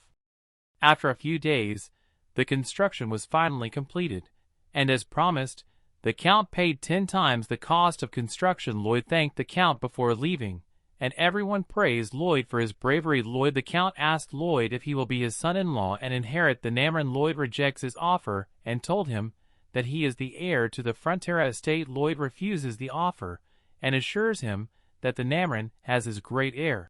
As Lloyd is leaving the state, he asks Xavier if he wants to stay here. Xavier told him that he was a knight of Frontera Manor for the rest of his life and would never leave it, and they set off for Frontera Manor. When they arrived at the manor, the Count and Countess were there to greet them. When Lloyd tried to explain to them about the creatures, the Count saw Xavier's outfit in the form of Miss Xaviera because he had lost a bet, but they were not interested in that. The Count hugged Xavier and comforted him that he had not made a mistake and they would always love him as they did before. Xavier was having a hard time, and Lloyd was enjoying the scene from behind, because now Lloyd had all the cash he needed to just lie around and enjoy his lazy rich life. Suddenly, a royal messenger appears and announces that Lloyd must go to Asfahan on a special mission. Lloyd was shocked by this visit. The envoy also said that they were leaving right now, and Lloyd had been kidnapped by the royal guard and sent on a mission without his will by the envoy. Lloyd was crying like a baby, and Xavier was trying to comfort him, knight standing in front of him. He asked Lloyd why he was so upset, because he should have been happy to be appointed to this honorable mission, to which Her Highness Lloyd replied that he could not hold back his tears because he was very happy, and then Lloyd began to cry. Even more irritated him. A few days earlier, the knight had asked the queen why she had chosen Lloyd to be the envoy, and the queen told him that he had been appointed a diplomat and said that she was sure Lloyd would easily handle Asfahan, but he would make a lot of noise and cry. Because he dreamed of a peaceful life in the village. And she also knew that Lloyd was the one who had won the Knight of Hell. She told him to be calm, because Lloyd would get what he wanted. Lloyd was in tears, which made the knight question the queen's decision. After a few days, they finally reached the country of Asfahan, where at the royal court the soldiers inform the Sultan of their arrival, and he orders them to give the guests all the hospitality they deserve. The Sultan was furious that the guards had treated them improperly.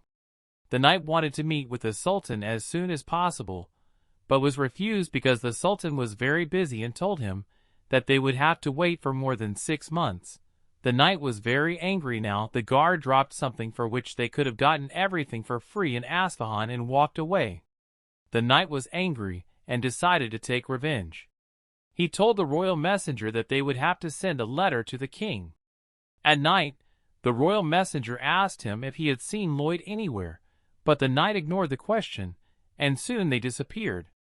At night the poor boy was selling torches in the kingdom, but he could not sell any that day. A stranger came up to the poor boy and asked him if he was looking for a place to sleep for the night, and it turned out that it was Lloyd. Lloyd was standing in front of the most expensive hotel in the capital, and told the boy that this was his hotel, but he had nothing to pay for the night there.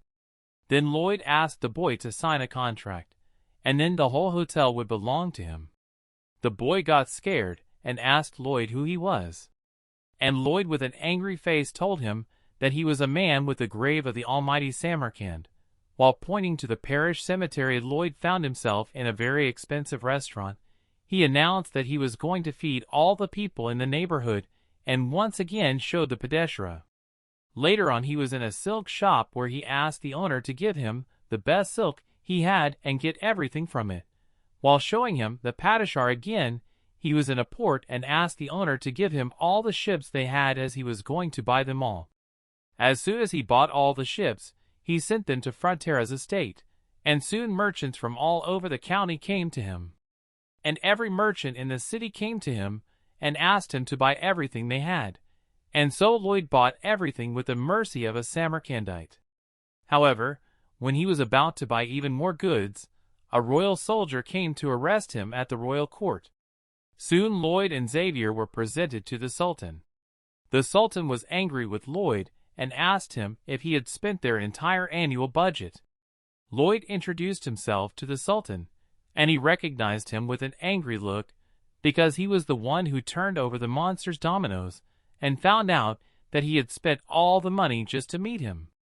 Then he got angry because he knew that he had to stop the coming war, because when the war started, the first obstacle he would face would be their estate, and even if he wanted to destroy Frontera County with all the forces of the kingdom, his victory was still not guaranteed.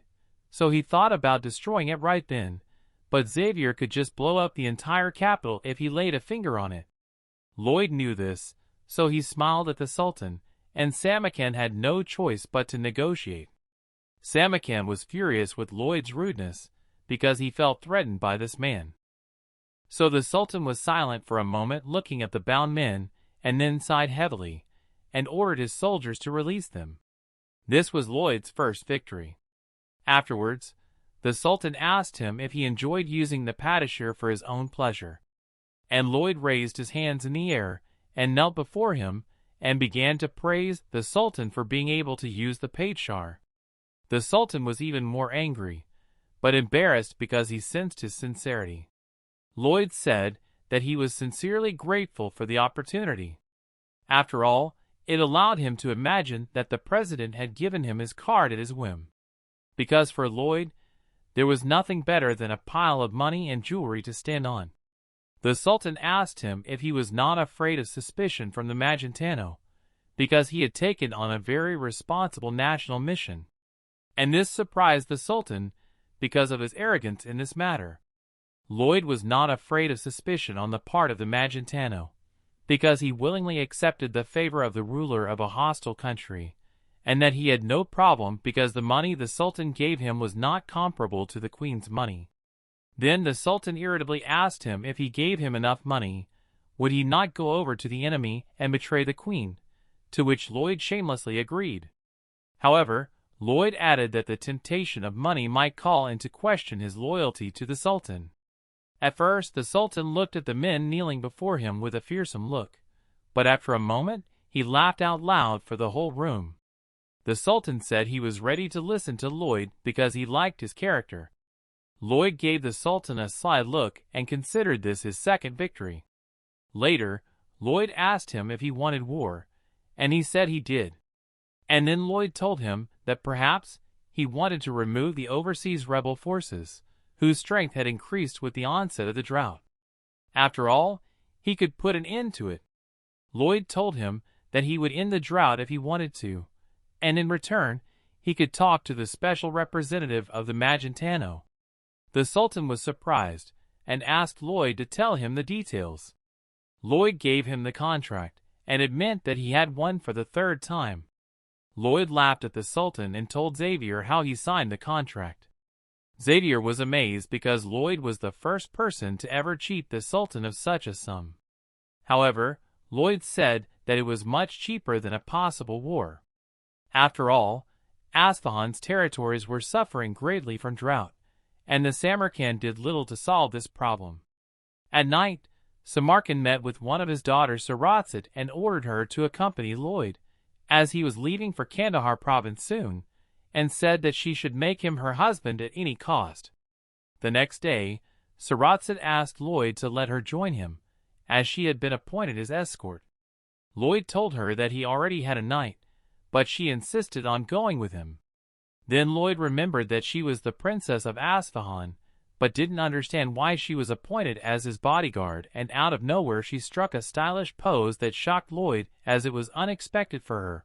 But then he finds out that her father was behind it all. Lloyd had a plan to solve the drought problem. By building a Persian-style underground waterway, Lloyd knew that there was a fresh water source in the mountains 10 kilometers away from the city, and thought to use it. Soon they reached the capital city of Kandahar. Lloyd was tired from the journey, and finally decided to rest. But the princess would not leave him alone and continued to strike a stylish pose. Lloyd woke up and asked her what her problem was. She told him she was just trying to take care of him. Lloyd recalled the novel and realized that she was the youngest of the 4 Saratsa desert princesses, a prominent prosecutor who had reached the level of a master fencer at a young age. At a young age, she never appeared in public, so people did not recognize her. Lloyd now pretends not to know who she is, and also has to somehow stop her seductive operations. Lloyd asks her to rest in his room, but she refuses because she is ordered to be his escort, and she will accompany him day and night. She will be with him day and night. Lloyd told her that she does not need to accompany him because he has his own escort.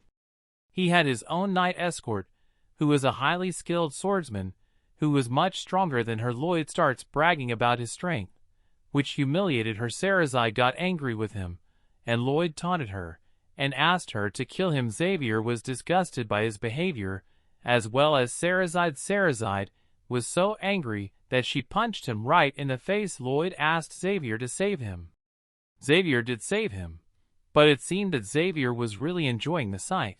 The princess was deeply offended and cursed him before leaving the room, and finally Lloyd announced that the mission was successful. Lloyd was angry with Xavier because he did not help him. Xavier apologized and told him that he thought he was having fun when he was being beaten by Sarisid, so he did not interfere the next day. The next day, Lloyd and Xavier were going to prepare for a construction project, but were interrupted by Lloyd telling her that he could not afford to bring her with him because she would be in the way. Sarisa still insisted on accompanying him, but Lloyd humiliated her and mocked her for not being a sword master. Sarisa was angry and wanted to hit Lloyd, but he started singing the Star-Spangled Banner. He sang to lull Xavier to sleep, and she fell to the ground in a deep sleep. When they left the palace, all the villagers saw them with sly eyes. Lloyd knew he had to do something to gain the support of the villagers if he wanted to keep the construction going. Lloyd calls everyone to a meeting and orders Xavier and Padong to build a fountain in the center of town, and ordered Goming and Bubin to go with him 1 kilometer west to the glaciers. When they reached their destination, Hippo drank a lot of water, and when they returned to town, Padong finished the construction. Goming carried it back to Hippo, poured water into the well. Then the villagers were very happy to see the water, and ran to get water. Lloyd came up to them, asked if they were happy, and announced that they were free to thank him, because he was the one who had built it all. The villagers were still skeptical of him, because he was a stranger, and so they started throwing stones at him. Lloyd dodged all the stones, and continued to show off. As Lloyd passed through the village, he noticed that there were many stubborn people who refused to even touch the water. The well was filled again by Lloyd, and as the villagers said, Lloyd came out of nowhere again trying to gain their acceptance. But the villagers, still skeptical, started throwing stones at him. At night, one of the families, who refused to touch the water, but now they were happy to drink it, when suddenly out of nowhere Lloyd appears and starts advertising himself, which scared them. And soon Lloyd reached everyone who used the water and started advertising himself. The next day it seemed that everyone was hypnotized and followed Lloyd. Xavier was disgusted by this, and Lloyd told him that it was a continuous imprinting effect, and now he was a good guy to people. Lloyd tells Xavier a bad joke, but he could not understand it, which made Lloyd depressed. But now is not the time to be sad, because he managed to win people's trust. Lloyd asks everyone to line up as he was looking for workers to complete the construction of the underground waterway. One of them asks Lloyd if he will provide them with food. Lloyd tells him not to worry, and shows him that his Padishar in the royal capital of Samarkand was having a hard time, as the purchases Lloyd made with the Padishar would soon exceed the funds in the royal treasury itself later. Lloyd and Xavier tried to scan and find underground tunnels that the rebels were using to escape oppression. The rebels were using to escape oppression. Lloyd knew he could use these tunnels and turn them into water tunnels, since digging 35 kilometers for the waterway would be too much. But he couldn't find them today, and went back to the hotel, since he had something planned in his head. At the hotel, Saratsud and Xavier were arguing since Xavier wouldn't let her into Lloyd's room. Saratsud was worried about Lloyd because he wanted to be alone today, because there were forces preparing an uprising in this country, and it was dangerous to leave Lloyd unguarded inside. Lloyd waited patiently for someone, and soon his guests came to him. Saratsud pulled out her sword and ordered Xavier to stand aside, but he refused to go against his master's order. She had no choice but to break through, but all her attacks were useless because Xavier was able to block all her attacks, and so he warned her not to raise her mana by force, because her body cannot handle this type of mana, and told her how to do it properly, but she was not in the mood to listen to his teachings, and continued her attacks. Somewhere in the kingdom of Asfahan, the rebels captured Lloyd and interrogated him about what he planned to do to their kingdom, but instead of answering, Lloyd started laughing, which confused everyone. And then they decided to reveal him, but when they opened his face, everyone had a strange look on their face. Lloyd told him in a joyful tone that they were all hostages, not him.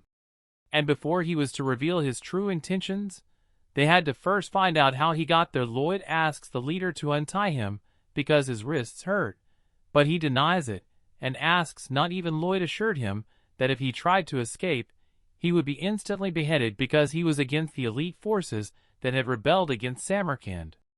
The leader asks Lloyd because he was very calm, as if he knew he would be kidnapped. Lloyd agrees with a smiling face. Moreover, Lloyd knew from the novel that the rebel leader, Therms, would soon die, which would be the impetus to trigger the Great Rebellion. The firm stared at him for a while, and told his men to untie him. Therms had a soft spot for Lloyd, as his daughter was on the verge of death due to dehydration, but was saved when Lloyd built a well, which quenched the thirst of many people who were on the verge of death, and they untied Lloyd. But Therms was still skeptical of him, and told him not to do anything funny because his men would kill him instantly. Lloyd was really drugged to fool him, and made a greedy face that made the rebels feel afraid and were about to attack him, but stopped when Lloyd hit him. They stopped when Lloyd stood in a pose and started telling them about the adventures he had in the past.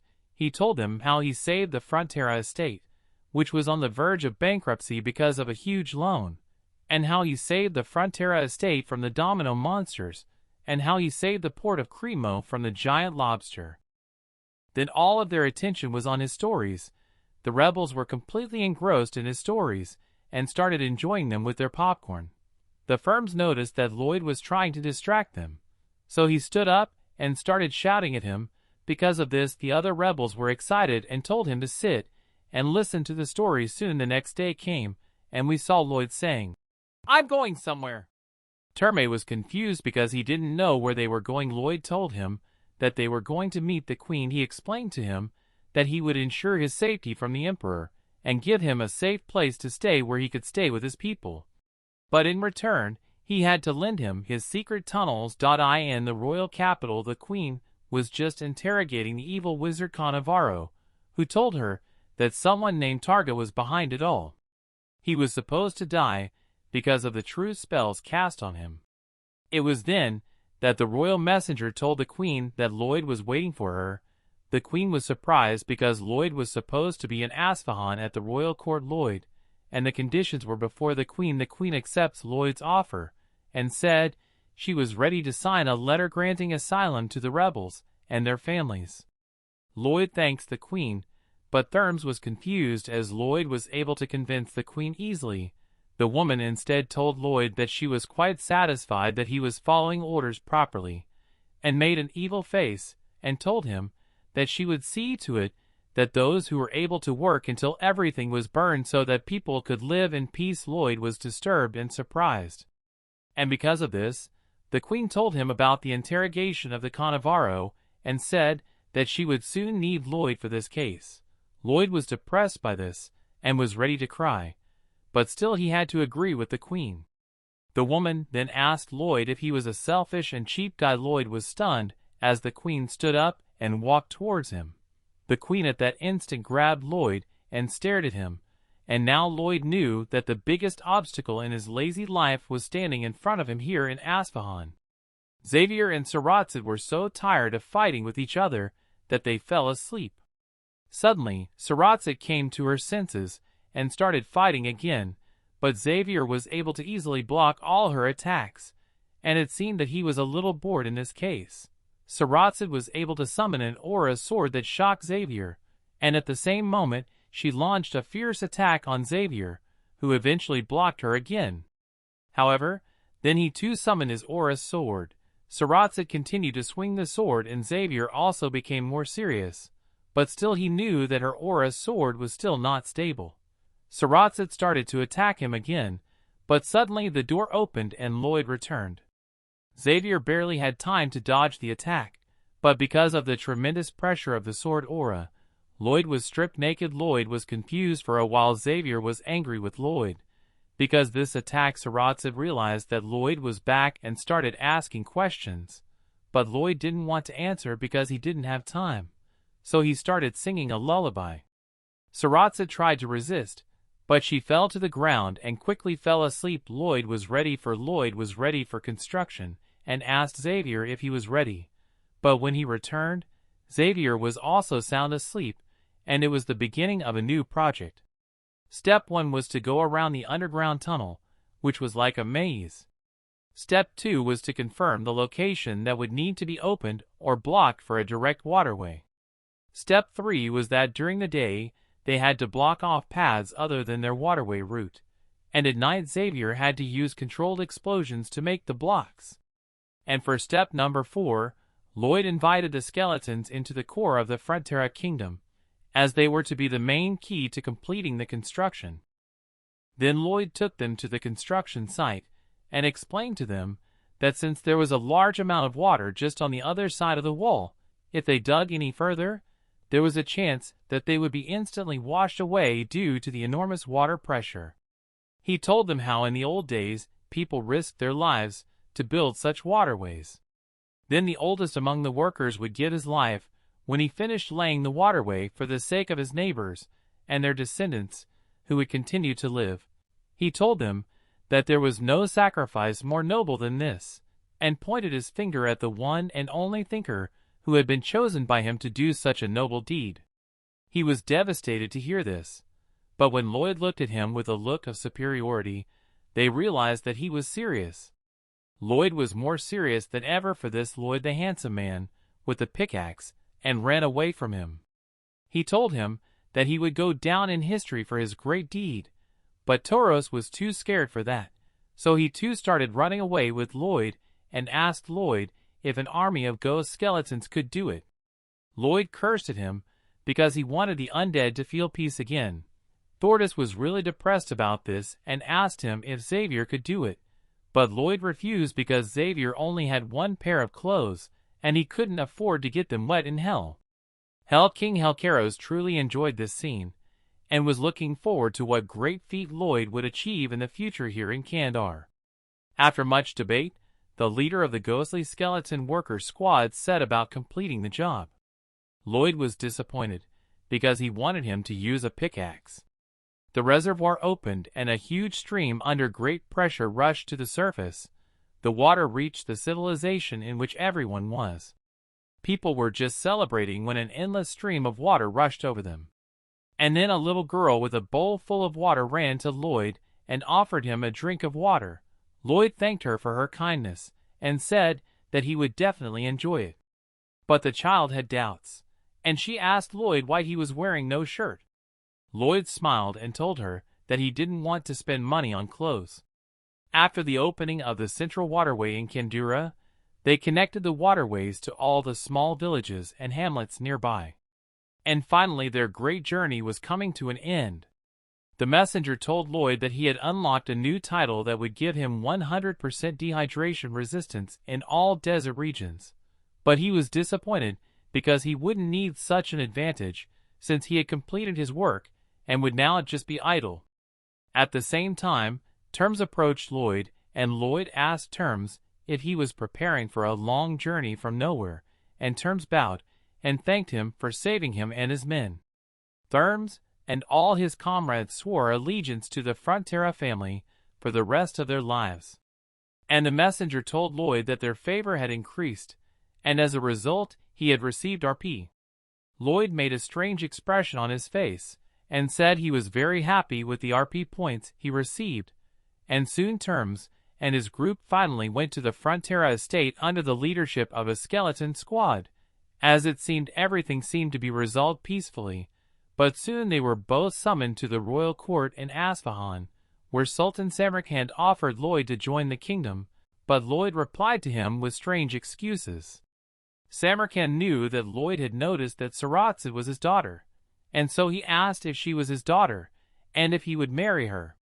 Lloyd refused because he believed that Saratzid's opinion was more important than his own. And the Sultan knew that Saratzid hated Lloyd, and would never want to marry such a man. Nevertheless, the Sultan thanked Lloyd for his help in the uprising and, as promised, he would now meet with the Magentano envoy. Lloyd thanked the Sultan for his kindness and left the courtroom, but Samarkand had other plans, as he would never leave Lloyd, and soon he wanted to make him part of the kingdom. Soon the Sultan organized a round-table conference. In the kingdom, the knight was nervous as he finally found himself in front of the Sultan, who started a conversation and apologized for the damage done to the kingdom of Magentano because of his mistake, and was willing to pay double for all the damage caused by the incident. The knight was tense, as he knew that the Sultan was going to demand something unexpected from him.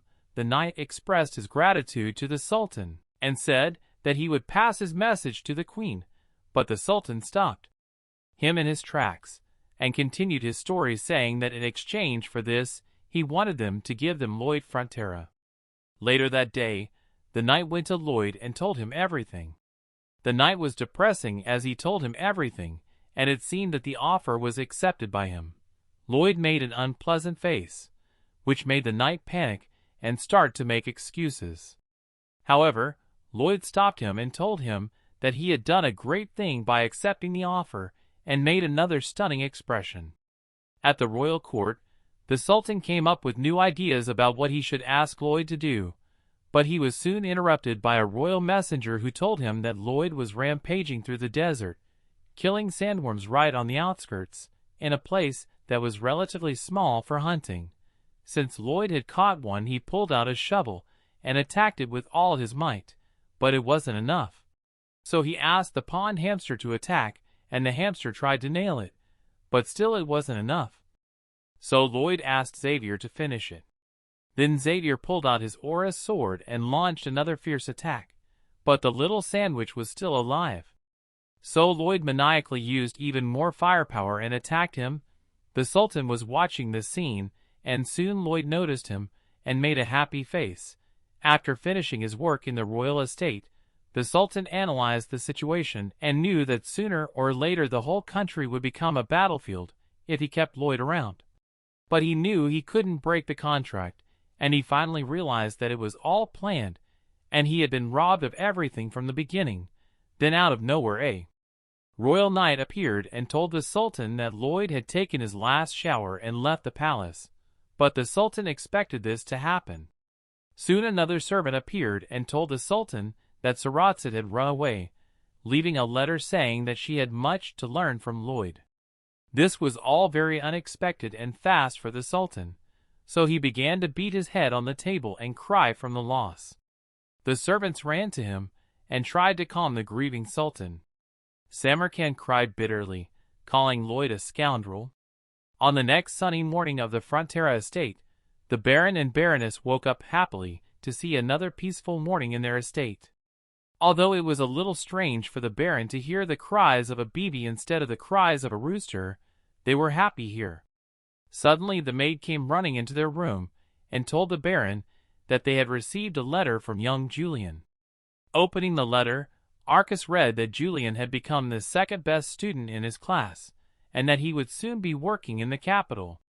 Therefore, he plans to return to the estate soon to stay with them before he receives an official invitation. Julian also noticed that he missed them and his brother, whom he wants to be like. The Baron and Baroness began to cry with happiness because they considered Julian to be no less wonderful a son than Lloyd. Suddenly, a Baron ran into their room and told them that Lloyd's belongings sent from Asfahan had arrived. Going outside, the Baron and Baroness stood near a giant mountain of chests with their son's belongings. While Arcas was signing the receipt for the shipment, his wife was enthusiastically examining the jewelry and valuables in the chests. She was thrilled to see such beautiful jewelry. Suddenly she turned her head to her husband and said that they could sell them at a high price for aristocrats. At first, Arcas was a little embarrassed by his wife's behavior, but in a moment he agreed to her offer because he was a happy man.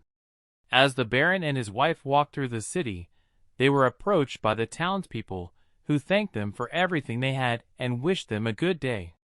The Baron was glad that only good people lived in their estate. However, a moment later, he saw a group of orc laborers with crusts on their shoulders. So he noticed that the orcs were also good. But then one of the orcs did not like something. In front of him stood a group of people who were also dissatisfied. Then the orc and the man bumped shoulders, pushing each other away. The Baroness was seriously frightened by this course of events, and the arcane man was embarrassed by what he saw. The man proudly squared his shoulders, and showed with his whole appearance that he was stronger than the orc. Then he calmly put his hands on the orc's shoulders, and wanted to push him away. Something went wrong, and the orc remained standing, pushing the man away. The Baron and Baroness were seriously frightened, because they did not understand how it would end. Then the man and the orc leaned their foreheads against each other, and made a casual gaze. At that moment, the orc made a powerful swing, and the man did not realize what he was doing. The green giant tried to hit the man, but he quickly oriented himself to dodge his blow. In a moment, the orc was lying on the ground upside down. But then he got to his feet because he was not going to give up. He looked proudly at the man and beckoned him to come to him. The man sighed proudly because he was confident in himself and his colleagues. A moment later, he and his workers began to make strange foot movements. And in the end, they all naturally stood on their heads with their hands on the ground. Not wanting to lag behind, the orcs also began to dance with their backs turned to their opponents. The green giants made a weir with their hands and stood behind each other. Then the man and the orc looked into each other's eyes with both fear and pride. The ram and the Baroness were embarrassed by the show. But while the orcs and humans were competing with each other, they continued walking happily, noticing that they were all good living organisms. However, in a moment, they doubted their words when they saw the magical skeletons confidently walking to work greeting their owners. But Arcas was happy because the main thing for him was peace in his estate. As the Baron and Baroness continued to move forward, they noticed a Salito's burning feces. There were also refugees near them, who were kneeling down and praising Lloyd while looking at his statue. It all looked strange, and the situation in their estate was getting stranger and stranger every time. But still, Lloyd considered himself the happiest man in the whole world. Suddenly, they heard people shouting that Mr. Lloyd had returned. In a moment, they saw Lloyd standing in a cloak half naked over the head of the coachman of their wagon. However, Arcas thought their son was the strangest of all. Lloyd got out of the wagon and saw his parents coming toward him. They grabbed their son in their arms. Although Lloyd was strange, Arcas was still happy. He could have been even happier if his son had started calling him Dad instead of Count. While the skeletons were carrying the jewelry chests, Arcas turned to his son. With tears in his eyes, he looked him in the eye and asked him why he was wearing almost no clothes. Lloyd smiled and refuted this by saying that they had plenty of clothes at home. Meanwhile, it was a sunny day in the kingdom of Magentano. Count Ventura reported for the Queen that as a result of all the negotiations, they had documented all the information and managed to get the magic fingerprint of the Samarkand. The Queen said with an uneasy expression that she did not expect him to be able to negotiate alone. The man was embarrassed and agreed with the woman. She then asked if Lloyd had forced him to say this. She also asked what he thought they needed for the peaceful life of their people. And the Count replied that they needed a powerful monarch and proper diplomacy. However, the Queen believed that they needed to hire intelligent people as long as they could. The man agreed with the Queen and mentally apologized to the Lord, as he considered him a future corpse. The Queen noted that although the negotiations had gone well, the Asfahan remained their old enemy. Therefore, for their relationship to be beneficial to all of them, they needed to build it on trust. Meanwhile, the Sazerac princess reached the outskirts of the Frontera estate. She knew that this was where Lloyd Frontera lived. She bit her lip and was sure she would get her way this time. Just then, Lloyd's father was calmly trimming the bushes and humming a tune. Suddenly, his peace was interrupted by the princess who addressed him. The man was surprised and asked who she was. The princess introduced herself and said that she was the daughter of the Sultan of Samarkand, who had come from the east of Asfahan. Arcas was extremely surprised and frightened by the girl's background and asked what she wanted. Saradas confidently told him that she had come to see Lloyd Frontera. Then the man asked her in confusion why she wanted his son. For a moment, the girl was embarrassed and did not know what to say. However, she said that she could only sleep when he was around. At first, Arcas did not understand the girl's words, but when he realized it, he was shocked. In his opinion, it was the most stupid thing he had ever done. Meanwhile, the husky was lying on the ground with his eyes closed. When he opened one eye, he didn't realize what was happening. He looked around and realized that he was sitting in a dark cave on some rocks next to a cliff. As he looked around, a yellow light suddenly shone on his face. The man was frightened and looked toward the source of the light. Suddenly, he saw a giant fireball hovering in the air above the cliff in front of him. The fireball began to fill the entire space of the cave, and the silhouette of a figure began to form from the fire. The giant fireman was looking down on Lloyd. Then, from inside the fireman, Lloyd heard a voice greeting him as Lloyd, and a moment later, calling him Kim Soo Ho. Lloyd's forehead was dripping with sweat as he realized what was happening. He nervously swallowed his saliva, because he thought he was only dreaming. But everything seemed too real to him. Then he asked the fiery figure in a frightened voice who he was. From inside his body, a voice began to come that said he was the one who could see through. He was the Lord of Hellfire and the King of Hell. At that moment, a man in black clothes named Helcaris began to appear from the fiery figure. Lloyd boldly noticed his power, because he believed that the messenger's reminder of the King of Hell was why he began to dream about him.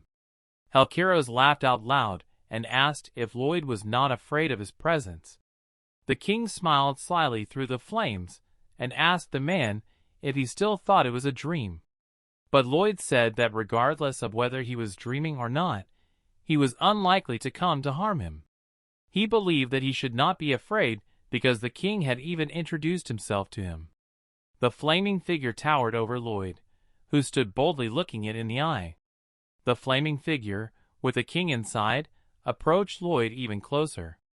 The Lord of Hellfire said that he liked Lloyd, so he suggested that it would be good for him to live with him. However, Lloyd considered it a compliment and said that he wanted to live in a small town with lots of money.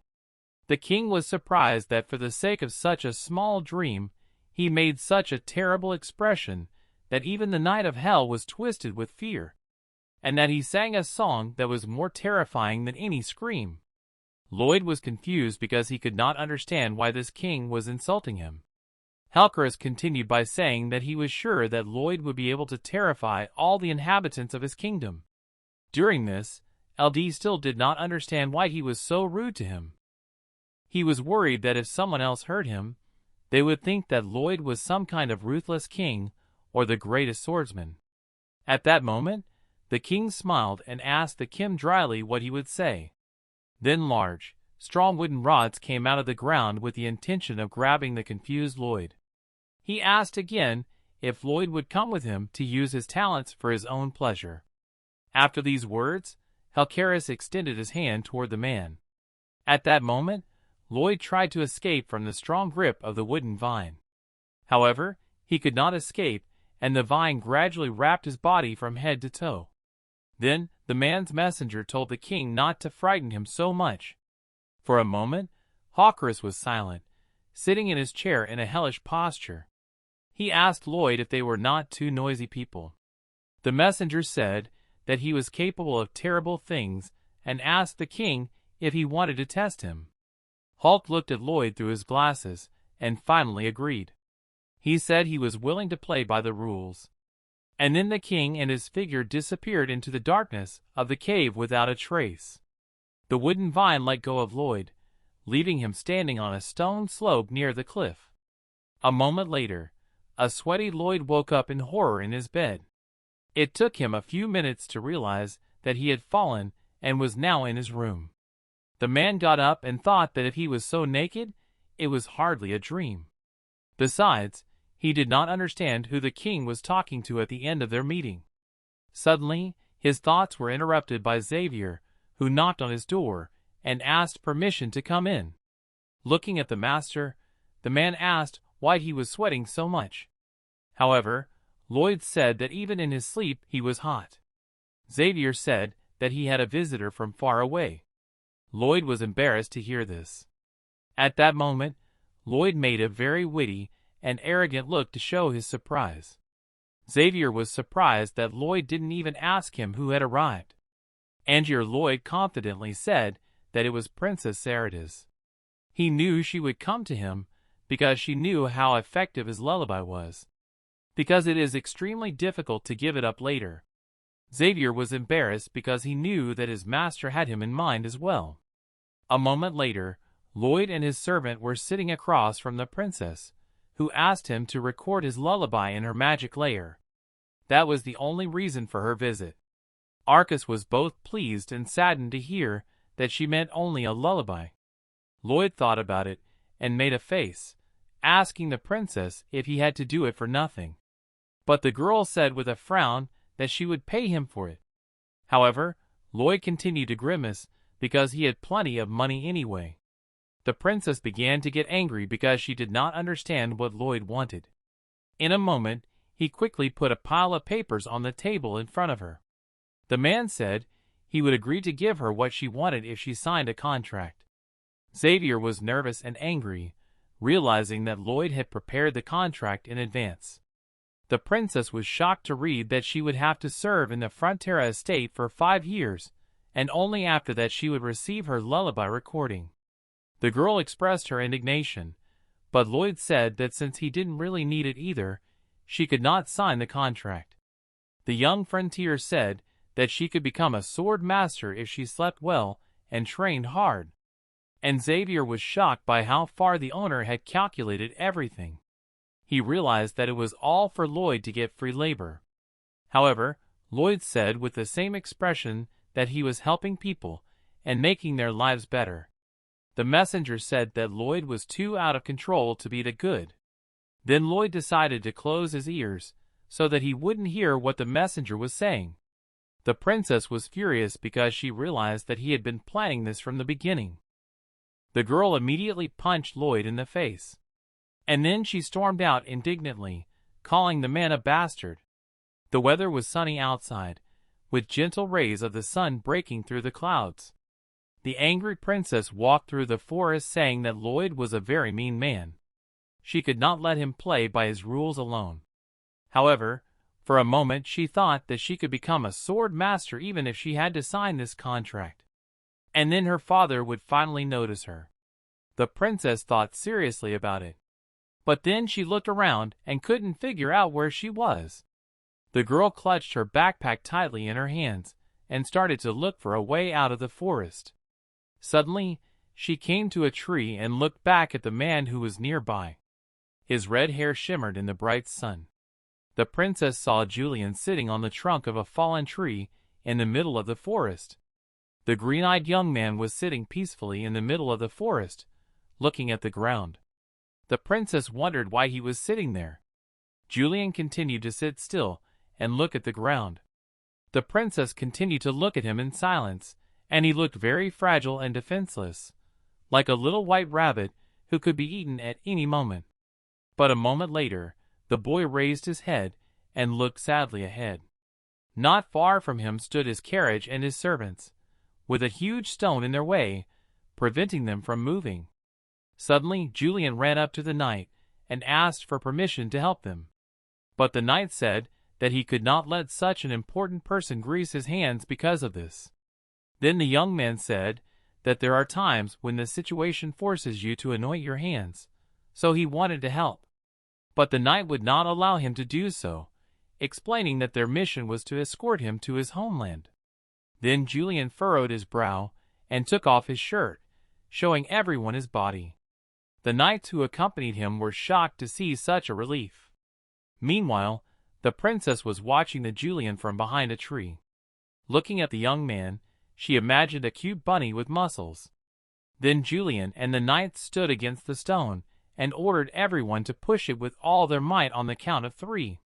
The princess thought that if this young man was returning from the capital, he must be Lloyd's younger brother. In this way, he was very different from the trash she had seen. Later, Julian stopped and said that for better results, they needed to dig around the stone with a shovel. He had seen it before, and knew that there was nothing the shovel could not handle. Suddenly, the princess came up to him and said that it would take her all day to come up with this idea, so she offered to help them. The young man was surprised to see the girl in the middle of the forest. Julian was ashamed of the beauty of the princess, and it seemed to him that everything began to blossom around him. The girl pulled out her sword so that her help would be an advantage for Julian during the negotiations with the Lord. The princess calmly pulled her hand back and made a powerful swing toward the stone. In a moment, she shattered the rock into dozens of square stones that flew to the sides, towards the frightened knights, who could not believe their eyes. After that, the girl quickly holstered her sword. As a result, the road was free for travel, but covered with square fragments of stones. Julian was shocked by what he saw. He covered his torso with his shirt, thanked her, and asked her who she was. The girl introduced herself and told him that it was currently staying at the Frontera estate. Julian froze in place looking at the beautiful princess. Meanwhile, in the city, Miss Emily was walking down the road with a bag of groceries in her hands. On her way, she met an orc with a crust on his shoulder. It was a red-haired orc named Kuga. The woman kindly remarked that she had not seen him in these parts for a long time. When she passed by, she noticed that the orc looked down and was thinking. The orc was collecting his thoughts to decide how to start his dialogue. But later, when the woman was hanging up the laundry, he turned to her. Standing in front of her, he asked Emily if she loved Sergeant Greg. The woman was surprised for a moment by this question. But then she sincerely replied that he was the most important person in the world to her. The orc gritted his teeth and began to shake just thinking about the sergeant. The woman was surprised by the orc's reaction. Just then he remembered how Greg flirted with some girl and made her laugh. Then the other orcs laughed with them until they cried. Kuga stood still among the white sheets. He knew that this love had no chance at first, so he did not want to hurt her feelings by saying unnecessary things. When the frowning orc was about to leave, Emily wanted to stop him. However, she could only watch the Kugi walk away. Sitting in the workshop with the wooden table, Emily let out a sad sigh. Greg said that she could plunge the whole world into sadness with her sadness. So he asked her what was wrong. She asked her brother if it would be strange for a human girl to fall in love with an orc warrior. Sin said it already sounded strange enough. After all, if her family found out about it, it would be a disaster. Suddenly he realized who he was talking about. The man remembered how the Kuga had yelled at him when he tried to defend himself for Emily. He broke out in a sweat and realized that this was the bastard he was talking about. Meanwhile, the Baron was sitting at the dinner table and could not stop his tears. He could not believe what good men his sons had become. However, the embarrassed Lloyd said that the Count had probably drunk too much. But the princess said that she understood their father's reaction because his sons were really good. Then the girl remembered her father, who wanted her to seduce Lloyd or become a swordsman to make the Sultan proud. Holding a piece of meat on her fork, she felt a little sad. Julian told his father that as soon as he got his appointment, he would try even harder. But Arcas said that everything was fine. The Baron continued to cry because he was happy to get what he wanted. He said that he would be happy if his sons were just there for him. At that moment, the girl was shocked by the words of the Arcas. A tear ran down her cheek. At the same moment, the girl got up from her seat, and Lloyd did not understand what happened. The girl gloomily left the table and told everyone present that she was leaving. Lloyd carelessly asked her when they could return to the negotiations. However, the princess said that Lloyd could forget about it. For Julian, this sounded too emotionless. He looked after the young princess and remained silent. Watching his brother, Lloyd did not understand what was happening to his face. The princess left the room and continued to cry with her hand over her eyes. At night, a full blue moon peeked out from among the clouds. Lloyd looked out of his window because he noticed something strange. He saw the Saratoga princess walking toward the exit of the mansion with a backpack on her shoulders. Suddenly Lloyd's face changed because he saw something strange. At that moment, Julian was chasing the princess to stop her. Through the glass, Lloyd saw Julian talking to the girl about something. His eyes were wide with surprise and curiosity. He noticed that the princess's face immediately turned red because she was ashamed. Lloyd thought he had hit a very big and unexpected jackpot. Julian asked the princess where she was going so late at night. He also asked if she was running away from the estate in such a way. The princess was embarrassed by the young man's words and feelings. The girl said she just wanted to go for a walk. And Julian exhaled because he was afraid she would leave. She had a very big bag with her, so he thought she was trying to run away. But the girl explained that it contained all her lunchboxes. Julian was very surprised at first, but then said that she would not sleep well if she ate so much at night. The princess said that she wanted to eat most of it, or rather all of it was for a picnic. She realized that her excuses were getting more and more ridiculous. But Julian said he was glad to hear it. After all, during dinner, he thought something was wrong with the girl. He was very worried about her. The girl was sincerely touched by Julian's concern for her. However, she said that she was fine now. They continued to stand in front of each other as the moon illuminated their figures. The princess said that perhaps she should stay a few more days. Looking at all this, Lloyd made an awfully happy expression. Suddenly, at the same moment, Xavier approached him and frightened him. Xavier wanted Lloyd to sing him a lullaby, but he never came to him. Xavier also asked why he had such a face when watching a couple in love. And Lloyd asked how the servant knew they were in love. However, Xavier knew this feeling very well because he had felt the loving gaze of girls more than once. Xavier supported his master because he realized that he had never felt this way. He also added that if Lloyd didn't envy them, he wouldn't let him destroy Julian's love. The messenger confirmed that Lloyd was capable of such a thing.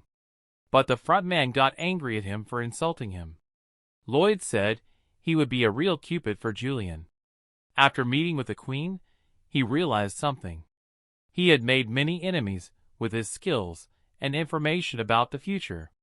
The man remembered the queen's words that he would work as long as he could. Realizing this, he decided that he had to leave. And this particular pair was to be the key to his salvation. Subsequently, when the Bibin was in the river, the city grew significantly in the amount of development. A red-haired orc was walking down the road with a pickaxe in his hands. Suddenly, a Sin approached him and asked if he was the Kuga. The orc immediately told him not to try to provoke him into a conflict because he had no desire to fight.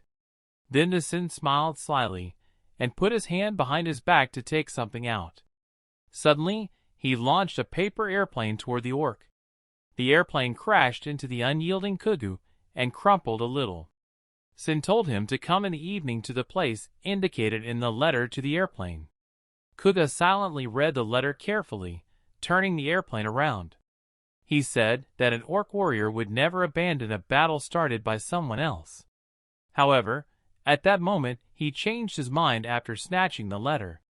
When evening came, the romantic Julian sat in front of the window because he could not stop thinking about her silken hair, and eyes that shone brighter than any pearls, and also about her sadness in her heart, which was hidden behind a strong spirit. Thinking about this, Julian bowed his head and felt a little sad. Suddenly, Lloyd came to his head and asked him if this was not love.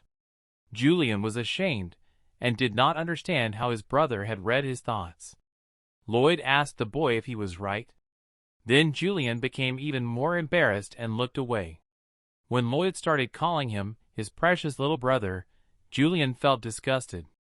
Lloyd said that tomorrow he would record a lullaby for the princess, so she would probably come home then. Lloyd wanted to emphasize his words to Julian's attention, so he left the room and made an imitation echo that repeated that she might come home. Julian was embarrassed because he did not know how to react. Meanwhile, when Kuga arrived at the meeting place, he saw a group of workers with Greg. Behind the Kuga was a group of orcs, who said that they had to have a one-on-one conversation. Sin laughed and said he was glad the orcs had caught him. After all, he wanted to resolve the relationship between orcs and humans forever. The next morning, when the princess was walking around the estate, Lloyd was surprised to see her. However, the girl immediately reflexively hit Lloyd in the face, even though he hadn't said anything yet. While lying on the floor, Lloyd said that Julian was very smart, so he could get an appointment in the capital soon, and maybe even tomorrow. At that moment, Lloyd used his trick again, with a repeated echo of the words that Julian would leave this place. The princess was confused, and a tear ran down her face at these words. In the evening, Julian sat sadly on the bed and realized that she was leaving. The princess, on the other hand, sat in her room and sadly realized that she would never see him again. At that moment, Julian nervously tapped his fingers on the table and decided that he would not let this happen. At the same moment, Julian quickly went to the princess. At that moment, the girl also rushed to meet the boy to tell him. Lloyd, meanwhile, was sitting at the table with a corn cigar between his fingers. The city was covered in twilight, and the Kuga stood stoutly on the slope near the city. Suddenly, the orc heard a strange rustling behind him. Standing at the door, Julian thought that if he did not tell her about his feelings, he would regret it all his life, just like the princess. And at the moment when the two of them decided, the boy and the girl knocked on the same door at the same time. Then Kuga saw Emily coming to meet him, who also did not expect to see him here. After all, she came here at her brother's request. At that moment, Sin and his soldiers rushed out of the bushes in their direction, and the orcs also rushed from the other side toward them. Sleepy Baron and Baroness opened the door of their room.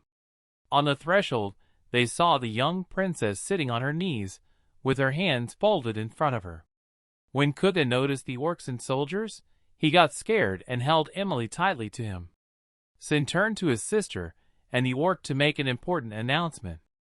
Amidst a standing ovation and flower petals, the man said that today was their first day as a couple. At that moment, Princess Saridas bowed to Julian's parents and asked for his hand in marriage. Lloyd laughed out loud at the table, because after that even the queen would not be able to handle him. Soon the queen arrived at the foot of the dark palace of the wizard Targo. The queen made a wave of her hand to give a command to her troops. A moment later, she ordered them to open fire on the wizard's castle. Then thousands of fiery red arrows flew toward the palace of the wizard Targo. The walls of the palace immediately burst into flames. Suddenly, the servants in the palace began to run away because they could not understand how these arrows knew about their place. Meanwhile, the experienced magicians used their magic to defend the palace from the Magento Queen. The magicians and knights rushed into battle, red emissions flying in all directions. Suddenly, the scream of an unknown hideous creature spread throughout the palace. A giant clawed paw of the monster that was supposed to protect the palace emerged from the darkness. The hideous creature stepped into the light and shocked everyone with its presence. At that moment, the leader of the magicians ordered all the others to use the fiery punishment on them. The monster rushed at the soldiers, breaking everything in its path. The monster broke through the floor as it approached the knights. The queen ordered all her soldiers to retreat. Then the monster screamed loudly in their direction. The knights went out into the courtyard to wait for the queen's order. The military section reported that there were 5 wounded among them, and only 1 among the mages. But at that moment, they realized that they had lost the queen in the palace. Meanwhile, the queen stood bravely in combat readiness in front of the monster.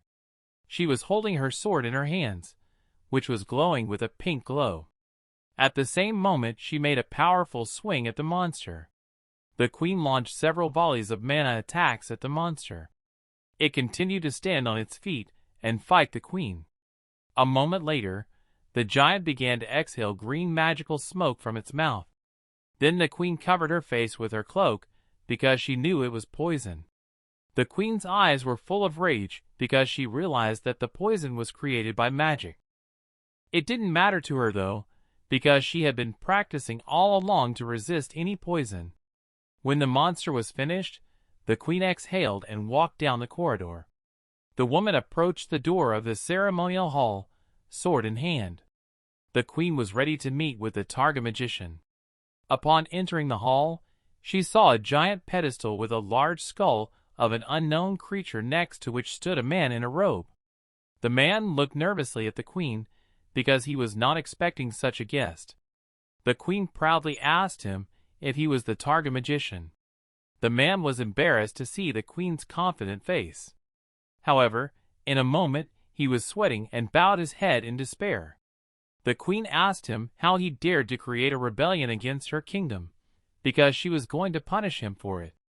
With a light wave of her hand, she beheaded the magician. After that, the man fell to his knees on the red carpet.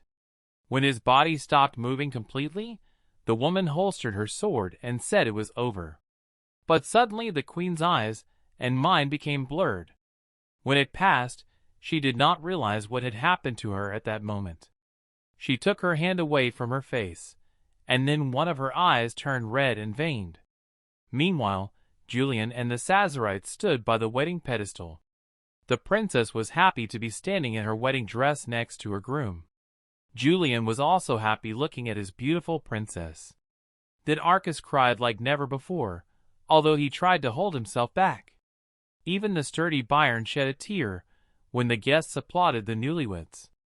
All the inhabitants of the city, along with orcs, elves, and dwarves, came to celebrate the occasion. Lloyd was terribly happy about this event. Xavier asked his master to go home so as not to spoil such a wonderful celebration. The servant did not understand the master's intentions when he said that this would allow him to avoid being an eternal slave to the queen. Lloyd smiled and told Xavier to think better. After all, at that time he was important to both countries. Although he was a citizen of Magentano, he was also a relative of Samarkand. Laud thought that perhaps the Sultan had realized what he had been pretending to be in the case of the sandworm. This meant that the Sultan still wanted him for himself. So if the queen tried to use him as a slave, he would simply run away to Samarkand to be there. Xavier understood his master and cringed at his negative aura. Lloyd was surprised that Xavier didn't say anything else after hearing his grandiose plans. Although he still couldn't defeat the queen, he could use his relationship with the Samarkand to his advantage. At that moment, Samarkand was watching his daughter's wedding through a magic mirror. The Sultan was moved, and a tear ran down his cheek. Lloyd wished happiness to his dear brother and Princess Saratzid. Happiness in a city where there would be no constant pursuit of success. And there was no father who would put pressure on her. Suddenly Emily said that she wanted the bride to finally throw the bouquet as hard as possible. Then the princess made a powerful swing and threw the bouquet with all her might like a spear. Emily did not even realize when the bouquet flew past her like a bullet. The bouquet was on fire, flying through the streets of the city. And at one point a strong man's hand grabbed the burning flowers with a pink ribbon. It was a solitaire's, who then carved a cute duckling from a piece of wood. Looking at the happy princess, Lloyd remembered that in the novel she died defending Samarkand from the rebels. And at that moment, she was walking happily next to his brother in a white dress. Lloyd liked that feeling, even though he hadn't made any money from it. The man's thoughts were interrupted by a messenger who appeared in front of him. He told the man that he had saved another person from a sad end. But Lloyd already knew this, so he didn't understand why the messenger was telling him about it. At that moment, the number of lives and destinies he had saved began to rapidly increase on his screen. Lloyd was surprised to see that the number had exceeded several hundred. Meanwhile, the total number of lives saved exceeded 4 million. Lloyd's eyes grew wide at the sheer magnitude of the number. Finally, when the counting was over, the man saw that he had saved more than 23 million lives. He did not understand where this figure came from, because he thought that there should have been no more than 100.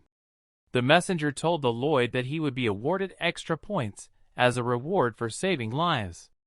And if he absorbs more than 50,000 points, a new skill will become available to him that will expand the functions of the final spoiler. The man has mastered the right to use the strongest gaze in the world. This skill could allow him to use first-class strength for 30 seconds. When the workers were taking the chairs away from the ceremony, Lloyd thought that this would not be enough for him, because it couldn't make him the strongest. And although he doubted that this would happen, he thought that if he had to fight the strongest, he would lose. Then the messenger clarified that in order to use this skill, he would have to refuse his support. This meant that all his skills and final spoilers would become unavailable. Lloyd made a face because he was very upset to hear such conditions. Then Lloyd said that he would not use this skill because without his skills, all his work would go down the drain. At that moment, Lloyd was interrupted by the Count, who came up to him. Lloyd said that he had played the role of the pastor quite well. In return, the Count thanked Lloyd for his help in getting the Magentans and Asphahans to sign a peace treaty. However, Lloyd said that he did not take much credit for this because the negotiations were initiated by the Count and his younger brother married. Grab made a bow and apologized to Lloyd for humiliating him and called him a real hero. Then he said that he shouldn't worry because he was really a mercenary man. He didn't want to be made into a hero and draw attention to it. It was enough for Lloyd to be a good person. And the Count told him not to hide his merits, because the Queen had already guessed everything. He then added that the Queen had sent him to this place not only to perform the wedding ceremony, but also to take Lloyd to the capital. Hearing this, Lloyd realized that this was the right moment to pretend to be sick. He pretended that he had a lump in his throat and coughed in front of the Count. The young friend told him that he was a little sick and needed to recover in the Asfahan. However, the Count still insisted that the Queen wanted to see him. This disappointed the young frontier very much. He thought that the Queen would think that her husband came only when he needed her. Lloyd remembered when the Queen grabbed him by the face and asked him if he was selfish enough to do that. But Lloyd had no choice but to go with Xavier to the Queen's palace. Following the guard through the Queen's palace, Lloyd walked towards her with a very upset face. In a moment, the man was sitting on the floor in front of the Queen with a sour face. The woman was glad that Lloyd came to her of his own free will. After all, she could have invaded his estate out of a broken heart. If she had done so, Lloyd would have immediately fled to the Asfahan, which would have hurt her more. Lloyd sat dejectedly and tried to understand what the queen meant. Then the woman told him to stay within the bounds of what was permitted, and there would be peace. The man said that he would not dare to ignore her request and asked what she wanted, thinking that he could somehow negotiate with her to avoid the fate of lifelong slavery. The woman got up from the table and said she had something to show the Lord. As the guard stood at the entrance to the queen's palace, Lloyd looked forward with excitement, asking the queen what it was. He saw giant dragon bones lying right in front of him. The queen said that they had found them in the wizard's vault, and that they probably used them for some kind of ritual. Then Lloyd remembered that in the novel it was said that dragon bones could be used to make various magical objects. When he thought about it, he was already salivating over them. The woman said that if they used these bones, they would show the power of the kingdom of Magentano. The woman asked the abbot to build a large garden behind the castle, and to place a statue with the dragon bones in the center, as a monument to the kingdom that defeated the dragon. Lloyd realized that it was time for Kim to use his social skills. Lloyd thanked the queen for such a wonderful task and a great honor for him. And as a sign of his sincerity to her, he said that he would not take payment. Then the queen asked what he wanted, and the Lord asked for immunity from hard labor for the next 10 years. At first, the queen did not understand what Lloyd was talking about, but in a moment she was like an angry red lion. And Lloyd was the one who walked on a tightrope over this angry lion, keeping his balance so as not to fall into its mouth. After all, he had crossed the line a little bit. However, the man got his bearings and said that if it was too much for her, she could give him only one bone from the dragon's tail. The furious queen immediately punched Lloyd in the face. The man grabbed his head and did not understand why the woman reacted in such a way. But a moment later she smiled and said that after the blow she decided to be generous with him. The woman allowed him to take the bone, but gave him something else in return. The man was sincerely happy and allowed her to strike him 1,000 times or step on him. The queen did not want to kill him, so she ordered him to leave. Lloyd was pleased because he knew that he would receive an incredible reward. However, he still did not want to work. Lloyd wanted to receive money just to live his life to his heart's content. Suddenly, a respectable man came into the room where Lloyd was sitting with a pile of papers in his hands. He introduced himself as Vikind, an expert in garden design. Vikind intended to discuss their cooperation with Lloyd, but when he saw that he was so young, he was very surprised at his skill. After all, Window was a simple peasant and had worked for more than 30 years to acquire the necessary skills and build his reputation. He believed that the quality of his work was significantly different from Lloyd's abilities. When the Windows tried to start a dialogue, Lloyd immediately said that he was just a guy who was lucky to be here and gain experience from an expert. After all, he could not even dream of working with such a respected and skillful window dresser. Lloyd said that he wanted to learn from him while being close to him. The Viscount was very surprised by the man's words, so he froze in a stupor for a moment. But in a moment, he was sincerely happy with the man's words. The next day, Viscount showed Lloyd the plan of the entire garden to get his opinion. Lloyd expressed his incredible admiration for the Viscount's skill in depicting and detailing the plan. Then, when the Viscount wanted to hear more from Lloyd, he continued to praise his skills and call the expert a genius. Suddenly, the Viscount said that he had done everything himself and that Lloyd was useless. And the young frontline worker agreed without any argument. Later, Window left to do some research and told Lloyd not to bother him, to which he agreed. Lloyd watched the happy Window disappear into the forest. Then Lloyd turned around and walked to a hammock hanging between two trees. The man laid down and made a terribly happy expression because he realized that he had hit an incredible jackpot. It was only thanks to hard-working and competent people like the Viscount that someone like him could have fun and still make money. Later, night fell, and a big blue moon illuminated the outskirts of the city. Guards with torches continued to stand guard at the entrance to the queen's palace. There were also guards near the dragon's skull. Suddenly, a pink magical glow appeared in one of the skull's eye sockets. From there came the voice of the Targa saying that he never gives up. The magical glow began to expand, and the voice grew louder. The Targa said that he would take revenge on Alicia Mojentano and destroy them all. Outside, the weather was clear. The man was telling Lloyd angrily about the beauty of nature, fanatically telling him that people long for the ability of gods to create things out of nothing. He also noted that when he created his first garden, he felt like a real god. Lloyd listened intently to the old man, who in his opinion was incredibly dedicated to his work, and for that reason, the hero should make sure to get the most out of the old man. The old man said that they should go to the meeting, and advised Lloyd to just wait, because in his opinion, as Lloyd wanted, the hero didn't know anything at all. The boy looked at the happy old man and couldn't help but smile, because he wasn't going to sit idly by. A team of the hero's little pets was summoned.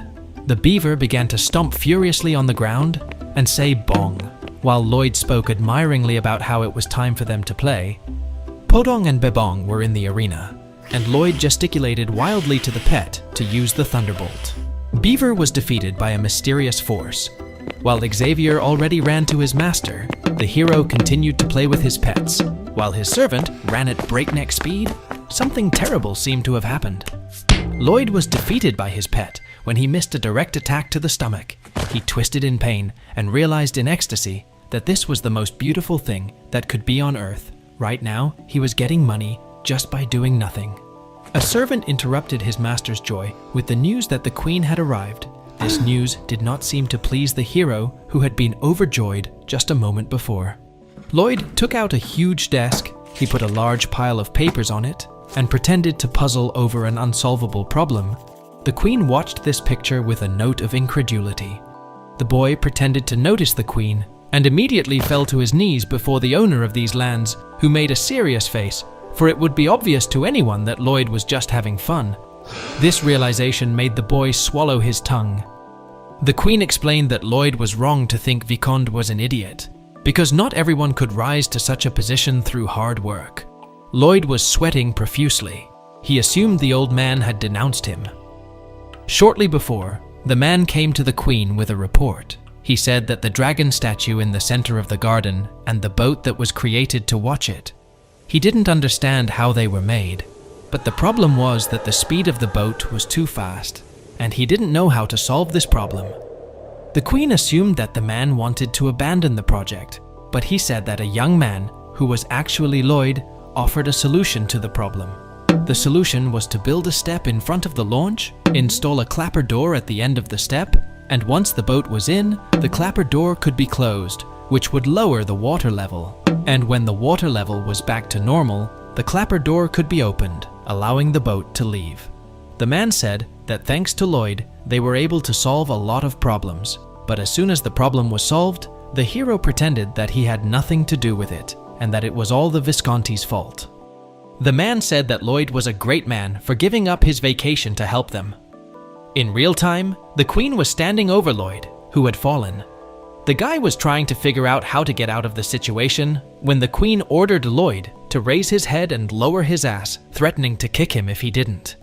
Lloyd, with an incredulous face, waited to see what the queen would say, but she looked at him with her soul-piercing gaze.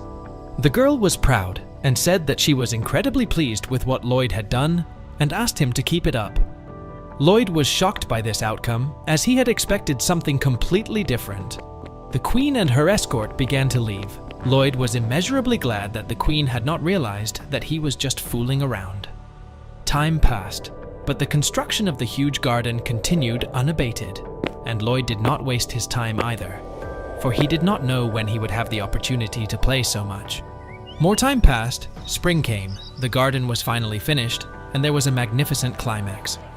In honor of the opening, many people gathered inside. The queen sat upstairs watching her subjects. The old man proudly told someone with admiration that her kingdom was the best in the world. Lloyd began to understand why this garden was necessary, to show everyone the superiority of the Magentano kingdom. Lloyd noticed his subordinate and asked why he was looking at the cookies and not eating them. Xavier replied that he thought Lloyd was very unlucky. The hero was angry and asked why he was talking nonsense about nothing. Xavier started to explain, saying that every time something happens at such banquets, it is his master's bad luck. Lloyd was about to disagree, but suddenly there was a loud bang that attracted the attention of everyone. The source of the sound turned out to be the dragon's head, which had fallen from its body. The queen didn't seem happy about what had happened, and the old man who had done all this was horrified by the sight. Lloyd could not believe his eyes, for the statue could not have collapsed. Xavier warned his master to prepare to flee. Xavier's face was frightened. Looking at the bones, the hero did not understand what was happening. The dragon bones began to emit a huge amount of purple energy. Its influence was so great that even from space, the vortex created by this power could be seen. The huge skull dragon looked fiercely at the statue and began to think that before he was decapitated by the girl, he had transferred his soul into these bones, and it was only now that he could finally settle down. After the bone body was fully restored, there was a terrible soul-tearing roar, and the dragon immediately flew at the statue, smashing it with a swipe of his paw. The bone monster immediately turned towards the people. All present were swallowed by a primal fear. The monster roared with all its might, making everyone's body shudder. The queen ordered the people to run away, or they would all die. The girl went to attack the monster, which by its mere presence caused fear in the surrounding people. The dragon did not stand still and swung its paw, causing the queen and her subjects to be thrown far back. Even though the dragon was still getting used to his body, all humans were just little ants to him. The enemy screamed again, raising his huge krill that covered the sky. The queen was well aware that she could do nothing against this monster alone. The girl turned and began to call Lloyd's name, thinking he was the only one who could find a way out of this situation. Not that Lloyd himself answered, he just ran away as if he had never run before. The queen was completely overwhelmed.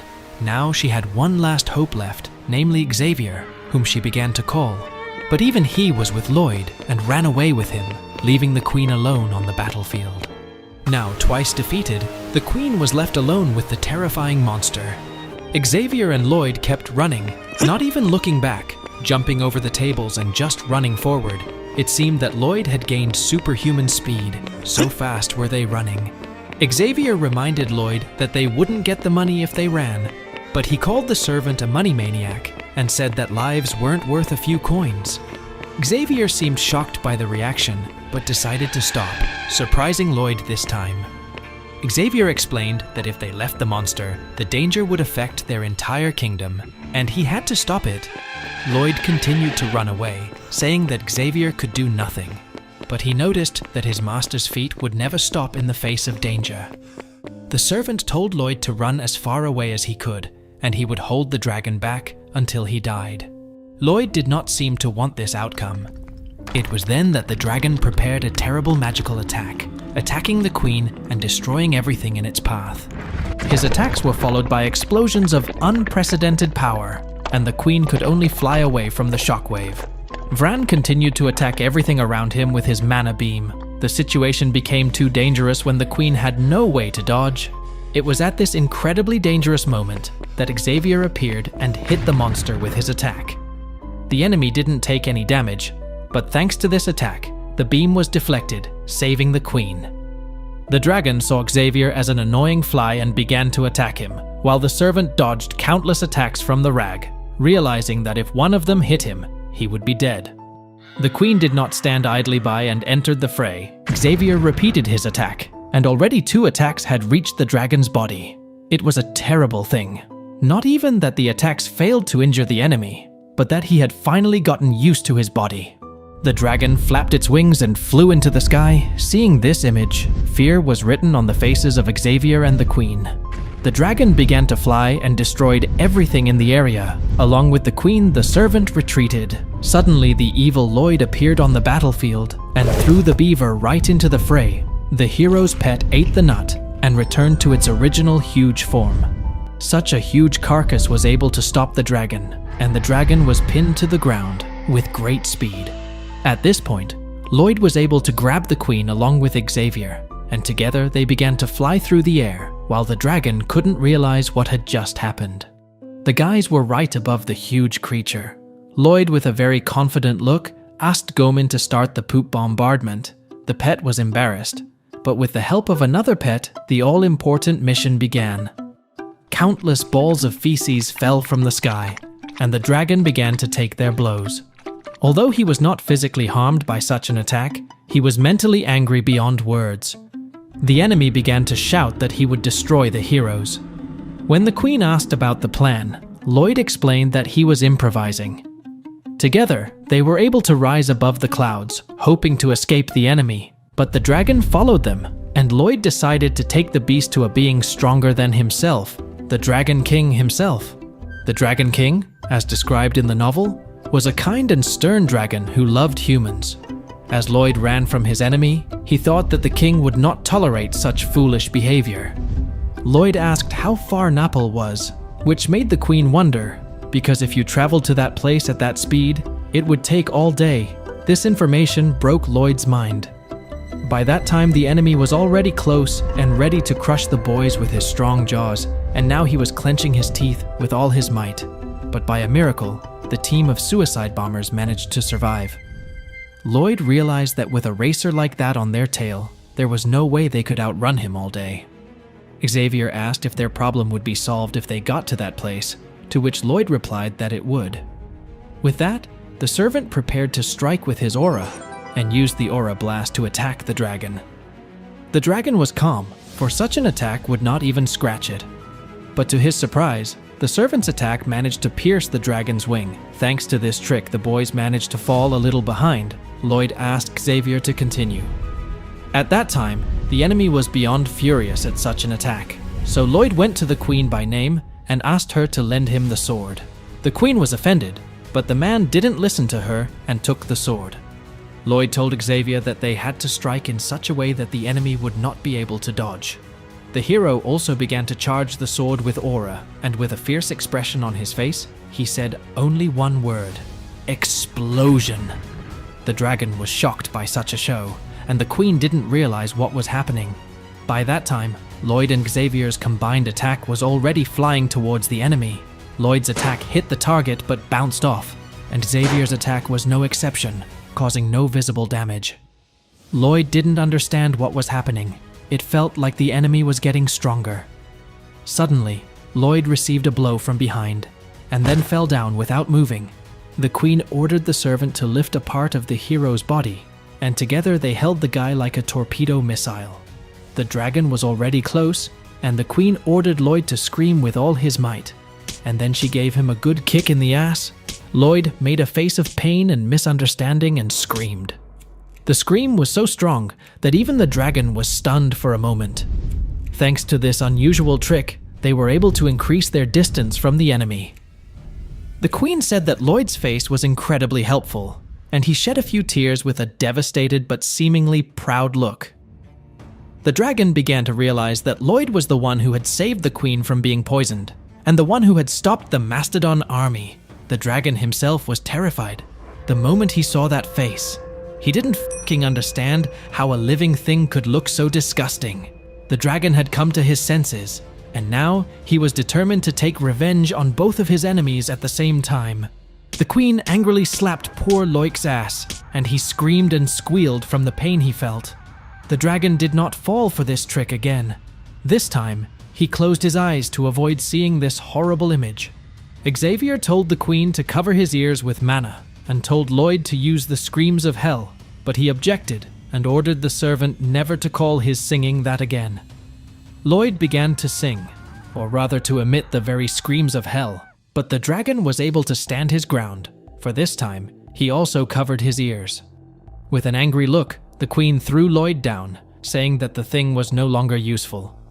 Lloyd realized that the plan to use the Dragon King had failed, and that they had no choice but to defeat the dragon themselves. Suddenly, the image of the queen, who had once said that there was no tailbone in the dragon's bones, appeared in his mind. Now Lloyd knew for sure that even such a seemingly invincible opponent had a weakness. They flew at top speed, and the dragon kept catching up with them. The dragon thought he was getting stronger as time went on. He closed the distance to the humans, and thinking he had become a creature that had surpassed nature, he was ready to eat the boys. But Lloyd was not going to give up so easily. He ordered Goman to use web missiles, and the dragon was enveloped in a web. The enemy began to scream that Lloyd was only making trouble for him. Suddenly, the dragon realized that he had missed the men. He couldn't understand where they had disappeared to, but the guys were already on top. Lloyd shouted that he should attack the fourth tailbone from the pelvis, and Xavier followed the command and directed his attack right at the place the hero had recognized. This bone was artificial, so the attack failed. The dragon howled in pain, and Xavier continued his attack. By that time, the queen had already finished preparing her attack, and said that Lloyd had told her that this bone was made from the bones of the imperator whale. The guy apologized, and called it a rational economy of materials and effort. The queen acknowledged Lloyd's opinion, and struck a blow that destroyed the bone. Lloyd was completely satisfied with the result, and the dragon lost its tail and began to fall to the ground. Lloyd lay on the bed in his underwear, and said that they hadn't been home for a long time. Xavier said that Lloyd's negative energy was 10 times worse than usual, which pissed off the guy who got it from almost everyone he met. Xavier apologized for his words and said that the question of clothes should be put aside for now. He asked when Lloyd was going to address the Countess and the Count as a father. The boy hadn't expected such a question, and Xavier added that even if he wanted to call them his parents, he had no right to do so, so he couldn't understand why Lloyd, who had the right to do so, would address them by their titles. Xavier ended the conversation by saying that he had said too much, and Lloyd thought about it, because the servant had lost his parents and must be sad. Looking at the portraits of Xavier's dead parents, the hero asked what they looked like. The servant was surprised by the question, and explained that Lloyd was asking because he was really curious. Lloyd said with a very light-hearted look that he was really interested in the servant's parents. The dragon that fell from the sky landed right on the ground, leaving a huge footprint in the ground behind him. He continued to lie down, but he still tried to stand up, even though the loss of his tail caused his body to lose its balance. By that time, a huge beaver had already flown down from the sky and pinned the dragon to the ground. Lloyd used the maximum power of the explosion, but missed, and all the energy flew into the sky. Xavier also prepared his attack and hit the enemy hard. Lloyd made a horrified face and used a supercharge, sending a huge blast of energy from his hand that went straight for the dragon. Xavier continued to attack with all his might, and Lloyd was also doing his best. His mana heart skill had increased, and the queen had arrived on the battlefield, ready to deal a decisive blow to the enemy. She attacked with a sword with a huge amount of energy, and this attack was successful because the hard bone that seemed invincible began to crack. The dragon howled in pain and rage, while Lloyd rejoiced that their combined attacks were working. Lloyd got a new skill option, as the dragon's devouring of his mana heart put his power into it. The guy didn't pay attention to the hint, as they were now attacking a world-scale monster together. Back to the dialogue with Xavier, he couldn't understand why Lloyd was interested in such things. He didn't understand why he was interested, because the servant wasn't his friend. Suddenly, behind Lloyd's back, a bone fell from the dragon's body. Xavier noticed it and immediately rushed to the place of the collision and covered his master with his body. The hero looked up and saw a horrible image of his servant spewing a huge amount of blood from his mouth. Xavier flew away with the bone, destroying the trees around him. He immediately flew through the forest and landed at a pond where he plunged under the water with tremendous speed. The dragon stood up and began to scream with rage. He began to draw some of his boast, and a moment later, his body was restored. Lloyd was incredibly saddened by the death of his comrade. He began to scream the servant's name, while the dragon was already ready to crush the guy like a bug. At the last moment, the queen intervened and saved the hero. She started to say that Lloyd should pull himself together, and as always, think of a way to win. She said that he had to think of a way to save Xavier. Lloyd didn't know what to do. Xavier's mana was gone the moment he was hit. He didn't know how to heal something like that. As the dragon stared at the humans and Xavier sank to the bottom of the lake, he was still alive and decided to collect his mana. He decided to expand it and drive it into each other, but his aura began to fade and he assumed that was the end of him. As he sank to the bottom, Xavier's only thought was that it was his duty to save Lloyd. At that moment, the queen and the hero on her shoulders were fleeing from the dragon, who was quickly catching up to them. Lloyd pondered what he should have done earlier. He seemed to have fallen into despair. While Xavier believed that he had to save his master, Lloyd believed that he had to save his servant. Xavier clenched his limbs in anger and pain, while the hero was determined to if there would ever prevent. Lloyd asked for permission to jump off the queen's back, and without waiting for an answer, he did so. Xavier regained consciousness and was anxious to get out of the water, for he was obliged to save his master. It was in the lake that the two men who had tried to save each other met, each realizing at last that they were true friends. Their hands were only a few inches apart, and eventually their hands were intertwined. Lloyd tried to tell Xavier to absorb his mana. The Oni understood each other without words, and the servant began to absorb the mana. By this time, the dragon was in a rage. He was about to finish off the queen, but suddenly that round thing started flying towards him at great speed, finally hitting him with enough force to deflect the monster's head. The dragon's attack flew past the rabbit, and on the other side of the lake where it hit, there was a huge explosion. Xavier couldn't understand one thing about Lloyd's mana, namely that it seemed foreign to him. He even thought that this mana could be called something outside the rules of this world. At that time, Lloyd's pet did not stand still either and used his crowning attack of fecal bombardment. The dragon saw the projectiles of poop flying towards him, and this time he decided to dodge. At that moment, Xavier realized that he was unable to control this mana. The other pets also decided to join the fight. The girl pet flew straight towards the dragon, while the monster itself was covered in black mist, and the queen took this opportunity to get close enough to strike. But just before she struck, her body stopped, as if the queen had been struck by lightning and seemed to have a look of despair on her face. The dragon did not hesitate, and with a swing of his crest threw the queen away. Xavier begged his master's forgiveness for not being able to accept such power, and for not being able to stay at his side. As Lloyd seemed to suffocate under the dammed water, Xavier cried out, and his mana began to return. A message popped up, saying that after seeing Lloyd's face, Xavier realized that he was beyond causality. At that moment, the queen flew straight to the ground at great speed, and was picked up by a pet bird at the last moment. As Xavier's mana began to fail, Lloyd's pets were ready to accept their terrible fate, and the dragon prepared to end their battle with a decisive attack. Lloyd was about to suffocate when he received a message that every cell in Xavier's body was now functioning as a mana heart, causing images of mana to appear and giant wings to sprout from the servant's back. Everyone on the battlefield felt the energy, and the pets were delighted by the sight they saw as Xavier climbed out of the water, holding Lloyd's body, releasing the water he had swallowed from his body. The dragon was shocked as he couldn't keep up with Xavier's movements. The servant threw Lloyd's body to the ground and swung his blade in an incredibly elegant and mature manner. The dragon didn't have time to see anything, but a moment later, the monster's body was covered with a huge number of cuts, and it simply began to turn to ashes. The remains of the dragon began to fall to the ground, evenly cut into cubes. Lloyd was shocked at the strength of his servant. Xavier was now the strongest man of the new Grandmaster. Lloyd turned to his servant. There was a small silence between them, which was interrupted by the hero saying that from now on Xavier would be in charge of all soaring tasks. The servant was incredibly angry to hear such words right after such a terrible battle, but he calmed down immediately because Lloyd is always like that, and the servant's pets rushed into the hero's arms.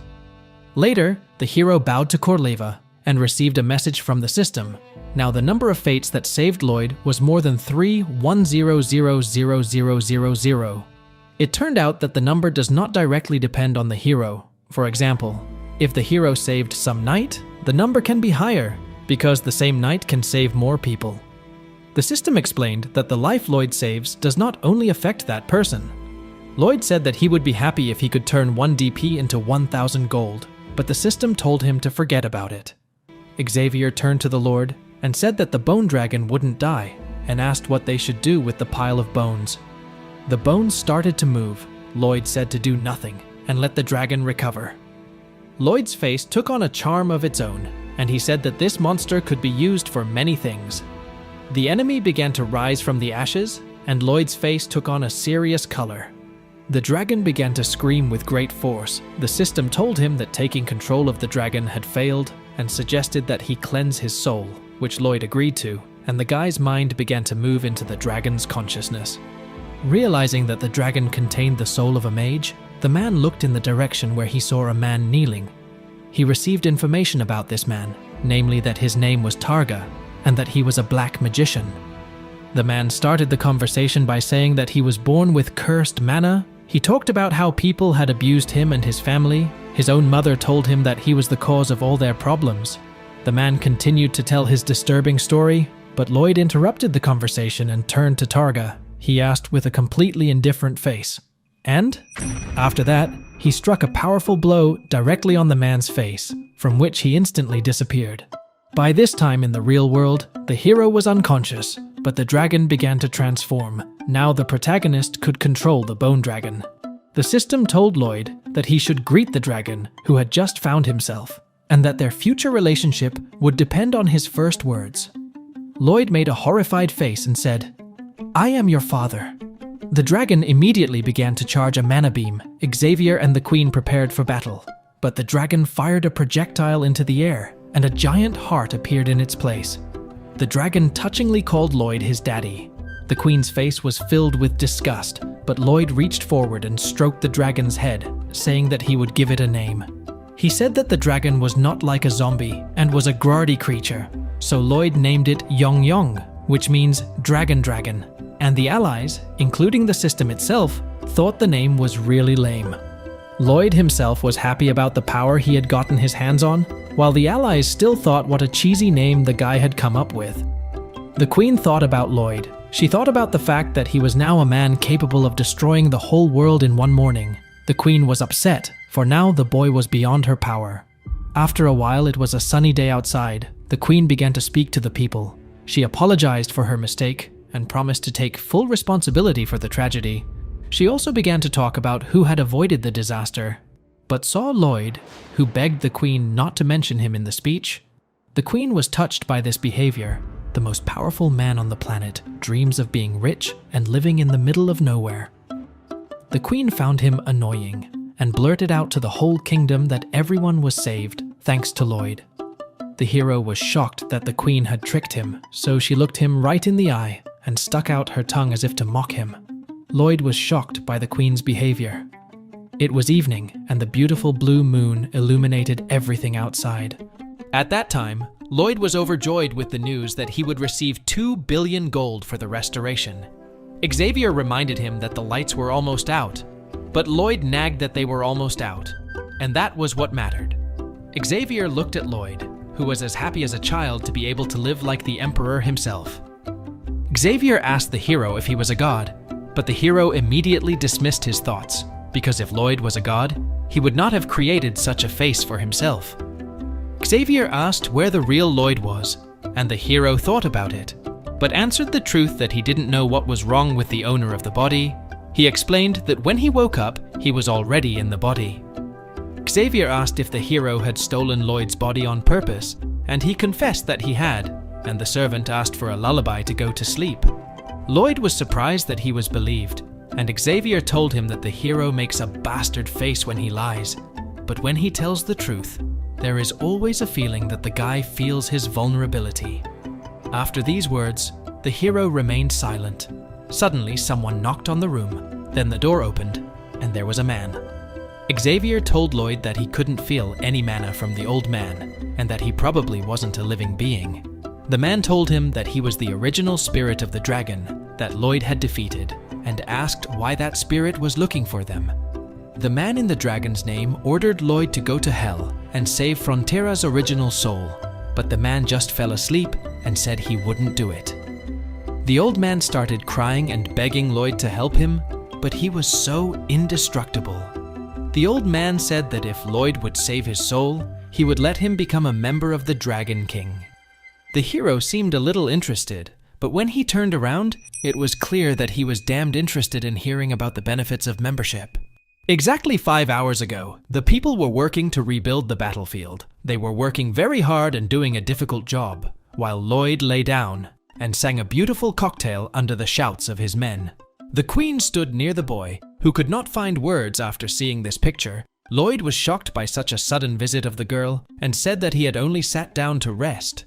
The boy shouted at Xavier for not warning him of the impending danger. The queen was already used to such behavior and just smiled and sighed. Lloyd fell to his knees, and the queen said that the leader really did not need to take part in the work personally. The girl ordered the guard to step back, then asked Lloyd to come closer. The girl stared intently at a single point, and that dreamy point turned out to be Lloyd's ass, which he was stretching upward. The girl remembered the moment when she had to slap the guy's juicy ass, after which her hands shook erratically. She tried to resist the temptation, but in the end, unable to control her body, she kicked the guy anyway, allowing him to see the ancestors for a moment. The girl was in shock at what she had done. She couldn't believe she hadn't stopped herself. Lloyd said that he would gladly accept any punishment, which seemed to excite the queen. Xavier began to tease his master, and the queen asked where Lloyd had taken the bone dragon, and he told her that he had sent it to a distant land where there was no one.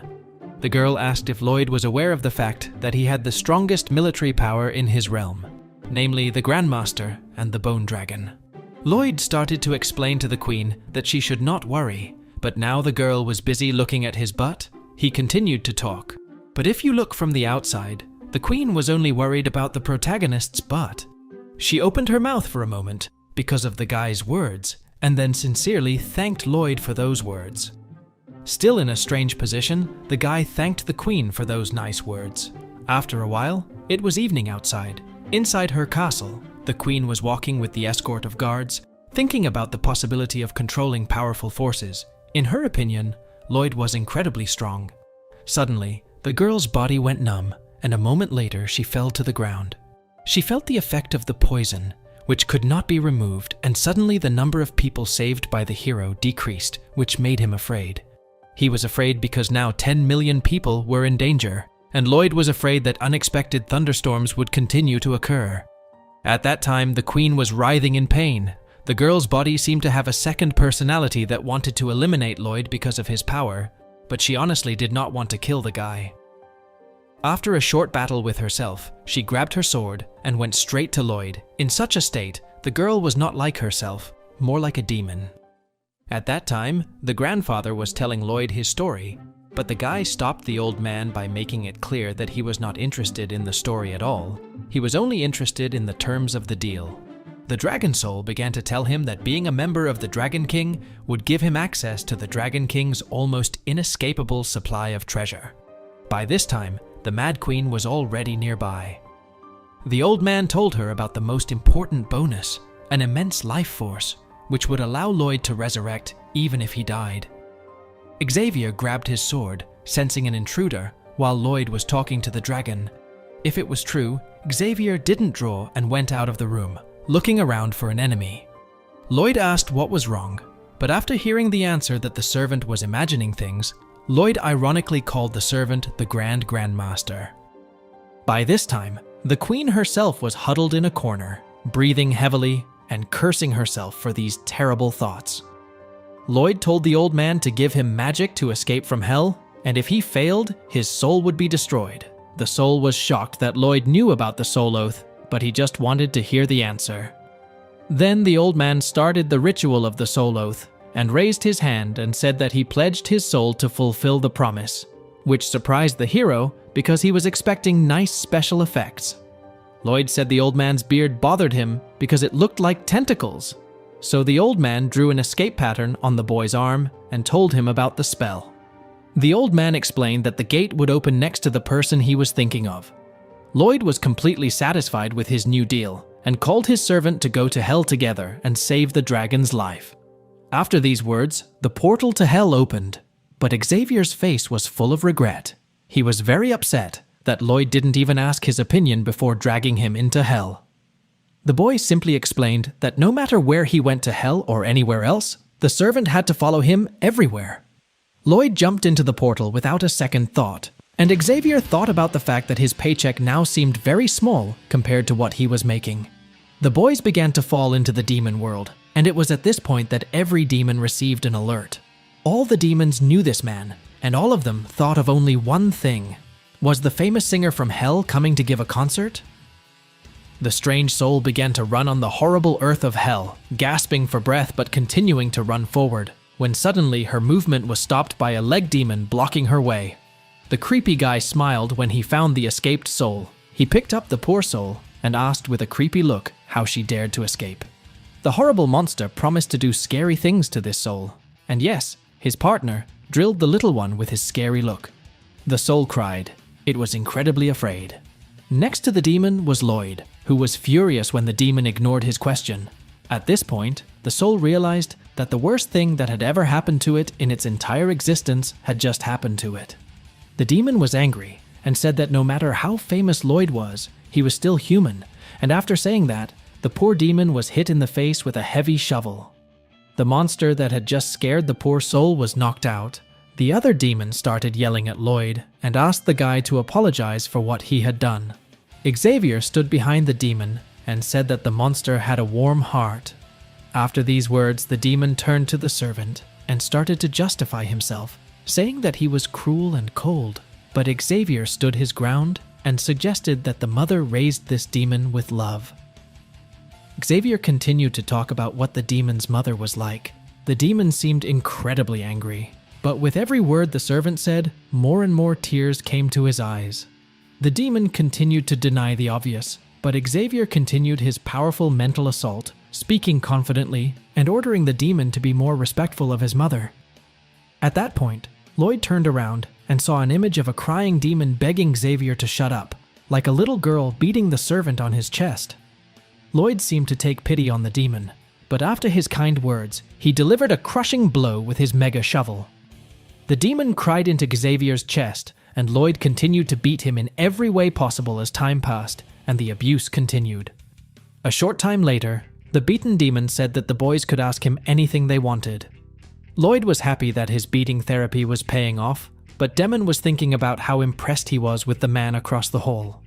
Demon started to say that it was impossible to find out about hell over the phone, but Lloyd immediately picked up on his lies and then asked with a creepy look where the King of Hell's castle was. After a while, the boys flew to the place. The demon did not understand why they went in the opposite direction of what he said, but Lloyd explained everything simply, all because of the demon Ebona Bizdabul. The demon seemed to like that kind of swearing, and Lloyd called him a fucking pervert. Lloyd promised to reward the demon if he told him all about the King of Hell and his castle. Lloyd was asked how he felt about the temperature, but the hero made the demon shut up since he was the only one asking questions. When asked if the place they had arrived at was the castle of the King of Hell, the demon said it was, and Lloyd realized they were there. Lloyd said they had to go there to fight the King of Hell. The demon yelled at Lloyd, reminding him of his promise to reward him when they arrived. Lloyd told the demon in a cold and scary voice that he wouldn't do that and ordered him to leave. The faces of these monsters were in complete disbelief, but moments later, they were colored with pride. The demon was now in love with Lloyd. The second demon said goodbye to Xavier, who smiled back at him. Lloyd and his servant went straight to the lair of the King of Hell. The demons did not understand what was going on, since humans were not only invading hell, but also wandering around the place as if they were at home. Hearing such talk, Lloyd turned to the demon and showed everyone who was a real hellspawn. He scared the hell out of every demon that was here, and then they went on with Xavier. The head of the guards appeared in front of the boys, angry at their behavior. A moment later, the big chief was on the ground under a hail of blows from Xavier. Lloyd opened the last door in front of the boys, and his face became serious as he saw the demon he had seen in his dreams. Lloyd brought the King of Hell to him, but he asked him not to bother him as he was very busy. Lloyd began to lick his lips and asked if the demon wanted to finish the job. The Hell King's hand stopped. He looked at the boy intently and said it was natural. Lloyd said he could give the Hell King a life at night. Lloyd had previously learned through the phone that the king had worked for exactly 670000 years without a break. Even the previous Hell King had killed himself after failing to finish his work after 3.5 billion years. Lloyd realized that the current King of Hell knew this, and the guy was sure that this king would suffer the same fate as the past king. The King of Hell closed his eyes, took off his glasses, and asked what Lloyd meant by giving him life at night. The boy explained that it was a trade secret. The king seemed interested. He didn't understand how a man dared to negotiate with the king of hell. It made the man angry. Lloyd simply replied that if he didn't like it, he could execute him right away, adding that in that case, the king would have to work for 3.5 billion years. After these words, the demon's face completely changed, and Lloyd was covered with an aura of confidence in his words and actions. He realized that in such a situation, there was no guarantee that Xavier would be able to protect him from the king of hell. Lloyd believed the information he had learned, that the king of hell would never break the law. The boy was sure that the man was a just public servant. The king spoke, which made Lloyd tense. The demon asked him what he wanted. Lloyd was overjoyed, for he had just gained an advantage in the negotiations. The boy said he wanted the release of Enticus's soul. Then the king of hell snapped his fingers, and a crystal ball appeared with a dragon inside. The king said that this jewel was of no value to him, and asked how exactly Lloyd was going to help. The boy told him his plan, which was to build a railroad. Lloyd realized that it was a lot of work, but the demons had a big problem, namely that the souls that the king of hell judges are sent to the wagons. Stupid demons can't find their own way, because the earth of hell is constantly collapsing, and that's what the king has to do, which is to show the demons the way. After the construction of the railroad, Lloyd would be able to take a huge amount of work in the king of hell himself. After hearing this, the man began to put on his glasses and asked the boy to prepare a contract to fulfill the order. Lloyd was very happy, because right now, his goal of becoming a member of the King of Dragons was incredibly close. Korolko gave the hero papers saying he had no more time, and said that if Lloyd could find idiots for the robot, he could use them to the fullest. Lloyd asked for a notification on the smartphones and promised to do the rest himself. Hell looked scary. There was lava and heat everywhere. Lloyd and Xavier were teleported to a strange place. Lloyd summoned the power of the King of Hell, for he could summon it with a flick of his finger. Suddenly, the boy's attention was drawn to the fact that the reincarnation gate was incredibly similar to a black hole. Souls fell into it, and the hero realized that if he fell into that hole, he would be dead. Xavier realized that Lloyd's real name was Soo Ho, because that was the name the King of Hell had given him. Still, the servant stepped back and asked what their plan of action was. Lloyd did not understand what was on the servant's mind, for he knew that his master was not the man he knew. Xavier could not imagine how they could build a railroad, for steel could not withstand lava. But Lloyd, as confident as ever, informed the servant that he had decided to do it because he knew it was possible.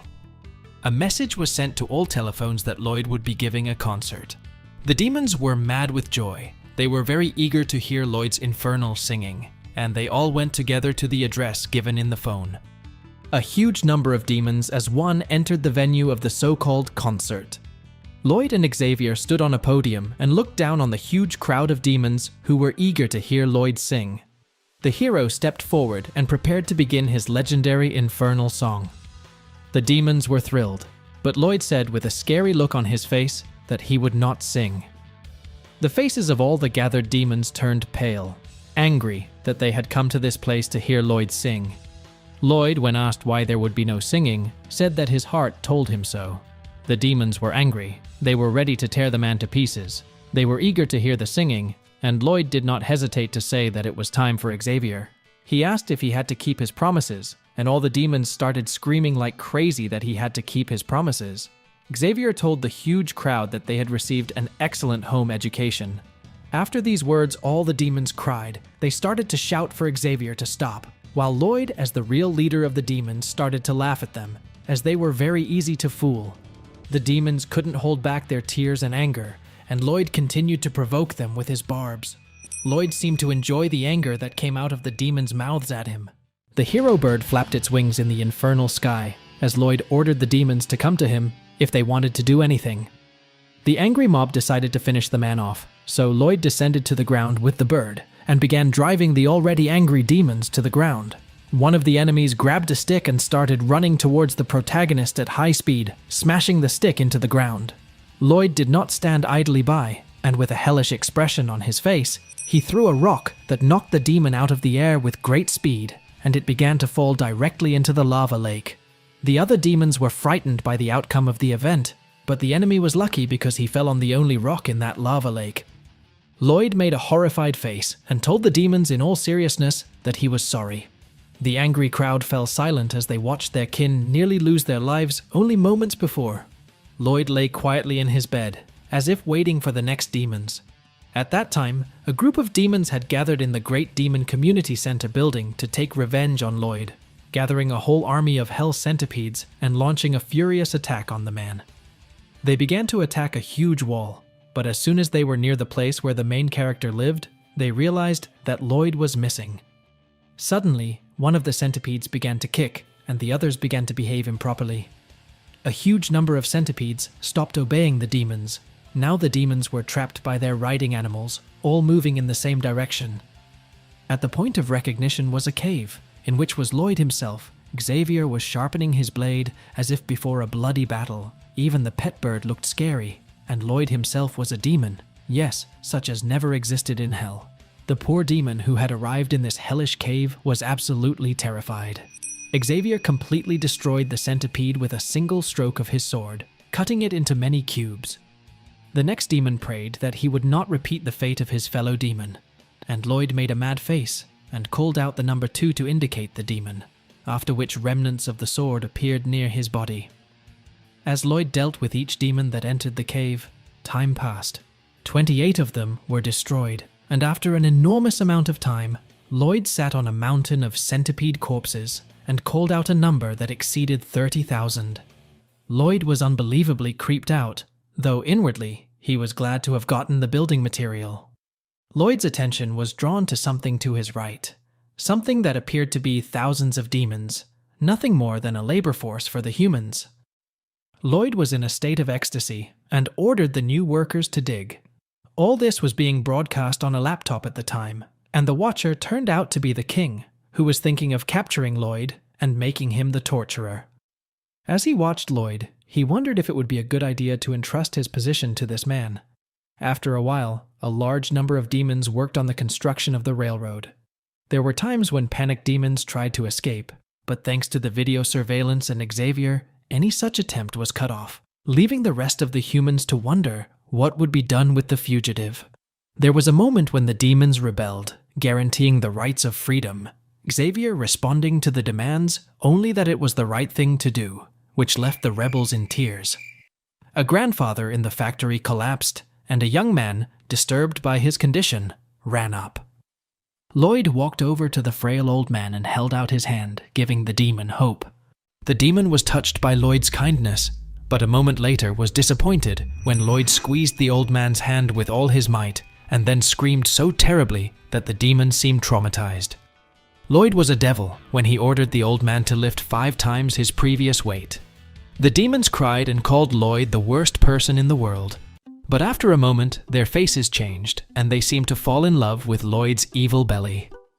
Other demons also thought that Lloyd was a role model. As a result, not only the bodies, but also the hearts of the demons were enslaved by Lloyd. In the infernal furnace sat a small red soul. It hid behind a rock, but as soon as it heard Lloyd's voice, it recognized him. The soul immediately decided to look in the direction where the man was. Lloyd was shouting that the workers didn't need protection, but the soul was staring at the man who was telling the demons that there was no rest, and that they could only rest after death. The soul looked like Lloyd, and was shocked to see the guy in that place. It was on this terrible day for the soul that its body was suddenly taken away, and it was thrown out. The soul was furious that its body had been taken over, and it tried to break through and get the body back, but it was unsuccessful. The soul was saddened by this outcome, but when the soul saw Lloyd fighting the air and talking about annoying notifications, the soul assumed that this guy was just crazy. Suddenly, a portal appeared behind the soul's back, from which a death-like creature emerged. Old Lloyd was horrified at the sight of the Grim Reaper, but as soon as he saw the soul, he immediately called the manager because the color of the soul was surprisingly red. The Reaper asked the man to calm down and went back to the portal until the circumstances were clarified, telling the customer to wait a bit. So this soul turned out to be neither dead nor alive, so the real Lloyd stayed with us for about 2 years. The soul was angry that Lloyd was different from him, while he blamed his parents and drank a lot. The new Lloyd moved on and paid off the family debts. the soul remembered how his parents used to look at him and how things had changed with the new Lloyd. Looking at Lloyd, the soul said that if he had the same magic, he would be the same. Suddenly, the soul's monologue was interrupted by the Grim Reaper, which frightened the old Lloyd. The Reaper asked the soul if he could do the same if he had the same powers, to which the old Lloyd did not know what to say. The Reaper said that this was the first case of its kind, but also explained that the soul had nothing to do here, after which the Reaper said that they should consult with the King of Hell. The soul thought that watching the new Lloyd would only hurt him. The King of Hell did nothing because there are no laws. He couldn't reincarnate, he couldn't even disappear, and now back in the present, this soul was angry to see Lloyd. The man flew on his bird and looked at the terrible scenery of hell, and he thought that the terrain was terrible, and he had to go around in circles. He flew and thought about where and what he could do. The guy thought that at this speed they would finish quickly. Lloyd came down to check the safety of the ground, when suddenly a small soul began to carry out its attack directly on the face of the focused guy. From the blow, his cheek began to deform, and his head was thrown back. Lloyd flew away from the blow and was furious, as he didn't understand who dared to do such a thing. But before he could realize it, the guy got another blow right on his two eyes, which caused him a hell of a pain, and anger overwhelmed Lloyd's body. The protagonist's pet stopped the angry soul. He kicked it in the stomach with all his might, and it began to writhe in pain as the pet dragged it along the ground. The pet threw the soul right into the beaver's hands, and Lloyd approached the soul with his infernal face and yelled at it, asking who it was. Even old Lloyd was frightened at the sight of the protagonist's face. All he could think about was how damn scary this guy was. Suddenly, the new Lloyd's face changed, and as he looked closer, he realized that it was the true owner of the body. His soul started screaming that he was the real Lloyd who'd stolen his body. Lloyd seemed nervous. Now he realized that the true Lloyd was in hell. Soul complained that Lloyd was going to hell when he was doing incredibly difficult tasks. Soul started to cry as his father and mother finally loved him, but now the guy was going to hell. Lloyd seemed uncomfortable and tried to comfort the soul, but it wouldn't listen. The pet then gave the soul a healing blow to the face, and it finally began to listen to Lloyd, who suggested a negotiated solution. The soul began to scream, calling the hero's pets thugs and Lloyd himself a thief, and was hit in the face again. There was a silence, which was broken by Lloyd saying that he was not dead, but had made a contract with the King of Hell to build a railroad, and that he had not stolen Lloyd's body, but had come here by accident. The soul could not believe that his body was taken by accident, but the hero introduced himself as a boring and shy guy who studied construction in the Republic of Korea, named Kim Soo Ho. After the new Lloyd saw the soul's face, he realized that he didn't need to say anything more. The demons continued to work for Lloyd under Xavier's command. Xavier heard the conversation between Lloyd and the soul.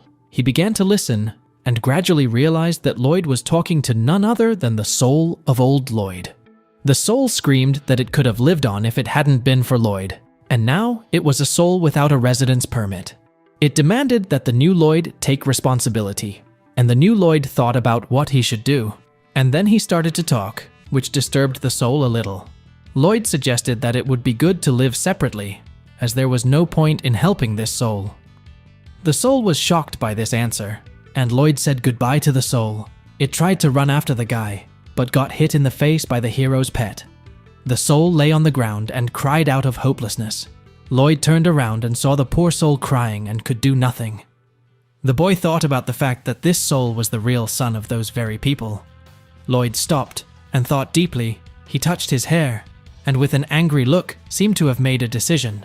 He turned to the pathetic soul and asked it if it would stop whining if he helped it, but it started to sarcasm, and then Lloyd gave it a good rap with his finger.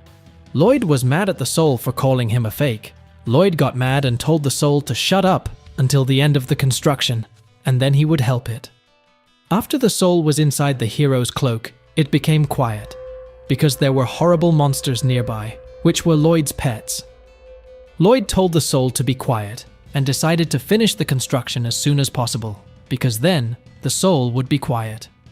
The first stage was followed by the second, and later the third, which was to put the flights on the legs of the centipedes.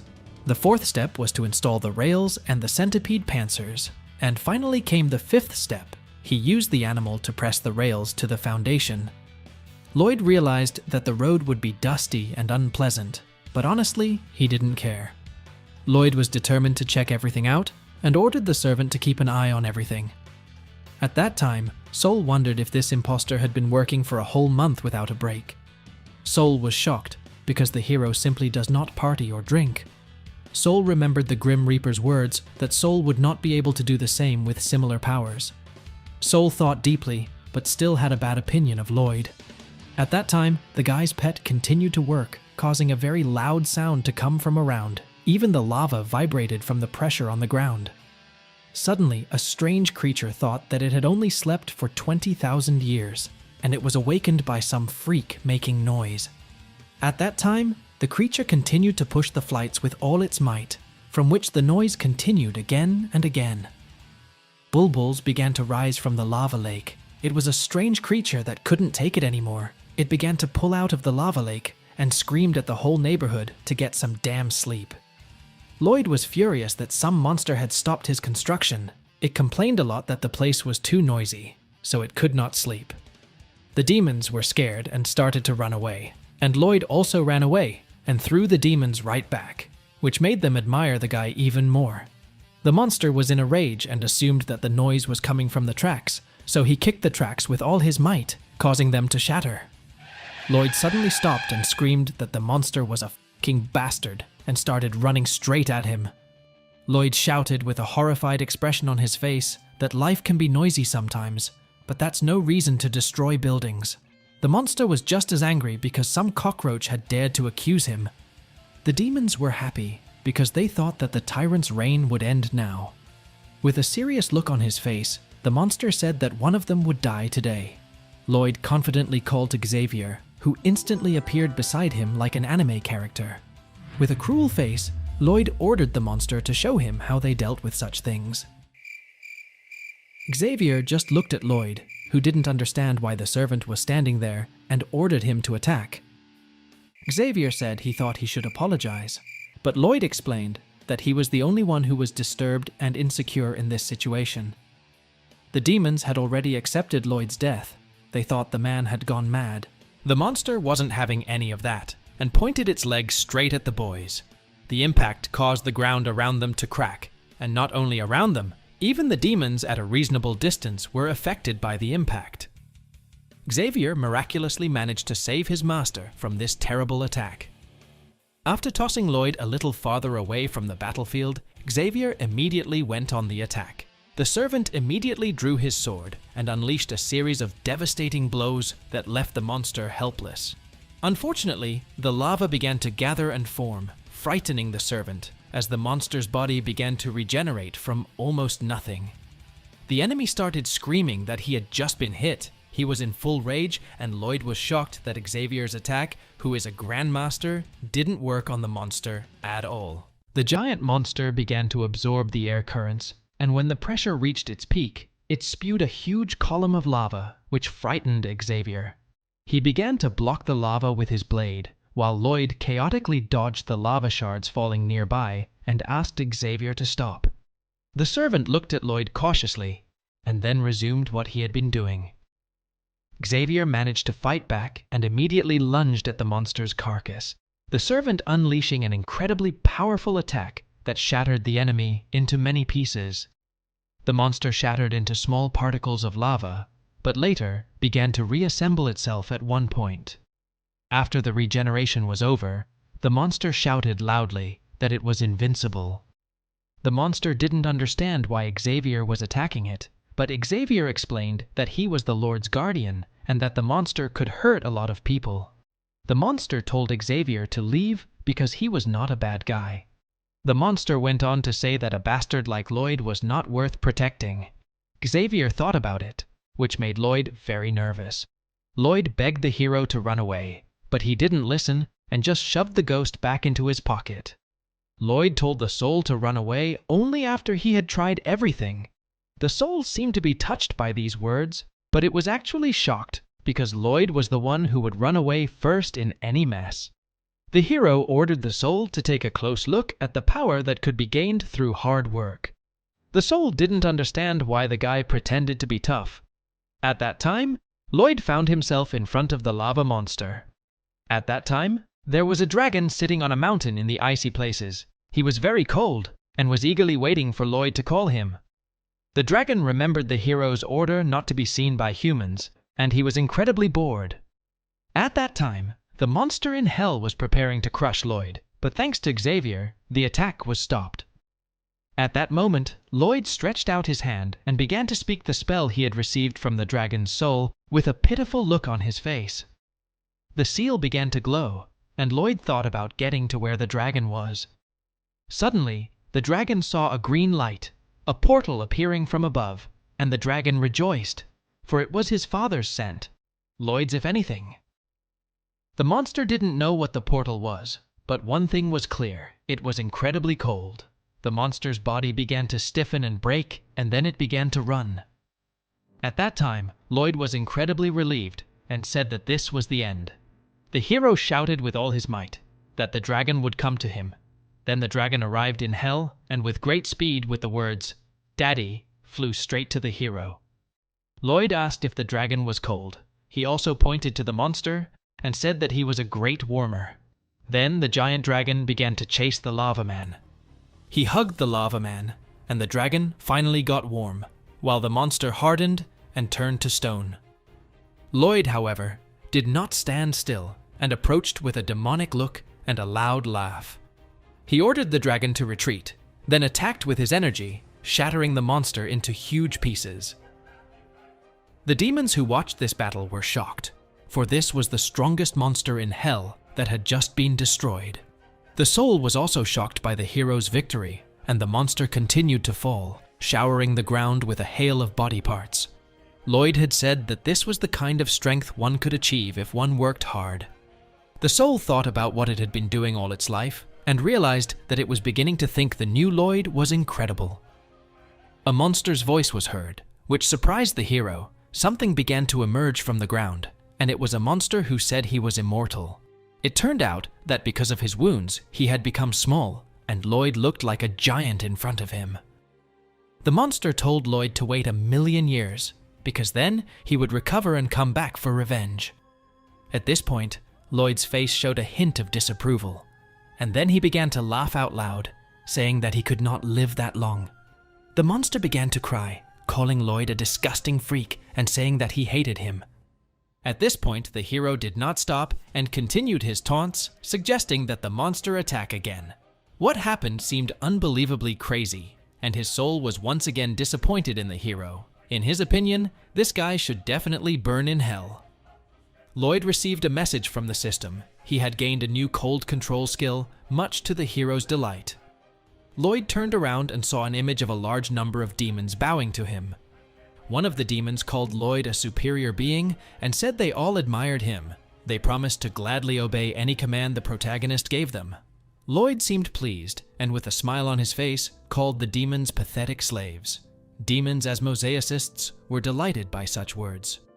One of the demons said that there was a problem, namely that because of the portal, the temperature in hell is lowered, which is very harmful. Lloyd didn't seem surprised by the words. The demon was waiting for what the hero would say, but Lloyd remained silent and pretended that he had nothing to do with it. Lloyd pretended not to hear or understand what the demon was saying. Lloyd said he didn't understand and ordered the slaves to go to work. The hero started to leave while the demons stood in shock. All the demons turned pale because Lloyd was not going to take responsibility for the portal. All the demons were simply delighted by this behavior. At that time, the spirit from under the hedge watched everything that was happening. He couldn't figure out when the hero would help him. At that time, Lloyd was looking at the lava lake and thinking that if they go this way, the construction will take 2 days longer. A smile appeared on Lloyd's face, and he ordered the dragon to get on with it, whereupon the dragon instantly attacked the lake. Lloyd's other pets seemed to be shocked by such a show. Lloyd continued to give out orders to the dragon, while the others only watched with nonchalant faces. Lloyd was very skillfully directing his forces to finish the project as quickly as possible.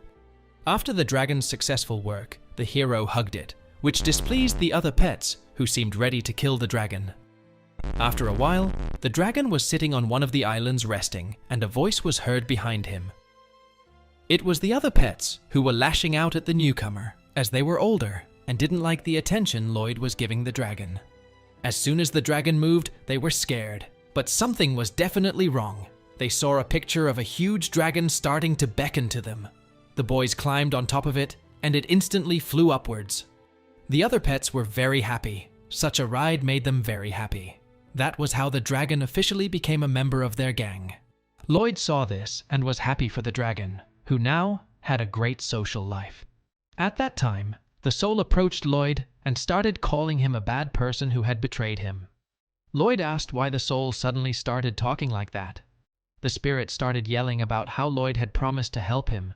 The hero didn't take it and asked what the ghost was going to do to him. The ghost yelled at Lloyd to stop sticking his ugly face in. The hero said that his face made women's clothes burst at the seams.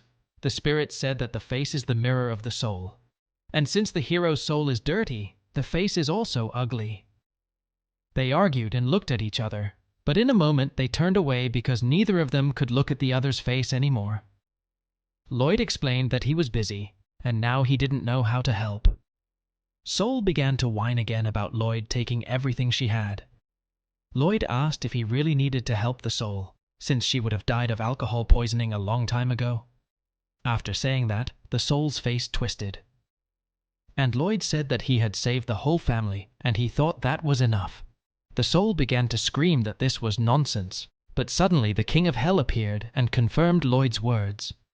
He said that the real Lloyd was pathetic and would have died a miserable death. The soul seemed very saddened by the truth. Lloyd, on the other hand, was curious how much the Demon King knew. He approached him and said that he wanted to clarify one thing, namely whether the uncle knew why and how he had been transported to this world. The Demon King looked at Lloyd and said he had no idea why. The Demon King said that the messenger from the other world had chosen the wrong side, and these words seemed to affect the hero very much. There was a pause between them, and Lloyd remembered receiving a similar message after giving his mana to Xavier. Lloyd wanted to know more about the upper world, but the Demon King would not answer. The king said that he would have plenty of time after building the train, so he could find time to rest. The Demon King said that it was not expensive to maintain the road, but the train would take a long time to explore. Lloyd seemed to be thinking of something, and a smile appeared on his impassive face. He promised to prepare maintenance manuals. The Demon King asked what Lloyd wanted, and he said he wanted a pass for the reincarnation gate. The hero added that if it was possible. The Demon King said that there was no problem with this request, and the soul who heard this was in tears because it was a chance. Lloyd, on the other hand, looked at the soul and asked if it was enough, calling it an ugly bastard. At the time the guys were checking the train, a huge number of demons were overexerting themselves, and it seemed like every one of them was about to die. One of the demons said he was going to die like that, but Lloyd showed up and gave the demon hope.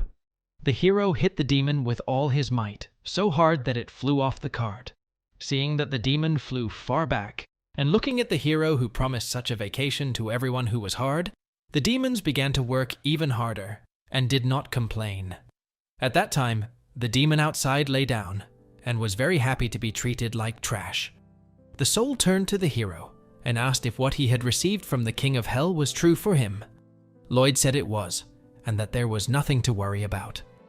The soul thanked the hero in surprise, but the hero yelled at him because the ghost's face was disgusting.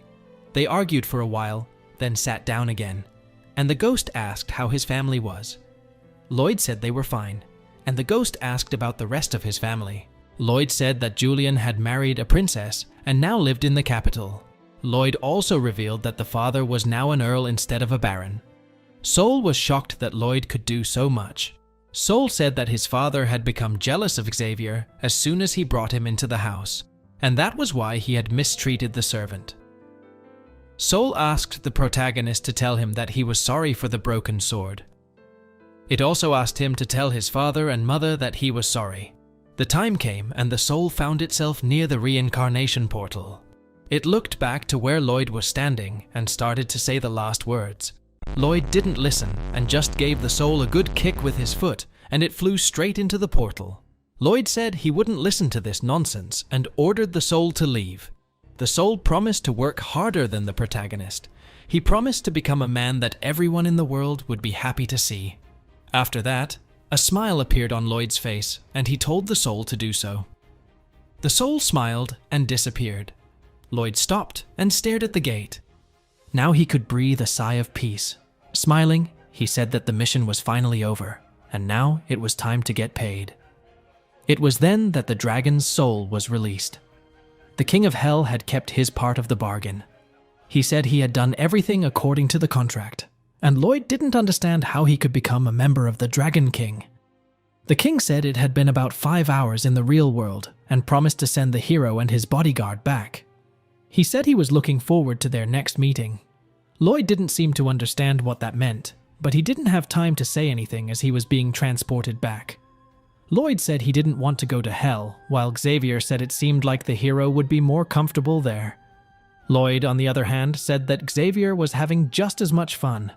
The hero started to get nervous. He didn't understand where the dragon uncle had gone.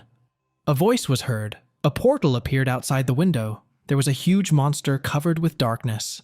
A huge monster appeared in front of the window. Lloyd was worried as hell, though you couldn't tell. Staring directly into the eye of the monster, he didn't understand how it could be the Dragon King. After all, in front of him was a completely different creature, namely a huge and f***ing cute lion. The kitten started waving its legs, which struck Lloyd to the core of his soul. Now the hero was completely sure that the creature in front of him was definitely not the Dragon King. At that time the guy's beast appeared and started talking to the creature. They seemed to find common ground, and began to smile at each other. Lloyd asked the pet why their new friend had come. It turns out the lion was speaking a foreign language and the pet didn't understand it. At that time Lloyd's attention turned to the lion, because he turned to them with his ass and began to shake his tail. Lloyd asked if the beast was a messenger of the Dragon King, but all he got in response was a playful look from the lion cub. Lloyd began to smile, and just a moment later they were flying at breakneck speed. Lloyd and Xavier didn't expect such speed from his new friend. It was clear from the lion's face that this was not the limit of his abilities.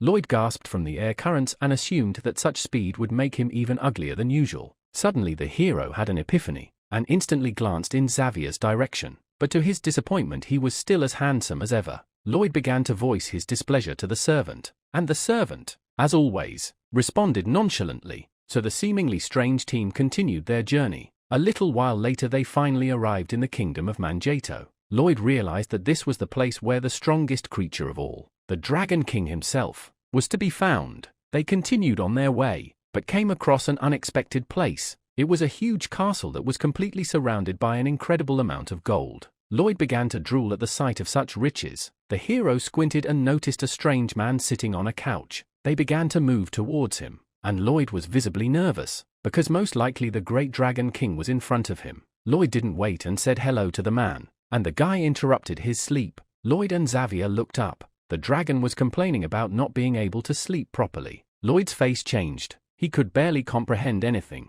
The dragon continued to toss and turn, then looked at the boys with his gaze fixed on them. He seemed to have something to say, but he flopped down on the couch. Lloyd was angry as he could clearly see that the dragon had noticed him. How could the dragon ignore Lloyd and just go to sleep? Lloyd tried to restrain himself. After all, it was all about the money. The boy's teeth gritted while the dragon slept unconcernedly. Suddenly, the man opened his eye again and looked in the direction of the hero, who was waving a huge plant, which created a pleasant breeze. The dragon couldn't understand what was happening now. The dragon remembered that people used to come, but after ignoring him they left immediately. While Lloyd started waving the plant to flatter him, Lloyd was even sweating, so diligent was he in his work. The dragon seemed very pleased with this sincere behavior, but the only way he could repay it in return was to fall asleep in a very good mood. Lloyd stopped waving the plant, and began to smile wryly at the fact that the feathery phase of his plan had just succeeded. Xavier had warned the hero that the Dragon King had powers commensurate with the King of Hell.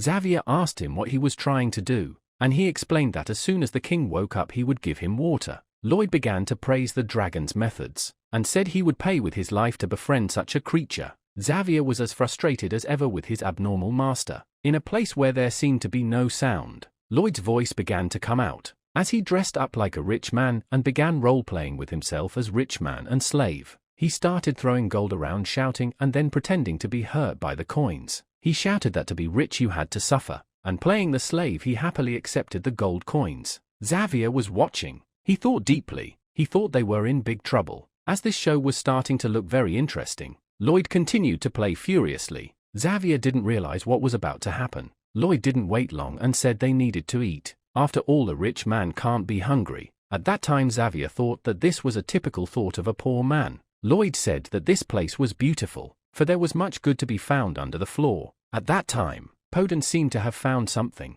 It turned out to be Kim Kai. Lloyd, with tears in his eyes, began to eat the delicious dish. Xavier reported that the Dragon King wasn't even showing signs of life and asked how much longer they would be idle. Lloyd drooled and said it would be a lifetime. Xavier reminded them that they would definitely have to go back to their land, because they had work to do there. Lloyd said that he couldn't turn out to be a Dragon King. The Dragon King heard the phrase that perseverance will always be rewarded, and then he opened his eyes in horror. He couldn't understand. It had been a long time, but the man was still here. The dragon remembered the past where the girl came to him, but in a moment he became lazy and just told himself that he had married her and that was the end. The dragon couldn't stand it and called the girl, but the call was rejected. The dragon started to get visibly nervous. He imagined the situation as the girl scolded him for it. Dragon admired the dream girl. Dragon started to think about what he should do, but there was a huge problem. It was all lazy to do. Dragon heard the voice of the hero inquiring if something was weighing on the man. He saw Lloyd's horrible face in front of him.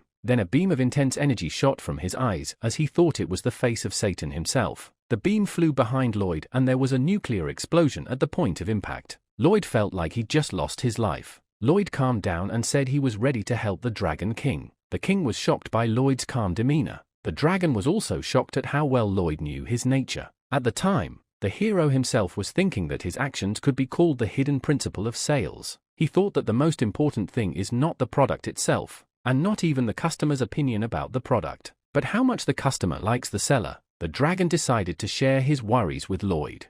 He asked if Lloyd had a girlfriend, but a moment later he answered the question himself, saying that with such a face Lloyd could only dream of having a girlfriend. This brought the hero to tears, and Lloyd said that although he was inexperienced in the matter of girls, he had grown up in a full family and could still help. Lloyd said that in any family quarrels he was always the one who resolved the conflict. The dragon decided to try and began his story, but Lloyd interrupted him and said that the king was too lazy to move his mouth and offered to answer yes or no to Lloyd's questions. It was at this point that Lloyd took second place in the heart of the Dragon King himself. At that point Lloyd started brainstorming. He made a huge amount of arguments and decided to ask the first question, namely that for some reason the Dragon Queen had to travel far away. Lloyd began to make his assumptions, and after a couple moments he assumed that she had asked to call her in the mornings, and was thinking about the dragon forgetting that. The Dragon King was dumbfounded at what he heard. He couldn't say a word for a long time. Lloyd kept guessing the facts of the story, and finally said that all these problems could be easily solved with a single stroke. The Dragon King was silent. He just stood up and asked what he should do.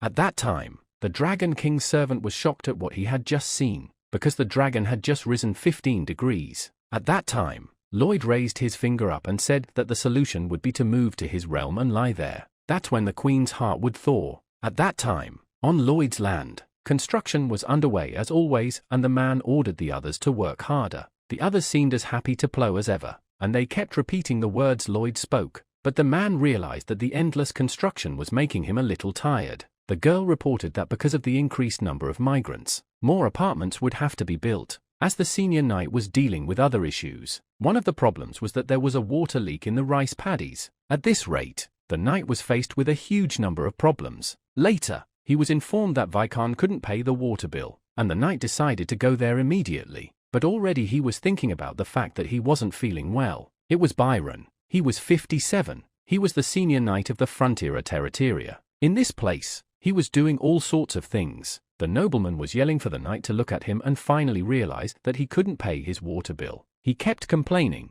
and the man no longer had a face on him. Under all the pressure, the man just reached into his pocket and pulled out a strange cube. And as soon as he broke off a piece of it, Lloyd's huge head appeared and yelled at the nobleman. He begged Lloyd to be taken away and said he would pay. The man could only wish Lloyd would come back, for now he felt terrible. Suddenly a man's voice sounded, saying that Mr. Lloyd had returned. The knight got excited and galloped off at top speed in that direction. He began to harass the lord. He spoke of how much he had been waiting for Lloyd. He begged to hear his first and half-seventh request. He begged to be dismissed as it was too difficult. At that time Lloyd said no and asked how much more money to add. The knight began to say that with such progress he would just die and he wouldn't need the money. Lloyd seemed to think about it. He thought deeply and then just started walking. Finally he said that from now on the annual salary of the knight will be 3 billion. The man started to shout that money was not the problem, but after moments he promised to do his best. At that time Lloyd noticed the people. They were incredibly excited to bring the hero.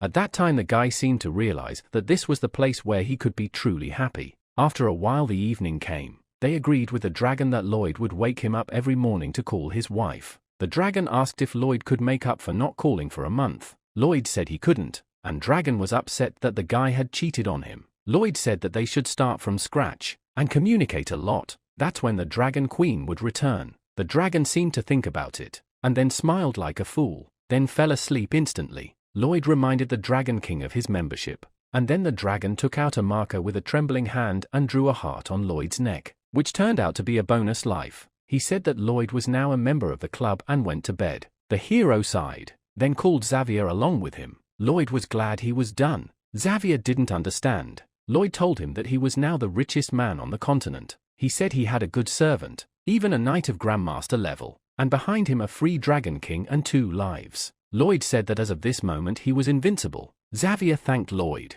He said that since Lloyd's arrival people finally had the opportunity to realize their dreams, because when they lived poor, they had only one dream, and that was to not starve to death. Lloyd looked at the servant. He asked what Xavier thought about the fake that had stolen his master's body. Xavier said that he was glad Lloyd had come to this world. Such words seemed to touch the hero, but a moment later they almost vomited. The counter of saved lives appeared, which began to please Lloyd, but suddenly the number began to fall, and then began to fall by a huge amount. This began to frighten the hero, because the number fell so much that reached the mark 0. It was evening outside, but the lights from the Fenoris were still on. There were signs everywhere, and people were singing along to the music, delighted that Lloyd had returned. Lloyd's father turned to the seated Xavier and asked where the hero was, for there was a feast in his honor, but he was nowhere to be seen. Xavier did not even know how to answer Lloyd's question. A little while earlier, Lloyd had turned pale, and when Xavier asked him what had happened,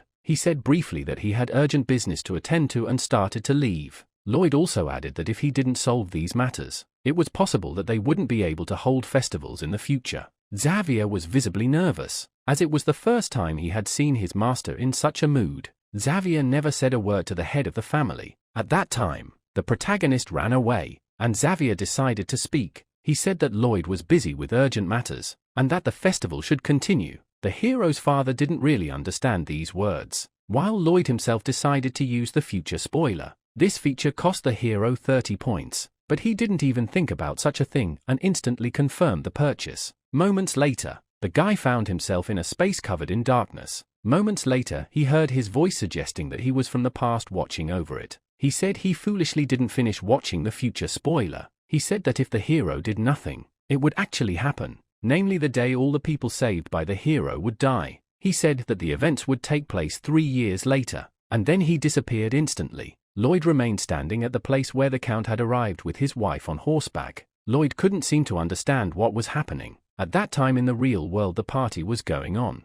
Even the Count and his wife were dancing to the pleasant music. Lloyd continued to listen to the story. The Count and his wife had just gone for a horseback ride as usual, but suddenly a small creature skipped in front of them, causing the Earl to jump up on his horse. Lloyd was worried about the man, and screamed, while in the real world Graf was dancing with his wife. In the future world he was falling off the horse at great speed. Lloyd was devastated after what he saw. He couldn't believe it was possible. At the time, Lloyd from the future said it would happen in about a month. In the real world the guys were having fun, but in the future world the Countess stayed near her husband's body until the very end. Lloyd was furious at the words of his future self. He started to say that his parents should live happily ever after, while he from the future said that he didn't even have a chance to attend their funeral. Lloyd heard terrible words, namely that his brother's wife had become a fencing instructor, and it was a very unpleasant coincidence that he had been robbed and stabbed with a sword. Lloyd listened and listened and listened, that his brother's wife would be next. Lloyd from the future also told that the Queen had become a Thoranian.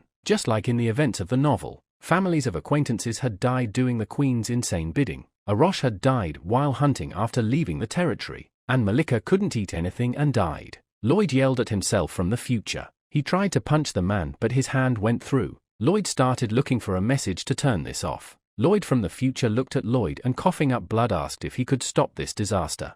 The hero from the future started coughing up blood. Everything around him was splattered in blood. The guy's body shook violently, but after a moment it stopped, and then he died. Lloyd seemed to be scared out of his mind. He saw pictures of his parents who had died. Lloyd stayed on the roof and watched the party, in which all the people were still alive. The guy was incredibly upset, because now maybe he would lose it all. Lloyd clenched his teeth and tearfully made a vow to himself that he would never again lose what was his. Elsewhere, a dragon was screaming furiously, and it appeared to be flying around riding the other pets of the protagonist. Piban was saying something furiously while on the dragon's back. At that time in the morning in Lloyd's litter, he was trying to wake up the Dragon King, who was ignoring him. Lloyd looked at the man who didn't want to awaken in any way. Then the guy raised his palm and screamed with all his might, revealing his demonic face. Even the Dragon King himself, who was the main lazy man of this universe, was awakened by such a horror. The dragon seemed incredibly frightened, and said it was the first time he had ever encountered anything like this in his life. Lloyd said that the effectiveness of his alarm clock was incredible, and said that the dragon should contact his wife as soon as possible. The dragon started for the call button, but it was rejected, whereupon he went back to sleep. At that time Lloyd looked at the dragon from under his forehead, thinking that the events that were about to happen to the people he loved could not be stopped by his powers. He was thinking about the underlying cause. He was sure it must exist. Lloyd was sad, and the dragon complained that his wife was very angry with him. Lloyd wanted to ask a question about his problem, but the king just said he didn't know anything and went to bed. Lloyd was saddened by this answer, but after a moment he smiled fiercely, for he was the one who tamed the Dragon Kings. A day later he told them that he was from another world, but got no response. The next day he told them that he had changed the fate of many people, and another day later he told them that people would die following their original fate. After another 24 hours the Dragon King slept. He could not understand why his alarm clock did not wake him up. The dragon opened his eye and saw Lloyd slumped in front of him. He asked why Lloyd didn't wake him up, and he said that he couldn't wake up the dragon for 10 days. The man's face began to sweat. He was nervous as hell. He asked if Lloyd wanted to die, and he told the dragon that it was just a joke. The dragon didn't understand this humor at all, and Lloyd told him that if the dragon didn't give him an answer, it might actually happen. The king seemed to think about it. The dragon was angry and said that he could easily destroy Lloyd and his entire family. At that time the hero got down on his knee. He explained that he was fully aware of the risk in threatening the Dragon King himself, but he also added that the Dragon King was taking a huge risk. He said that the man could rip out his heart and cut off his limbs, but in that case the king would have to find another alarm clock. This shocked the Dragon King himself, and Lloyd went on to threaten that the dragon would have to get up and go find his own alarm clock. The king was completely mortified by these words. Lloyd continued to press the Dragon King with his predictions about the king's future. Lloyd pressured the king in an unbelievable way by screaming and showing his horrible face. The king gave up and begged Lloyd to stop bullying him.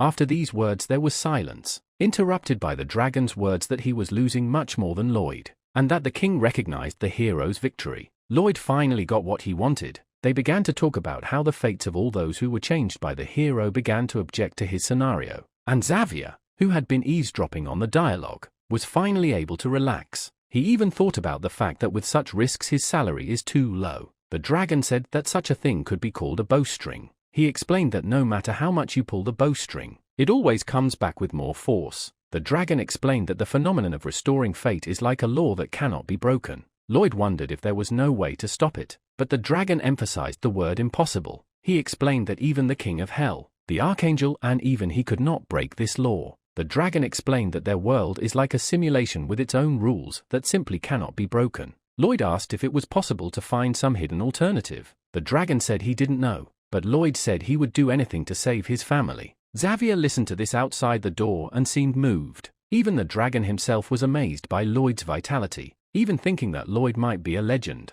The dragon gave the name of the item, namely the Pearl of Truth. The dragon said that it was a legendary item that could answer any question. The dragon said that one could ask the pearl about how to resist the restorative power of fate. Lloyd seemed to catch fire. He asked for a chance to hear another question. The king said that would not happen, but also added that the item was in the kingdom of mermaids. Finally wishing Lloyd good luck, Lloyd thanked the dragon and then instantly headed out of the room. The hero told Xavier that it was time for them to head to the Mermaid Kingdom.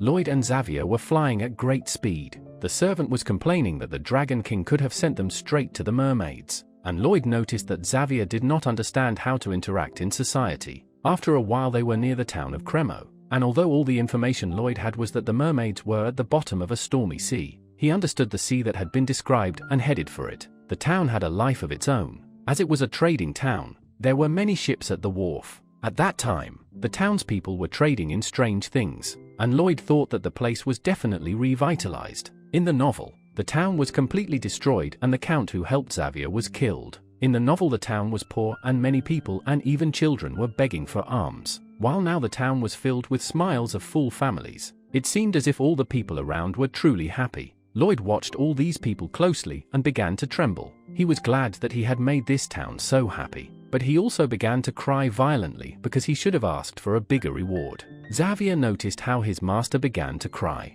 Involuntarily a smile began to form on his face. He realized that his master was a really kind man, while Lloyd thought that he should have at least received the commission, because it was all thanks to him. Outside the doors came the voice of the count, who was fiercely harassing his guests. He began to clap Lloyd on the back saying how much he liked him. After the count lifted the guy, he decided to immediately move on to the purpose of the visit. It turned out that the hero's request was a ship that would help him in his search for the Kingdom of Mermaids. Lloyd realized that most likely his interlocutor will seem impossible, but the count was surprised to hear about a talented captain, who was called a big liar, because always when he was drunk, he said that in his youth was in the Kingdom of Mermaids. After the story the count said that he could introduce them, and it seemed that for Lloyd it was exactly what was needed. The hero clenched his fist, unable to contain his joy. After a while, the box started talking about how this captain got to the Kingdom of Mermaids, and he told a secret, namely that you need to sing, because that is how mermaids determine whether the enemy in front of them or a friend. It seemed that Lloyd and Xavier listened attentively, but after a moment Lloyd's face twisted at the words about the song. He asked about other ways. You know how he sings, and the captain said that it seems that only a handsome guy can pass. The captain began his story. A long time ago he fell off the box and found himself in the open sea, but his disappearance no one even noticed. Some time later in front of him appeared mermaids, which were f***ing creepy. After such a fright, he remembered that you need to sing that they would realize that man is not the enemy, and at that moment he began to scream with all his might, trying to sing. He said that from such a roar mermaids frowned, but later, just moments later, on their faces appeared a smile. He explained that the mermaids listen not to the music itself, but to the human soul. Lloyd thought about this expression, and immediately remembered his parents, and later his brother. Lloyd made a serious face, and asked the captain for a boat, and also asked him to take him to the Mermaid Kingdom. The captain started to refuse, as it was not the time to catch whales. At that time Lloyd took out a bag of gold, the power of which literally intoxicated the captain, and he instantly agreed. It was late at night when they arrived at the place. Lloyd was traveling on the ship on purpose, because the mermaids could feel the threat. That's how desperate he was. The captain told them that they were already surrounded, as mermaids are very cold to strangers. Lloyd looked at his small crew and Xavier wondered. There were thousands of mermaids around the box, and Lloyd prepared himself before starting to sing, expressing all the pain he was going through. The boy began to sing, trying his best to get his thoughts to the mermaids. The mermaids began to listen to the tune, and Lloyd continued to sing furiously, trying his best. The mermaids seemed touched by this singing. Even Xavier was shocked by it. Lloyd did his best, and it seemed like the mermaids were listening intently. But after a moment the color of the water turned red with the blood that came out of the mermaid's ears. A moment later a spear flew at Lloyd and broke the tree he was standing on. One of the mermaids started shouting that he was declaring war and ordered his subordinates to shoot. A moment later they threw a great number of spears. The boat began to collapse under a barrage of strong attacks. Lloyd did not understand, for the captain had promised that if he was sincere everything would be all right. At that time a man slapped Lloyd across the face, calling the lad crazy, for he had asked to sing a song, not put a proclamation on everyone. Lloyd was more hurt than ever, for this time he really tried. Xavier expressed his shock that Lloyd's sincerity was so strong that the mermaid queen declared war on them. Xavier headed into the air, after which he found himself above a huge number of mermaids. Suddenly their queen ordered everyone to stop the attack. Lloyd was shocked by this outcome. She turned to Xavier, who couldn't understand what was happening, and the mermaids, showing their pumped up hands with their hearts, told him to pass. Xavier seemed shocked at the outcome. he looked at Lloyd and saw the saddest and most depressed face he had ever seen in his life. Xavier asked if the mermaid's words were an invitation to their kingdom, but they didn't hesitate to answer and said that they were, which surprised the boy. The Queen of Mermaids made a grey look, and after she seductively raised her hair, said that the reason for such a sharp decision was the face of Xavier. After these words, the guy did not have a question. He was clear. At that time, Lloyd, who was completely defeated morally, thought about how crazy the mermaids were. Xavier asked if mermaids could sense emotion through song, and the Queen said they could, but then said that Xavier's face was so beautiful that it didn't matter if it was a song or a curse. Xavier didn't even seem surprised at the power of his appearance. While Lloyd was once again convinced that Xavier was the protagonist, the servant said his face became the face of Lloyd's crushing song, and he ordered him to shut up and finally come down. Lloyd introduced himself, and also added that he was Xavier's master. The mermaid's face twisted so much after seeing Lloyd that it smelled of concrete discrimination. Lloyd thanked the mermaid queen for inviting them to the kingdom, but she quickly dashed all the guy's hopes with the words that he was definitely not suitable. Well, that this would be the case, and he had already prepared his cunning plan. Xavier asked if Lloyd would be allowed in if he asked for it, and the mermaid's face immediately changed, and she seemed to be willing to do anything to keep Xavier close. Lloyd's face was very depressed, and as soon as Xavier looked in his direction, tears began to form on his face. He explained it with salt around him, pretending that such humiliation did not upset him. Lloyd realized that Xavier had enough to exist. He didn't even have to work to get what he wanted. The mermaid held out a necklace that would help Xavier to stay underwater, but she threw it right in Lloyd's face. The guy swam to the kingdom thinking that no matter how much pain he would get, the main thing was that he wanted to save the people he cared about. As he swam deeper down, Lloyd noticed an incredibly bright light in front of him. He couldn't believe his eyes. In front of him was a huge city that was surrounded by a huge 8-legged creature. Lloyd was shocked to see such a monster. It was the size of a city and it was huge. Lloyd asked the Queen of Mermaids about it, but she only wrinkled her face and did not answer this question. But when Xavier asked the same question, she kindly told that the octopus is the guardian of the city, with which they have existed for a long time. The girl led the boys to the palace and said that they should say hello to the Queen of Mermaids. The Queen brought a handsome and not so handsome man, and introduced herself as the mermaid queen named Iolio. Lloyd asked Xavier to ask about the pearl, but he said he was only good looking. The Queen told Lloyd not to worry about his ugly face and to speak calmly, but she asked him to turn away. Lloyd told her about his desire to get the pearl of truth, to which he heard only the fierce laughter of the mermaid, who said that if the pearl existed she would lend it to the boy, but no problem. It's just a myth. Lloyd didn't understand what it meant. At the time the Queen said it was just a legend and couldn't possibly exist. Lloyd told about the Dragon King and what he had told about the pearl. The Queen mocked Lloyd, saying that his brain was the same as his face. At the time Lloyd was cursing the Dragon King and was just despairing. The Queen noticed this reaction. She suggested asking the octopus keeper for his opinion.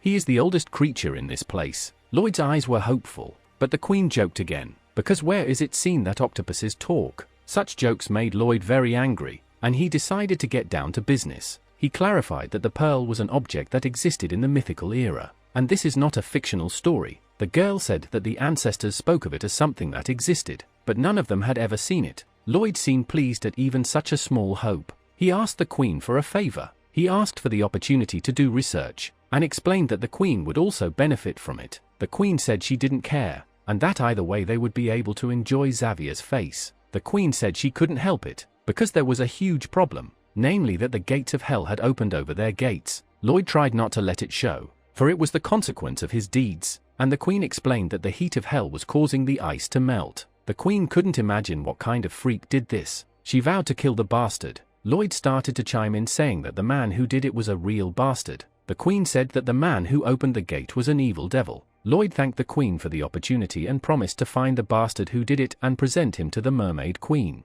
Xavier, who had been watching, was shocked at Lloyd's good judgment. A little while later, Lloyd and Xavier were looking at the huge city. The hero said that it was time for them to go in search of the pearl. Lloyd said that they had to find the truth step by step. Xavier wondered what would happen to the gates of hell, but Lloyd said they had to find the pearl, no matter what. Xavier thought that there was always a reason for Lloyd's actions, but now he was trying to get some answer about the gates of hell. But Lloyd ignored the question. It was late at night outside. Inside the building sat a strange girl, her face covered in veins, and she looked like she was under a curse. She was thinking about how she had made her sisters and brothers bleed for the throne. and she called it poison. She clenched her teeth very hard. Then her hand began to twitch and her body was covered with a red aura. It seemed that almost her whole body was covered with this curse. The red aura became denser and denser. The pain was so strong that she could hardly keep from screaming. The queen fell to the ground. Her arm was completely covered in poisoned Wen-Nas. She just lay there breathing heavily. It was unbearable pain. The queen was glad that she had managed to dislodge all the poison into her arm. Then she was determined to cut off that arm, which would allow her to get rid of that poison. She decided that it was okay to sacrifice her arm in order not to go insane. She couldn't understand why she wanted to see the bastard so badly at such a difficult moment. At that time Lloyd was having fun in the kingdom of mermaids. He approached one of them and asked about the pearl, but in response he only heard screaming and hatred from the girl. Xavier echoed Lloyd's words, and the girls immediately began to tell him everything they had heard about the pearl, talking about how sexy Xavier was. Lloyd seemed to fall into a deep depression. Xavier turned and looked at his master. He apologized to Lloyd for the incident. Lloyd said it was all right, and when Xavier remarked on the tears he said it was just rain. After a while, they went to a pineapple at the bottom of the ocean. Instead of SpongeBob, they were met by a crazy guy who was incredibly happy that they were joining the search for the pearl. The system told Lloyd that there was an intimacy between them. Lloyd said he had only come to hear what the guy knew, but he was shocked that it took only a few seconds for the man to form such a strong intimacy. The guy said that his family had been searching for the pearl for years, and it was in ancient times that the pearl was in their sea. And the guy's rant about the pearl's greatness made Lloyd wonder if he was just a fanatic. At the time, the guy said that about 10,000 years ago, the pearl failed. Lloyd's face twisted as he asked if the pearl was broken, but the boy said that not even the mermaids knew about it. He also added that the Pearl of Truth was nothing more than a building. It utilized incredible mana technology that allowed the building to think and react. Lloyd made an analogy with a supercomputer. In fact, the pearl was the same thing, but instead of electricity it used mana. The boy said that was why he was looking for the pearl, because that was where the blueprint for the building itself could be found.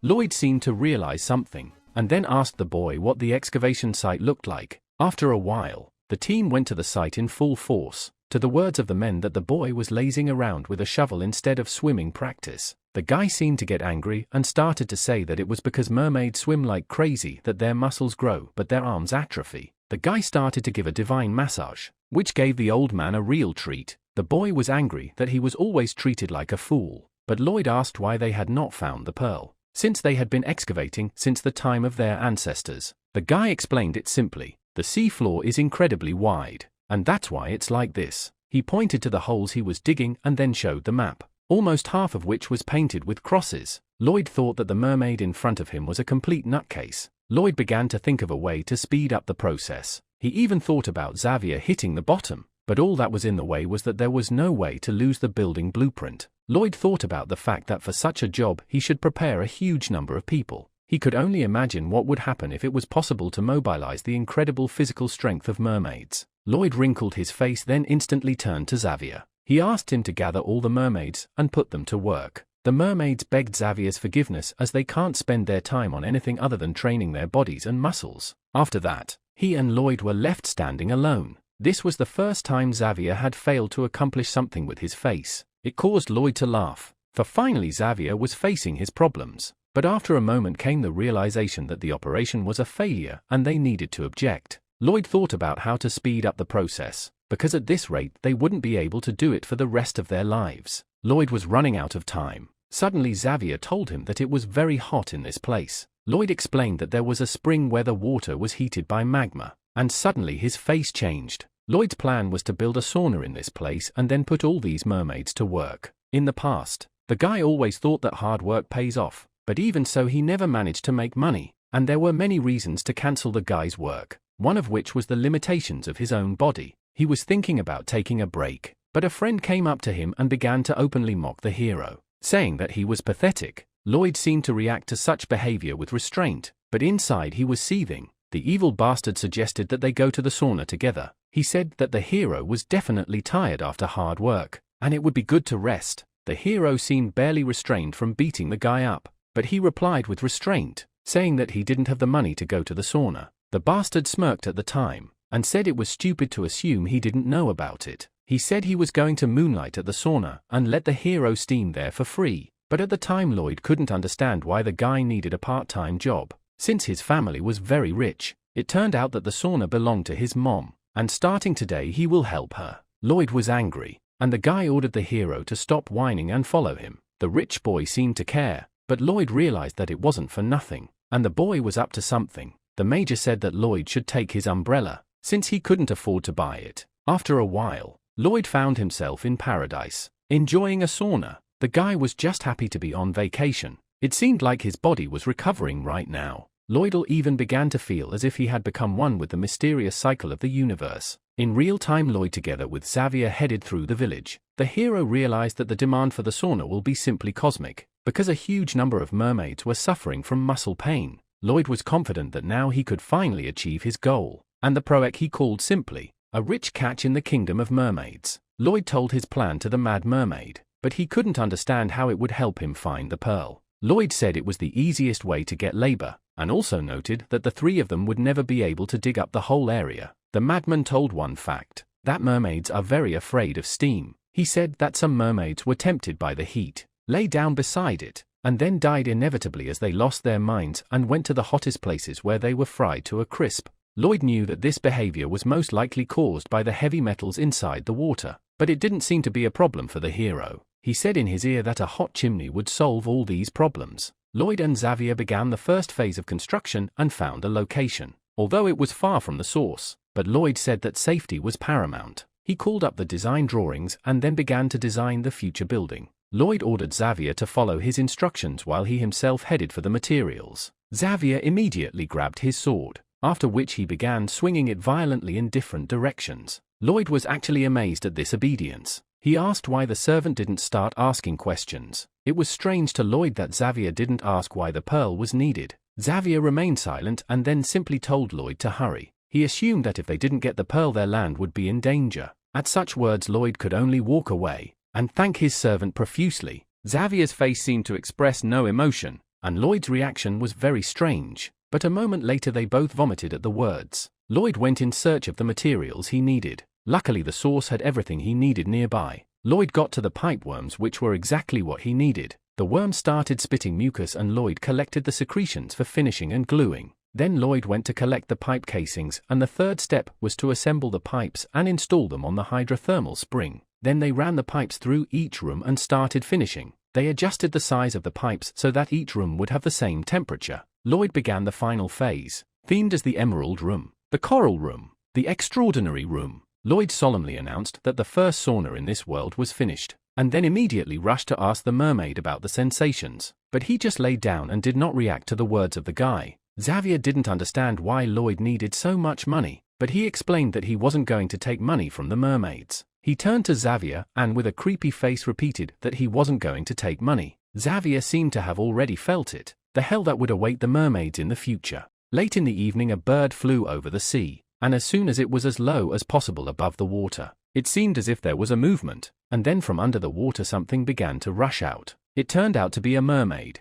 which came out of the water and flew very high, which scared the poor animal incredibly much. While the mermaid herself was glowing with joy, he immediately grabbed the poor bird with all her might, which was screaming. The girl and the bird disappeared under the water, while the other mermaids praised the girl, for she had set another record. The girl was #1 in the neighborhood, and with such training muscles grew very well, but now she felt terrible. Everything hurt incredibly badly. She tried to hit herself in the shoulder that would at least somehow dull the pain. The girl beat herself with all her might, which her grandfather complained about. The girl decided to go to training, because if you rest, the spirit will die. The girl cannot just give up her training. Suddenly her attention was attracted by the voice of a man who talked about a way to lose muscle pain. He began to shout about his sauna, which gives the opportunity to safely steamed and relax. The girl was very interested in such an offer. While Lloyd was luring the mermaids inside with the utmost enthusiasm, she couldn't believe it was all free. She knew for a fact that humans were very cunning creatures, and looking at Lloyd,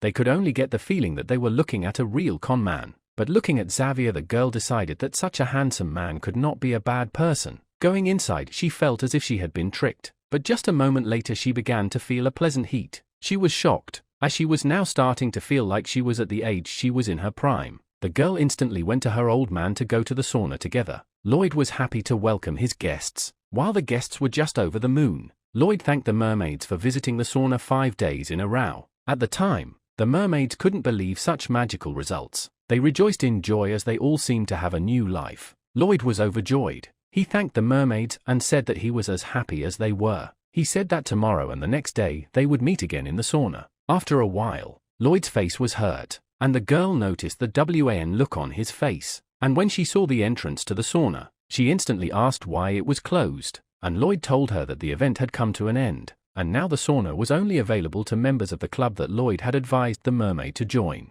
Lloyd held out the registration form, and the mermaid couldn't figure out what the catch was. The first clause of the agreement was that non-members are strictly forbidden to visit the sauna, as well as there was a restriction on the use of the sauna, namely only 12 hours. But the third clause raised questions, because each member of the club had to pay for his participation, but not with money, but with labor. Lloyd explained that the system was simple. They would have to work 3 hours for a 6-hour sauna. Lloyd explained that there were also penalties for non-payment, and the girl grabbed the guy, then slapped him across the face with all her might, calling him a rotten bastard. She was incredibly angry because some man dared to manipulate the proud mermaids. The girl said that they would do just fine without the sauna, also saying that Lloyd was a rotten crook. Lloyd said there was no way he could make the mermaids choose. Xavier assumed that the operation was a complete failure, but Lloyd explained it very simply. Xavier could have survived without Lloyd's lullaby. The girl was enraged at the man's behavior, and pounded on her muscles, which ached. Lloyd thought about the fact that people lived perfectly well without cigarettes, while the girl beat her arm. Lloyd paralleled that people lived without YouTube and games, but everything changed until they tasted the fruit. The mermaids came to Lloyd. She asked for an application to join, and called the guy a real bastard. Lloyd held out a piece of paper, then with his creepy face asked if they had made their choice. The entrance to the sauna was empty, as right now inside a huge number of mermaids were relaxing inside. The woman felt a huge rush of pleasure being in this place. She had a bracelet that indicated the time remaining, and suddenly it began to fade, and a moment later it finally went out. Lloyd instantly rushed in and called out the numbers of the mermaids who had run out of time, then said with a menacing look that they would see each other tomorrow at the excavation. The woman scorned the wretched yokel, and then she promised herself that she would never work for him again. The next day the sun shone very brightly, and Lloyd brought all the mermaids, then immediately ordered to continue digging. The mermaids started digging with all their might, after which the body of the mermaid was very sore. Later Lloyd brought the mermaids in the sauna and began to give them a timer. The woman broke the promise she had made to herself, and right now she was enjoying the benefits of this incredible place. After a while, the story repeated itself and Lloyd brought everyone in. This sort of thing repeated itself in a circle a great many times, which made the mermaid think while she worked hard. She had just realized a terrible thing, namely that she and the other mermaids were in the hands of Lloyd as real puppets, in which there is not even a possibility to resist the will of the hero. She wanted to break this vicious circle, but still continued to splash under the Dutka Lloyd, unable to change anything. And finally she decided to give up and just accept their fate. The mermaids dug up a huge amount of earth, while Lloyd watched with a crazed look on his face. The mermaid was shocked by what he saw. He believed Lloyd to be a true demon, and his mermaid kin were slaves in the hands of the hero. The mermaids continued to work successfully, while Lloyd noticed his companion's excitement, and then with a sweet look asked if they had forced anyone. The mermaid's face twisted. He was a wreck. But eventually he smiled, and didn't bother answering anything. Lloyd looked at the results of a month's work. The thickness of the bottom had become incredibly thin. Suddenly the hero's face changed, whereupon he instantly ordered the mermaids to stop working. The guy started to move towards the object he could see. Lloyd used his shovel and started digging too.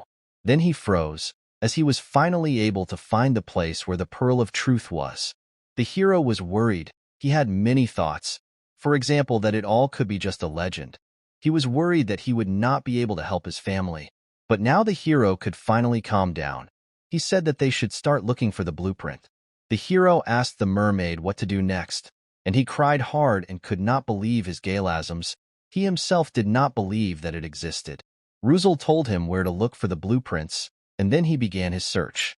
Lloyd used his abilities to find the place the merman had described.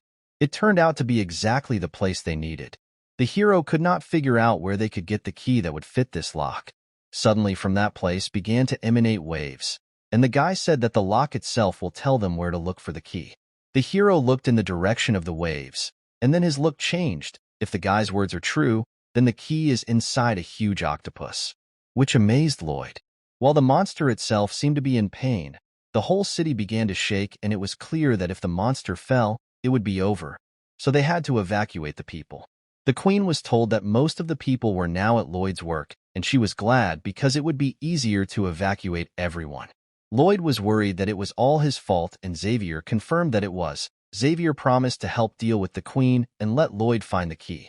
Xavier said he would do it for Lloyd's wish. The hero was amazed at such words from his subordinate. A moment later, Xavier began to drag Lloyd, while the queen began to use her powers while screaming all around. She waited for the city that was about to fall to the ground.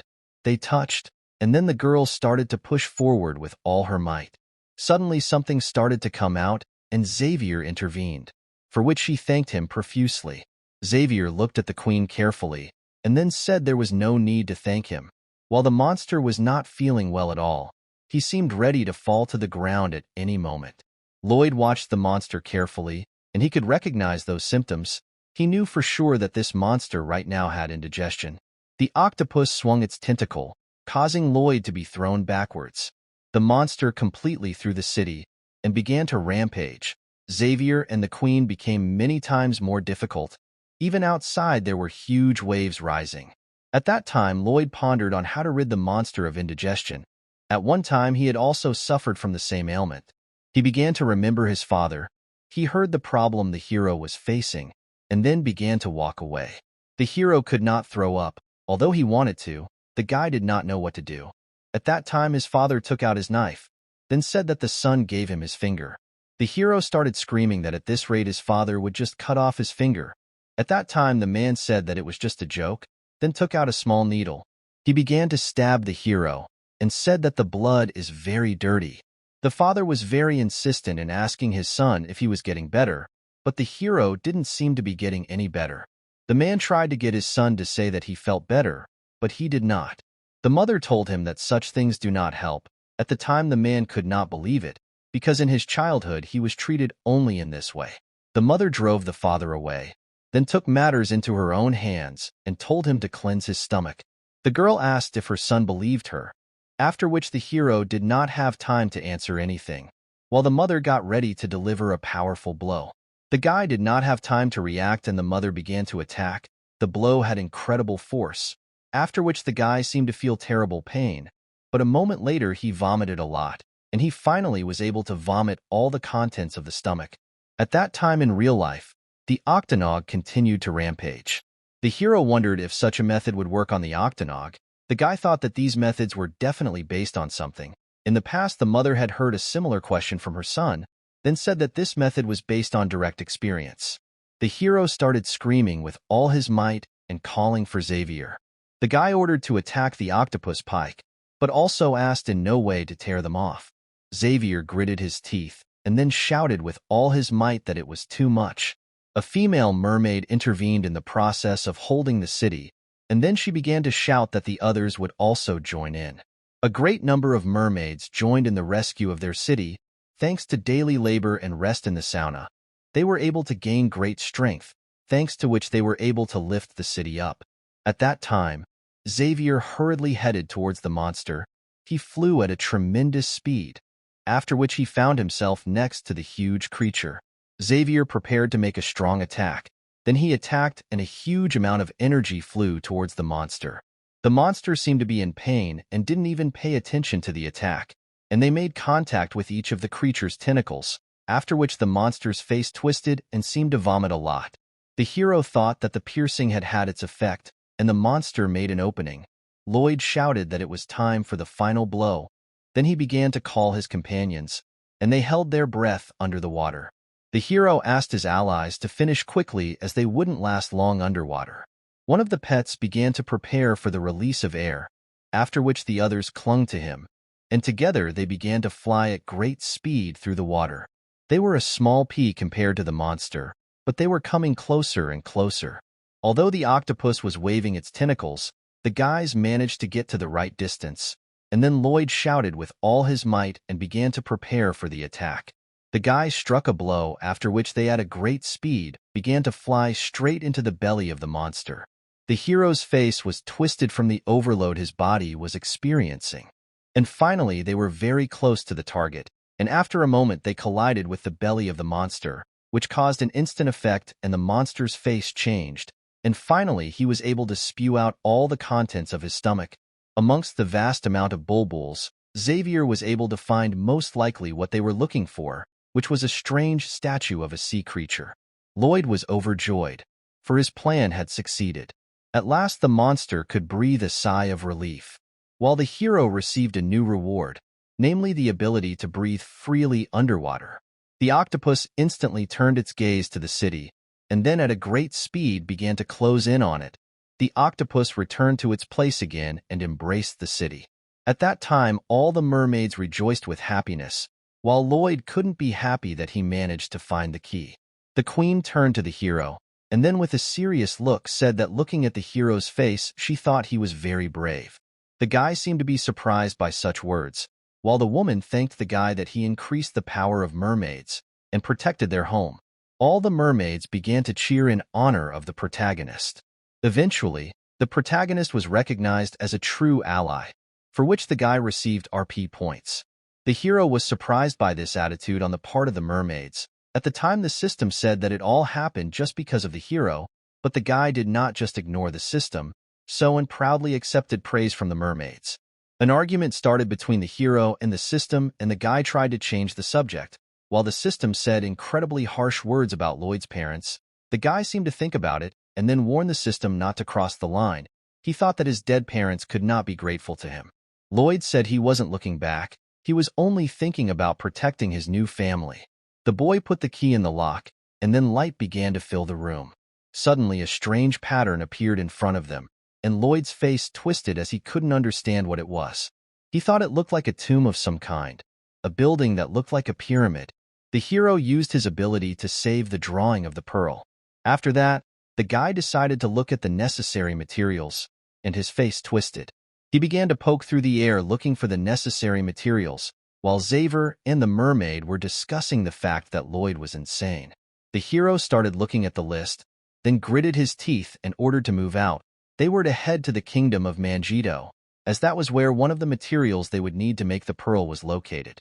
At that time, it was a sunny day in the kingdom itself, and the queen was sitting alone in her workroom, and seemed to feel disgusted. Veins appeared on her face again, and it seemed to bring her excruciating pain.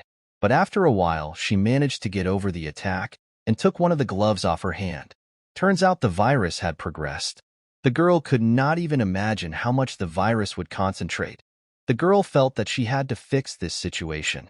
Suddenly, someone knocked on the room, and the girl ordered the person in. It turned out that the small states had united and then began to make terrible demands for trade. The girl began to think that it was probably because of what had happened at the banquet, namely the moment when the bone dragon appeared and destroyed the prestige of her empire. They didn't believe that the bone dragon had been defeated since there was no body. She thought about the fact that at this rate the country might start a military coup. She didn't see a way out of this situation. She didn't understand how to solve this problem. She could not relax even for a moment, because she was a queen, and a queen should be the strongest in her country.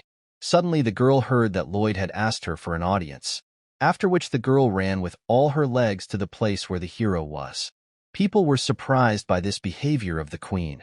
While the girl came closer and closer to her goal, she saw in front of her the very Lloyd she missed so much. The hero didn't understand why the queen was behaving this way, and then the girl hugged the boy, because he was the ray of hope that could save the country. Lloyd seemed shocked that the queen rushed into his arms. Everything swam, and it turned out it was just a figment of the girl's imagination. In reality, she did not react to Lloyd's words. The hero did not understand the queen's behavior, while the girl seemed to be thinking, and then her face was full of anger. Xavier's face froze with horror. He looked at Lloyd, after which he instantly shifted his gaze to the queen, who seemed confused. Xavier had assumed the impossible, namely that the girl had fallen in love with Lloyd, which made his face twist in shock. The girl asked what Lloyd wanted since he was here, and then the boy confessed that he wanted to take a couple of columns from the castle basement. The girl was shocked by such words, after which Lloyd added that in gratitude for the help, he will in a moment to harass all the countries that dare not listen to the queen. The hero remembered the moment when he received the notice. He was able to view the necessary materials. Once upon a time there were great wars between the races, and it was during these times one of the Ruzolok asked the Pearl how to win the war. But suddenly the enemies appeared and attacked the Pearl, because of which it was gradually destroyed by spears with the size of a pine tree. It was in this way that the various races began to take the wreckage of the structure as trophies. The giants also took the wreckage and left the water. It was then that he founded a kingdom and ruled over the people. But soon there was a rebellion, and he fled the kingdom with all his might. Later people started to build castles, and they used that very material as a foundation for their building. And right now, the wreckage was right under their feet. Suddenly there was a banquet with many people present. Men were discussing the fact that they could not understand what the queen was doing now. They talked about how the last banquet, which should have frightened them, had humiliated the queen, and she was still sitting with her head held high. They also talked about how it was impossible that they could catch a Costanian dragon. While Lloyd listened intently to these conversations, a smile appeared on the hero's face. Then he ordered the dragon to come out, and all the people felt a strong flow of wind. And looking up, they could see a huge creature that was floating in the sky. The man was incredibly frightened as the dragon approached the ground. The dragon landed, and the shockwave just threw a lot of people off. Everyone started running away from the place, and only the hero stayed to look at his pet. Lloyd said that the bone dragon was a bit strange, and one of the men turned around to see what was going on. At that time the dragon approached the queen, after which it instantly changed its formidable appearance and became incredibly cute. All the men watched the picture of the dragon being nice to the queen. At that time, the girl began to reach out her hand to the dragon, and then all around the people saw how she stroked the huge creature, which until now had only caused people terror. The man instantly reacted and asked his subordinate to immediately report what had just happened. Suddenly the voice of a hero was heard, who shouted that all the demands of the queen must be fulfilled, otherwise she will simply incinerate the whole world. All people fell down before the great queen. At that time the girl decided to say a word. She said that it was Lloyd who helped to tame the dragon, and that she would give him the status of the highest civil servant. People couldn't believe that such a young guy got such an honorable status. At that time the hero didn't understand why the girl would go so far, because she had already allowed him to destroy her castle. At that time the girl looked at the guy and smiled, because she was happy. Xavier realized that his face was 1% similar to Lloyd's demonic face. As evening fell, the hero heard Xavier say that the queen had called him to her house.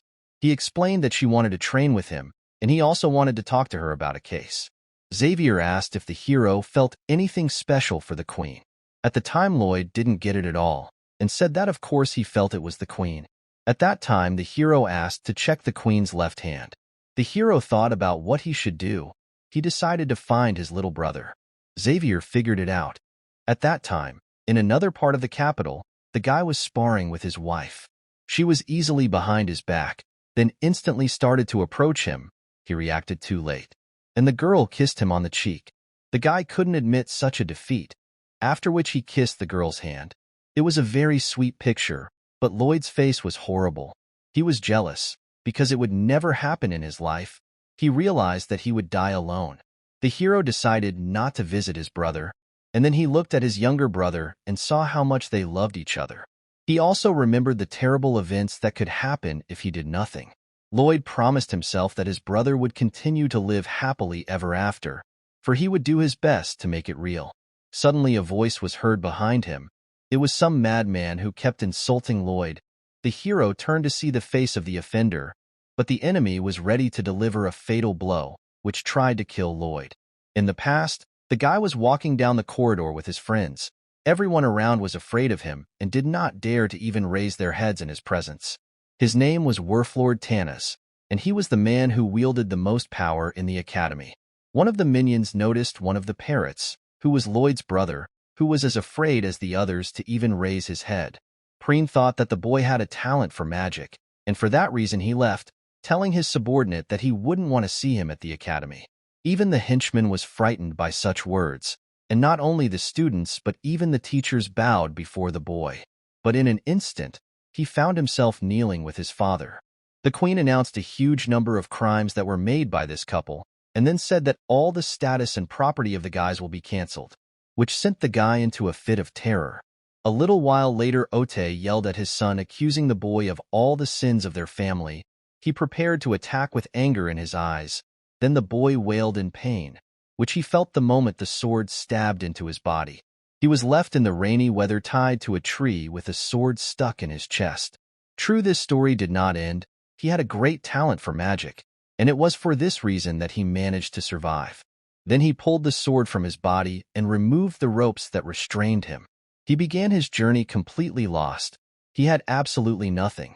But suddenly he stopped, and after some thought he realized that he had only one thing left, and that was revenge.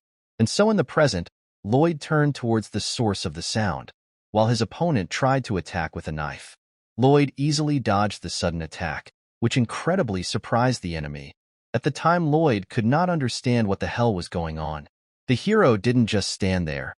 He started swinging his arm and then struck a precise and very strong blow to the enemy's face. The enemy flew away for a decent distance. Lloyd slowly approached the enemy, asking who the bastard was, but in the end he decided he didn't care who the enemy was. Lloyd assumed that this guy had been kicked out of the academy, because that was the only way to explain the attack of such a young man near the academy. He grabbed a blood clot and threw it toward Lloyd, shouting for Lloyd to die. The blood turned into daggers, which flew at a great speed at the hero, but Lloyd did not get over it. He took out a shovel and easily repelled every attack directed at him. The hero didn't spare the guy and delivered another crushing blow directly to his face. The enemy was lying on the ground. He was fighting himself not to lose consciousness, while the hero was surprised by the blood magic. The enemy started shouting that Lloyd is not a hero of the state. He believed that Lloyd is one of those who are ready to rebel at any moment. The enemy, with a crazed look, said that Lloyd was one of the bastards who were willing to kill anyone for their own ends. Lloyd didn't seem to understand why the enemy was saying such nasty things. While Xavier asked the queen what she thought of the hero, she replied emotionlessly that he was a useful man she wanted to be around. Xavier asked if that was all the reasons. The queen didn't seem to understand what the guy was getting at. She continued to say that she didn't understand what Xavier wanted her to say, at which time the boy began to say that no matter how strong a warrior was, he would always want a home to return to, where he could cuddle with his beloved. The queen seemed to be thinking about something. As Lloyd swung with all his might, he beat the poor boy, while saying that the enemy was a lunatic who talked nonsense. Lloyd continued to strike the guy's body, his limbs twisting from the pain he was feeling. Suddenly, an incredibly creepy smile appeared on the enemy's face, and Lloyd didn't understand why this crazy guy was smiling. At that time, the blood that was around began its movement, and it headed upwards, creating a huge vortex. Lloyd looked up and his face froze in horror, because there was a creature that looked uglier than Lloyd himself. The enemy tried to attack the hero, while Xavier reminded his sword with mana. The queen didn't understand where the guy was looking during the sparring. Xavier apologized to the queen, then instantly took off and headed towards the protagonist. At that time, Lloyd seemed to get hit, and Xavier continued to move at great speed. Lloyd found himself right near the mouth of the fearsome creature, but Xavier immediately appeared and was ready to attack. And just a moment later, the monster's body was chopped into a huge number of pieces. Xavier turned his attention to the enemy and instantly chopped off one leg and an arm. Rake screamed from the pain he was in. At that time, Xavier flew towards Lloyd. He grabbed the main character. At that time, the enemy reached for his sword with all his might. Xavier reacted instantly, then he headed to attack, while the enemy grabbed his severed arm with his teeth and used blood magic again. The enemy was mad. He only cared about Lloyd's death. Unexpectedly, the enemy disappeared, and Xavier couldn't believe his eyes as the enemy's presence was completely gone. The boy was angry as he had missed the enemy. At that time, Lloyd thought about what had just happened. Everything around him was destroyed, and suddenly a pillar of blood rose up, followed by the enemy, who felt terrible. Lloyd understood that the enemy was an expelled student, but he couldn't understand the magic he used. At that time, the enemy was crawling with one thought in his head: namely that he wanted to kill Lloyd. Xavier apologized for missing the enemy, but Lloyd said not to sweat the small stuff. The enemy used some strange magic while cursing Lloyd. The hero said that no matter what danger awaited him, Xavier would always come to his aid. Xavier seemed to ponder these words, while the enemy shouted with all his might that he would destroy Lloyd. Suddenly, a counter of saved lives appeared in front of Lloyd's face, and the number turned from 0 to -1. The hero couldn't believe that because of his arrival in the world someone could die. He didn't understand what he had done wrong. A little while later, Lloyd began to talk about the fact that it was time to start building, and he could not do it because of the huge number of guards that clung to the guy. The queen said that this level of security is the norm for a great man. The queen ordered to kill anyone who gets near Lloyd. The hero began to say that Xavier was far more effective than even 1,000,000 soldiers. The queen confirmed such arguments, then promised to investigate the blood magic the enemy was using. Lloyd thought about the many problems he faced, but the solution was only one: build the pearl and learn to resist fate.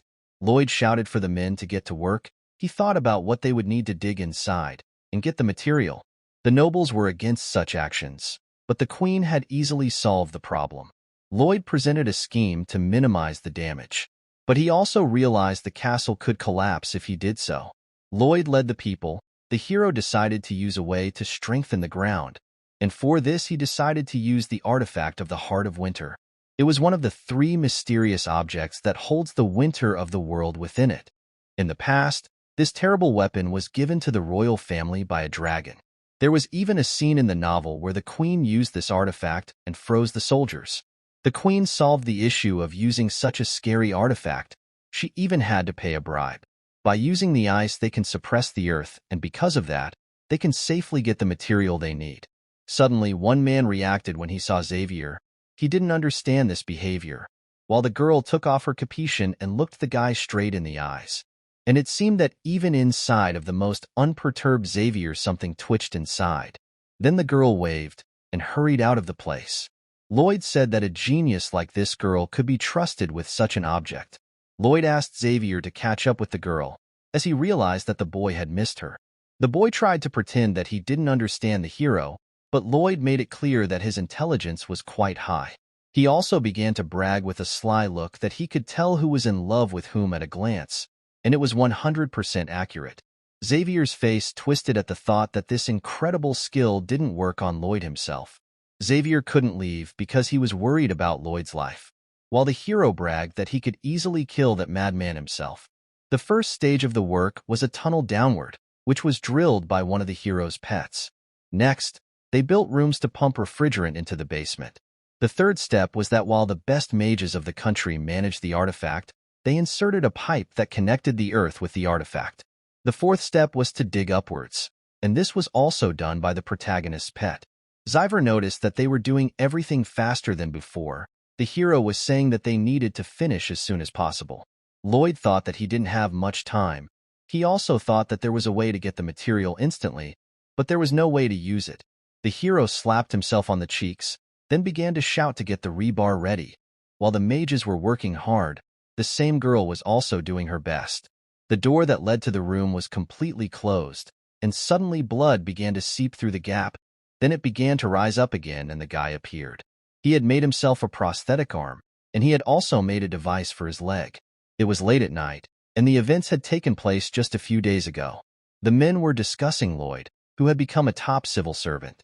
The Duke thought it was dangerous to keep Lloyd, as he had caused many nobles to lose their status. The other man did not know what to do, because Lloyd is supported by the Queen. She even allows him to use the sacred objects of the kingdom. The Lord thought they should grab Lloyd and drag him down. They also wanted to kill the Queen who protects the hero. A little while later, when the second man had left, the Lord thought, for he realized that Lloyd's exploits were growing every day, and it was impossible to kill Lloyd because of Xavier. Suddenly, an unknown figure appeared behind the man.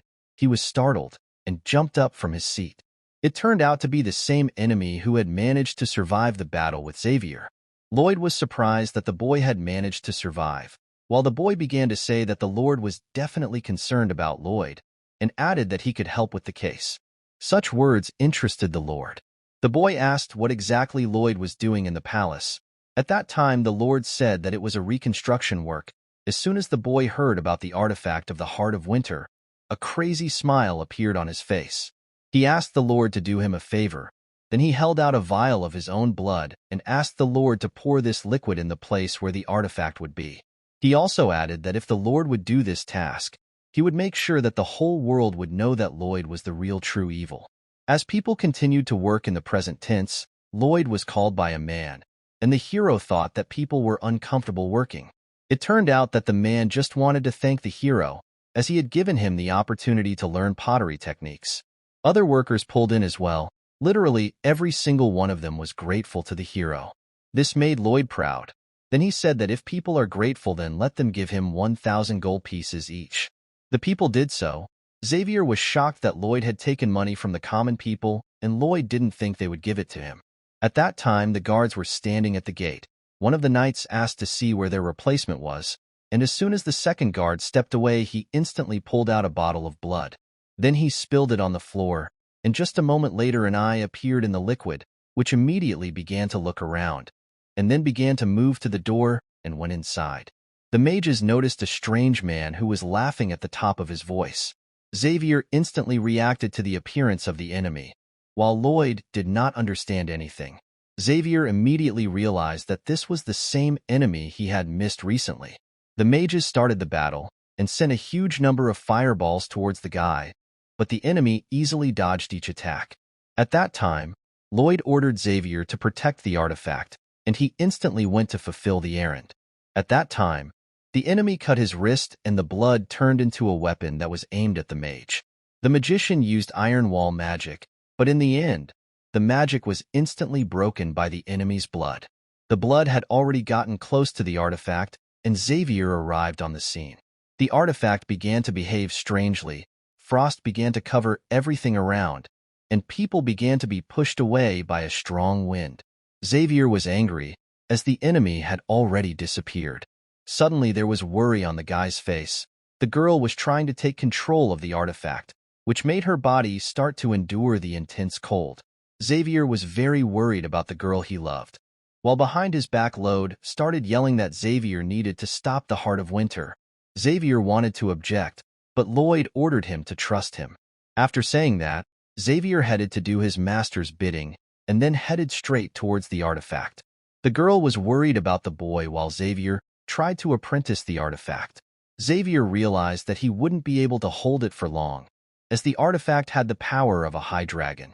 At that time, the hero activated the effect that the cold would not affect him, and then began to run for help because other people could not withstand it.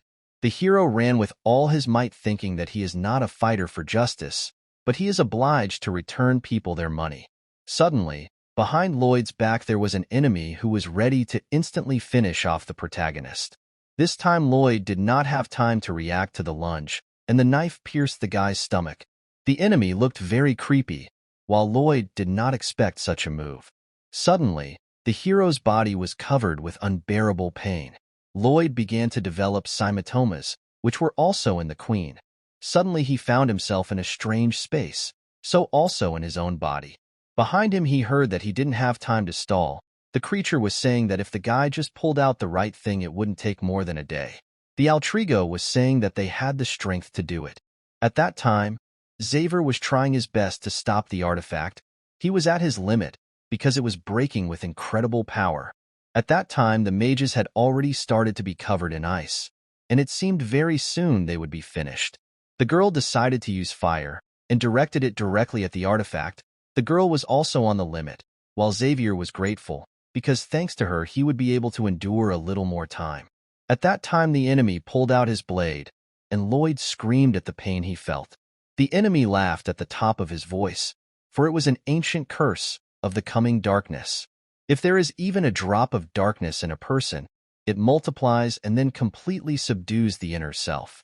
The enemy shouted that Lloyd could not get the respect of others. He dreamed that the hero would sink to the bottom and show the world his evil. He wanted Lloyd to show his true nature and reveal his true self to the world. At that time, in his subconscious, the hero sat in front of his evil mind. The evil one was talking about not building the sauna, because it could have been done so much faster. Lloyd saw the city of mermaids under his feet. He talked about how if Lloyd had summoned the dragon, it wouldn't have taken a day. Evil said that he didn't need to ask permission from the queen because he could use his power and control everyone with fear. The hero was overwhelmed by so many facts. While the evil one said that the queen would not have been able to resist Xavier, he also said that they could have suborned all the mermaids in an hour, 2 at most. The consciousness also said that if Lloyd had simply destroyed the castle, he would have built what he needed long ago. The hero said that all the words of consciousness full of nonsense, because such a thing cannot be done. From such actions would suffer a lot of people, and they would all be sad. At that time the consciousness began to say that he did not care, because all these people were not his family. He thought that family and other people are very different things. And then he asked if the hero wanted to lose everything again. Lloyd remembered the death of his first parents. He was incredibly sad. He remembered his father and his beloved mother. Lloyd couldn't say a word.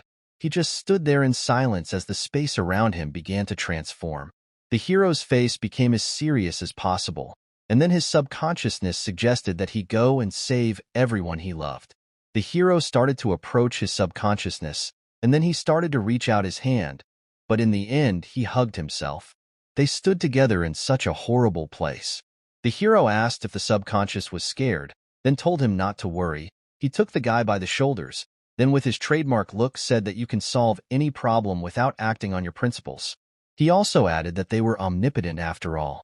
The world around him instantly changed, and Lloyd returned to himself, after which he smiled and said that naturally they were the best. At that time the cold filled everything around him.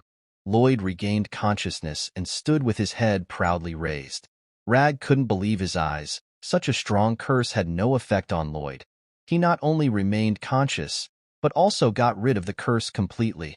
Lloyd shouted at the top of his voice that he was an incredible creature on the inside, then grabbed his enemy by the scruff of the neck and prepared to give him a good punch, saying that he was a creature not only on the inside but also on the outside. The blow landed right on the enemy's face, which instantly caused a lot of damage. At that time, the queen was running towards the scene, and it had been 5 minutes since the trouble started. The queen jumped into the cold place and started flying downwards. She didn't want to lose Lloyd, and she was going to save him. Xavier told the queen that Lloyd was inside. The girl started to move to the place where the guy could be, and she saw a man who turned into ice. She recognized the bastard immediately and knew it was him. Suddenly the queen's gaze changed. It was terribly cold ahead.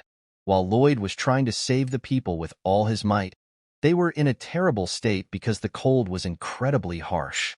In the past, the workers had talked about the hero not leaving them and coming back. The guy said that he could not do otherwise. The man said that the guy did not think of running away from the hard work, and the hero said that he had no choice. The man said the hero was very cool, and the guy thanked him.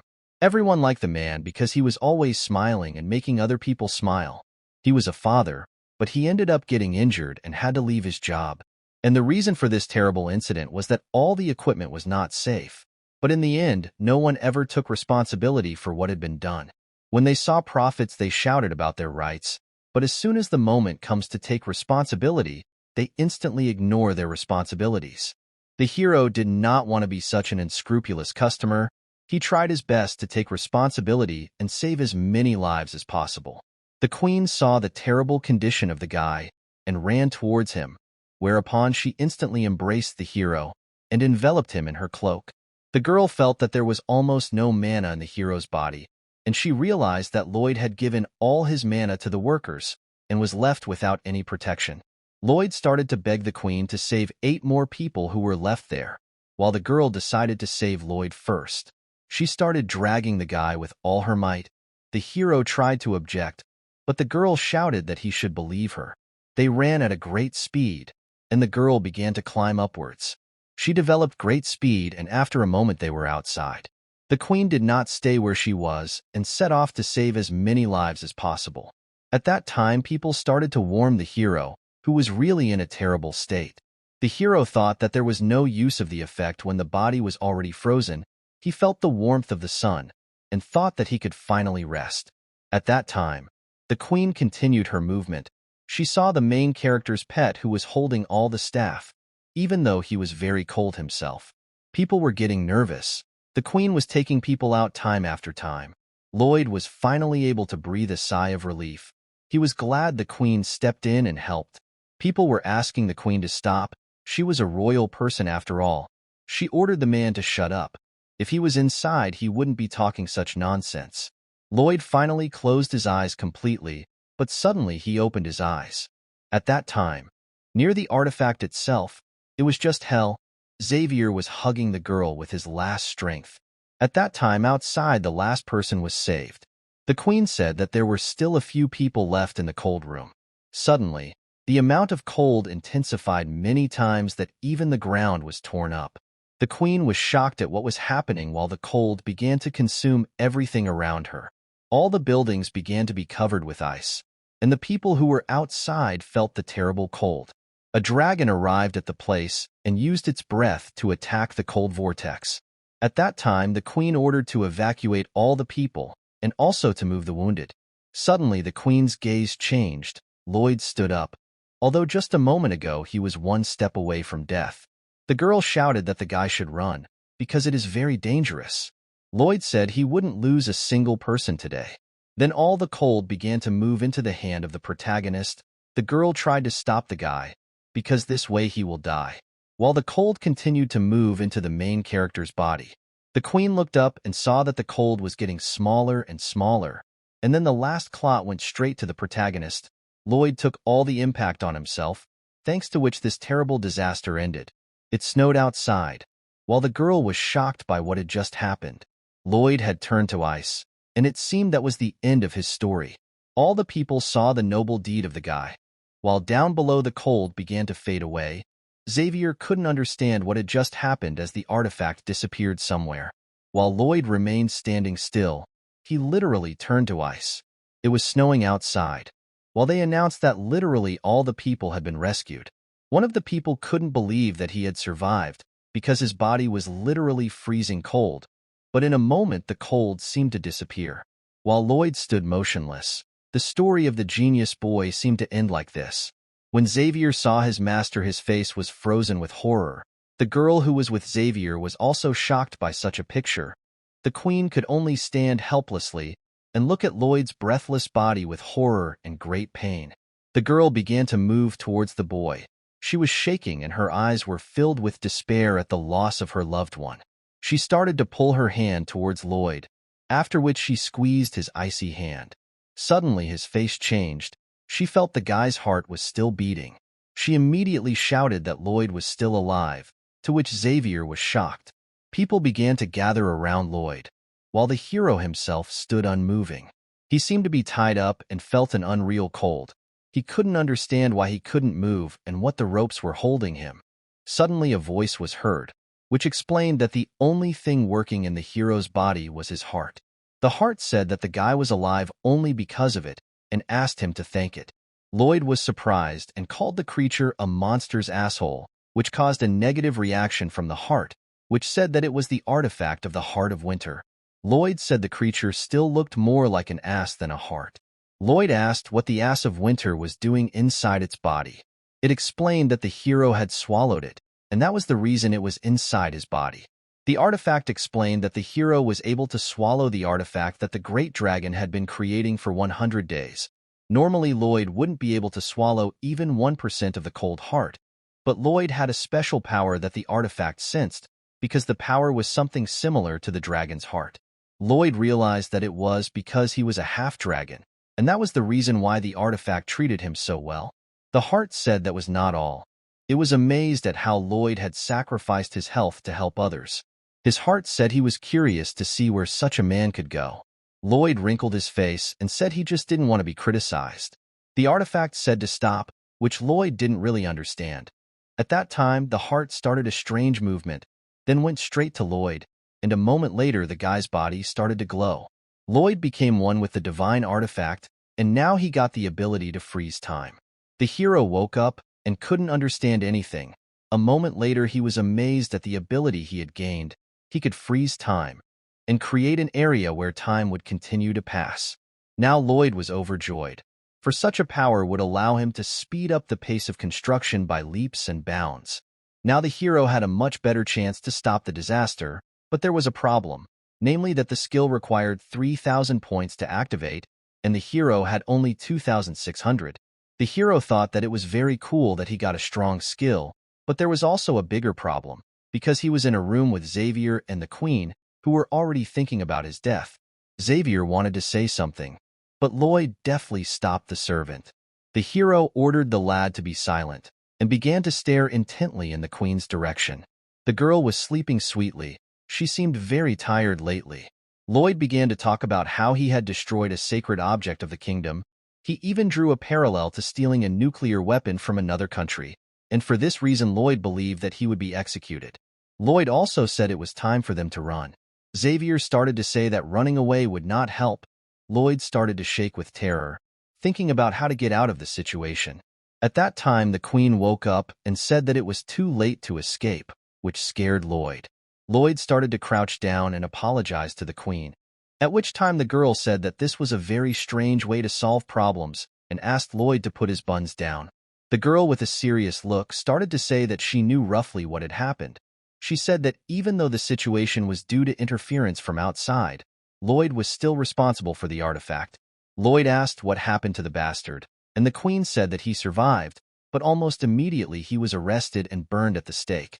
She also said that the guy was very cunning, and she had to confirm his death personally. The girl changed the subject and started to say that now there are more important things to do. Then she said that she was very glad that the hero was safe. Lloyd began to be confused, because he had never heard such words. The guy's heart began to beat faster. The hero was very worried and did not know what to do. At that time, the Queen said that they never managed to learn anything about blood magic, because the guy did not succumb to torture. Lloyd told that the enemy stabbed him in the side with a knife that was soaked in purple manna. With every word Lloyd said about that situation, the Queen's face was more shocked. She stopped Lloyd and then sat down and asked him to tell her more about what had happened. She grabbed her glove, and then Lloyd saw the same symptoms that he had recently experienced. It was deep night outside. The Queen was walking down the corridor with a saddened look. She looked at one of the doors and then stopped for a moment. She moved towards the door, after which opened it and saw herself in the past. Around lay the corpses of her family member. She was saddened. At that time in the past, she held a bloody sword over her brother's body. She realized that there was no way to change it, because the brothers had killed the girl's mother and father, and then she was next in line. She was also angry because the brothers had always been kind, but it was just a lie. The girl shouted that she should not trust anyone and should kill them first. She also began to shout about the danger Lloyd posed, and she also shouted that she should not let anyone into her heart, for she would be deceived again.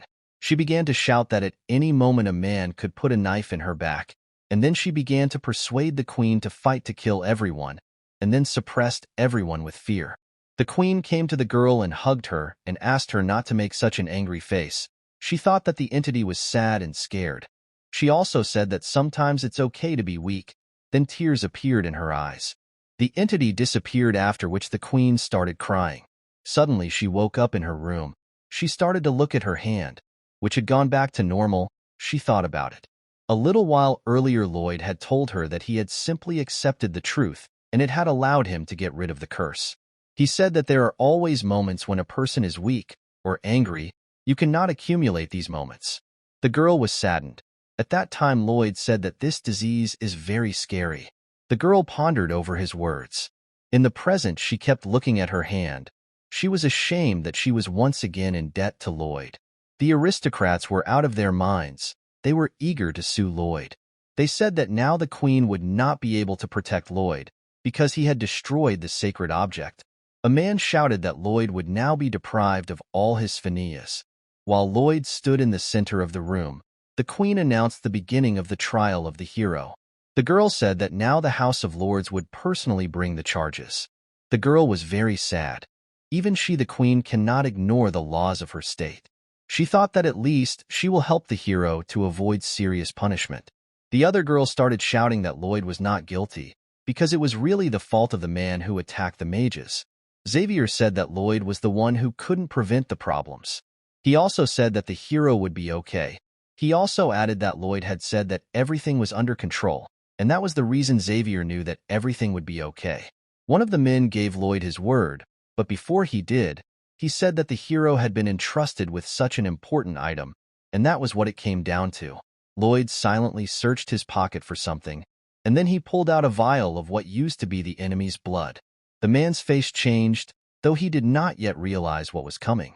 Lloyd began to wrinkle his face, showing everyone the empty vial. So far the Lord remained calm, but just moments later the realization came to him that he was about to be fucked. He remembered ordering one of the soldiers to empty the contents at the entrance to the artifact, and then a look of horror came over Lloyd's face as everything moved in a terrible direction. At that time, the hero was pointing at the item as if in mockery. Lloyd had said in the past that the enemy had definitely used the blood to teleport, whereupon he set about searching for the evidence, for it was sure to be there. Lloyd ordered his subordinates to start searching, after which they instantly ran in different directions to search for the evidence. Lloyd continued to hold that vial.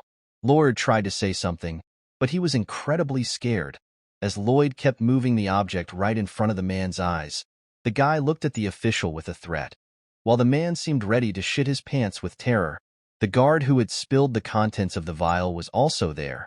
He had confessed his sin to Lloyd earlier and promised to help the hero at the trial. Lloyd made his face even more intimidating, and then Lord Lloyd, under the pressure of terror, said that Lloyd had not made a single mistake.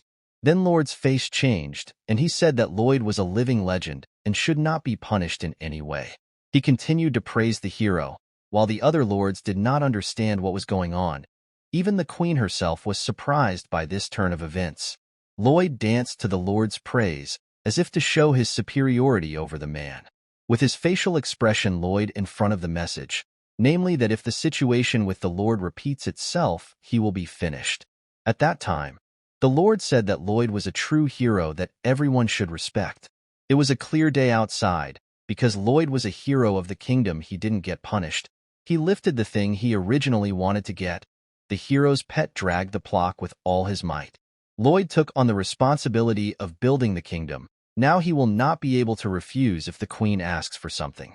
The pet was able to lift the block outside and raised it above his head. The hero received a notification that he would be awarded points because he had found a legendary item. The guy now had over 4,000 points on his account, which definitely made Lloyd happy. Now he had the opportunity to use the time freeze if necessary. Even though the hero managed to save the queen, but it did not affect the counter of saved lives, it remained negative. Lloyd was going to keep moving forward in his search for answers. The queen called Lloyd a terrible person, upset that he was leaving as soon as he finished his work. Lloyd apologized and then explained that he had a very important job to do, and there was no time to procrastinate. The girl thought for a moment and asked if it was more important than taking a break and relaxing with the queen. Lloyd said that it was, because the business was very important. The girl thought deeply about what the guy had said, and then a wry smile appeared on her face, though it really hurt her to hear those words. She told the boy to leave, and then added that she would wait for him as long as it took. Seeing the beautiful queen, the hero again began to be confused, and his heart began to beat more often. The hero thought that it was all because of Winter's ass, but it called Lloyd an idiot, because he cannot understand the obvious. Later, the hero traveled on the dragon, while carrying the necessary materials. Suddenly the dragon dropped the materials, and they began to fly down, then hit the water and began to sink. Lloyd was glad that everything was working out, so he got the blocks to the mermaid kingdom. Lloyd talked to his servant about his beloved. The guy tried to deny it, but Lloyd said that he was an expert in love, and for that reason there was nothing he didn't know. At the time, the artifact thought Lloyd was an idiot who didn't know anything about love.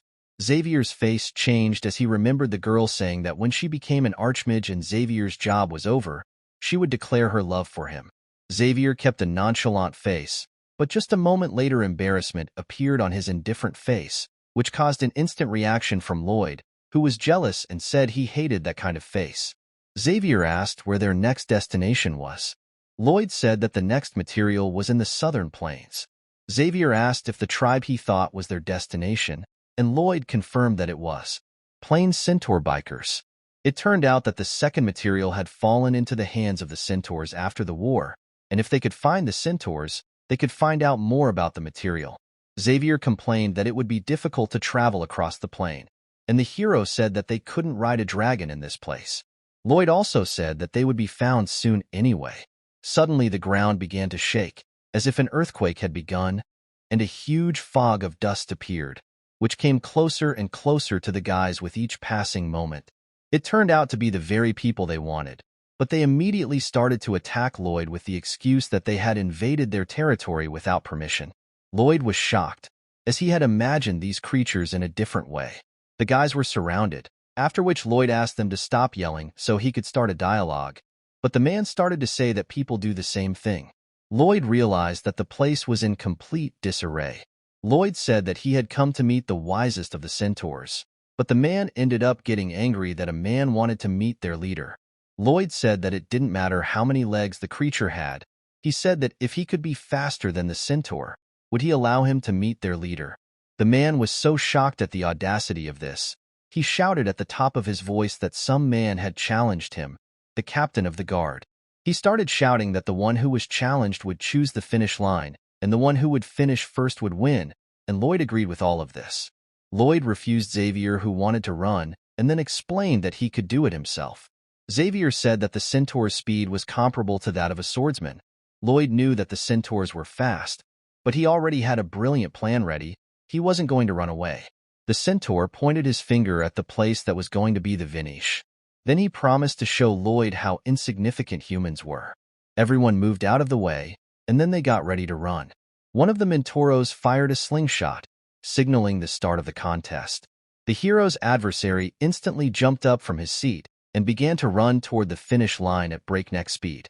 Xavier didn't understand how he could win in such a situation, while the hero pulled out his shovel, which caused misunderstandings in Xavier. Lloyd pointed the shovel downwards, after which he started screaming with all his might. There was a huge explosion that sent Lloyd flying at tremendous speed towards the finish line. The hero overtook the Minotaur with speed and instantly reached the finish line, but he was also hit by a rock. The hero began to fall to the ground and then collapsed. Such an outcome of events amazed the enemy, and the other Minotaurs were no less surprised. At that time, the hero came to his senses and began to rise. He looked at the Minotaurs with his creepy look and then said that he was faster. The Minotaurs as one thought that this man is a legend who has the speed of light. Lloyd looked mad and said it was time to go to the tribal leader since he had one. The enemy refused Lloyd, whereupon the hero asked why not. The enemy said that Lloyd was cheating since the goal was to win the race. Lloyd started yelling at the guy, saying that traditionally, speed was being tested. The guy was scared of the main character, but suddenly a woman's voice was heard behind his back.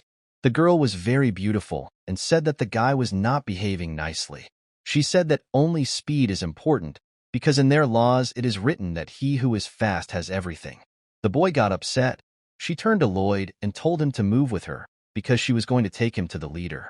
The boy was surprised, but relaxed, because she had gotten him to talk to the packmaster.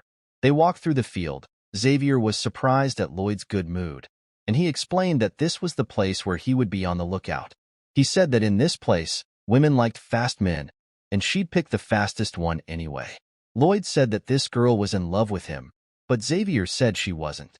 Lloyd wanted to continue talking, but suddenly he was struck by a powerful hoof, which sent him flying a good distance away. The girl said that no matter how fast a guy's face was, he had to be at least as pretty as a rotting potato. Lloyd was a total wreck, both mentally and physically. Xavier assumed that the girl didn't like Lloyd's glistening glozes, but Xavier explained that he'd seen many looks of love and could easily tell who was in love with whom. Lloyd looked at his friend in silence, and the boy's face showed no signs of life. The girl started to say that she was tired of speed being important everywhere. She thought that there was something else besides speed. The hero was surprised by these words, but they arrived at the place and the girl explained to the guys where the chief was. She added that the chief's name was Cherokee and that he was her father. The hero and Xavier were surprised by this information. At that time, inside the huge tent, the chieftain was talking about how pleased he was to meet the swift man his daughter had brought. There was silence between them, and the chief asked why Lloyd looked so dumb, but he said he was curious about the gadgets and codes. Lloyd introduced himself, and then told him about the thing he was looking for. The chief pointed behind his back and said that's where Lloyd was looking for. The boy was shocked that everything was happening so fast, and then he asked for the thing. The chief called the man a quick madman and said that although they didn't really need the thing, they couldn't just give it away. Lloyd realized it couldn't be that simple. The girl asked why they would honor the tradition if they could just throw it away. The father told his daughter not to be like that, then ordered her to leave. The girl said that this man could be that legendary man with the speed of light. Lloyd asked what this legend was, and the girl told him that when the man with the speed of light came to them, he would unravel the speed of the centaurs. The chief said that if Lloyd was the man with the speed of light, and he could solve their speed limit problem, he could give the hero the item he needed. Lloyd began to think of ways to increase the centaur's speed. At that time, it was an eerie night in another place. It was some ruins. Underneath there was a strange room, in which there was a basin with a strange liquid. Inside the basin there was a torn-off human hand. It was floating and began to move strangely. Then from the hand began to grow a body, and finally from this liquid appeared a man. He put his hand on the ground, then began to come to himself. It turned out to be the same enemy who had once again managed to get out of the battle with Lloyd alive. He began to cough up blood, and then began to mentally humiliate himself, because he couldn't defeat Lloyd even using ancient black magic. He thought about what to do next. He thought that with his power it was impossible to defeat Lloyd. A pillar of flame appeared in front of the man, and the creature inside began to say that he just needed to summon it earlier. It turned out to be the Demon King who had promised to kill Lloyd. It turned out that it was the Demon Lord who had told the boy about black magic. He said that he couldn't get revenge personally, and the man became despondent as it was a harsh reality. The Demon King said that if he could come to this world, personally, everything would be much easier. The Demon King said that the man could summon him, and he could finish the guy's revenge. The man creased his face. The Demon King was going to take advantage of Lloyd and make him a slave in hell. The man couldn't object to anything, he just stared at the floor in silence. Then he swore that he would help the King of Hell to get to Earth. The weather was beautiful outside. Lloyd thought about what he could do to increase the speed of the Minotaurs. He even thought about asking Xavier to train them, but the guy said he wouldn't do it. There were a huge number of wounded, adults and children in the Centaurs. Lloyd thought about the fact that the Centaurs would immediately start a race as soon as there was a dispute. He thought of the chaos that ensued as everyone ran with their eyes closed. He remembered the girl's words about how scrappy is in everything. Lloyd thought about how to solve the problem of the Minotaur's speed limit. He thought deeply about it as he wanted to get the materials. The girl heard a man's voice behind her. It turned out to be a guy who was once again trying to marry her. The girl had a negative attitude, and the man thought she was just pretending to be uninterested. The man said he was a champion and no woman could live without him. He grabbed her arm and then started yelling that they had to go on a date. The girl couldn't stand it, and with all her might she punched this asshole right in the stomach. She started complaining about people like him. She was pissed off that they thought speed was the most important thing. The man said that nothing past speed and do not need. It turned out even the father of the girl recognized the guy. The man grabbed the girl and started shouting with all his might, saying that he would be the next head, and she was obliged to marry him. Suddenly someone grabbed the man's shoulder. It was a handsome guy who asked the man to stop bullying the girl. She was stunned by such an act. It seemed like this kind of thing was much more important to her than some speed. The man started laughing out loud at the kid. Others were laughing and jeering at the kid. The man yelled at the kid and threatened to break him 9 times. He pointed at the girl and said that her father didn't give the kid permission to hang out with her, and then the man continued to mock the kid in his voice. Lloyd listened attentively and took in the gist of the conversation, then wrinkled his face as he didn't like it at all. When the sun began to set, the girl spoke to the boy and apologized to him. She explained that if she tried to calm the men down, they would definitely have a competition. Suddenly, the guy interrupted the girl and apologized himself. He apologized for not being able to get her father's approval and for being so weak. The girl yelled that the guy wasn't really slow but very fast, while he talked about how he couldn't win a single match. The girl yelled that she doesn't care about such things, and she would like to marry him as she likes the guy. He made a frustrated face and then said only one word, which was that he didn't want to. Pain appeared on the girl's face. She was incredibly sad. The guy went on to say that no one would approve of their marriage if he kept losing. The girl listened to all this and tears came to her eyes as the guy started to walk away, saying that the man was really fast. He also told the girl that he was a real centaur that she could be proud of. She couldn't say a word. She was incredibly sad about what had just happened. Suddenly Lloyd's voice was heard, interrupting the girl's crying. The hero asked if he could listen.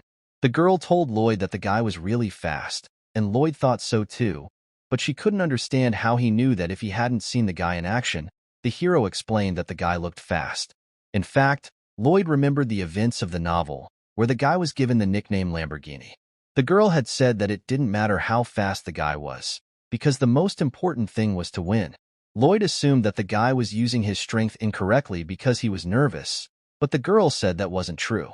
She said that a few months ago there were similar events to what happened today, and they decided to have a duel. As soon as the start of the race was signaled, the face of one of the minotaurs twisted, while the guy had to slow down, and eventually his hooves started to tangle and he fell to the ground with great force. The girl screamed at this outcome, while the man ran on and seemed to ignore the child. The girl said that the child was very badly hurt. She said that the boy was too kind, and that was the reason why he always lost. Lloyd didn't understand this race. He thought it was bad that many centaurs were suffering, but the girl explained that they were following traditions. She was angry because they were terrible. Lloyd said that maybe there was a hidden reason for keeping the traditions, but the girl was angry. She thought there was no such reason. Lloyd suggested it was because they were brainless idiots. The girl reacted very strangely. It seemed that Lloyd had gotten right to the point of her thoughts. Lloyd asked where the girl was, and she told him she was second. Lloyd thought that everyone but first place should listen to the girl. The girl said that it was not that simple and she could not forbid running. There was still a first place that could override the ban. Lloyd asked the girl to gather the minotaurs in one place. Lloyd promised to make the guy the fastest minotaur in the quest. It was a clear day outside. Lloyd and Xavier were sitting in an empty square. The servant didn't understand what the hero was doing, while Lloyd said he was waiting for a big target. Suddenly Lloyd heard the sound of hooves. It was the first person to arrive at the gathering place. Lloyd began to lick his lips, while saying that the guy looked great. Lloyd tapped the guy's shoulder, which caused an instant reaction. The hero looked at the bastard with a scornful look, then silently continued walking forward. The guy started yelling with all his might that they needed to get out, and that if Lloyd lost he would kick him 300 times. Lloyd started talking about how it's like a regular person can fight in a run, but the guy kept insisting. The crowd around him started shouting for Lloyd to run, and then a devilish smile appeared on the hero's face, as this was the outcome he had planned. Lloyd decided to agree to the duel. At the time the opponent was talking about how Lloyd could choose the finish line. Lloyd pointed to a tree that was on the mountain, after which it was decided. At that time the girl couldn't understand what was happening now. She remembered Lloyd's words about some bruiser, and couldn't understand what was on that man's mind at all. The centaur shouted that even a man with the speed of light could not defeat him, and Lloyd started to say that it was unfair that he only had 2 legs, while the centaur had 4. The hero said he would ride a 4-legged creature too, and the enemy didn't mind at all. The enemy started yelling that it was time for them to start. Eventually the hero summoned his pet, which was incredibly huge. The enemy was scared as the beast was really big. Lloyd started to say that maybe the guy was right, but later made a menacing look and reminded that because of tradition they couldn't change the rules. The boy just clenched his teeth, as he had nothing to say. A stone was fired from the slingshot, which meant that the race had started. The hero and his opponent began to run at a great speed. All around cheered. They ran at the same speed, and it was very interesting to watch. The road narrowed further, and eventually there was no room for the centaur, and he collided with the beast, causing Lloyd to fly into the sky. Lloyd started screaming and flew straight into the crowd of spectators, where there was the same boy who had been maimed during the competition in the past. Lloyd landed parallel, pushing a few people away. The centaurs then announced that it was a draw as both opponents were unconscious, which surprised the girl and Xavier. Xavier couldn't understand what Lloyd was thinking, what he was trying to accomplish. The boy was being brought back to his senses, so he had no luck. At that time Lloyd remained lying on the ground. A little while later it was night. The boy's hand was shaking. The mother was very worried about the child, because since that incident he was not getting better. The girl was crying. She was sad that her child had suffered from some tradition. The husband cried out that they too had experienced this in their childhood. At that time the girl said that their son was traumatized not only physically but also psychologically. The man looked silently at his child, who was very scared. The man said they couldn't do anything about it because it was a tradition. At that time, Lloyd was on his way to the tent. The husband cried out that they too had experienced this in their childhood. At that time, the girl said that their son was traumatized not only physically but also psychologically. The man looked silently at his child, who was very scared. The man said they couldn't do anything about it because it was a tradition. At that time, Lloyd was on his way to the tent. He silently listened to what the Minotaurs were saying and then silently began to walk away. A little while later, the day began. All the Minotaurs began to gather and did not understand why they were gathered. At that time, Lloyd announced that a lecture on human speed was about to begin. The Minotaurs said that they thought Lloyd was not fast at all. They decided to pretend to listen and then leave immediately. Lloyd knew this would happen and asked that it was pointless to hear about speed from a man who was slow. Lloyd raised a finger up and then his tone and face changed. He said he didn't see the point in having fucking bastards like them. Everyone was incredibly angry, while Lloyd continued to talk about how the Minotaurs were inadequate and that there were a huge number of innocents suffering because of their runs. Lloyd talked about how yesterday he was forced to run, and as a result, one completely innocent child got hurt and suffered an injury that can't be treated. Lloyd talked about how it's always been that way. Because of some tradition, innocent people get hurt. The centaurs heckled Lloyd, saying that they had no claim, while the mother couldn't stand it and started yelling that she had a claim because her child was hurt because of all this. Lloyd listened to the voices of the Minotaurs shouting that the woman should be banished. Her husband couldn't stand it and called everyone a barbarian who didn't care about anyone else. Another woman started shouting that her child was hurt, and she hated these traditions as well. The child continued to shake in terror at the screams, but suddenly he calmed down for a moment, then looked at Lloyd's satisfied face and showed him he knew they had succeeded. Xavier was shocked at what he had just seen. It turned out in the past Lloyd had offered the kid money for his help, and it was all an elaborate act. Lloyd had just set in motion an irreversible process where the Minotaur society split. He felt like a puppeteer controlling these people. The people began to argue fiercely among themselves, shouting at each other with all their might, while the true puppeteer sat on his throne and looked down on the ruined people. A group of people who were conservative shouted with all their might that all traitors should be executed. But some of the people with new views shouted that they didn't want to live in such a tribe. While Lloyd stared blankly at the horror he himself had done, he didn't seem to care at all. The girl yelled at the guy. She couldn't understand why he had provoked it. Lloyd pretended he didn't care, explaining that he was just saying that the competition wasn't safe. The girl couldn't say anything back, just stunned by the hero's words. As Xavier thought about what Lloyd had done to cause this horror, he marveled at Lloyd's shamelessness. Suddenly, the voice of the village head was heard, asking why the place was so noisy. Lloyd seemed to be waiting for that, and then began to rise from his throne. The head of the village looked as stern as possible. At that time, Lloyd was thinking about what he was going to do next. The head talked about how Lloyd had promised to solve the tribe's speed problem, but in the end, he had made the tribe split into two sides that hated each other. Lloyd began to talk about how he was in the process of implementing this plan and how the villagers couldn't find a common ground and he was having a hard time with it. Lloyd talked about how one side wants to run anywhere at any time, while the other side wants to get rid of the tradition. Lloyd pretended as if he was thinking very intensely, then raised his finger up and began to say that to solve the problem, it would be enough to ban fast running and impromptu competitions in the village. The people shouted, expressing their displeasure that some man was daring to interfere with their rules. Lloyd did not listen to the lunatics, then extended another finger and began to talk about the second rule, namely that all matches will take place in a special stadium, which he can build. The head listened attentively to the hero's arguments why it was a good idea.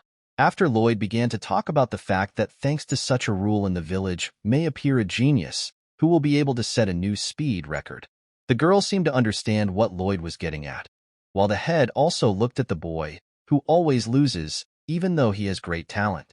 Lloyd began to talk about how his decision would help him get rid of his injuries and also break the speed record that had stood still for so long. Eventually, Lloyd made a big face and then said that this was his brilliant plan to solve the problems. The people began to cheer. They were all in agreement with Lloyd's reasoning and plans. The mood of the population seemed to have changed completely. while the head of the village began to shout with all his might that this was nonsense. He began to say that they had survived only because they had the instinct to run, which could be activated in any situation. He also said that it was only because of this tradition that they had survived the Great War, and because of this he was not going to give it up so easily. Lloyd asked if they were living during the war now. The head began to say that it was a tribute to history and ancestors. The people tried to talk the ruler down, because Lloyd was actually saying smart and necessary things. The girl started to say that even if her father was against it, she would still allow the stadium to be built. The head started saying that it would split their tribe in two. The girl was not going to back down from her beliefs, while the people argued furiously among themselves. The head asked if Hero was going to follow through, while Lloyd said that as soon as the head gave the go-ahead, he would get to work immediately. The head finally agreed. Although it may have seemed so at first glance, he had actually challenged Hero to a competition, and if he lost, he would have to leave their village. Lloyd was overjoyed. He said that if he won, he wanted to build a stadium. The screams of a huge number of minotaurs could be heard outside. Lloyd had dressed up in sports clothes and was heading towards his opponent with the most serious look possible. Xavier didn't understand how Lloyd was going to win, since he had agreed not to use the blast, and he couldn't use his pets either. Lloyd confessed that he would run without the extra stuff. Xavier thought that Lloyd had no chance of winning, as the leader's record was 380 wins. Lloyd started talking about how he could pick a control point since the challenge was thrown to him. Lloyd began to say that they will get to the kingdom of Mangito, which is as far as 600 kilometers from this place. He began to say that it is thanks to human patience he can easily win. The sun was shining incredibly brightly outside. Lloyd and the leader walked to the starting point. They prepared for the start, while Lloyd thought that although many people consider humans to be weak, and in general it is hard to find an animal slower than a human among animals, but Lloyd was sure that humans are much stronger than they may think. The Minotaur fired a slingshot, signaling that the race was on. The head of the Minotaurs roared off at breakneck speed. In just a moment Lloyd was far behind. Lloyd remained at the starting point and did not move at all. Only after a few seconds did he begin to rise slowly, and then he began to move forward slowly, as if at a light jog, but so confidently. The Minotaurs shouted at the top of their voices. They thought that from that moment on the man had lost. Lloyd did not pay attention to the taunts. He only thought that the advantage of humans was that they could run long distances. At that time the head continued on his way, but his speed had dropped significantly. At that time Lloyd continued to move leisurely. The sound of breathing was heard outside, and a moment later Lloyd appeared on the horizon and continued his slow but steady movement. Lloyd thought that although he was not equal to the head in speed, the fact that he was human made him expend much less energy. The fact that Lloyd sweats and his body does not overheat, he thought, is the reason why people in the past were able to get food easily. The heart of coldness called Lloyd crazy. For all this time he had been talking to himself. Lloyd seemed a little tired, but he kept moving at his own pace. Lloyd saw the chapter and immediately realized that because of his speed he was quickly exhausted. Lloyd began to smile madly, because now he was sure of his victory. Suddenly his elation was replaced by incomprehension. The head looked perfectly normal. There wasn't even a drop of sweat on him. Lloyd thought that the head should have been tired long ago, but in fact he didn't seem tired at all. The head said that the long distance was really hard. He knew the weaknesses of his kind. The head said that the hero's plan wasn't bad, and then made a menacing look and said that the guy had completely underestimated the head's regenerative abilities. It seemed like Lloyd's brilliant, simply excellent and reliable plan had just been completely smashed. At that time, the head of the Minotaurs instantly began to move at breakneck speed, leaving Lloyd behind. Lloyd thought about how annoying this head was. Lloyd was well aware that now he had a huge problem. Lloyd tried to calm himself down and move at his own pace without thinking about the chapter. Suddenly Lloyd noticed something ahead of him. It turned out to be the head, who seemed to have already rested. Then he gestured goodbye, and at great speed started to move on. Lloyd continued on his way, thinking that this was the end, and now he had definitely lost. Lloyd began to think about how he could reverse this dire situation, but nothing came to mind, so he decided to keep moving at his own pace. This was a battle of endurance. The next day the sun was burning very hard. Lloyd seemed very tired. He had a lot of sweat on his face.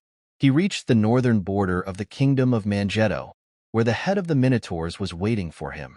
The head began to say that he had to wait a long time for the hero. He just wanted to look at the lost face of Lloyd. The head rushed out of the place at a great speed, while Lloyd hit the door of the wall, then turned around and continued running towards the village.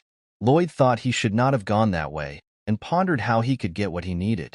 Lloyd thought that he should try to steal it, because he didn't really have to solve their problems. Suddenly an image of a Minotaur girl appeared to him.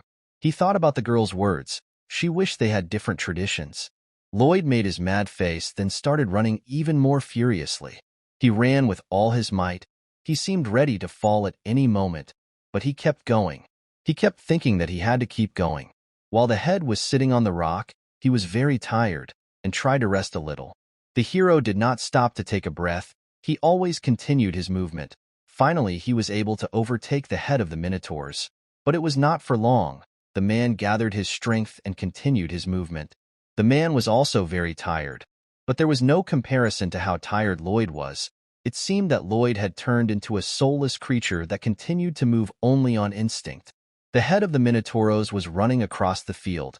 He continued on his way, but suddenly his legs failed and he fell to the ground at a great speed. It seemed the man had reached his limit and needed to rest. He thought that it was not the same as before, because this time his stamina was very low. He thought that he was probably really exhausted this time. The man looked at the sky, and then he turned his gaze to the side and saw a frame from the past, where his daughter was with a guy who couldn't reach his potential. The girl was happy, though it was rare to see her like that. The man realized that the girl loved that guy, but there was no way he could ignore tradition just because she was his daughter. He wanted to go, but he didn't have time for that, because Lloyd was getting close, but he looked like he was in a bad way. The head began to shout with all his might from anger, then began to run their last strength, that on the account of the hero, he has long ago used up all his stamina, and continued to move only on the strength of his will and thirst for victory. At that time, the spectators were waiting for the moment of return of Lloyd and their head. Suddenly, the boy pointed towards the road and said that he saw something. Suddenly, the girl's face was astonished, and her lover was no less surprised. It was hard to imagine such a picture, but it was real. The head was not going to give in, and Lloyd, who had long since gone beyond his limits, was not going to give up either. Xavier watched silently. The head was just a little ahead, which was enough to win, because the finish line was very close. At that time, Xavier noticed that the hero had no mana left at all, but he continued to believe in Lloyd, because he always came out of dangerous situations victorious.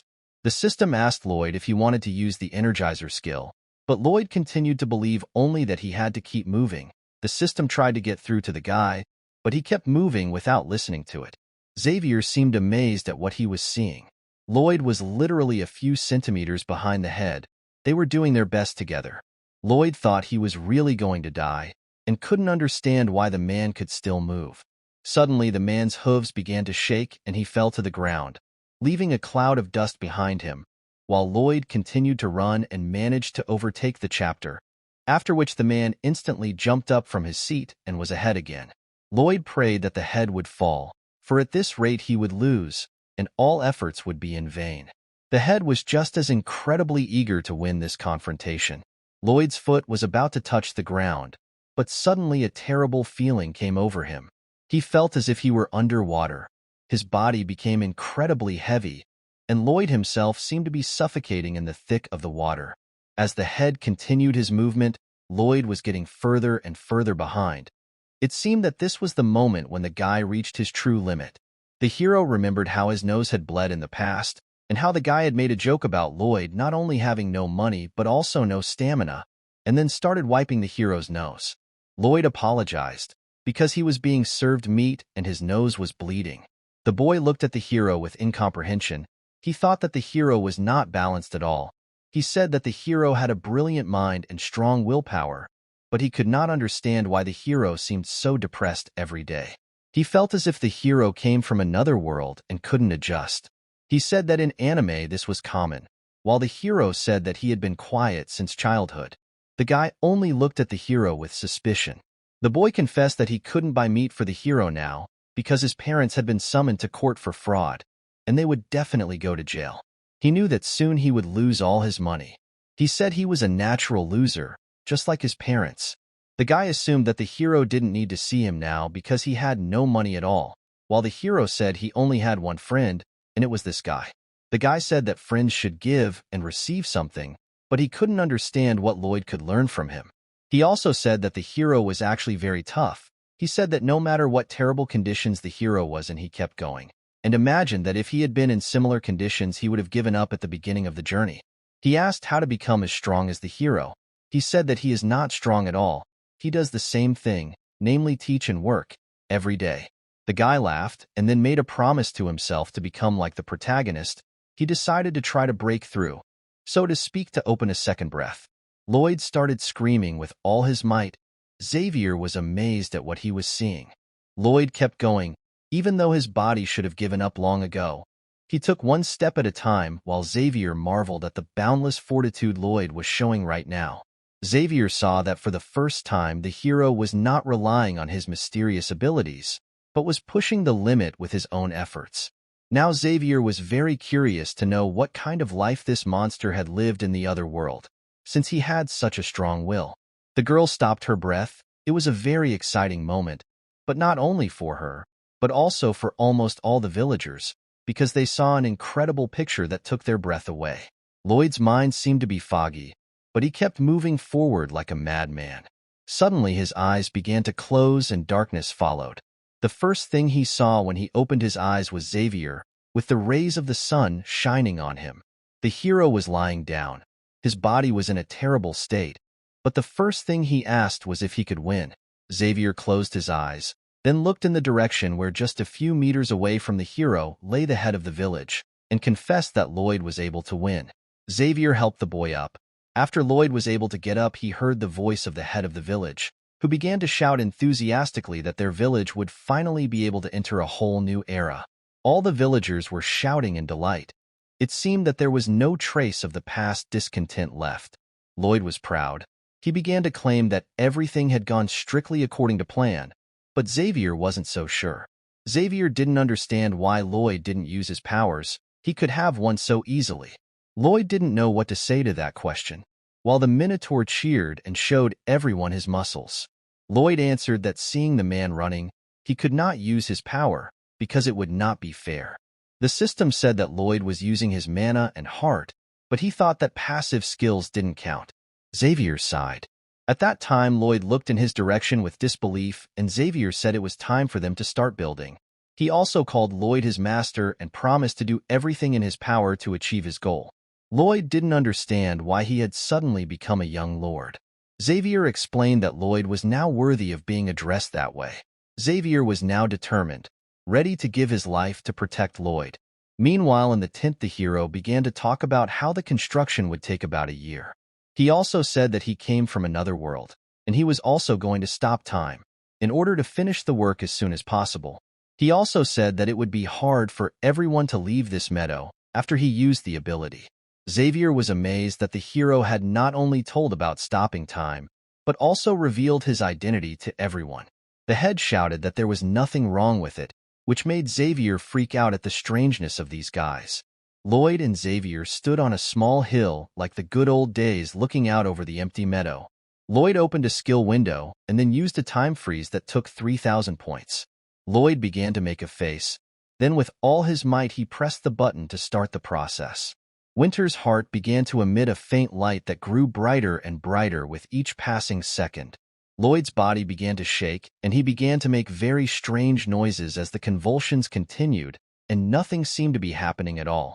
At that time, the area on which the hero applied the skill remained unchanged, but a moment later there was a dome.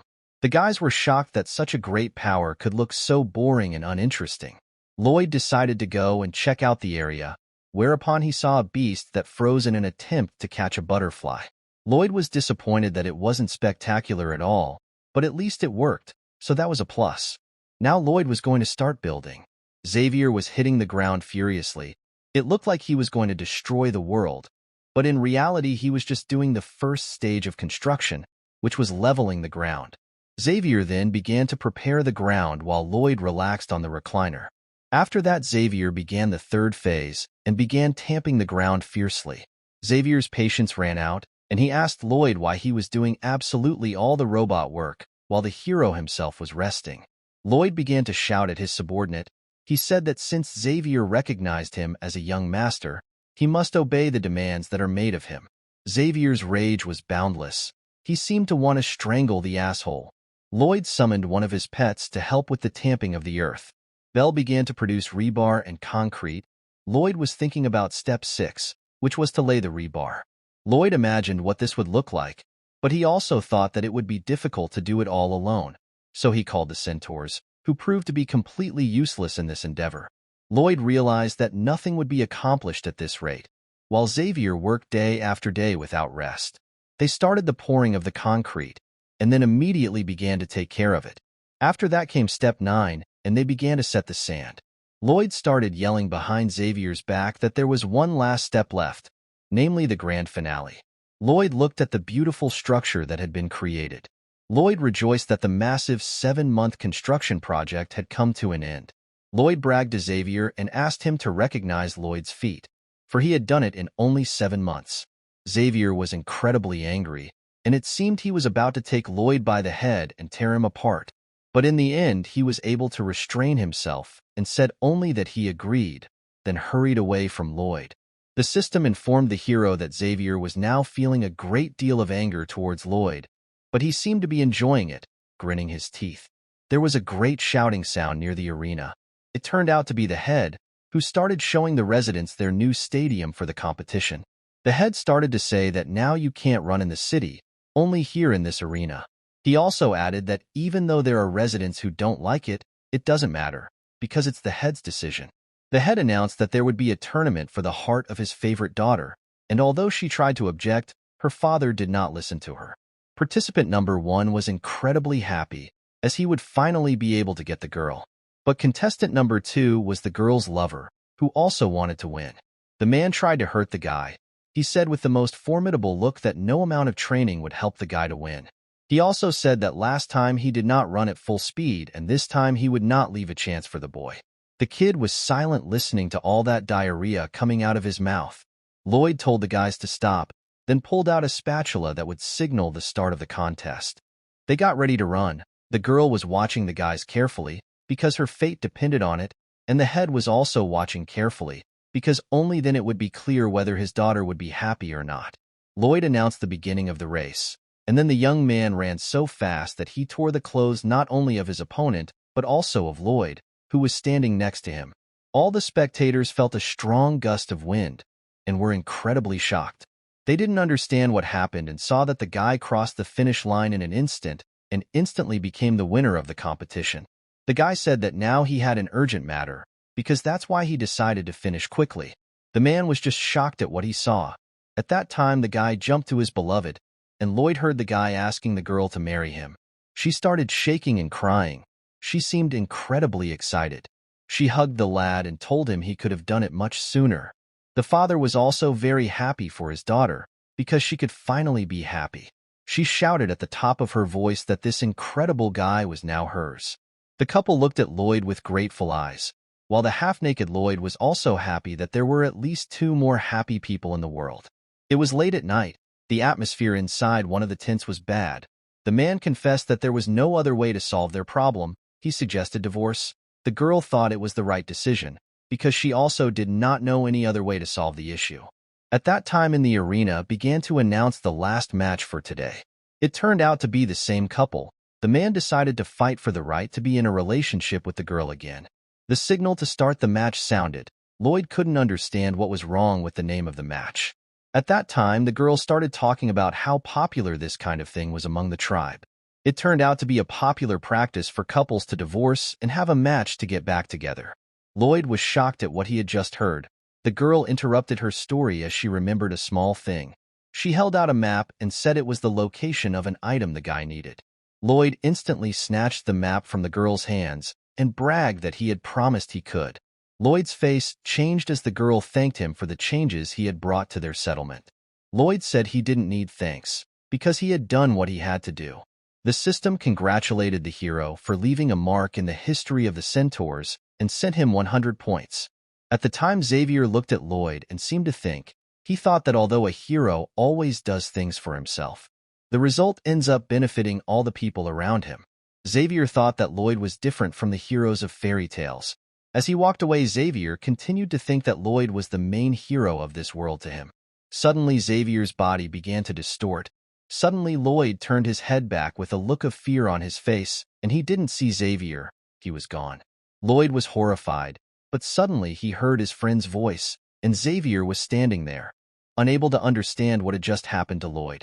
Lloyd tried to explain that Xavier had just disappeared for a moment, but he couldn't understand his master at all. Lloyd finally decided not to explain anything further. He assumed that he was just imagining it because he was tired, and then Lloyd froze. He thought it was time to stop the time freeze, and then everything went back to normal. The hero and Xavier just stood there looking at the distance. Lloyd was very angry at how easily it happened. It was not cool at all. Suddenly, the hero's heart began to ice over. Lloyd's face twisted and he sat down from the terrible pain he felt in his chest. Lloyd asked what the hell had just happened. His heart explained that it was the cold air that had gone out to freeze time, and it had just come back in. Lloyd started a discussion with the heart. He didn't think it was normal. In a fit of emotion, he told the heart to fuck off, but it told him that if it left, Lloyd would inevitably die. Lloyd fell into thought, while the heart advised him to ask whoever was coming. Suddenly, Xavier told the hero that someone was approaching them. Xavier also said that it was likely to be an enemy that even he couldn't handle. It seemed that there was nothing above, and he thought of everything. But just a moment later, a terrifying creature appeared in the sky, which at a great speed was moving towards the guys. Xavier tried to cover Lloyd, though he was incredibly scared himself. A huge ice dragon appeared in front of them, its mere presence frightening. Lloyd immediately realized that this was the dragon that had created the winter bastard in his heart. The dragon asked if the hero was the man who had misused the power of his heart and frozen the time of the world.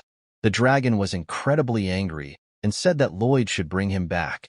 Lloyd made as innocent a face as possible and tried to make a fool of himself, which scared Xavier incredibly badly.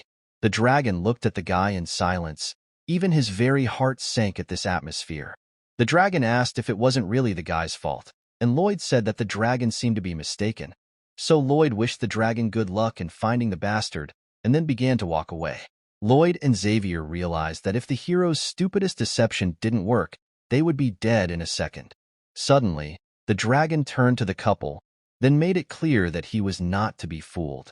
Lloyd and Xavier began to bow, and the hero asked what the dragon was looking for.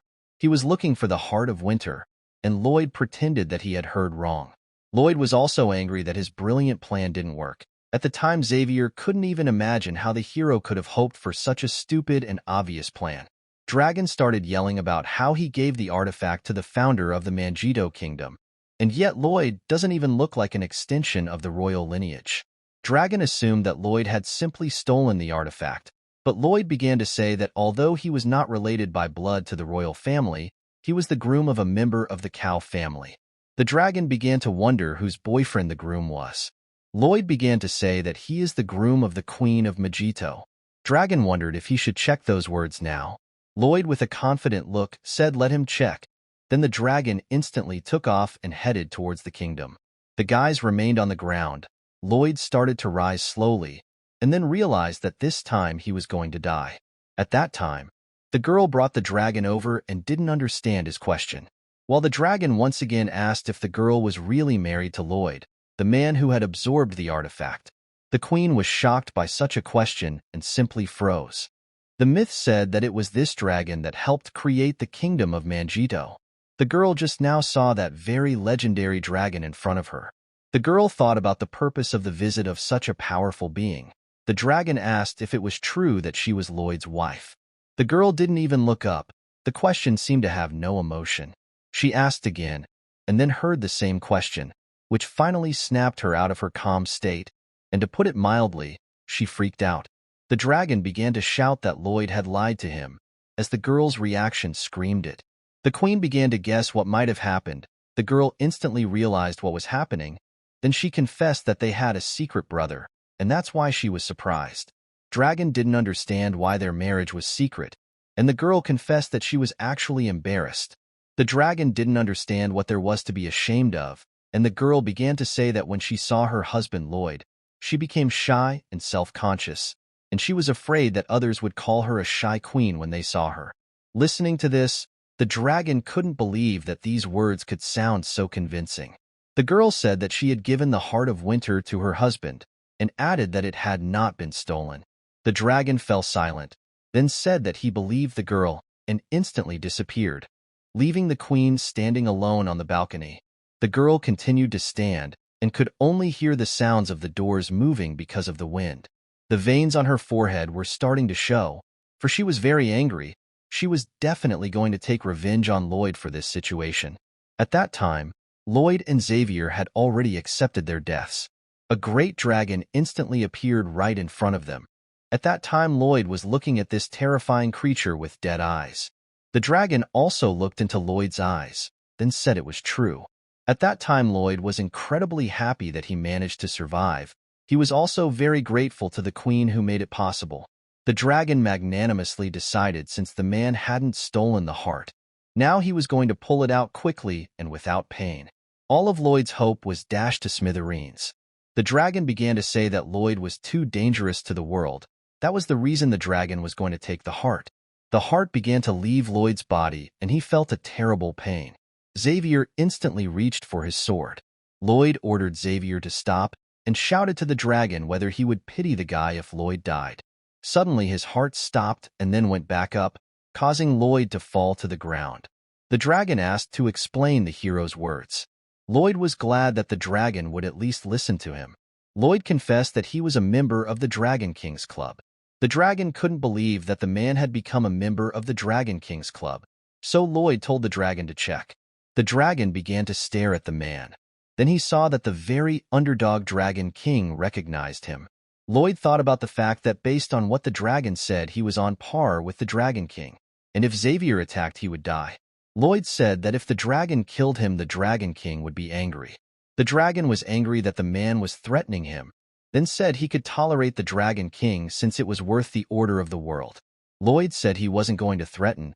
He had already pretty much accepted his fate. Lloyd said he didn't want anyone to get hurt because of him, and offered the dragon a deal.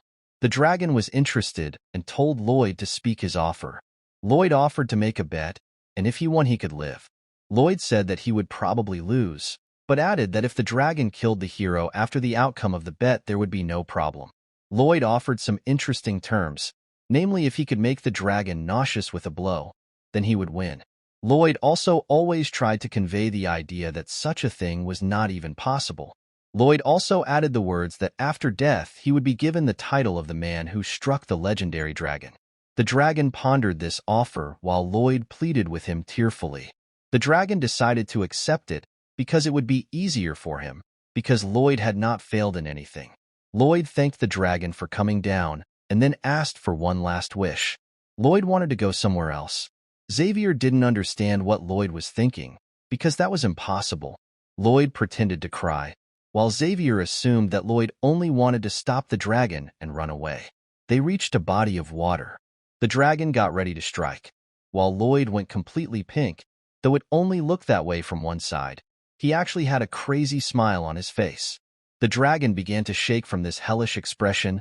Then Lloyd went straight for the dragon, swung with all his might, then activated his solar plexus shot skill and hit the dragon.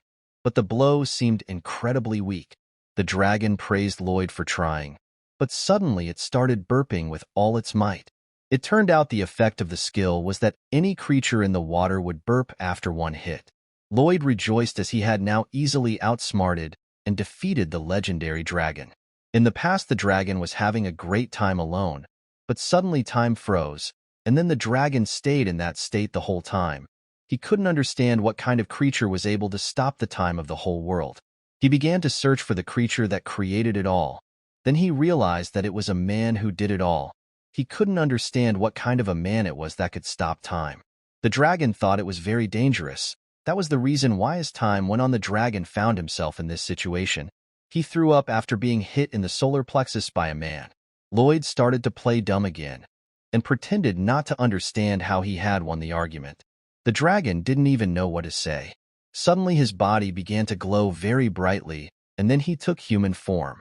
He couldn't understand how some human could make his great dragon vomit. Lloyd continued to play dumb and pretended he didn't understand at all. Lloyd asked if he would live. He had won the argument after all. The dragon said he could not retract his words. Lloyd finally breathed a sigh of relief, for he had been so worried. The dragon warned that if the hero did something like that again, he would not live. Lloyd said it would never happen again. The dragon was shocked by Lloyd's cunning and abilities. He thought that letting such a man go would be a mistake. The dragon realized that if Lloyd was an evil man, his son would definitely not be accepted into the Dragon Club. Lloyd realized that the Dragon King was the dragon's son. The dragon confirmed the hero's guess and said that the Dragon King was his son. Lloyd's face was horrified. The dragon couldn't understand what was going on. At that time, Lloyd started to approach and grabbed the dragon's hand and cried, saying that the dragon was probably having a hard time. The dragon asked Lloyd to let go, as it was the right thing to do. Lloyd felt sorry for the dragon and rubbed his vomit-stained hands on the dragon. Tears appeared on the dragon's cheeks. He didn't understand why this was happening while Lloyd told the dragon to cry. Lloyd could feel the dragon's great pain, and he also said that the dragon had done well for such a hard time. The dragon was completely moved and continued to cry. He hugged the hero, as in romantic movies, and then confessed that he had never heard such words, as well as he said that he tried very hard to bring up a normal dragon from the king. The dragon cried that all his efforts were pointless. He cried because no one cared about him. They just lived their lives. At that time, Xavier had finally lost his mind with such bullshit. Lloyd made a serious face and then said they couldn't do that. Lloyd said that they couldn't ignore such an adorable companion as the dragon. The dragon finally burst into tears and started crying with all his might. Lloyd just hugged the poor dragon and tried to support him. Lloyd instantly changed his face. His plan to change his opinion of himself was instantly executed, and the old dragon who thought Lloyd was dangerous died at that moment. Xavier watched this inadequate picture. He couldn't understand how to perceive Lloyd. After all, he brings good to people, but his motives can be evil. He was stuck in his thoughts. A little while later, the sky was beautifully blue. All three men were lying on the ground looking at the sky, and the dragon noticed that he was ashamed of crying in the man's arms. Lloyd reassured the dragon by saying that no matter who he was, everyone's feelings were equal. The dragon stared at the man and then asked Lloyd's name, and he confirmed that it was his name. The dragon said that Lloyd would soon die. He also said that because of the heart of winter that was slowly getting colder, Lloyd would soon leave this world. The heart inside the hero didn't want him to die, but Lloyd said that there was no way he could die now, because he had important work to do.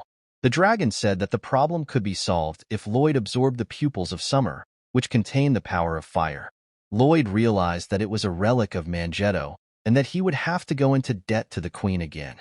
In a shaky voice, he asked how much time he had before he died. The dragon said the minimum was 5 years, but the maximum was 10. Lloyd's face changed instantly, because that would be enough time for him to solve his problems. The dragon noticed Lloyd's incredible strength of spirit, and assumed that it was seen by his son and the heart of winter. The dragon asked what the case was. Lloyd explained that it was a long story, but the dragon wanted to hear it. The dragon also said that if it wasn't too hard, he would help Lloyd. So Lloyd began to tell the long story.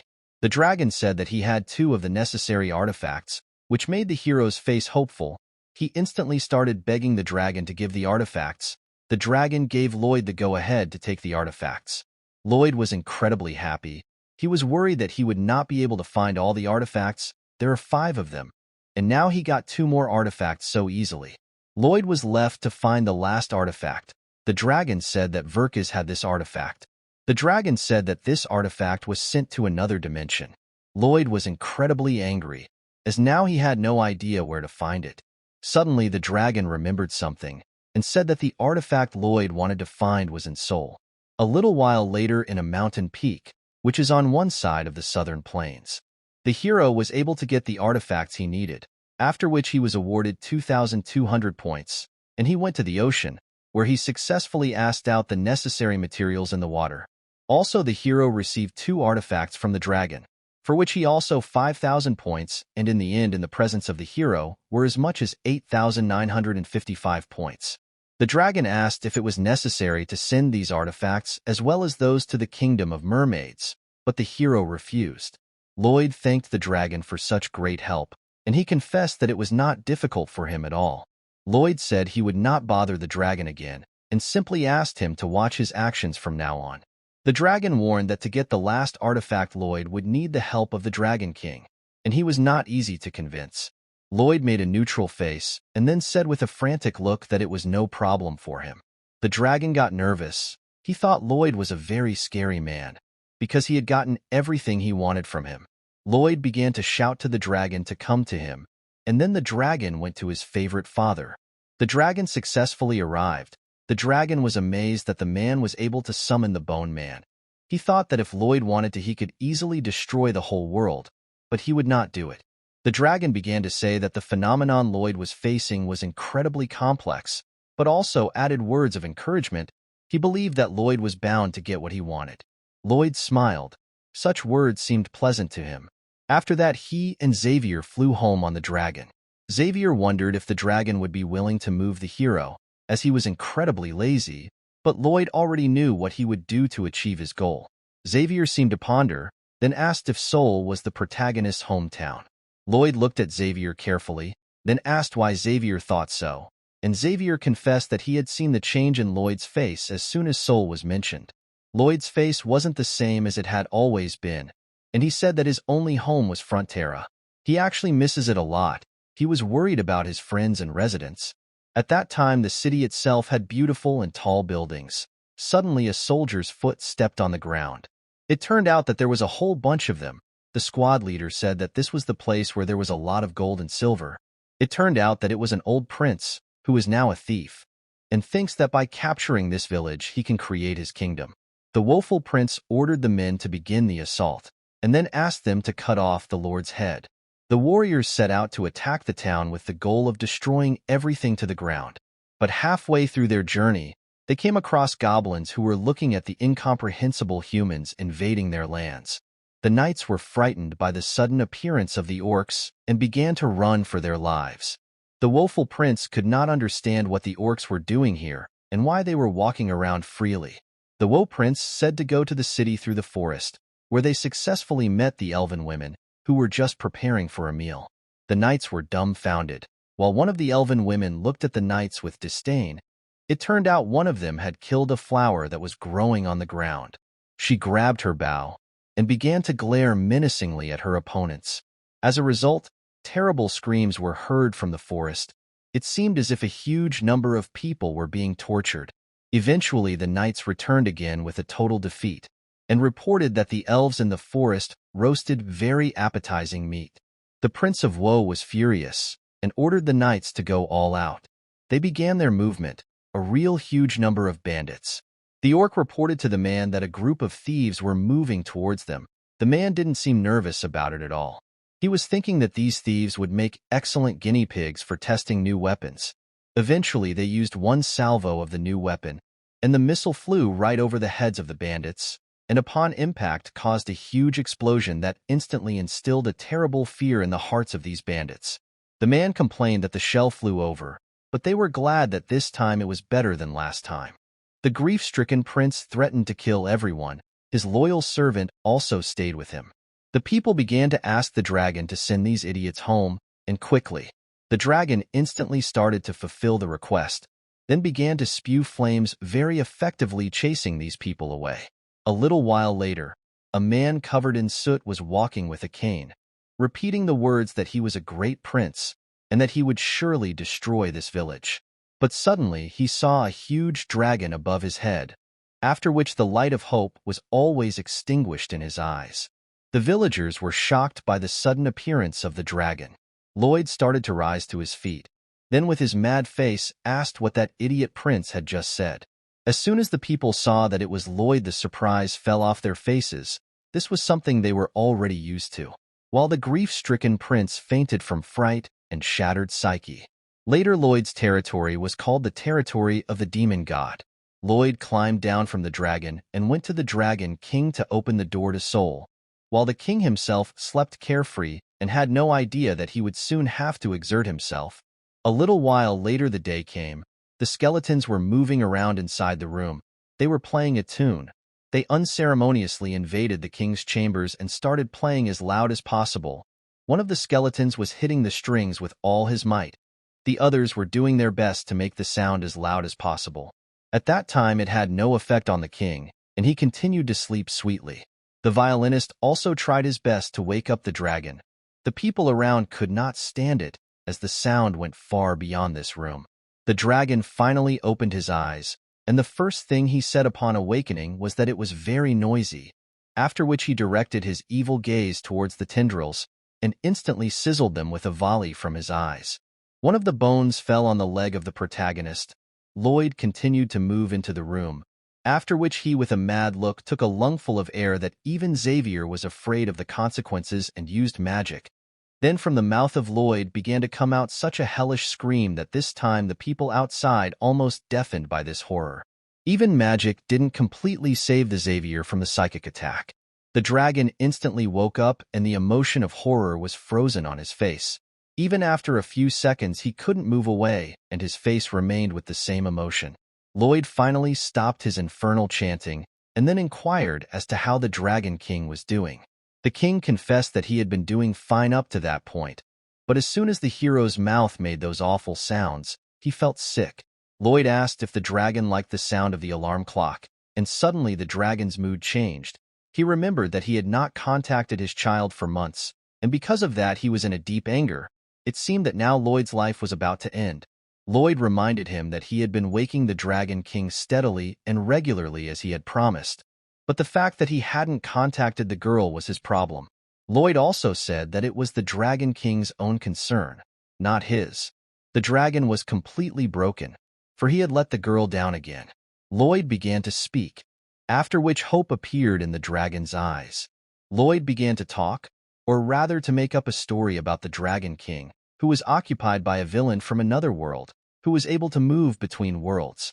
Lloyd said that as a Dragon King he couldn't leave things as they were, and pursued the villain day and night, and eventually managed to catch him. Lloyd pointed to himself with a mad look, and then said that he was the one who should be the villain. The Dragon King didn't react at first, then a bright smile appeared on his face. He thought that with such a story, the girl would praise him, while the hero said that the Dragon King should restrain him and drag him to the queen. Lloyd promised to play the villain as believably as possible. Xavier thought about the fact that Lloyd didn't really need to play a villain, because he looked like one. Lloyd was in a great mood. He seemed to be waiting for something. The Dragon King guessed that he needed something, and immediately asked Lloyd what he wanted. Lloyd said that he needed to find an artifact in Seoul. The dragon had no idea what kind of artifact he was talking about. The king remembered that it was the material for the Pearl of Truth, but Lloyd held a grudge that the dragon knew about it but didn't tell him. The dragon said he would send Lloyd, but not to the exact location. He started reaching for his shirt. Turns out it was an artifact dog that can find anything. The dragon began to pull out a magic hammer, then began to spin it and say the name of the city. Lloyd was already anticipating that something incredible was about to happen, but a moment later the dragon just threw the hammer to the ground. Suddenly strange markings appeared on the ground. Lloyd was completely disappointed. Xavier was surprised that his master was still not used to such things. Lloyd and Xavier stood in the middle of this circle. Then their feet began to glow. Every second they disappeared more and more. The dragon also said that in order to return they had to get on the same wheel in another world. The dragon suggested that Lloyd's homeland was Seoul. The dragon warned Lloyd that he should not see himself, because it could be disastrous. The boys finally disappeared, and then a portal appeared in a back alley in Seoul.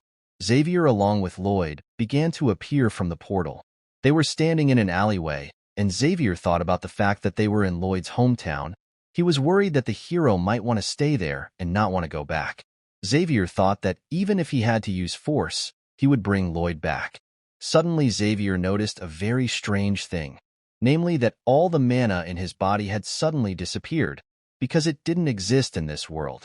Xavier looked towards Lloyd, who said that they had to move out.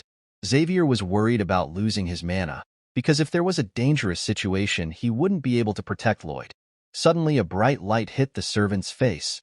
He saw strange sights in front of him, and the air reminded him of the air in hell. Lloyd decided to go out and buy clothes. Because they stood out, Xavier was worried that they would be in danger without mana. But Lloyd explained that there was no such thing. Xavier didn't seem to understand the world at all, while Lloyd didn't show any emotion. In fact, he was incredibly worried. Kiara was the last ingredient to restore the pearl. It was a mysterious substance that changed depending on where it was located. Lloyd knew that this artifact had changed somewhere here in Seoul. Lloyd tried to pull the heavy thing. He was glad he was able to get the stuff. Even though it stunk, it wouldn't stand out now. Xavier was worried about the main character. He didn't look so good before. Lloyd clutched at his heart. It seemed like something was starting to happen. Xavier started to worry about the guy. Suddenly some strange man showed up and started yelling for the guys to put what they had stolen back as it was stealing. Lloyd was pissed at Xavier since he was supposed to be on guard. All he had to do was apologize to Lloyd. Lloyd started talking about them being a collection company, but the policeman didn't believe it because the guys looked very suspicious and strange.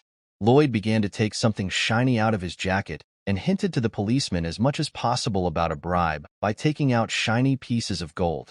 Lloyd suggested that the policeman use the money to buy himself some ice cream and perhaps some tea. The policeman saw the incredible temptation in front of him, but his hand began to lift the handcuffs, whereupon he said that Lloyd would tell everything to the police station. Lloyd was shocked that his trick didn't work at all. Then he threw the bars of gold, which worked on the policeman, whereupon he and Xavier began to run away at breakneck speed. Lloyd was angry that his face didn't look good in this world either. Xavier didn't understand why the guy was worried about that. At that time, the policeman started tasting the gold frantically. The policeman started to shake with anger. Since he fell for a couple pieces of gold so easily, he promised himself to catch that ugly cosplayer and the foreigner, and put them away for at least 10 years. Suddenly, the policeman recognized the hero from a slight description, namely that the guy was an ugly cosplayer. Literally, every cop recognized Lloyd from the description of an ugly cosplayer. Finally, Lloyd and Xavier were able to get away and take a break. Xavier didn't understand why they hadn't bought the clothes for gold in the first place, so Lloyd explained that it wasn't that simple. Lloyd started to say that they should go back to the portal and gather some things. But suddenly Lloyd started to make strange noises, and then his appearance became horrible. It seemed that he was not a man but a walking corpse. Xavier didn't understand why Lloyd looked so horrible, but the hero wasn't going to confess and just said that it was time for them to change. Xavier suspected something, but he couldn't ask directly. As night fell outside, Lloyd used the artifact, and he and Xavier, in their new clothes, went to the place the dog had pointed to. They saw a huge building that emitted a lot of light. Suddenly voices were heard behind them. A man said he couldn't see the cosplayer, but there was some guy with a scary back standing there. The hero, along with Xavier, instantly rushed in the right direction. Lloyd realized that they couldn't get to the place by the usual route and would have to take the mountain path. Xavier thought about the fact that they couldn't hide the ugliness of the protagonist, which naturally made Lloyd angry. It was night outside, but Seoul was sewing under artificial light. Lloyd was incredibly tired. There seemed to be something wrong with his body. Xavier offered to rest, but the protagonist refused. He said that he could do it because he was Lloyd. Suddenly, the hero fell on one knee, then on the curd and began to breathe very hard. Lloyd apologized for stopping pretending. He was just incredibly tired. Xavier asked how Lloyd's middle name was. Lloyd asked if he looked miserable. Xavier said he didn't look miserable, but he noticed right away that Lloyd wasn't feeling well right after they came into this world. Lloyd said he was fine. He said that when he lived in this world, he always said that although the world was scary and unfamiliar, he was fine as long as his mother and father were around. Turns out his parents died years ago of a heart condition, and it's been a pain that Lloyd can't get used to ever since. Lloyd started talking about how he thought he could accomplish literally anything. He said that he was really nothing. That's just how he was. Xavier seethed that the hero was blaming himself while he lived in this world. Xavier assumed that Lloyd was sitting just like he was now and blaming himself for everything in the world. Lloyd was silent for a short period of time, after which he said he wanted to do it, but in the end he couldn't. He was all alone in the world early on. His parents had been deceived. He couldn't stop because his parents were incredible people, and he did everything he could to be like them. He was doing everything he could to prove to his parents that they were doing the right thing. Xavier asked who had given Lloyd that responsibility. He said he had taken it upon himself. It was all that filled his emptiness. Xavier was silent for a while with a sad face, then said that Lloyd was worried for no reason. Xavier thought Lloyd was a great man, no matter if he was in Seoul or in another world. Xavier said that it didn't matter if Lloyd was scaring others or crying sadly. After all, Lloyd was a man who took responsibility. Lloyd stopped crying and began wiping away his tears. He turned to Xavier and then said that this time he would walk ahead. A genuine smile appeared on Xavier's face as his favorite lord had returned. Deep in the night, a huge tower rose up. The artifact started screaming with all its might, while Lloyd wondered if it was the artifact they wanted. The artifact didn't respond to any of the castles that were in the area, but the artifact's attention began to be attracted by something else. Lloyd stood near a huge number of locks and thought about his own. The hero realized that the artifact had probably fallen nearby and had taken this shape because it was close by, while Xavier couldn't understand what these things were hanging around, and Lloyd explained that they were love locks that tourists hang. If lovers hang a lock in this place, they can count on eternal love. The boys started to leave, as it would be problematic for them to take the artifact when there were so many people in the place. Suddenly Xavier heard the voice of Lloyd, who was looking away and seemed to have a very sad look. The main character was looking at the people who had gathered and were looking at the beautiful views. Lloyd was looking intently in that direction, paralleling the memories of his family and how they were together in that place. Lloyd said it wasn't just pieces of metal, but a memory and a promise that had been made to someone. Lloyd said with a sad look that it was a very important memory, and a hope that they could meet again. Xavier looked at his master carefully. Time continued to pass. Xavier and Lloyd sat down on a bench and looked at the happy people. Xavier asked if Lloyd was happy that he had come here, and the boy didn't understand why he wanted that information. Xavier was very curious about what kind of person Lloyd was when he lived in this place. Lloyd said it wouldn't matter right after they dealt with the artifact. Xavier said he was just curious, and Lloyd asked him not to cross the line anymore, as it was just a business relationship between them. Lloyd looked at the people and thought about how long they would have to wait. They were happy together. At the time, Lloyd thought about destroying other people's memories just because they were bothering him. He remembered the excitement and warmth when you locked the lock. Then he thought that it was as boring as possible. He looked at the happy people and thought that he would like to experience those feelings again. Suddenly his face twisted and looked less human. He turned to Xavier and asked what was wrong. Lloyd said with incredible fury that from now on he didn't want to be human. Xavier could not understand the hero at all, for such a radical change of mood had happened just instantly. A smile appeared on Xavier's face as he seemed to recognize his master, while Lloyd said with a mad look that they would break everything and then simply blow up everything in the place. Xavier smiled, as that was exactly what Lloyd was, whom he respected. Lloyd started kicking people, shouting that the place was closing and they had to leave as soon as possible. Everyone was looking at Lloyd, who looked like a real madman. Suddenly he and Xavier grabbed the artifact, and Lloyd started taunting people, saying that after they parted no one would remove the locks. That's why he decided to do it himself. The voice of the police was heard and the hero's face changed. They called the guys real villains and said that they would do justice now. They shouted together as one that the thunder of retribution would destroy evil. They began to form a strange figure out of their bodies, and then together they fired electric tasers, which flew towards the guys. Xavier instantly tore towards the stun guns, and then with a dexterous blow repelled a few of them.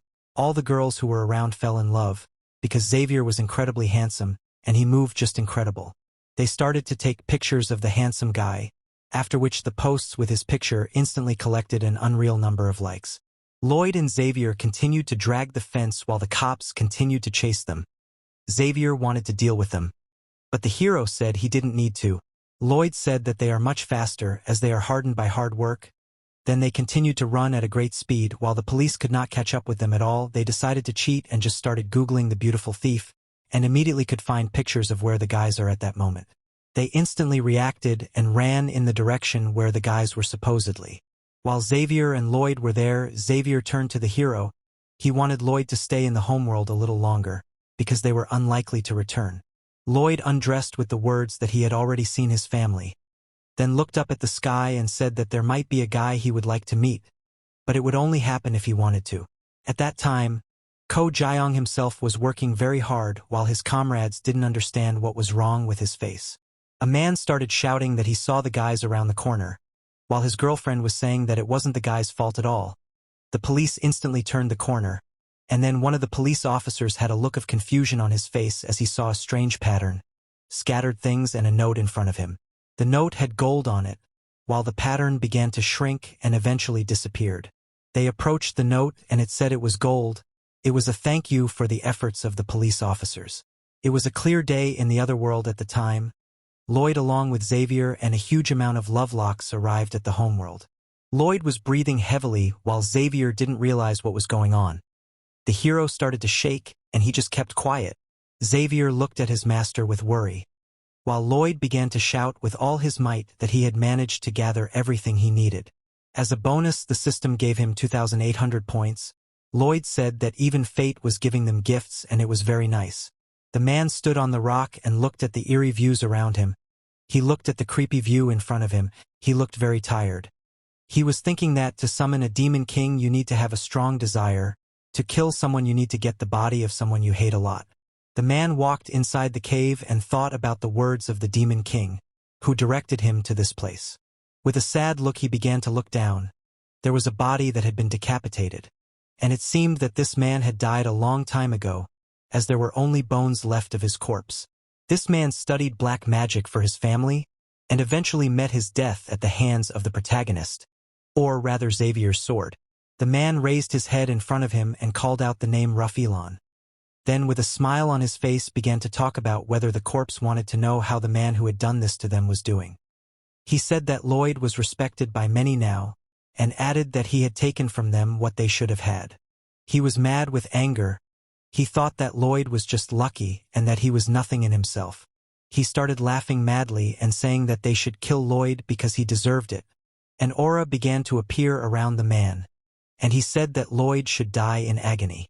The skull's eyes began to glow very brightly, emitting an eerie energy. The man was glad that the bowl was ready. All he had to do was get the second material needed for the ritual. He looked at the skull and said that there was a lot of fear in this body. He added that it was fear that started the war. He thought that if the war started the king would go mad. He went straight to the king's castle of Magentano. At that time Lloyd broke one of the locks. Then with a smile on his face began to say that he would destroy these signs of eternal love. He believed that if he could not have love, then no one else could have it either. Lloyd, with madness on his face, destroyed all the locks. He seemed to feel revenge for his unhappiness in love. After a while the frame itself was completely free of locks. Lloyd could finally relax, but he still regretted that they had taken so few locks. At that time, the artifact began to give off a glow, after which its form instantly began to change. It turned into a translucent cube and then fell to the ground. Lloyd took the artifact in his hands, and was shocked to see what he was looking for so long and hard. The system awarded the hero 2,800 points for finding the legendary artifact. Suddenly Lloyd's smile disappeared from his face.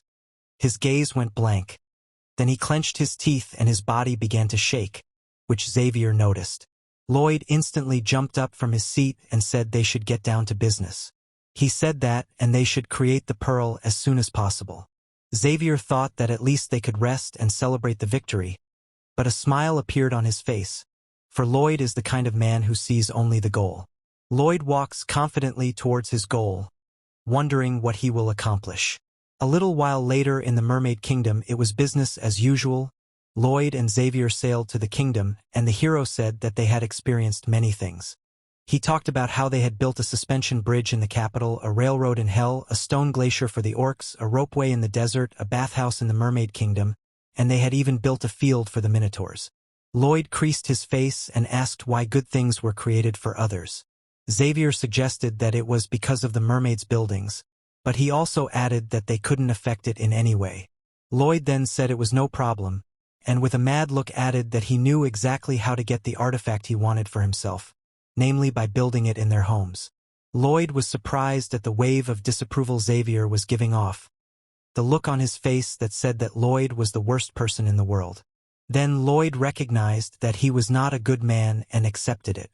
At that time, in the Mermaid Queen's castle, she welcomed her dear guests, namely a freak and a gentleman, and asked if everything was ready before the pearl was built. The queen said she would give the boys as much support as she could. They only had to ask. Lloyd said they would work hard to bring glory back to the mermaid kingdom. Then the liquid started dripping on the floor. The queen didn't understand what happened and asked Lloyd. While the guy was crying, he seemed to be very sad. He pretended as if he was very ashamed, and the queen called him a hero and asked him what he wanted. After that, Lloyd was silent for a while. He said that he was sad that he had to build the pearl in the mermaid's territory. She said that they had originally agreed to do it in her territory. He said that as soon as the construction was finished, there would be a war, because there would be people blinded by greed to appropriate such a thing for themselves.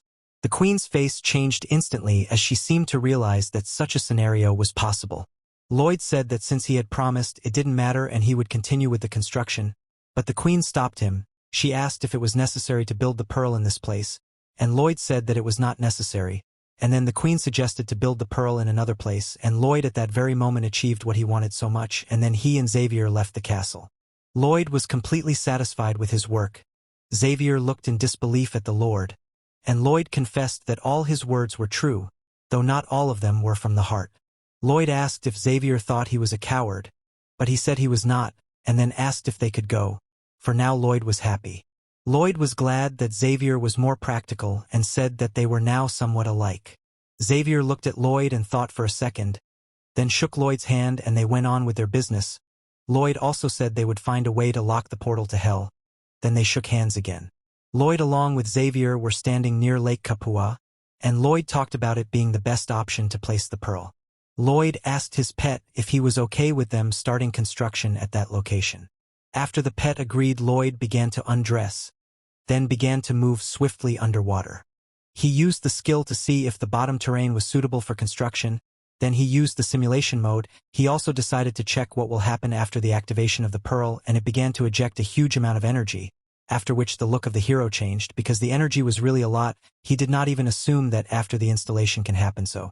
Suddenly, the water with a huge force began to strive upwards. Lloyd also found himself in the stream, and tons of water was going straight to the city of the protagonist. At the end of the experiment, all the buildings would be destroyed and would end up underwater. Lloyd grimaced, as this outcome was definitely not suitable for him and he needed to think of something. While Xavier sat quietly on the shore and played with the hero's pets. Lloyd started to come out of the water, and then he looked sad. Xavier asked what happened, while Lloyd started screaming and complaining that he wanted to see a peaceful old age instead of this. Lloyd said that Xavier could rest, as he had a lot to think about. Lloyd dressed and began his thoughts, while Xavier realized that something had not gone according to plan. He decided not to argue with Lloyd and went for a walk around the beautiful city. He thought about the fact that only a few years ago this place was a half-dead village and now it was so beautiful. He heard a child's voice, and it was the children returning from their studies in the capital, happy to see their father. Xavier looked towards the Paraskis who were trying to learn to play a musical instrument together, and this is the only place where orcs and elves can be friends. At that time, the orc guy was apologizing to the girl. She said that she liked to pump her muscles while dating since she had already gotten so strong. Xavier observed a crazy picture of a very odd couple on a date working out, which instantly caused a flurry of misunderstanding in Xavier's eyes. He pulled himself together, and though it wasn't usual, it felt good to muscle up anyway. While the men finished building a huge statue of Lloyd, another guy made a statue of a dragon. While the dwarf complained that he thought it was some kind of slime, the others were just as fulfilling their dreams and happy to be working. All the people don't even think about hunger, they are happy and help each other. Xavier stood around all this and thought that all these people live peacefully and happily. Suddenly the guy was sad. He thought about Lloyd and when he would be able to join all this. While the main character was surrounded by a huge number of books and tried to find something useful. At that time in the main building, the parents were discussing that they were worried about the protagonist, since he had not left the library since the objection. The father said that Lloyd was not the same child. He had saved their land time after time, and the mother said that he seemed to be a different person. The father looked at his woman in silence for a moment, then was surprised that she noticed it as well. She said that he doesn't even call them mother and father. He was instantly completely changed. They sat in silence in front of each other. The father stood up and said that their son simply decided to take his life seriously and became a different person. The father decided that to thank his son he should give him one thing. It was their family's costume, which is usually given at the moment of becoming a lord, but the father thought his son deserved it. He thought that Lloyd would definitely be happy to receive this suit after everything that had happened. As Lloyd moved down the hallway, a look of confidence on his face, he was going to build a gravity dam to stop the flood. At that time, the father said hello to his son, then said he knew Lloyd was busy and decided to get right down to business. He held the garment out in front of him with a very bright smile on his face. At the time, Lloyd didn't seem to understand what it meant and smiled casually, calling it stylish and promising to wear it again. Lloyd thanked his parents once again and kept walking as he was in a hurry, while his father asked if he remembered the suit, as he had wanted it since he had seen it on his grandfather, and Lloyd pretended that he remembered everything and was glad that his parents had not forgotten, and then continued on his way, leaving his parents standing alone in the corridor. While his father said with a sad look on his face that Lloyd had never met his grandfather. The next day the sun was shining brightly. The parents said hello to Xavier and he greeted them back. Whereupon the woman asked how the boy was vacationing, and he said that when he doesn't do anything it bothers him. The father started talking about how he doesn't understand how they manage to travel so much and not even vacation. Xavier said it was hard to explain what they were doing, and promised to do so after everything was settled. Father asked if Xavier knew where Lloyd was now, whereupon Xavier said that Lloyd was on the river, but father interrupted Xavier, which caused a look of incomprehension in his eyes. The father and mother looked horrified, and the father asked if the real Lloyd, who is his son, was alive. Horror froze on Xavier's face. He was incredibly distressed. They stood silently facing each other. Then Xavier broke the silence and asked why his parents had decided to ask such a question. His mother said it was about the suit, which Lloyd didn't remember at all, though he had wanted it badly before, and his father said that after their questions to Lloyd it was as if he didn't remember anything at all and was just guessing. His father said that they had sensed something wrong today because everything about Lloyd had changed, as if he were a completely different person. They thought Xavier couldn't help but notice it, and they were sure Xavier knew. His father said that although the new Lloyd had worked earnestly for their lands, and he was grateful to him, he was still worried about his own son, and asked if he was alive. Xavier fell silent and lowered his gaze to the floor. He remembered the real Lloyd who was dead. He knew that the real Lloyd had been reborn, but it wasn't clear in what body and at what time, so he was effectively dead. He thought about the fact that even though the old Lloyd was a creature of hell, someone had expelled his soul and then taken his body. Xavier realized that if his parents found out, they wouldn't be able to treat Lloyd the way they used to. He looked at his parents' blank faces and realized he couldn't lie to them. And then Xavier took all his willpower and gritted his teeth and said he was sorry, and then said he was sorry for hiding it. The father and mother seemed heartbroken. Most likely deep down they hoped they were winding themselves up. Xavier started to say that actually, Lloyd had been hurt, and now in his head his personality and memory were mixed up. The parents were shocked at the new information and then asked Xavier to elaborate since they couldn't understand. Xavier started talking about how he had always disliked Lloyd, as he had always bullied him. His father understood this and apologized. Then Xavier recalled the time Lloyd went missing and was ordered to find him. He started to say he did, but as he was walking he thought he shouldn't be doing this since Lloyd pissed him off. The parents were shocked at the information they had just heard. Xavier said that it was normal for him to grow up to be so ill-mannered. He had lived a life of constant bullying, and his parents were teary-eyed as they had no idea it was so serious. Xavier said that as soon as he met Lloyd on the street he was rude to him, and then Lloyd told Xavier to go home, and then joked that Xavier didn't have a home. It was at that moment that Xavier couldn't help himself and hit Lloyd right on the back of the head with a wooden sword. The parents were just shocked at the information they had just heard. Then Xavier said that after the incident he calmed down and tried to wake up the Lord. Lloyd woke up and said he didn't remember much but he wanted to be a good person.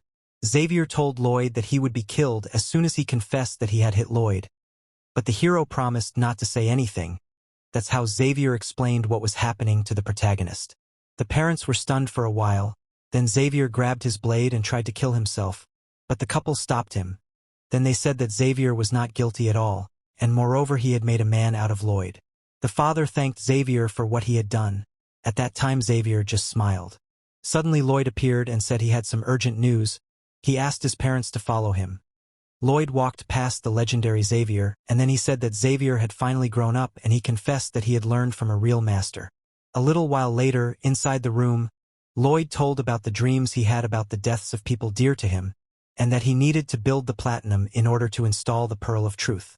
His parents said they were fine with it, while Lloyd was surprised that they had no questions, saying that they had heard even more shocking news and that they were no longer so easily surprised. His father said he understood that Lloyd was doing his best for their lands, and then asked them to ask for their help once in a while. Lloyd said with a smile on his face that it was enough that his parents were healthy. Lloyd announced to the entire nation that the greatest construction project would begin now. Suddenly Lloyd was faced with a huge amount of notifications.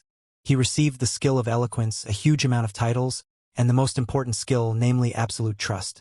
Lloyd was very happy with the skills he had just received, and then he instantly began to give orders to all the people, while the people like real fanatics cheered and cried. At that time, the team of the unconsumed labor force was also ready to work without rest, as well as the team of heavy equipment, namely the pets of the protagonist. The fifth team was technical support and resource supply, and the sixth team was Xavier, who had to do the difficult job. Lloyd started to give a motivational speech to all the people and they were very happy. At that time, high up in the heavens, a huge building that was the management of the heavenly house was magnified. It was all bright and a man asked what the note was. The man turned out to be the chief administrator of the heavenly house, Gabriel. It turned out the note said something about illegal construction. The old man was shocked because the construction was a pearl that could lead to wars and chaos all around again. The man said that it was reported by the Dragon King. The man started to say that humans can do it. Then he added that as soon as the senior gives the order, he will instantly start demolition. By the way, this guy's name was Raphael and he was the director of inspection of the Earth world. Lloyd stood on top of the building and ordered everyone to listen carefully to what he was going to say. He warned all the people that he was going to stop time for a whole year so that they could finish the building as soon as possible. People were shocked by the information they had just heard. Lloyd was a little upset that they didn't want to believe him, but also realized that it was a normal reaction to such information. Suddenly the absolute trust skill came into effect, and a man in the crowd started crying and shouting that Lloyd was all-powerful, and then all the people started shouting like crazy that there was no end to the main character's power. At that time, Xavier was looking at the crowd, which looked like real madmen and lunatics.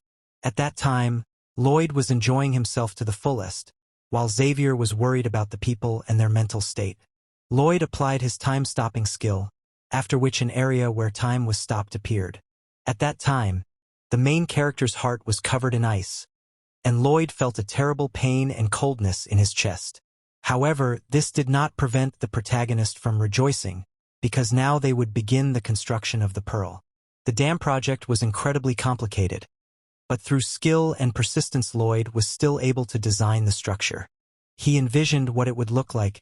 He wanted to build a huge dam, and now the construction of the incredible Pearl of Truth project was about to begin. Lloyd rejoiced, for everything was going perfectly, and soon all his labors would pay off. Suddenly he heard the voice of the Dragon King telling Lloyd to come to him as soon as possible because the situation was urgent. He added that the pearl might not be built. Lloyd immediately burst from his seat and ran with all his might towards the dragon. He arrived at the site breathing hard, while the dragon said that his neck hurt terribly and asked him to massage it. Lloyd was only thinking about what could prevent them from building the Pearl of Truth. The Dragon King said the pain in his neck was an emergency as he could get angry and ruin everything. Lloyd was mad with anger. He was so worried, and this insolent Dragon King had done something like this. Lloyd approached the dragon. He was furious at what was happening. Lloyd was going to massage this dragon with all his might.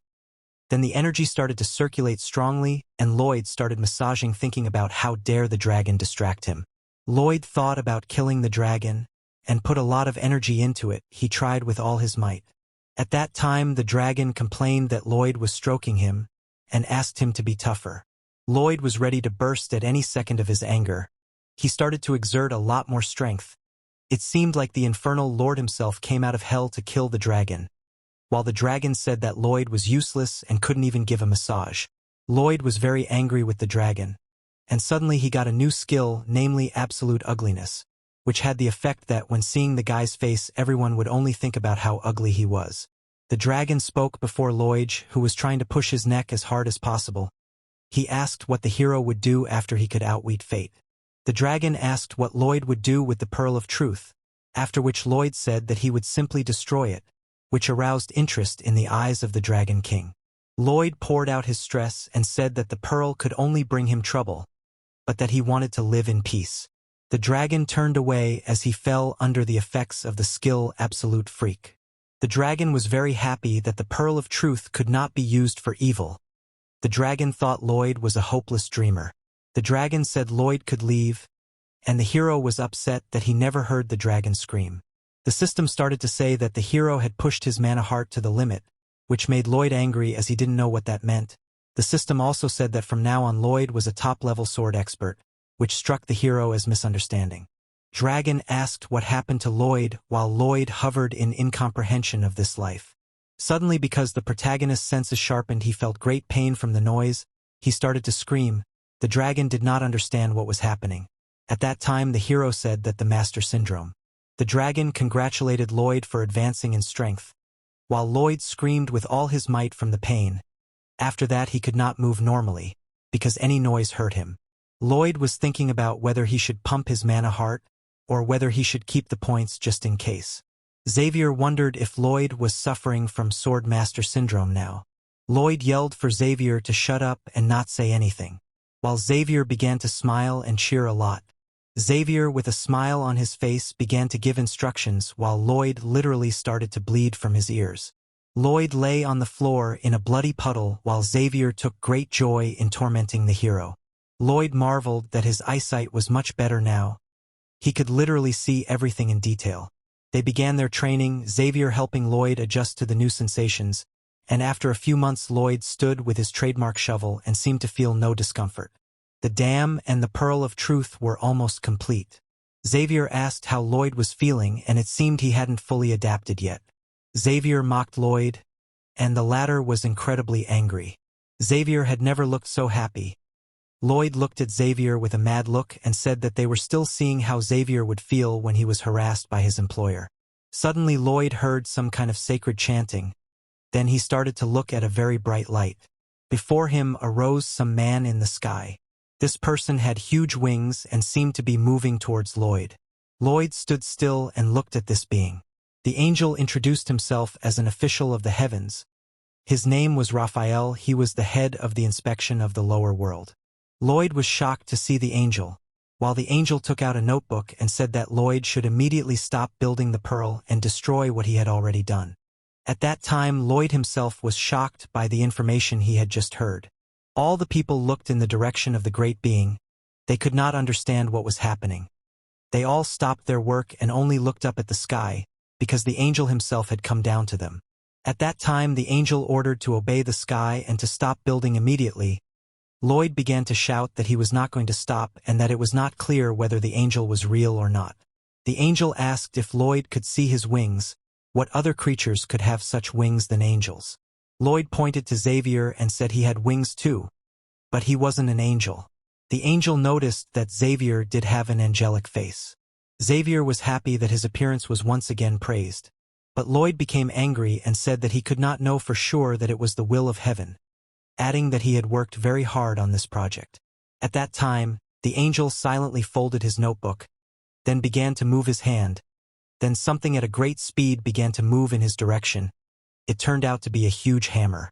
A light appeared above the angel's head. Then it turned into a halo, which was supposed to be a proof that he was carrying the will of heaven. Lloyd was angry and could not say anything, for in front of him now stood a real angel, who asked if people now believed him.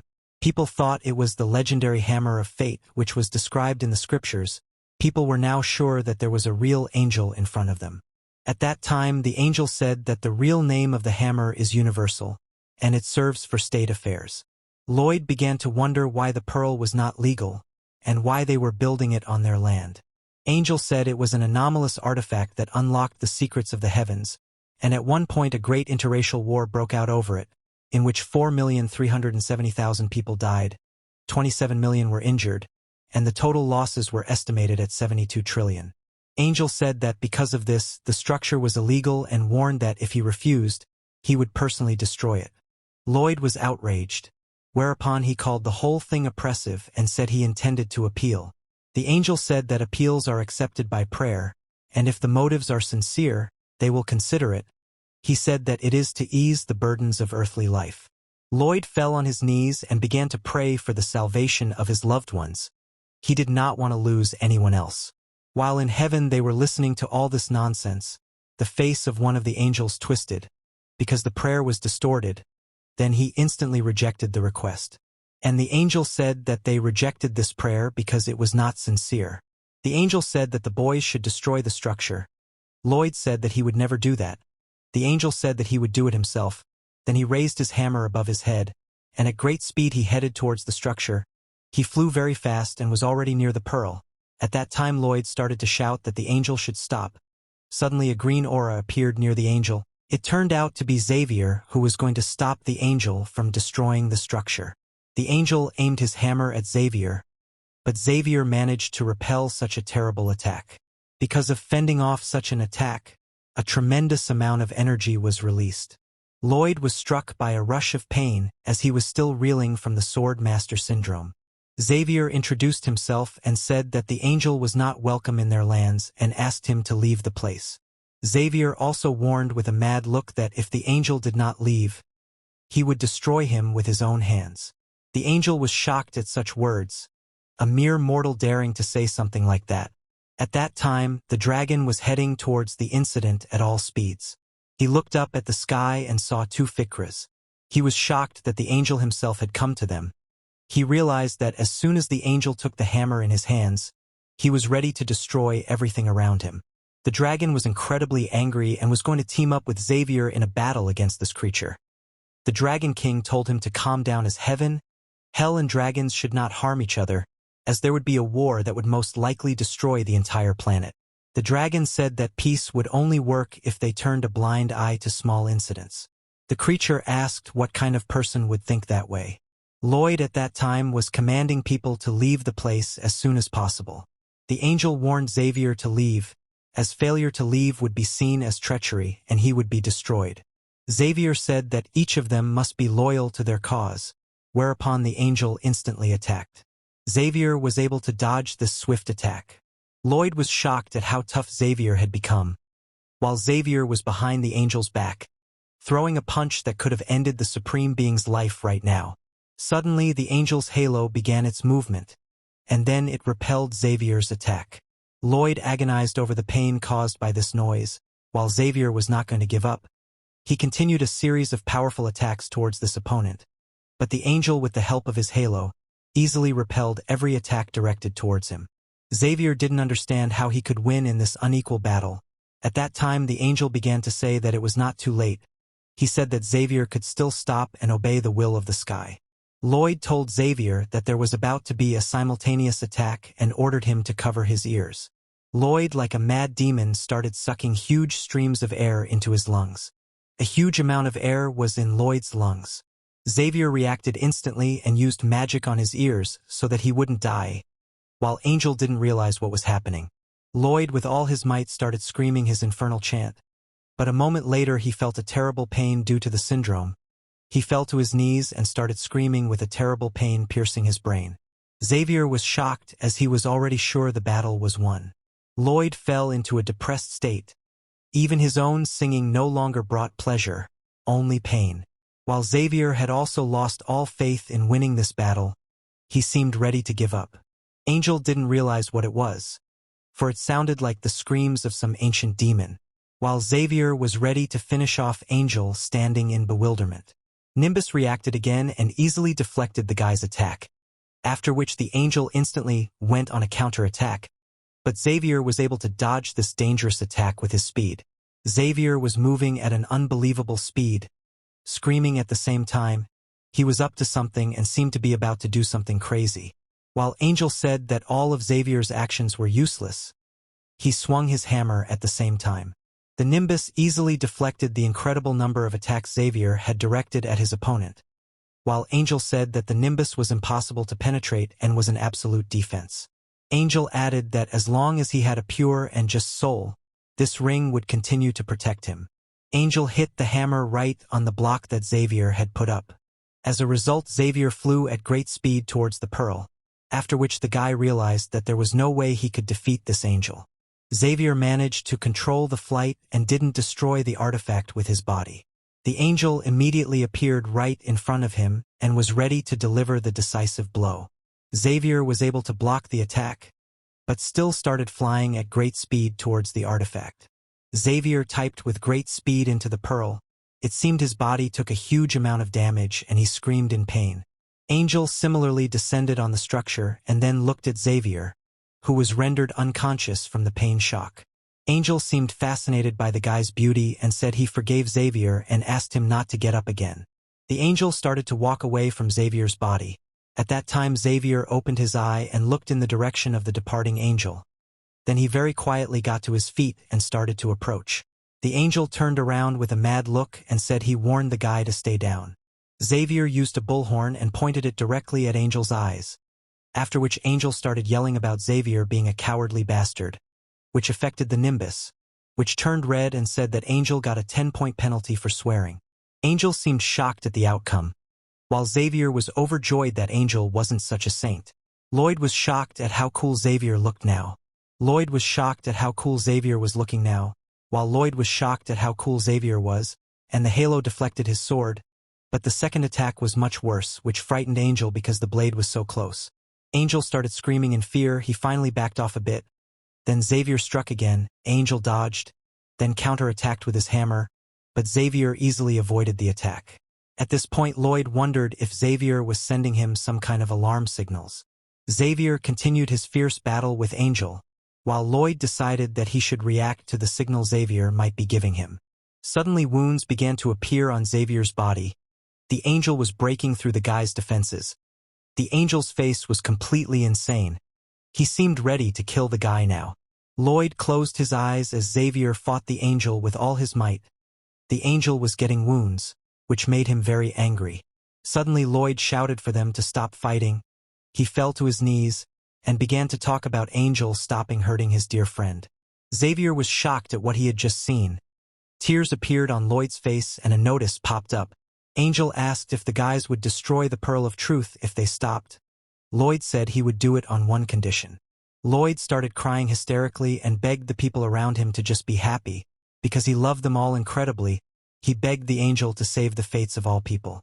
While the people listened to their beloved Lloyd trying to trade his life right now for the lives of everyone who lives in their city, Lloyd was genuinely crying and begging to save all of his people. While the angel turned away from the protagonist, he looked at the guy and said that he was sorry and he couldn't help it at all. At that time Lloyd lowered his head, after which he said that it was clear to him. Lloyd had an incredible amount of system notifications in front of him, and he said that their negotiations had just been thwarted. He got a huge amount of points for getting a lot of sympathy not only from Xavier, but also from a lot of people in his town, and because of that he had 26,000 points on his balance. He decided to take advantage of the upgrade and move up to Swordmaster status, after which Lloyd made an incredibly mad face. It seemed that now his true nature had awakened, and he was ready to destroy anything that got in the way of his goals. Angel was shocked by the expression on his face. Even the king of hell himself, in the most terrible ideas of people, looked like a harmless boy in comparison with the protagonist.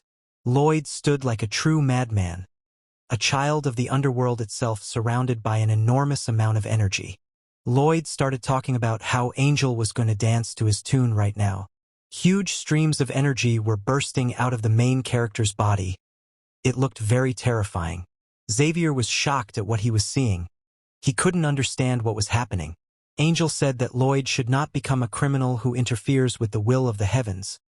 He also added that his power was comparable to a Grand Master swordsman and all their efforts were useless. Lloyd said that he didn't need the Sword Master's strength, and warned Xavier to prepare himself. Xavier felt a terrible pain, but it was only a warning. Then he instantly covered his ears, focusing all his power on protecting them. The Dragon King watching this began to glow, after which he was instantly over the moon. It seemed he was trying to escape something terrible. The birds were going about their daily routine nicely.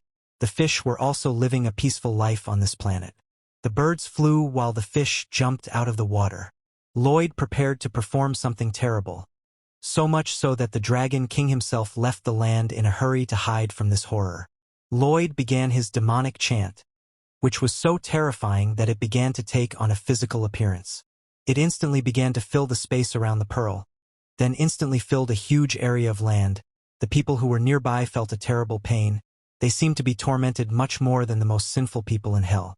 They screamed and shrieked at the pain they felt, even covering their bloody ears. Suddenly the singing began to dissipate, and then Lloyd looked with madness in his eyes towards the angel, who simply became numb and began to tremble. All the birds around just fell to the ground, unable to move. Even the fish in the pond just floated to the surface. From the nose of the angel began to bleed, and he swore. Nimbus said that the penalty is 480 points, which exceeded the threshold of 300, and now Angel lost all his powers for the period of punishment. Angel stood there, not realizing what he had just experienced. Suddenly the nimbus and the hammer began to dissolve into thin air. Then Angel looked at the ground with his blank stare, then looked up at Lloyd, who was incredibly angry. Xavier looked incredibly frightened and was behind Angel. Angel silently began to reach for his glasses and then asked the honored men to calm down for a moment, whereupon he was instantly hit in the face with a legendary shovel. He began to fall towards Xavier, who was also preparing to strike, after which similarly charged that Angel right in the face. Angel started to fall again, only towards Lloyd, and it went on like that for a huge amount of time. It seemed horrible. But Lloyd was incredibly happy with what was happening. Xavier was also keeping up with it, and he was getting the best of Angel. Angel stood there, empty from the failure of his job, and agonizing over the blows he'd received from the buzzards, and then momentarily lost consciousness. A little while later in the main character's building, Angel woke up on the bed, completely beaten, and not understanding what was going on. He looked to his right and asked where he was. Lloyd looked completely calm, and respectfully noted that Angel was already awake. Lloyd looked at the angel with caring eyes and said he was worried about his health. So he nursed him through the night. Lloyd said that Raphael was not a bad person. He said that they just had different values and that there were no bad people among them. Angel thought about Lloyd's words that there were no villains among them, then instantly remembered an image from the past when he had been beaten and wondered if it was true. Xavier walked into the room looking mad, and Lloyd reacted as if it wasn't the first time. Xavier screamed that he had to kill this man while Lloyd tried to stop him with words about not just killing an angel. Lloyd was able to handle his mad friend and locked the door. Lloyd said that Xavier got too angry, and added that it was hard for him to contain Xavier's heavy temper sometimes. In reality, Lloyd was trying to finish off Angel, while Xavier was trying to save Angel's life. But in the real one, Angel was touched by such an act. Tears began to appear in his eyes. Angel bowed and said that Lloyd was a very good man, while Lloyd asked not to say natural things. Lloyd was glad that the angel turned out to be such a naive simpleton. Lloyd asked what Angel would do during his punishment, and he replied that because he'd lost his powers, he wouldn't be able to return to heaven. Angel showed his phone and said it was the only thing that would allow him to keep in touch with heaven. Lloyd wondered if Angel would try to destroy the pearl again after his return. Angel lowered his gaze in shame and said he could not resist the will of heaven, for it was necessary for peace. Lloyd looked at the angel and asked if it was right to look at the situation only from his own side, thinking that everyone on earth was only a lowly sinner. Then the angel was speechless. He just froze and looked in Lloyd's direction.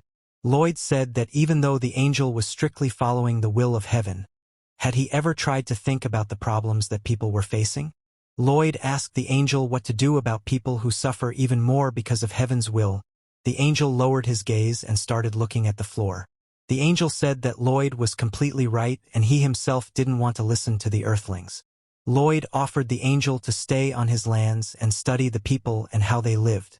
The angel was happy to stay, but Lloyd said he hadn't thought about the angel's feelings and how uncomfortable he would be, and instantly pulled a pile of papers out of his pocket.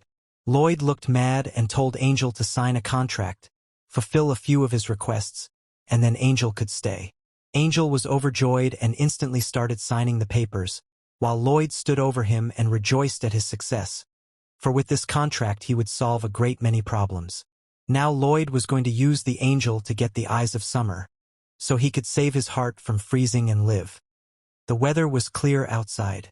The hero's pet was moving on a dragon on the water, while the angel got up from the bed with the most gray-eyed look possible, after which he instantly pulled up his shirt and put on his goggles. Angel looked as graceful as possible. Not a trace of his bruises remained. After which he started running in an unknown direction. He greeted a huge number of animals that were near him. He was talking to a bird and decided that it wanted to hear him sing. Then he started to take air into his lungs and the whole neighborhood was filled with angelic singing, which the animals liked very much. The people were very happy. They liked the angels singing. Unlike Lloyd's singing, they don't die from it. A man said that although the angel had been their enemy before, it was now their source of vigor, while another man said that it was different from Lloyd's singing. The other man also recognized that it was unimaginably different from Lloyd's singing, who stood behind him and listened intently. He apologized to the protagonist, and added that Lloyd's singing gave all the people in the village nightmares, and that this reaction was normal. The protagonist started to get annoyed with the angel's singing, while Xavier said that it was better to be an angel than a demon suffering in hell. Lloyd was angry because it wasn't him who attacked people. It was the angel, while Xavier said that people's hearts had already thawed, while the angel was enjoying every moment he was in this place. Xavier said that if Lloyd didn't like the angel so much, he could just kick him out, while Lloyd explained that the contract was already signed, and the angel would be very useful to them. In the past, the protagonist told the angel that he needed to know in advance what the heavenly realm would do about the pearl, and the angel said that with the phone it wouldn't be a problem because they would have all the news from heaven. The protagonist asked if the angel would be able to prove he was an angel during the punishment period. The angel pulled out his wings. Lloyd called it impressive, while the angel added that even though they lost all powers visually, he could show them. A smile appeared on Lloyd's face. He had already thought of a plan to help him win. The protagonist told Xavier that because of their cruelty in the sky, they had decided to call a meeting to solve their issue. Lloyd thought it would take too long and they needed to get it done. The protagonist smiled and said that in just a few hours everything would be ready. The guy turned to Xavier, who said that Lloyd's song was actually much better. The protagonist didn't understand why Xavier would start talking such nonsense. Xavier recognized that the sounds were indeed horrible, as if the demon kings themselves were agonizing in agony from that infernal scream, the kind of words Lloyd easily accepted. Xavier asked if those were the reasons Lloyd didn't like to sing. He suggested that the hero was uncomfortable, and then he fell into despondency. Xavier added that even so, Lloyd sings with all his might to save the people closest to him, regardless of the embarrassment. Xavier said that if there is a most noble song in the world, it is the main character's song. Lloyd's eyes widened and his mouth twisted. Lloyd asked if Xavier was crazy, and Xavier said he didn't want to hear it. Lloyd got angry and silently looked in Xavier's direction, then continued on his way, saying that if Xavier was trying to tease him, it would calm him down a bit. At that time, Lloyd's smile could be seen in the reflection of the water, and yes, Xavier was smiling at that moment as well. They continued walking in silence. No one wanted to say anything. At that time, on the construction site, a bird was flying at great speed towards the pearl. It threw the last artifact needed to activate the pearl, and that artifact instantly turned into something intangible, then began to be absorbed into the pearl. The energy of the artifact began to spread throughout the pearl, after which the protagonist instantly gained 8,500 points. Lloyd began shouting to people to open the airlock. Moments later, water began to flow into the place, under tremendous pressure. The hero also got 1,500 points for this.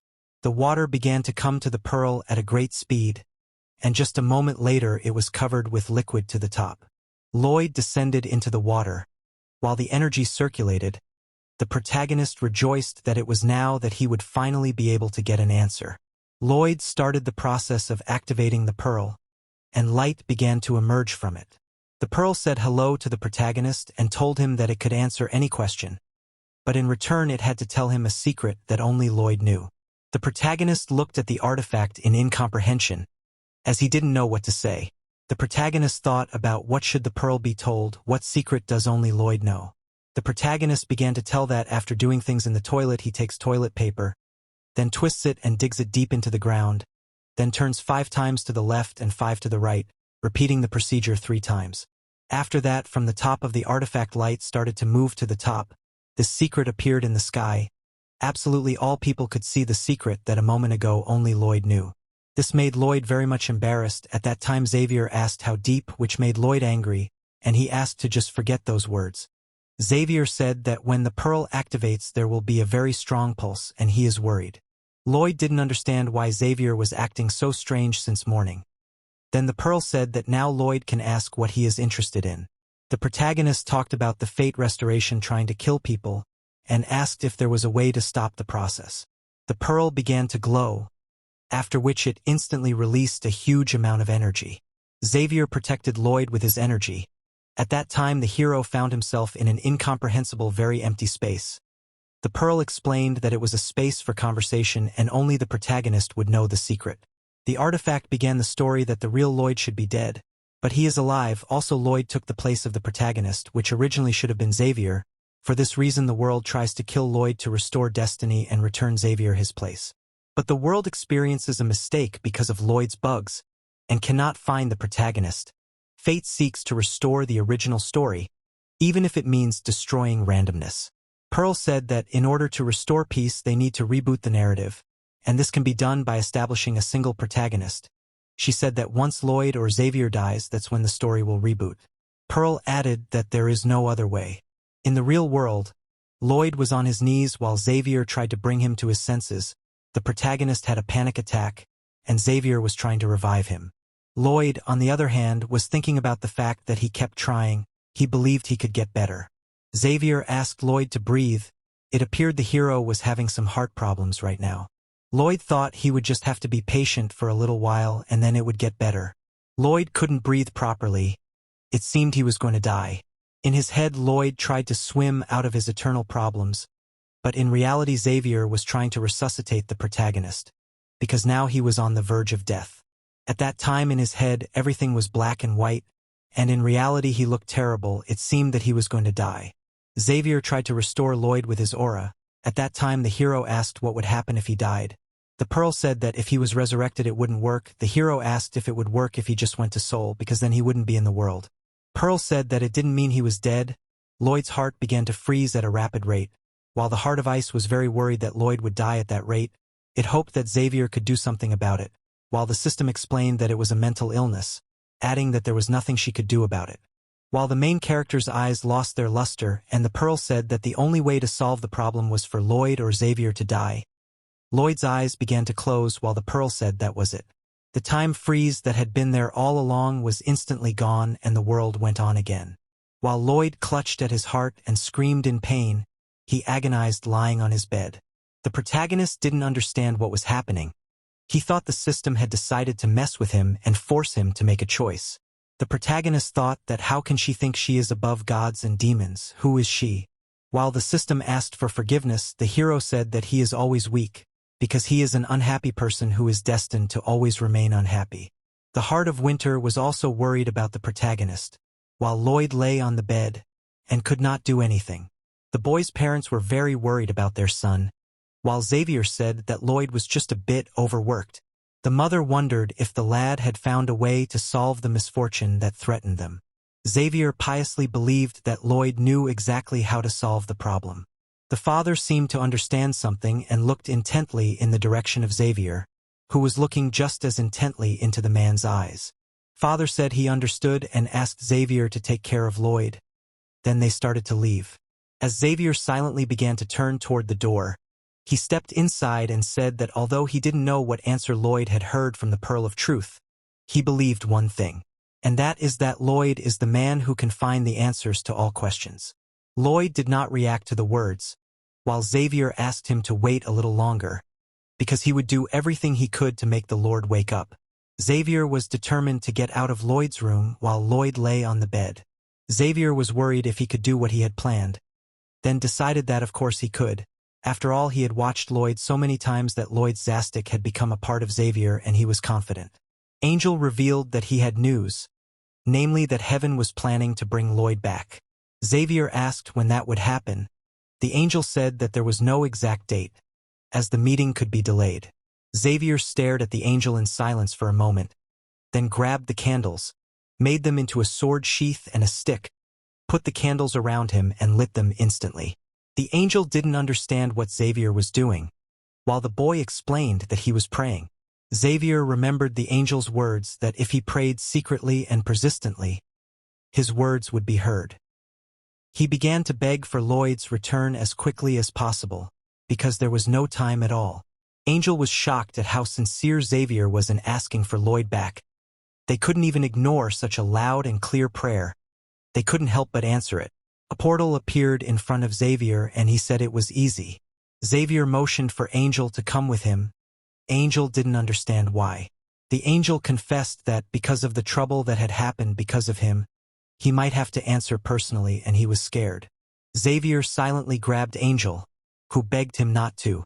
Xavier, however, reminded Angel of the contract he had signed with the protagonist and he was obligated to help. Xavier said that this is when they go to get the remedy for Lloyd. Xavier, with a mad look, together with Angel on his shoulder, started to climb up. After that, they found themselves in front of the old man. The old man said that he thought Xavier was a man of noble character, which is just crazy.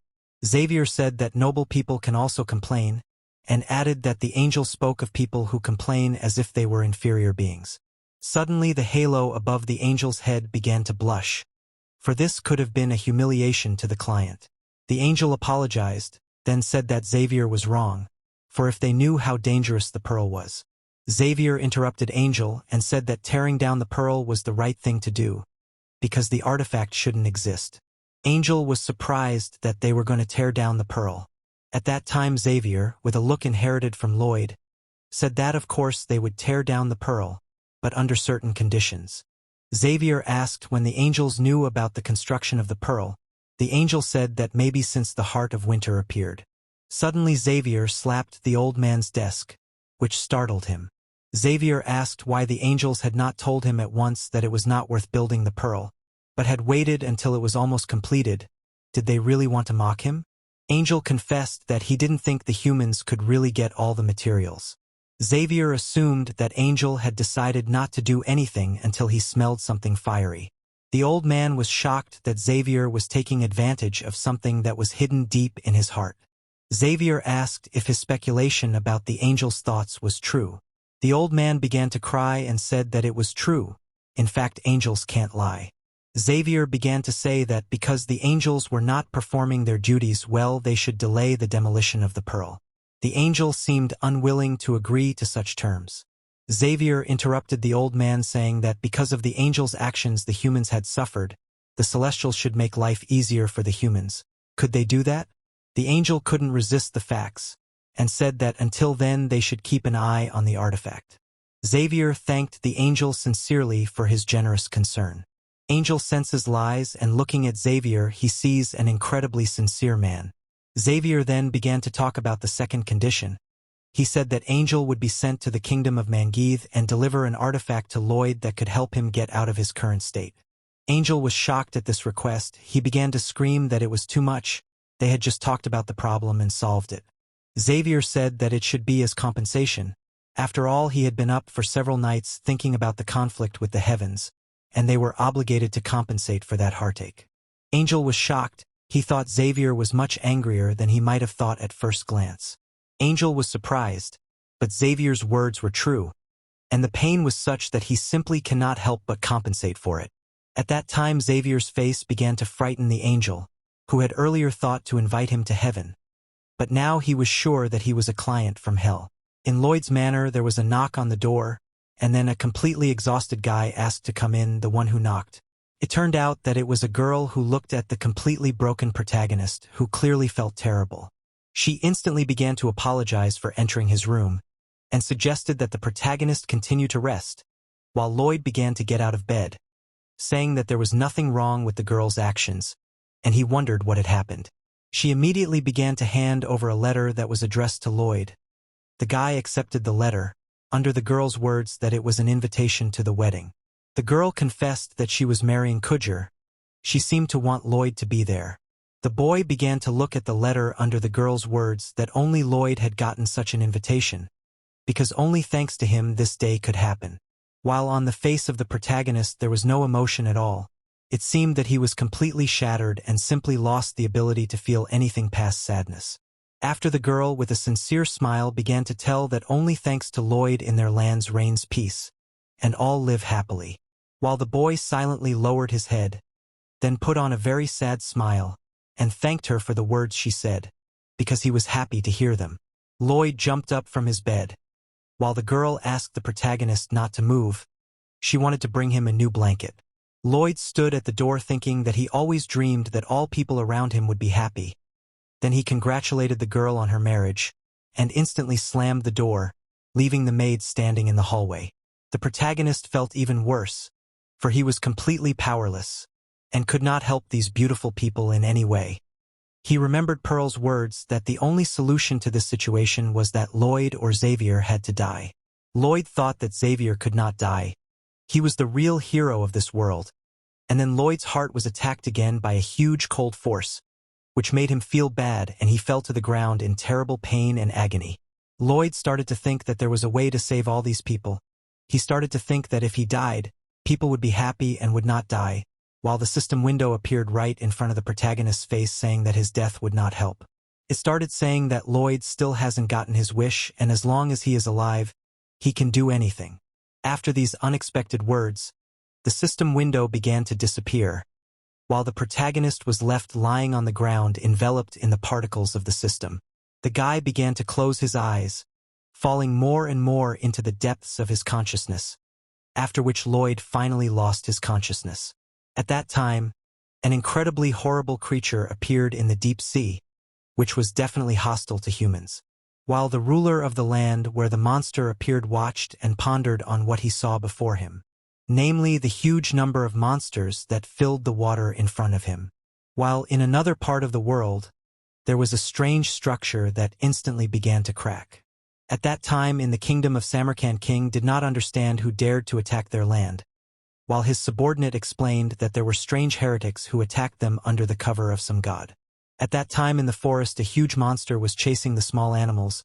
The elven women prepared to shoot, and they just couldn't understand where such a huge number of hostile monsters came from, and feared that if this continued all the peaceful animals would simply disappear. The queen began to report about the problems in the world, which arose at the same time, namely that the monsters appeared en masse, the appearance of Gigatitan, and the rebellion of heretics in the kingdom of Aspahan. The queen simply could not understand how such a huge number of events could take place at the same time. While Xavier was moving at great speed towards the queen, the dragon carried a huge luggage with unknown contents, and then landed on the ground, delivering what Xavier wanted to present to the queen. Xavier greeted the queen, getting down on one knee. The girl looked at him silently, not understanding what was going on. Then she instantly asked what Xavier wanted. He seemed not to understand what the queen was talking about as she continued to stare at him with her gaze. Xavier looked like the most innocent child who just couldn't do anything. The queen asked him to stop making that face and asked what was wrong, while Xavier started talking about how he would like to offer a huge amount of iron to the queen for military reinforcement. The queen was thinking about what she should do, when suddenly a very bright light appeared, which immediately attracted the girl's attention. She looked in that direction, not understanding what was going on because some music started playing. In front of the girl began to descend to the ground a real angel, from the heavens themselves. He appeared right in front of the people, with all the signs of a real angel, namely a halo and wings. The men were just shocked that they managed to see a real angel in their lives, while the queen could not understand what the angel was doing in this place. The angel began to say that he was carrying the will of heaven, and that he was going to give it to the queen. The angel started shouting that the queen should immediately give the protagonist the Eye of Summer. Then he instantly started to disappear, and at a great speed right in front of the queen he started to fly to the heavens. After just one moment there was absolutely nothing left in the place where the angel used to stand. The queen began to think that it was definitely a trick of Lloyd, because it looked suspicious. The queen began to shout and ask Xavier if it was true, while the boy himself was shaking with excitement. The man started yelling that they just had to hand over the Eye of Summer to the protagonist, because it was a real godsend. While the other aristocrats began to say that the angel spoke very uncertainly, and it looked like it was just some kind of deception, Eventually a verbal altercation broke out between the aristocrats, in which they were deciding whether this angel was real or not. The man began to shout with all his might that angels are simply incapable of lying, and it is not even necessary to doubt the purity of the angel's words. Xavier watched the situation unfolding before his eyes very carefully. He remembered that the old angel immediately on Xavier's proposal began to say that angels cannot lie, and he cannot fulfill the request of the guy. Xavier asked what the old man thought was a lie, and then immediately began to say that simply by passing his words on to the queen they would not lie. The men continued to argue fiercely, while the queen sat on her throne trying to understand the situation. Xavier thought that everything was going according to plan, and the only thing left was for the queen to believe in what was happening. While the queen herself thought deeply about whether what the angel had said was true, because a very valuable artifact was at stake. A little while later, on a clear day, the queen asked Xavier alone if the angel was just a trick from Lloyd, and Xavier sincerely said that it was. The queen was surprised that the boy had confessed at once, and assumed that the theater was over from that point on, while Xavier began to explain that the reason he had to pretend was to divert the attention of the advisors. Xavier also added that no matter how hard he tried to deceive the queen, she would easily expose him with her shrewdness, and she said that these words reminded him very much of Lloyd, for he liked to flatter. Xavier immediately turned pale, and she began to say that he would not like to be so much humiliated as to be compared to Lloyd, while the queen agreed with the same expression, for she was disgusted to see it. Xavier confessed that the angel was real, which didn't surprise the queen, causing Xavier to misunderstand, which the girl dispelled by saying that it was Lloyd, a man who could outwit even a divine dragon. The girl decided to get right to the point and asked why they needed the Eye of Summer. While Xavier was silent for a while and looked at the floor, he confessed that his young master was dying right now. Such information shocked the queen. This was definitely not the answer she had expected to hear. While at the main character's estate, the maid brought him food, and he asked the girl to just leave her at the door. She tried to clean the guy's room, but he said he didn't need it. The girls looked at each other, realizing that Lloyd was in a terrible state. Finally, the maid decided to ask as Lloyd had asked, for which the boy thanked her. They started to leave, while the food continued to stand by the door. It stood even after the girl's footsteps stopped being heard. Suddenly, the main character's door was ajar, whereupon the guy instantly stuck his hand out and grabbed the bowl of food. He sat in his room, where there was a huge number of similar bowls, which proved that Lloyd completely stopped eating. The protagonist continued to feel terrible not only mentally but also physically. At that time, the queen inquired what this restoration of destiny was. Xavier began to talk about how they learned the name of this phenomenon, what it leads to, and that, in order to deal with it, they were advised to build the Pearl of Truth. The girl began to think that all the troubles that are now beginning to happen to the world are a consequence of the fact that the protagonist once stopped them. She just realized that everything was starting to go back to the way it was supposed to be. As Lloyd sat in his room leaning against the door, his lips completely dry and hollows appearing in his cheeks from the fact that he hadn't eaten anything in a long time. One of the main character's pets was hugging his master. He was very worried about Lloyd's condition. Suddenly a system window started to appear where the images of the protagonist's parents appeared, which made the pet more determined, and together with the other pets they started trying to get the protagonist back on his feet, while the guy was talking about how he just didn't have the strength to even walk. The pets kept trying to cheer up the protagonist, who suggested that he couldn't keep leaving them locked up. Eventually Lloyd left the room with the pets, and followed them, not realizing where they were trying to lead after all. Lloyd heard the voice of his mother, who was very worried about him, because his condition was getting worse every day. Lloyd stood in the hallway and listened to his mother, not believing Xavier that Lloyd was just resting, and was very worried about her son. She also began to say with a mug in her hands that Xavier was always trying to protect Lloyd. She then told her husband that even when Lloyd changed because of him, he defended Lloyd, justifying everything with lies. While the protagonist instantly became much worse, his body began to feel terrible pain and his breathing became more rapid.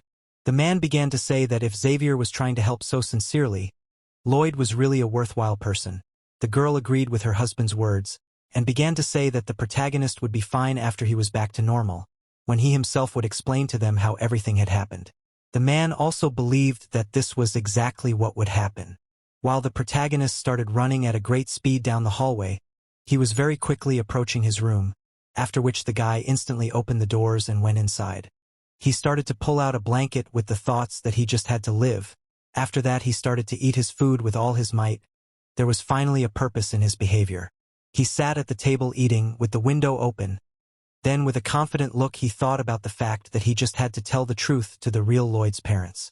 As the Queen began to talk about how Xavier had done the right thing, and added that they needed to resolve the conflict between those who believed in the angel and those who thought it was some kind of deception. Xavier began to say that he knew of only one person who could resolve the issue, while the Queen said that Lloyd was dying now, and was doing his best to keep himself alive.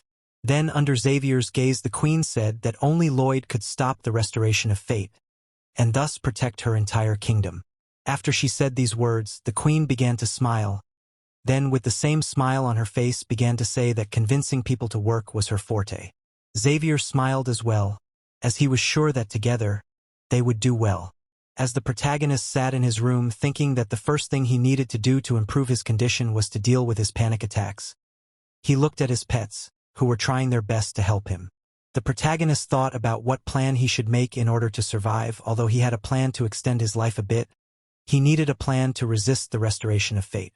The protagonist gritted his teeth thinking that even though the thought of failure would not leave him, he had to face it and overcome it. As the dragon began to approach the protagonist's house, Lloyd instantly noticed his pet. Xavier began to tell the protagonist's father that he had some very important guests waiting for him, and he had to go out as soon as possible. The parents didn't understand who could be so important to visit their estate, while the red hair was developing in the wind. The girl clutched at her dress, saying that she had heard a lot about the couple, but was seeing them for the first time. She introduced herself to the main character's parents as the queen of this empire, and that she was the main character's fiancée. The parents didn't seem to realize these words and just stood there with a relaxed expression, then instantly went into a wild shock after realizing the words that the queen herself had just spoken.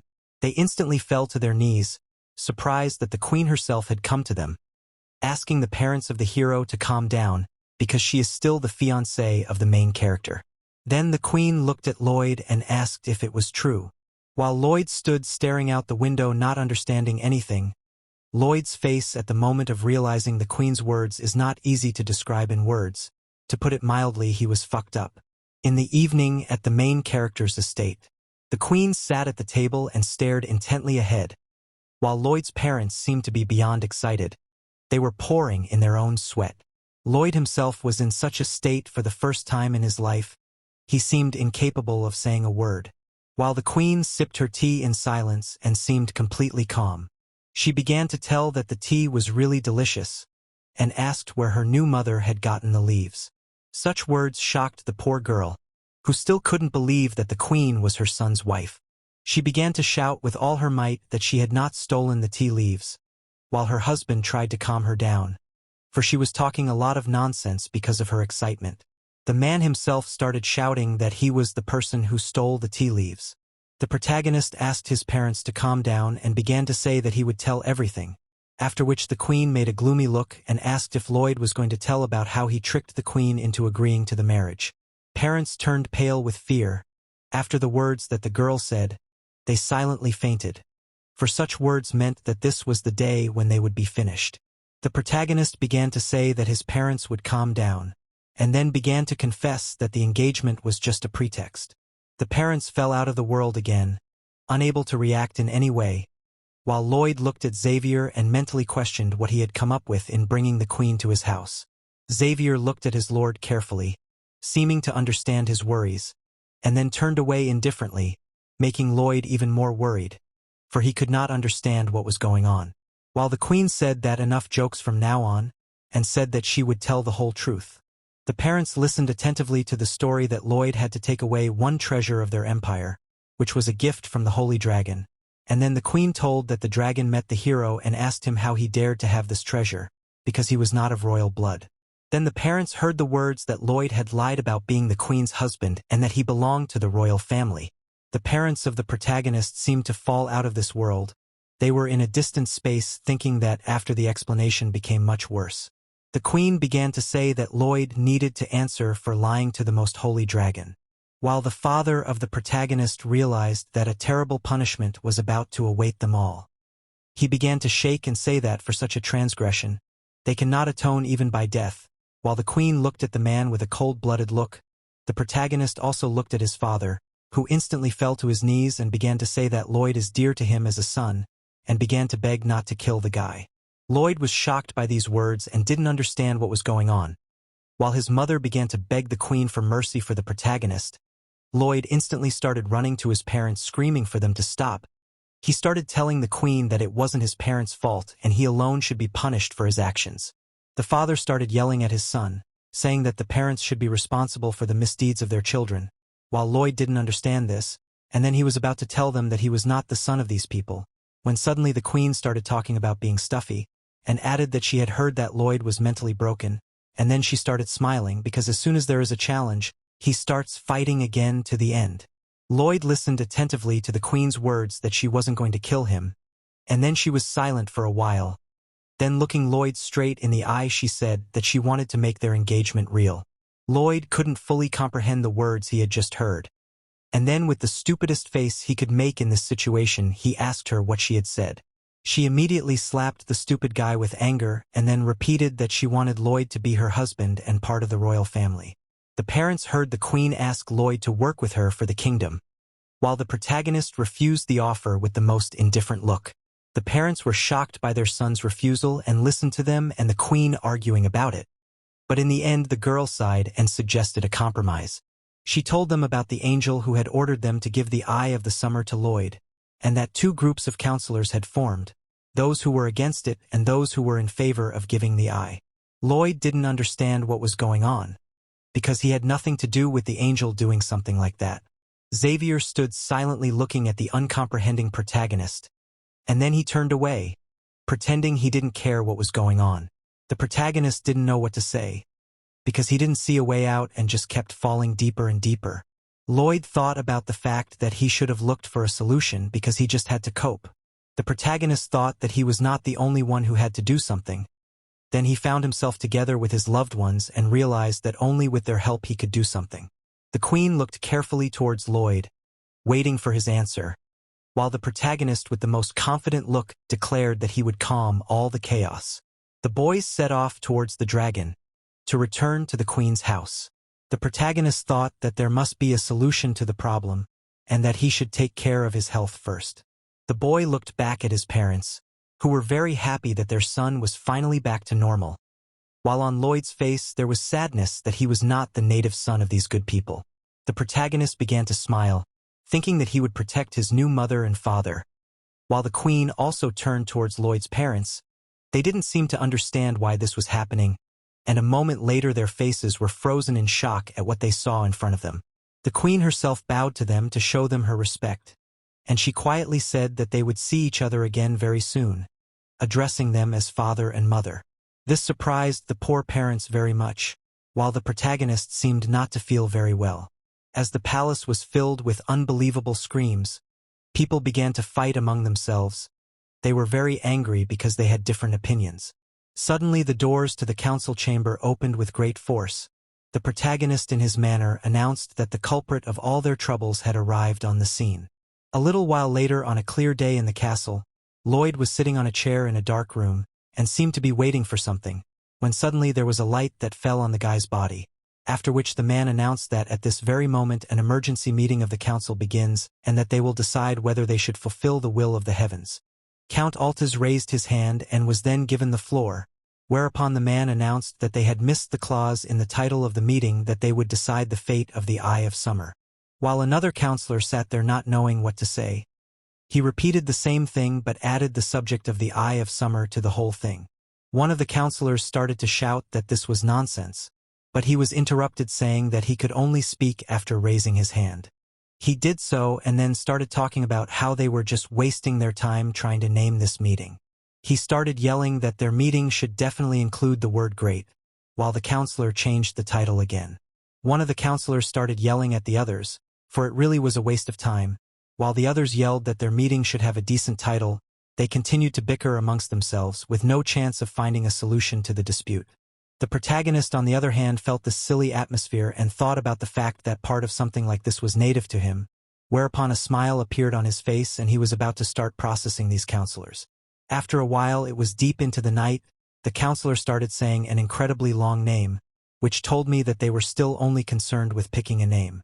One of the men started shouting that they had to fulfill the angel's message, because it was mandatory. He continued to shout that the right thing to do was to follow the will of heaven. One of the advisors turned to the protagonist, asking if there were any guarantees that Lloyd would not use the artifact for his own good. The protagonist began to say that he, as a loyal servant of the queen, would not dare abuse the relic.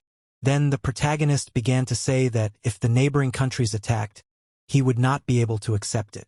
The advisors began to leave, thinking that everything was solved, while Lloyd began to shake and talk about the fact that he has a huge responsibility, because if they oppose the will of heaven, they will be unhappy. All the counselors started shouting for Lloyd to make his decision, while the guy started shouting that he just can't make such hard decisions and that he won't do it. A moment later, the counselors started fighting each other with all their might. Then Lloyd said that he had a great idea. All the counselors instantly turned their attention to the guy. The protagonist started talking about how the angelic message has unknown risks, while the loss of the artifact is a specific threat. Then he said that the loss of such an item is tantamount to weakening the country. The protagonist started talking about how if he had another artifact that could replace the Eye of Summer, everything would be easier. All the advisors listened attentively to what Lloyd had to say next. The protagonist told about the mountain range which was on the border of the kingdom, and it was very difficult to trade with other countries. Because of it, they had to make a huge detour. The protagonist announced that they were very helpful to small countries because of it. Then Lloyd said that he could build a trade route through the ridge. The protagonist began to talk about how their kingdom would gain incredible wealth. All the advisors accused the hero of trading on royal honor. They began to listen intently about the vast amount of money that would flow to them. Then, with an incredibly greedy look, he said that the advisors could get their share of the profits as well. The counselors were instantly confused and excited about the new opportunity. Moments later, the man announced that the council unanimously confirmed the transfer of the Eye of Summer to the protagonist. Lloyd was pleased that he had gotten what he wanted so easily, while Xavier remarked that he got the feeling that Lloyd knew politics better than construction. The protagonist started talking about how it's normal for politicians to be in a fight, but as soon as they make a profit, they instantly become best friends. Xavier starts talking about how money is always connected to power. A little while later, Lloyd arrived at the queen, who gave the go-ahead for the construction, and the boy thanked the girl. The queen didn't understand how this was possible, as they had been trying to build a trade route since ancient times. But because of the harsh conditions, everything was in vain. The queen also began to say that it would be very difficult to go that way, while the protagonist began to say that they would use the railroad, which would allow them to transport goods perfectly. The protagonist remembered that in his world they also used the mechanics that Lloyd was going to use. He imagined the train moving down the mountain and how it could change its motion. The queen began to say that Lloyd had always thought outside the box and she believed in his abilities, but she really wondered if it was possible to put a train on such a narrow peak. The protagonist began to say that in any case it will be difficult. For this reason he will try to choose the most flat area. The queen accepted all the words of the guy and said that she intended to move on to another question. She asked how Lloyd plans to cross the land of demons which were on top of the mountain, and on this Lloyd began to smile, and then with the most confident look stated that he has a great plan. A while later, Lloyd and Xavier were traveling at great speed on the dragon. The protagonist asked what Xavier knew about demons, and he said that he had only heard about them from legends. He said that demons lived on the ridge. And all he could add was that demons eat people, leaving the protagonist to think that he had wandered into a place that was not written about in the novel. The dragon continued to move at breakneck speed, while the boys seemed to see something right in front of them. It turned out they had arrived in the land of demons, which was called Credos.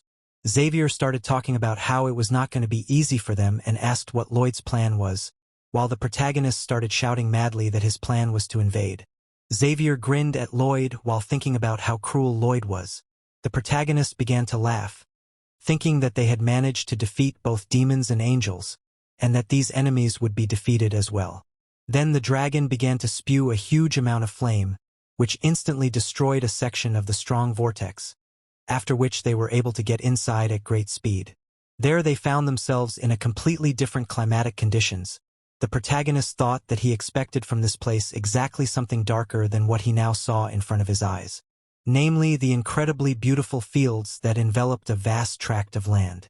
Xavier announced that he had seen a demon. While the demons themselves were very frightened, they started screaming that they had seen a human and started crying tears of fear. Lloyd started yelling at the little girl demon for crying at the sight of him, thinking it was because of his appearance. The demon children were screaming with all their might in fear as a terrifying dragon was approaching them at great speed. Lloyd, with a crazy look on his face, shouted to the children that they should not be afraid of him, because he just wants to ask them about some things. Such a scary look on his face even more frightened the children, who continued to have hysterics. Lloyd started yelling even more, because he was angry that the children kept running away from him. As Xavier looked at his mad master and wondered if the protagonist didn't realize the obvious, Xavier's gaze was suddenly drawn to a movement that he noticed. It turned out to be a demon that was approaching the guys at a great speed, with a clear intention to attack. Xavier instantly drew his blade, and then at a great speed, Xavier reported to Lloyd that they had just been attacked by an adult demon, and that the power of the enemy was at least at the level of a master swordsman. While the demon landed on the ground and watched the humans carefully assessing their strength, a huge dragon hovered over the demon. It looked incredibly huge, while Lloyd descended to the ground saying that he did not come to this place to fight. At that time, a huge number of other adult demons appeared behind the protagonist's back and were ready to attack instantly. Moments later, Xavier fended off all the attacks that were aimed in his direction. One of the demons stood against the guys and started talking. He said that they serve the demon lord and only protect this land. They introduced themselves as the 8 demon kings and stood in a pose that was meant to show their greatness. Lloyd looked at these madmen with disdain. He started to say that there were too many of them because usually there are only 4 demon kings. One of the demons started shouting that the more of them they have, the more effective they can defend their lands. Then he started saying that humans should leave their lands immediately. The protagonist was incredibly angry that the demons had dared to call him a vile human, and it seemed he was beginning to turn into a creature much scarier than the demons. Xavier looked at his master, thinking that sometimes it was better to keep silent. The protagonist said that he had come to the demons to talk and asked to meet their leader. The demon girl started screaming that Lloyd had done terrible things to their children, while the protagonist started screaming that he hadn't done anything and asked the children what he had done. The children just started screaming and crying in fear. The adult demons instantly prepared to attack, thinking the protagonist was an evil man. Suddenly Lloyd began to chant, and the effect instantly worked on the demons, who were not expecting such a strong attack. Lloyd ordered Xavier to spring into action, whereupon Xavier instantly kicked everyone who tried to attack in the head, and the protagonist along with his servant were left standing over the newly defeated demons. Lloyd began to smile and talk about how they would finally be able to talk in peace. The girl was crying and trying to wake up the adults with the demon, while Lloyd looked at it carefully without expressing any emotion. The girl was crying because she was worried about her family, while the protagonist continued to stare coldly at the demon. The children cried and worried for their elders, and suddenly Lloyd realized that demons were actually good creatures, while Xavier added that the evil one was Lloyd himself. The girl cried and said that all humans were evil, and that they were afraid to go outside because all humans hated them. The protagonist listened to the girl saying that they came to their house to torture them. The protagonist began to think that demons for some reason are afraid of people, then realized that they were just hiding in this place. It turned out that demons survive by farming, and the words that they eat people were not true. Suddenly, the main character's thoughts were interrupted by a female voice. It turned out to be a beautiful demonic girl, who claimed that they do eat people. She admitted that she is the queen of demons, and is the head of the descendants of demons. Lloyd began to worry, because it seemed to him as if the demon queen had just read his mind. They were looking at an incredibly strong creature, whose strength was very difficult to measure. The little girl began to tell the queen that the humans had attacked them and she must punish them. Lloyd tried to justify himself, but realized that it would be pointless, while the queen refused the girl's request, which surprised the protagonist. The queen told the children that the people had just put the boys to sleep and that they had really just come to talk. The queen assumed that the people wanted to pass through their lands and suggested to discuss it in the castle. The protagonist was surprised by this outcome, and then he rode his dragon towards the demon castle. The protagonist pondered over a huge number of questions and did not know the answer to them, as suddenly the queen assumed that Lloyd has a lot of questions and told him to look to the right, where the guy saw an incredibly creepy statue. It turned out to be a statue of an ancient king of demons. She said that their ancestors really did eat people, and when they could not find food even ate their relatives. She said that they lived on lands where nothing grew and they had to attack people for food, and also that the demon king of the past changed everything by creating this place, and now they are the descendants of this place growing wheat, and also said that their resources are still limited. As they sat around the table, the girl suggested that Lloyd wanted to bring a trade route through their land. She began to say that it would be possible if they removed the barrier, but then they would lose their home and that was the reason they couldn't do it. Lloyd didn't understand why the demons couldn't just go to other lands where they could get more food. While the queen started talking about how people hate them because of the times when demons ate people, she talked about how people are afraid of them and wherever they appear there will be a fight. She also started talking about how it had been a long time since they had attacked humans, but the fear was still there. She started talking about how they have to pay for what they have done to people in the past. The queen began to cry and asked the hero from the other world to free them, while the protagonist said that he was not a hero at all, although he did come from the other world, but only a merchant who wanted to open a trade route. Lloyd offered to find a way for the demons to live outside, and the queen promised that they would remove the barrier and allow the trade route to be built. The protagonist thought deeply about how to prevent conflicts that might arise between humans and demons. He thought a lot, and suddenly the queen heard Lloyd's suggestion that she had already read his mind, and then said that the demons should pack their things, because their problem had already been solved. A little while later in the castle of the demon queen, the girl said that they would have to see if they could carry out Lloyd's plan. Lloyd looked at the girl carefully, and then he couldn't address her properly, because her full title sounded very long. Lloyd asked how far the girl could see people's thoughts, but she explained that she could not see people's thoughts, but could only look into the future for a short period of time. She told how their ancestor used this ability to grow wheat better. The protagonist was thinking about how amazing it was that the demon lord used to do weather forecasting just to farm. Suddenly, the protagonist's gaze became more serious, and then he immediately asked how far into the future the girl could see, which immediately disappointed the guy by saying that it was not as far as he needed. She told him that she could look into the future for a maximum of 24 hours. Lloyd was instantly curious about accidents and whether the girl could predict them. She looked at Lloyd in silence and then confessed that if the hero meant to restore fate, she could stop some accidents. Lloyd saw a ray of hope in the girl, for she could give him a little more time, and perhaps he could find a final solution to the matter. The queen began to say that this would only be possible when Lloyd freed her people. She began to say that they would not be able to convince the demons by force, and only when they chose a single representative would they be able to make such a decision. The protagonist was sure of himself. He was going to prove to these demons that beyond the barrier they could live just as well. A little while later, the weather was nice outside. A little girl was shaking with fear while Lloyd apologized to the child he had scared earlier. Lloyd looked fucking terrified and offered the kid a place to move. The girl got even more scared and started screaming and crying. Xavier called Lloyd a horrible person for scaring an innocent child, while Lloyd didn't realize what he was doing wrong. Xavier leaned over to the little girl and offered to go with him to see the world outside their settlement. The girl began to look confused. She didn't seem afraid of Xavier at all. Lloyd felt disgusted as Xavier's appearance continued to help him through life. A little while later they left the demon settlement on the dragon. The queen began to talk about how the girl was more afraid of humans than anyone else. She asked if the hero had heard the story of how demons came to their world, and Lloyd assumed it was just a rumor because there was no proof. She told him it wasn't a rumor, and added that they were free to cross the barrier. One day the girl got outside and looked at a family of people who were just about to have dinner. The family looked very happy. The girl did not understand why the adult demons called people bad. In fact, they looked very kind. The children were walking with a sword, as suddenly one of the children was hit on the head, then began to get angry. That made the girl who was secretly watching the children laugh. Cold weather came. It was snowing heavily. People were quite sad as the cold weather caused huge problems with food. At that time the girl looked at the father of the family, who just didn't know what to do. Then she started to run away in the direction of her house. Some time later people looked in a shocked expression towards the street, where stood a little girl demon with a basket of fruit in her hands.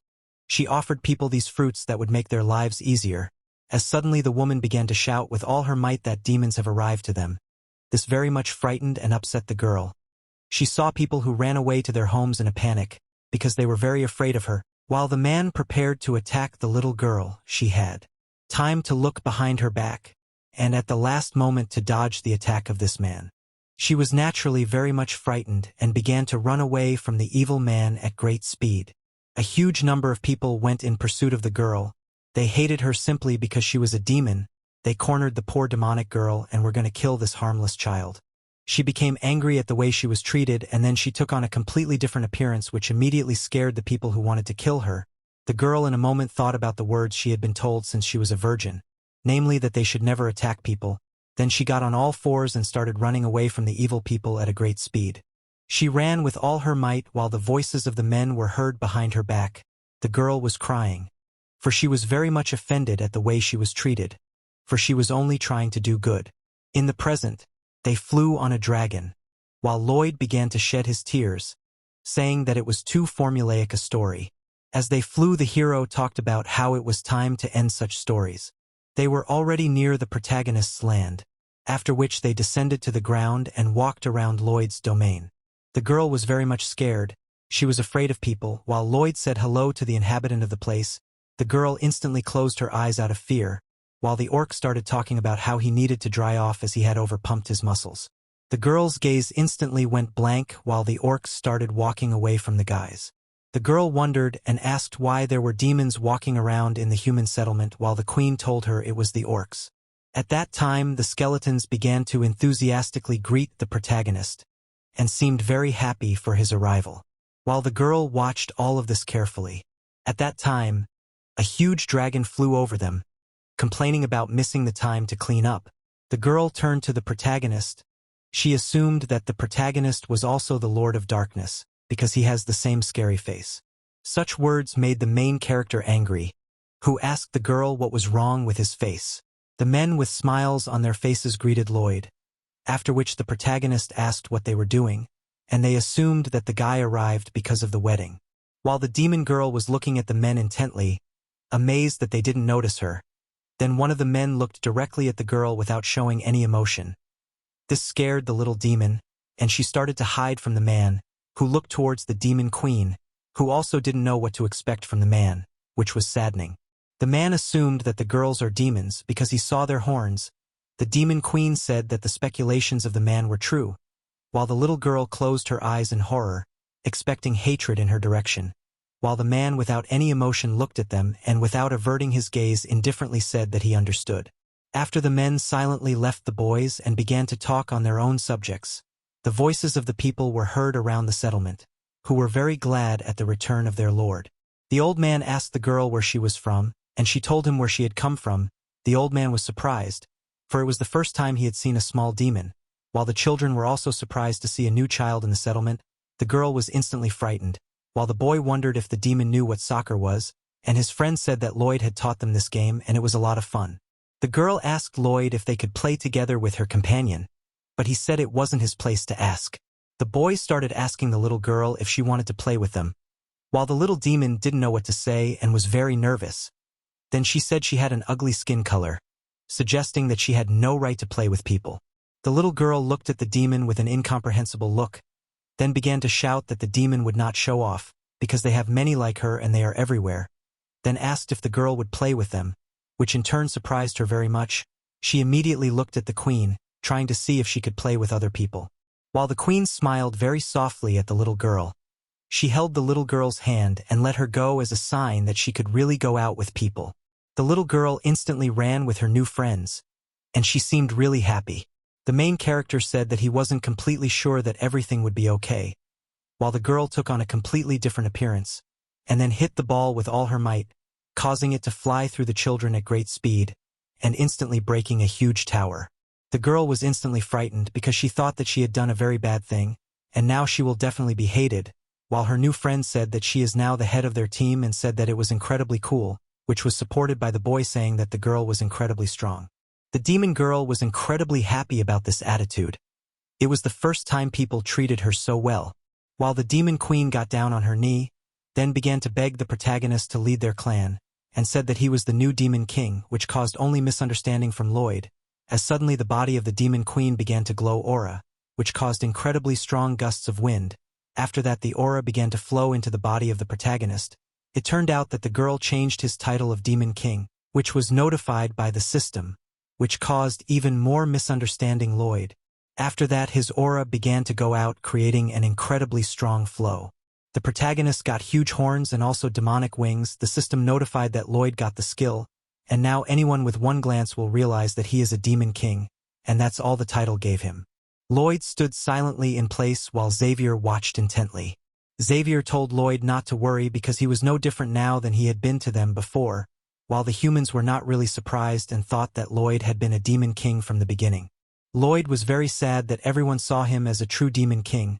The protagonist started to say that he was not worthy of such a title, while the girl said that power comes from dignity and not from strength. The protagonist began to rejoice a little, because demons are obliged to follow the orders of the Demon King, even if they are impossible.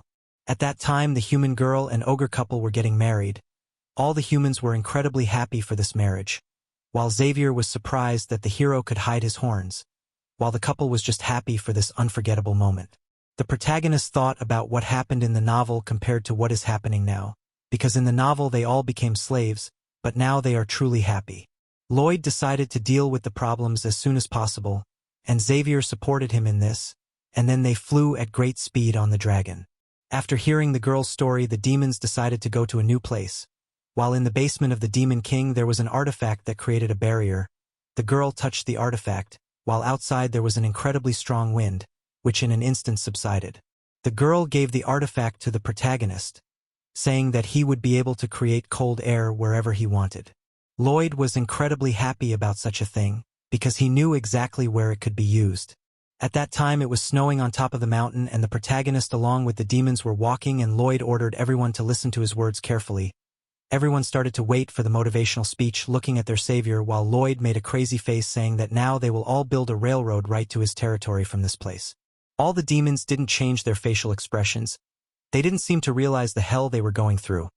While Lloyd himself was incredibly happy because demons don't need much rest and food, and have great strength. The protagonist with his demonic face was anticipating how he could use demons for his new projects. At that time one of the demons was surprised, and reminded the girl that she had said that Lloyd was a good man, and she just silently poured her sweat. She simply said that Lloyd was the Demon King after all. It was at this moment that the construction of a huge railroad involving as many as 3,000 demons begins. The main character thought that he wanted to freeze time as soon as possible and start construction, but he also thought that before that he needed to build a huge village, and all the food supplies should also be produced in this village, after which the main character began to go out to his new subjects, and immediately did incredibly. He had a gray face and said only one word, namely to change his appearance, after which he continued to stand without any changes, but literally after a few moments his eyes began to turn reddish. And after the transformation completely took place, he introduced himself as Lloyd, the Demon Lord. The aura began to surround the main character's body. In fact, Lloyd was thinking about how cool his new look was. Xavier's voice was heard, who turned to the hero. He confessed that it was very embarrassing for him to observe the behavior of the main character. Lloyd began to say that his words definitely sounded confident and majestic, and said that the queen would definitely agree, while she sheepishly supported Xavier's words. Lloyd silently clenched his teeth, after which he began to shout that the demons would listen attentively to him. Everyone silently looked in Lloyd's direction, but he did not understand why they were silent, because he has horns and krill, as well as the status of the Demon King. All the demons began to pretend that it was cool. The main character was surprised at how much the demons turned out to be disobedient, after which he said that he would not do this anymore. The girl began to talk about how in ancient times only the strongest could become the king of demons, and the girl also said that now they have a rule that power should be fair. She also said that everyone would obey Lloyd, but the atmosphere would still be tense. The main character understood perfectly well that with such an attitude, demons would have poor effectiveness, and thought that he needed to show himself in front of these demons. The main character asked if they would listen to him if he defeated their strongest representative, and the girl said that they were forbidden to fight among themselves. The girl also said that there is a duel that can be organized. She began to tell Lloyd, who was listening attentively, that everything was important in this duel, after which she began to talk about what was important here. Vision, speed, and reaction, after which she stated with an incredibly serious look that the competition was called rock, paper, scissors. The main character didn't seem to realize these words because his face didn't change, after which his gaze went blank because it was just a game from his home world. The main character began to say that if it allows him to convince others, then he agrees. The main character started shouting that the demons should be grateful that they could participate in the construction, after which he made a serious expression on his face and said that if he could win the duel, the demons would immediately get to work. Lloyd said that the strongest demon would come forward, after which one of the demons began to come out of the crowd. He was completely confident in himself and said that he was ready for battle. The main character was also filled with confidence that he would be able to win. All the demons started shouting the name of the game and slamming their instruments on the ground. It was under the huge support of the demons that the two opponents, namely Lloyd and his opponent, found themselves in the middle of the circle. The girl was crying because she thought the main character was a good person, and asked to stop it, and the woman said that this was a sacred duel and they had no right to interfere. While the guys got ready to start, the crowd cheered and loved the show. Xavier asked what kind of unusual duel it was, while the girl said that first you need to understand a simple concept.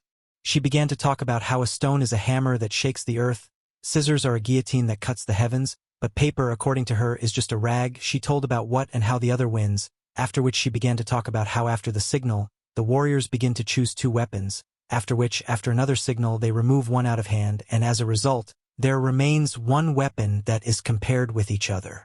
Xavier realized that thanks to this method, it was possible to find out who was stronger. While both warriors were swordsmen in a duel, Xavier believed that they were able to easily predict any action of their opponent. He was worried about Lloyd.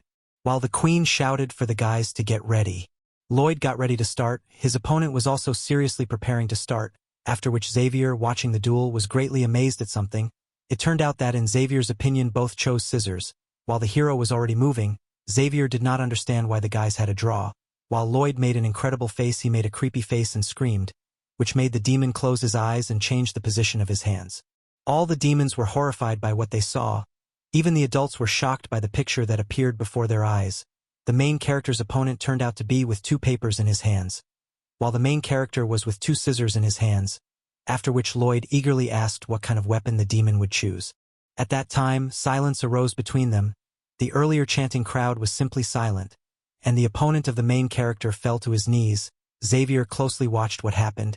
He instantly changed his face because what Lloyd did was just a deception.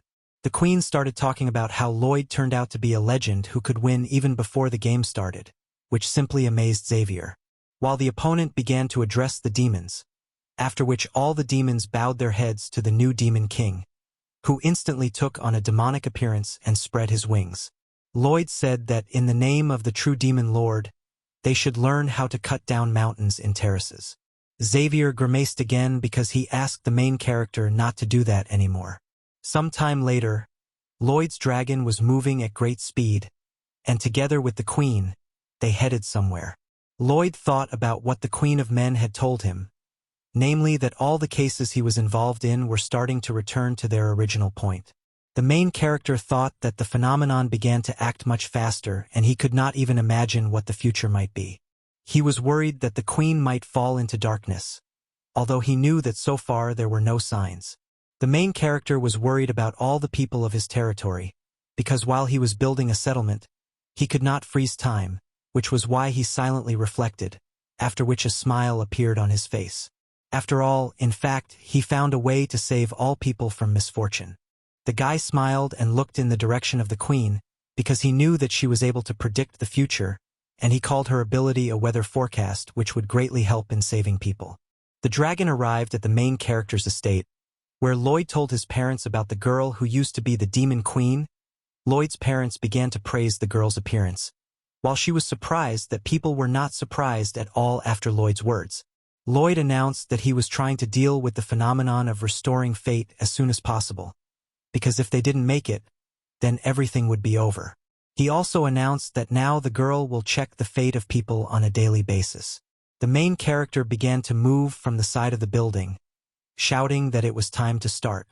Lloyd decided to take veteran engineers with him so that they could control the demons correctly, after which he also took 2 people with him to solve technical issues, and finally he took the strongest orcs so that they could help with their strength. One of the orcs also wanted to go, but the main character forbade. After all, he is a newlywed man and should enjoy his marriage. Sometime later, one of the demons started screaming with all his might and swung a shovel, after which Lloyd watched the picture of how the work of these demons showed simply insane efficiency. He believed that thanks to the demons, the construction of the settlement would be very fast. The main character started shouting that this was the power of the demons, which continued to confuse both Xavier and the other demons. The main character, along with Xavier, flew on Lloyd's pet. Lloyd completely completed the route plan with the help of his ability, and was going to start construction very soon and freeze time. At that time, on the main character's land in his estate, the girl told the main character's parents to sit while she looked at them carefully and not blink. There was an awkward pause, after which the queen continued to look at Lloyd's parents, when suddenly her body began to shake and tears began to appear in her eyes. The man looked at the girl without realizing what was happening. While she was barely restraining herself from blinking, suddenly the man made a serious face, after which the queen came to her senses and seemed to begin to be embarrassed. This amazed the parents of the main character, because they were worried that something terrible might happen, after which the queen confessed and said that the couple got along very well with each other, barely able to contain her embarrassment. Such words instantly confused Lloyd's parents, after which the following people also began to enter the queen's office. She also began to stare intently to look at them, as suddenly she was embarrassed again and confessed that they were also just in a great relationship. The couple was also embarrassed by such words. At that time, the main character announced that everyone had done a great job and announced that the construction of the settlement had been completed. The main character began to talk about how even though they were all different, they all worked together for a common goal and a better future for everyone. Lloyd also said that they had to work without elves, because they could not destroy nature, after which Lloyd announced that now everything would start for real, which caused enthusiastic shouts from all the people. The main character said that he would go check the route and that time would freeze soon. Xavier began to worry that Lloyd was leaving alone. Lloyd proudly called himself a master of the sword and said that no monsters could harm him. At that time, the dragon flew up to the main character, after which, having received a letter, the main character ordered the dragon to go and help others in construction. The letter said that the girl was checking the safety of all residents, as well as the fact that they had taught the residents of the Loida settlement agriculture, and that they were able to become friends. The queen also said that the children were incredibly happy to be able to see the vast world, and she also said that it was all thanks to Lloyd, and the hero also read that she wished him good luck in construction. The system notified Lloyd that he had received 100 points. Lloyd was smiling. He was pleased with his result. After that, the guy instantly used the time freezing ability, which cost him as much as 3,000 points. Time froze around this place while the protagonist's heart felt terribly cold again, which made Lloyd feel very sick. It was snowing terribly heavily on the mountain, and the protagonist was lying on the ground, and he seemed to feel terrible. He thought he needed to hurry because he was getting worse. The heart of cold asked for forgiveness from the main character, who said that only by freezing time could he resist the restoration of fate. The guy was smiling and saying that everything was fine and that there was nothing wrong with it. The main character did not understand why the snowstorm became stronger, because time was frozen. The main character could not move normally because of his heart. He wanted to call Xavier for help. Suddenly Lloyd could not seem to say a word. He slowly began to lose consciousness, thinking that it would be hard for him without Xavier. Lloyd's eyes, they closed as it became incredibly difficult for him to cope with the desire to sleep, as the silhouette of the Queen of People suddenly appeared, moving along the snowy mountain. She also felt the terrible cold, but continued her movement with a confident expression on her face. The storm was raging outside while Lloyd's pet was incredibly angry. He was shaking and seemed to be trying to do something, but he couldn't, and Xavier said that it was impossible to create something in this weather. While Xavier looked the other way and seemed to sense something, he felt that since the time freeze, the main character's mana had become unstable and he was probably in a bad state. Xavier thought that he would have loved to go straight to Lloyd, but a little while earlier he had heard the voice of the Queen, who did not understand what this strange dome was and why she could not get out of it. Xavier reported to the Queen that the time outside the dome was now stopped, and she instantly assumed it was Lloyd's doing, and Xavier confirmed this information. She immediately asked how to get out of the place, and Xavier told her that it was impossible, because the time freeze would not be lifted for a year. Xavier said that time would not change outside and it could be a short vacation for the queen. She began to complain that Lloyd was now going to be Demon King, while the demons working in the background looked at the human queen, and she immediately turned around, not understanding what was going on. Xavier asked if she wanted to know how this could have happened, but she wanted to ask Lloyd directly and asked where he was. He told her that Lloyd was on the mountain, while the queen was worried that the snowfall was getting worse and decided to go to Lloyd personally. Xavier sensed that the queen was looking for Lloyd, which brought a smile to his face, and he decided not to disturb the queen. Lloyd suddenly opened his eyes and didn't understand what was happening. He was lying on a warm hide covered with a blanket. He looked around and realized he was in a cave. Lloyd didn't understand what kind of clothes he was wearing. They didn't have any. Lloyd turned to Xavier but saw the queen, who was half naked and shivering from the cold. She had given all her warm clothes to Lloyd. The queen lay sleeping and seemed to be trying to ignore the cold she felt. Lloyd didn't understand what was happening and just kept looking in the direction of the girl. A heavy snowstorm continued outside, while Lloyd carefully tried to cover the queen with a blanket so as not to wake her up. Lloyd immediately began to run away, because he did not want to become the queen's debtor, because then he would have to work again. Suddenly, while running, his heart began to ache again, and then he fell to his knees, feeling a terrible pain and coldness inside his body. The queen's voice was heard and she assumed that Lloyd's condition was getting worse. She asked the guy to come closer to her. Lloyd instantly fell on his knees in greeting to the queen, and she asked him to stop this farce and just come closer to her. The lad slowly began to approach without raising his head, whereupon she ordered him to do it faster, and Lloyd sped up. The girl changed her pose and then pointed her hand to her knees and ordered Lloyd to lie down on them. Lloyd started to look at the girl without understanding anything and then just lay down on the ground, and she wondered if he was mocking her, while the guy just obeyed the order to lie down. The queen started pointing to her leg again, telling the guy to put his head there. Lloyd didn't realize what was happening now, and a moment later he just broke down. It seemed like all reason in his head had collapsed. The queen got angry and grabbed Lloyd's head, paralleling her screaming, then forcefully placed Lloyd on her lap. She started touching the guy in the area of his heart, after which the queen's mana began to penetrate the main character's body. He was surprised that the queen could do such a thing with her mana. The queen confessed that she had learned this technique by watching Lloyd and Xavier, while Lloyd marveled at the girl's talent, because she had learned this technique alone. The queen's mana enveloped the heart of the protagonist, and she asked how he was feeling, to which Lloyd replied that he was feeling a little better. The queen was happy that the guy was feeling better, and she started to smile. Suddenly Lloyd started to get embarrassed looking straight into the eyes of such a nice girl. He instantly started to run away from her lap out of embarrassment, while the queen again grabbed the guy's head and put him on her lap and ordered him to lie still. She began to talk about the need to rest once in a while Lloyd was embarrassed to think that he was simply uncomfortable.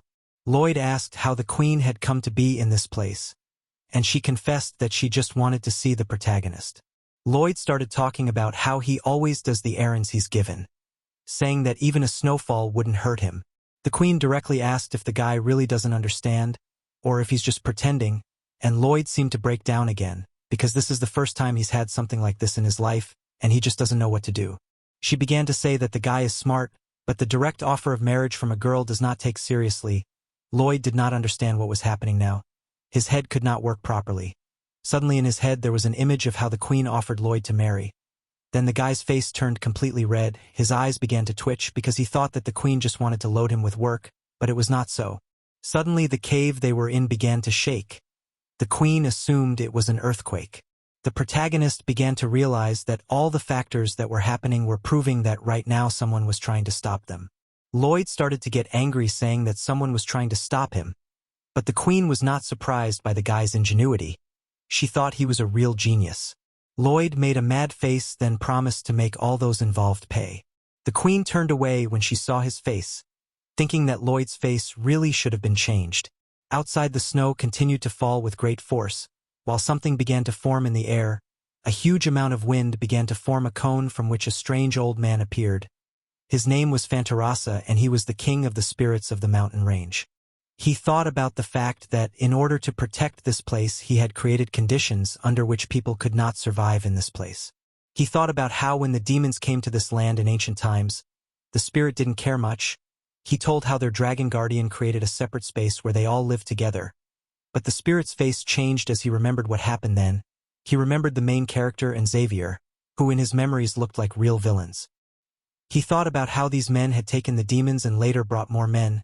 Lloyd had ordered Xavier to fix a precipitous piece of land, and then Xavier had attacked the place his master had mentioned with all his might, causing an incredibly powerful explosion, and the Spirit King remembered the two demons smiling at the flames they had caused. The spirit thought these people were truly insane and was incredibly angry. He thought about how people were cutting down trees without the slightest compassion. He thought that all these creatures were cursed demons who wanted to destroy the spirit's home. He watched the queen go after Lloyd, while thinking that he was going to banish these cursed creatures from his home. The spirit instantly intensified the ice storm. This instantly caused the work to stop, for the blizzard was no joke. The spirit began to shout that it was useless, because with such weak bodies, humans would not be able to withstand such cold. While the humans felt fine even in such harsh weather conditions. The Spirit King was incredibly angry, because not only had they survived the storm, they were also happy. Orcs were happy that they had a training in particularly harsh conditions. It turned out that the demons had a resistance to cold, because all who did not have it long ago died out. The spirit did not understand how weak people are able to possess such powerful mana. The spirit watched the people and realized that it would be impossible to get rid of all the people at once. For this reason the spirit decided to simply destroy the leader of the people, namely Lloyd. The spirit went to the cave where the protagonist was supposedly located. Then with all his might he began to shout. The ground began to shake. The protagonist began to come out of the cave. He was incredibly angry, while the queen showed no emotion on her face. The spirit hated Lloyd and was going to cut him with his wind blade. A terrible wind fell on the protagonist. Then he and the queen decided that their opponent was definitely not a mage and not a dragon. The queen started talking about how only one creature can do that, and Lloyd smiled instantly and made a crazy face thinking that their enemy was just a spirit. The spirit was surprised that Lloyd had figured it out so quickly, but he was sure that the guy couldn't do anything to him. It turned out that no power could harm the spirit, as suddenly Lloyd began his demonic chanting, which could not even be described in words. The queen instantly fell to the ground, and the spirit began to writhing in pain in the sky. The queen seemed to be injured. She definitely lost her battle spirit. While the spirit became visible, the queen looked in its direction, still shaking from the protagonist's voice, and the spirit just fell to the ground, unable to do anything after such a powerful mental attack. Lloyd asked if the spirit was the one who was interfering with his work in this place. The spirit didn't understand what kind of magic Lloyd had just used, because spirits are mana itself and nothing should harm it. The protagonist began to say that he had just spoiled the spirit's mood. Lloyd asked why the spirit was interfering with his work, what his problem was, while the spirit was amazed that the man didn't understand. The spirit started yelling about how humans were just destroying nature and that he would not let them destroy the mountain range. Lloyd instantly attacked the crazy spirit with his shovel, and then the spirit just started flying away laughing at the protagonist. He started saying that Lloyd was not strong enough to hurt him. Suddenly Lloyd started to get a full lungful of air, which caused the spirit to panic, because he already realized what was about to happen. The queen instantly stopped the protagonist. The queen started yelling that Lloyd should think of others when he was using that infernal chant from the underworld itself. Lloyd looked at the queen and tears started to form in his eyes. The queen felt bad for hitting him and wanted to apologize, while the spirit started shouting that the jokes were over and was preparing to attack. The mountain started to emit a huge amount of energy, and then all this energy started to move towards the spirit, who started shouting that he was the mountains and the mountains were him. While Lloyd and the queen were just listening to this nonsense, the Spirit King appeared in front of them in a completely different form, saying that he had to kill these people. The spirit looked at the men, saying that now their lives would come to an end. While Lloyd said that the spirit was in trouble, the spirit didn't understand what the man meant. While Lloyd mockingly confessed that anyone who threatens him faces a worse threat, the spirit didn't know what the man was talking about. While behind him something was approaching at breakneck speed. It turned out to be Xavier, who was ready to strike incredibly hard. Then, a moment later, the spirit received a very strong attack right on his face. Lloyd started laughing out loud at the spirit. Then Lloyd started screaming about how nature had just as easily bowed down to the man. Lloyd continued to laugh insanely while the queen looked in his direction. She didn't understand how she could get out such a crazy man, assuming she had just lost her mind. Xavier hit the Spirit King in the face with great force. The spirit didn't understand how this was possible, because no matter how strong the mana was, it shouldn't be able to do any damage to him. Looking at Xavier, he realized that the guy was a supreme master who had an incredible level of strength. While Xavier wasn't about to stop and prepared for his next attack, the Spirit King missed his head again and screamed in pain. The enemy began hysterically trying to get away from Xavier's continuous blows, which seemed to have no intention of stopping. The spirit begged Xavier to stop while Lloyd watched silently from the sidelines. The spirit was apologizing and begging Xavier to stop, while covering himself from a huge number of punches. Xavier finally stopped and looked intently at the spirit he had been beating only moments before. The spirit was begging Xavier to stop, because it had lost almost all of its mana from the blows, and if it continued like this, it might disappear. As Xavier began to draw his sword from its sheath and then began to draw the blade of the sword, and after a moment he let it go, causing the ghost to receive another blow from Xavier, who a moment later drew the blade of the sword again, with the same crazed look on his face, and then made another attack with the blade. Lloyd stopped his subordinate, saying that you can't treat someone who can't even fight back like that.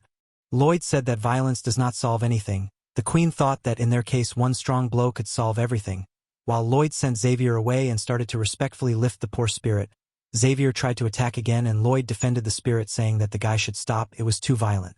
The Queen began to suspect that Lloyd and Xavier were working on a plan. While the spirit began to thank the protagonist profusely for saving it, Lloyd was incredibly happy with the result he had just achieved and looked admiringly at Xavier, who was also very happy that they had managed to subdue the spirit.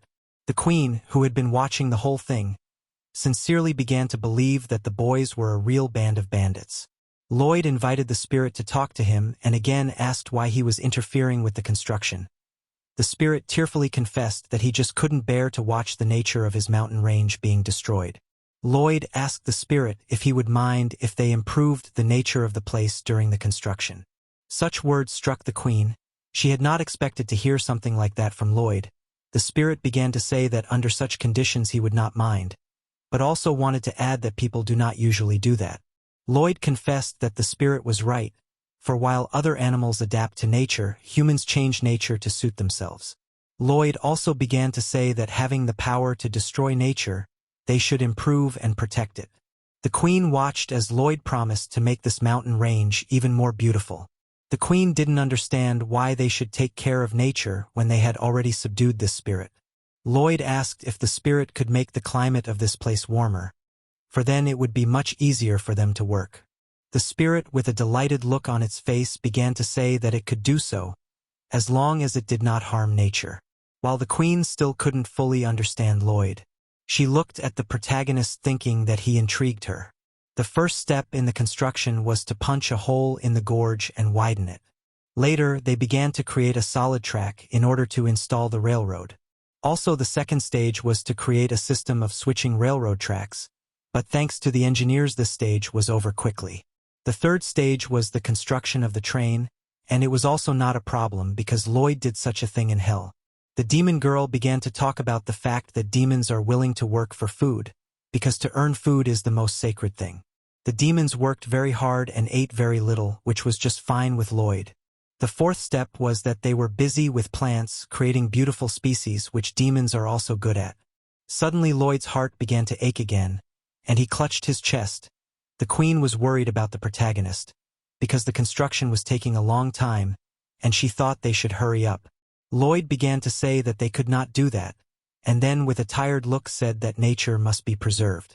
The Queen did not understand why Lloyd would sacrifice himself for such a thing, as he might die, but he explained that if he didn't, he would regret it in the end.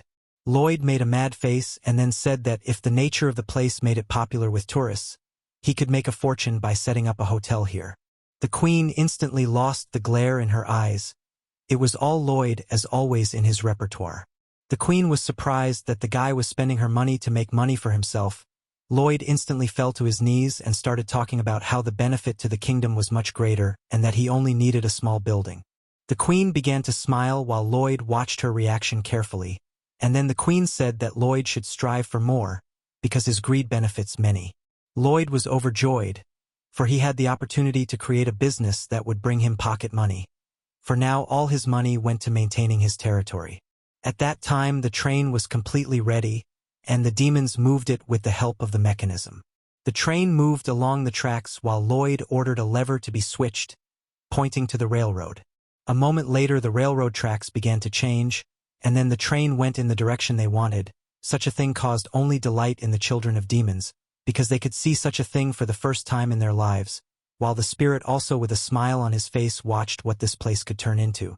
The guys on the train saw the incredible views that appeared before their eyes, as Lloyd suddenly received a new skill for the achievement, namely the ability to jump over any obstacle, which caused a complete misunderstanding of Lloyd, because he is already a master of the sword, and such a skill he does not need. At that time, the time dome that had been standing over the mountain evaporated a moment later, allowing time to run its course.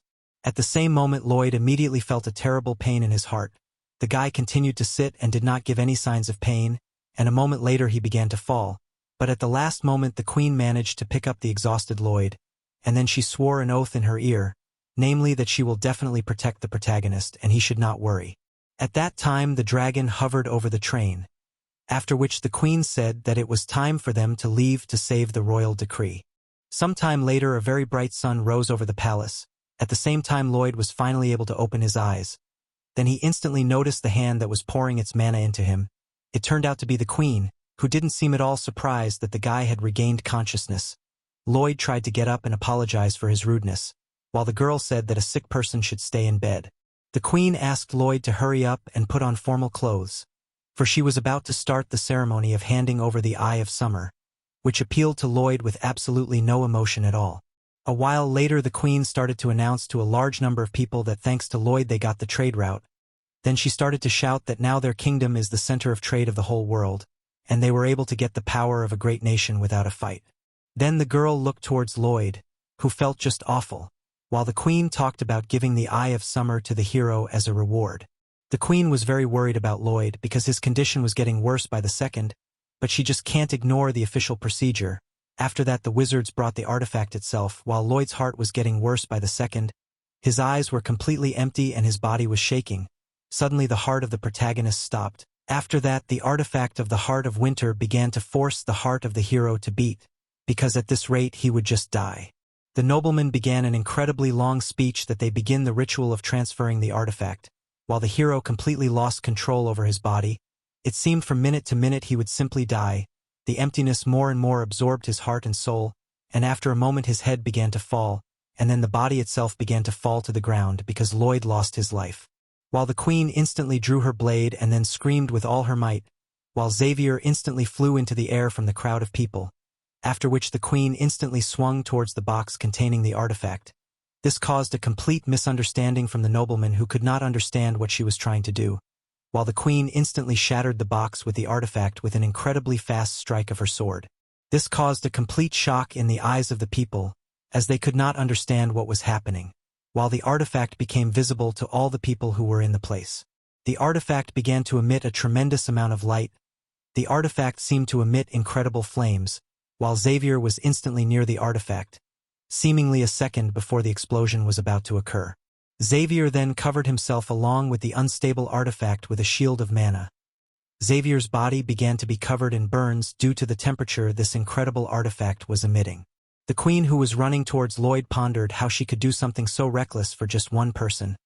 But trying to lift Lloyd, she truly believed that this guy could solve any problem that might arise. The queen started to give her mana with the firm intention to give Lloyd all of it without worrying about her life. Suddenly Lloyd was able to open his eyes. Then he instantly used his fast charging ability and his hand started to absorb a huge amount of mana. Lloyd then pointed his hand towards the artifact, and a moment later the artifact burst out of Xavier's shield, and at a great speed headed towards Lloyd, who was lying on the ground preparing to absorb the artifact. A moment later the artifact instantly began to flow into the hand of the protagonist, causing a strong wave, after which everything went back to normal and all the people were safe again. They did not understand what had just happened, while Xavier, who had incredible power, was lying on the ground, as well as the queen and Lloyd were also lying on the ground. The Eye of Summer began to absorb and the Heart of Winter saw an incredibly bright light. Then it seemed the light began to come closer and closer to the heart. The Eye of Summer looked at the other artifact with love in its eyes. While the heart was looking at the Eye of Summer with the same rapturous look, Then they embraced each other, which caused the harmony between cold and warmth to begin to create. Eventually it created a powerful hurricane that combined these two opposing qualities. Then it began to merge together, creating a bright sphere.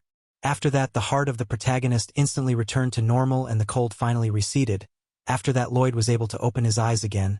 Lloyd suddenly received a completely new ability, namely the baptism of the Demon King, which he could give once a day, and which also only lasted for 24 hours. After that, Lloyd mentally wondered what effect the baptism gives, and it turned out that it gives true effectiveness. The system explained by example that if you give the baptism to Xavier, he will instantly become the highest master from a high entry-level master, which is the same as the baptism of a Demon King.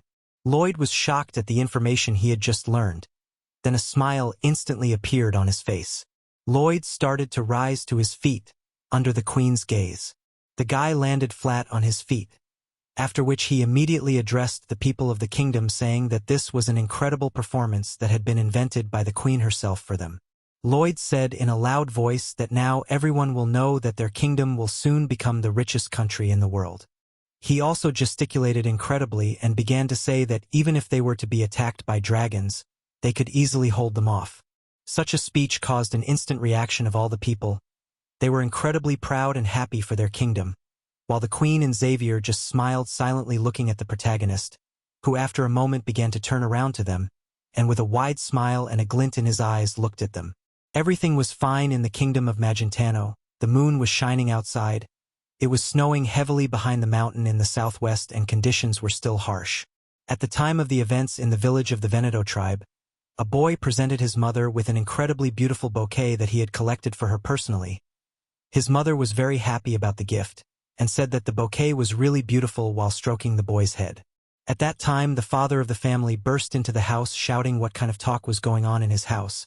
It turned out that the father of the family was the chief, who said in a loud voice that warriors cannot pick flowers, calling his son a brat. After these words, the father instantly broke the bouquet that his own son was picking with such effort, and then instantly turned to his wife, resenting what she was teaching their son. The girl turned away and began to say that the son would say what the head wanted to hear anyway, while the man began to say that the boy would say what he had to say, and began to tell the family that their tribe was being fought and conquered and that only strength could protect them. The father shouted and asked if his child was going to do non-masculine things, while the boy kept on apologizing with his head bowed. After another shout from the father, the boy started apologizing with all his might, after which the father punished his son by making him pay respect to his ancestors for an hour, while he sat down at the table with his head bowed. The man looked carefully at his wife. He thought about the fact that his wife does not even smile at the sight of him. He also decided that even his own child hates him as well. Then the man hit the table with a mug full of beer, thinking that he only had to tolerate this attitude to himself. The man began to drown in beer while thinking that no amount of kindness and mercy could save his life. A little while later, morning came, and the voice of a man who said that it was time to go hunting was heard throughout the village. All the warriors of the settlement gathered in one place and began to make strange movements, and with such strange movements they continued on their way. Without slowing down, they continued their movement, and then they changed their posture and began to sing that they were descendants of exiled warriors, that they had taken food from traders, and that they had sacrificed their lives in battles to get food. They also sang together about being lawbreakers in this barren land. The man looked forward with a confident look to the noise his subordinates were making. They sang about the mountains, and that behind them was their homeland, namely the kingdom of Manjito, which they must all take revenge on. It was with these words that tears came to the head's eyes. They were about to pass through the harsh mountains, when suddenly the leader noticed that the harsh mountains had turned into an incredibly beautiful and livable place. He silently looked at the vistas that had been completely transformed, and then his face showed surprise at what he had seen. A little while later, in one of the houses, there was a report of all the events that had happened to the mountain. One of the men said that it was unlikely that the kingdom was planning an invasion because there were no soldiers in sight, which pleased the head. Then he began to say that 70% of their ancestors had died crossing these harsh mountains, and he had never dreamed of it. Then he bowed his head, preparing to say something, then proudly raised his head, saying that now they could move on. A little while later he gathered all the men and announced that they would invade those lands. He ordered to spare no one and kill everyone. Suddenly he saw something in front of him. It turned out to be Lloyd along with Xavier and one demon. One of the enemy warriors assumed that the guys wanted to negotiate, while their leader said that he only recognized force. He started saying that they would cut off their heads, while Lloyd seemed to get angry and came closer and closer. Then Lloyd made a demonic face which instantly terrified all the enemies who came to fight. They just couldn't believe in the existence of a man who could deliver such a mental blow with just one look. Lloyd asked why their guests drew their weapons. Then with a mad look he suggested to the opponents to solve everything with words, as civilized people do. The enemy leader was really afraid of Lloyd, but mentally he understood that he as a leader should not give any slack. Then he looked at Lloyd again, who looked incredibly scary. He also noticed the fact that even the horned guy next to him did not look as scary as Lloyd. The head of the warrior settlement was shaking with fear. He looked silently at his enemy. He remembered scolding his son for shaking, saying that warriors don't shake, and he remembered the look on his wife's face as she tried not to look at him. Now he was also drenched in sweat at the sight of Lloyd. The head introduced himself as the descendants of the banished clan, then instantly ordered all his subordinates to attack, and a moment later a great number of men were in the air ready to strike at Lloyd, who in turn had his murderous shovel ready to attack. A little while later the leader was sitting tied up in front of Lloyd, who complained that the opponents forced him to fight. Even though he is a pacifist, Lloyd said that these warriors should not touch them and then they would not have any conflicts. The opponents started shouting that for them the battle ends only after death and that he would come back hundreds of times to take revenge. Lloyd said that it would be easy for him to finish off all the enemy in an instant, while the leader said that he would rather die than surrender. Lloyd ordered Xavier to release the prisoner, saying that although it would cause problems, it was too much for a pacifist like him. Xavier suggested simply taking the enemy head into custody, while Lloyd called it the same kind of violence, adding that he certainly had a wife and children to feed. He couldn't lock up his entire family. Xavier looked at the huge crowd of opponents. He suggested hiring someone to just kick these warriors out every time, while Lloyd instantly dismissed the idea, saying he wouldn't spend any money on it. Lloyd started talking about how they had already spent a lot of money, and the purpose of their visit, namely to find a way to save money, adding that they might be able to do it thanks to these guys. Xavier didn't understand how that was possible and asked Lloyd, who immediately started to get up from the bed, then made a really mad face and said that they would do it peacefully. All the warriors left with their heads down, while the image of a real demon, in the person of the protagonist, loomed over them. A little while later, in the new settlement of the protagonist at night, the warriors gathered in a hidden place and watched the situation. Their leader, with a confident look, said that last time they acted too brazenly and decided that this time it would be different. He made a confident face and then said that attacking at night is the best strategy to win. They watched the children playing late at night and thought about using them as hostages. One of the children was grabbed by a man who threatened the child not to scream, otherwise he would get 100 slaps. The children were worried and didn't know what to do. It was forbidden to attack people. Suddenly one of the children started talking about something the Demon King had said. In the past, Lloyd told the children that there are only a few types of people in the world, namely those who need only a little beating, and those who should be severely beaten. After that, the captured child instantly changed and a strong aura began to emanate from his body. The other children also began to emit a terrifying aura, after which the head of the opponents instantly received a strong punch right on his stomach. A little while later, the defeated warriors gathered together, thinking about how their children could be so strong. The leader started to say that no matter what method they used, the victory should be theirs. Then he started to get up from the table. He was walking down the street thinking that they hadn't hunted or looted in days and that his family might be hungry. But as soon as he entered the house, he was shocked to see a cooked piglet. He immediately asked the family where the food came from, and the wife replied that it had been caught. Then on closer inspection he realized that the wife had personally gone hunting to feed her family, which made the head of the settlement ashamed, because they should be the ones to feed their families. He immediately started shouting that hunting and robbery is a man's business and a woman's business is to stay at home and take care of the children, after which his wife asked him what he thinks to do if they are starving. To which the man could not give an answer and continued to look in the direction of his wife. The next day the sun was shining very brightly. One of the wagons was moving along the road while the warriors gathered on a rock thinking that the wagon looked packed, whereupon the man instantly ordered everyone to attack and a huge number of warriors jumped towards the wagon, whereupon the owner of the wagon surrendered and they celebrated their victory. The man instantly opened the wagon thinking that today was the day they would all be able to eat their fill. But all he saw inside the wagon was Loida, along with Xavier and the demon, who looked fiercely at the brazen man. The man instantly began to break out in a sweat. He then turned to his men saying that they had just made a mistake. He tried to leave, but the demon instantly stopped the man, causing him to feel primal fear. Xavier stated in front of all the robbers that they would now give demons to each wagon and now their robberies would never succeed. Suddenly Lloyd's voice was heard and everyone turned their attention to the other side. Lloyd started to get off the wagon with a mad look. It looked like a bloodbath was about to happen. But in reality Lloyd made a nice face. Then he said he had another option. He started talking about how the wagon was full of food and that these guys had a way to get it, he said. He would prove to these warriors that they could get the food. Then he showed a bag of money which caused an immediate negative reaction in the warrior heads because money can't buy them. Lloyd silently wiggled his finger, telling his opponents not to jump to conclusions, and then he simply put the money in the hands of the warrior leader, after which he took the money again, and pointing to the wagon said that this is now the wagon of these warriors because they bought it. Lloyd started to leave saying that the warriors should eat with their families today. The head did not understand what had just happened. His bewilderment was clearly expressed on his face. A little while later their table was full of food, which made the head feel uncomfortable. He thought about the fact that he had only taken food for his family, but his warrior pride would not allow him to touch this food. He just clenched his teeth thinking that from tomorrow he would start hunting, because he did not want to take handouts. Meanwhile, they encountered a huge pet of the protagonist, who looked down on all the warriors. The head was scared to death and had a lot of sweat on his face, while the pet of the protagonist, prepared to attack, then instantly scattered all the opponents with his blows. All the men fell to the ground with great speed.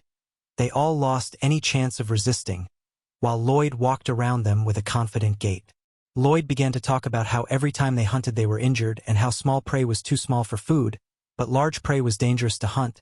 Lloyd said that now the men could not worry, for there was a great opportunity for them, and then he gave money to the head of the warriors again, and then he took the money again like last time and gave huge chunks of meat to the men, saying that this way was much easier.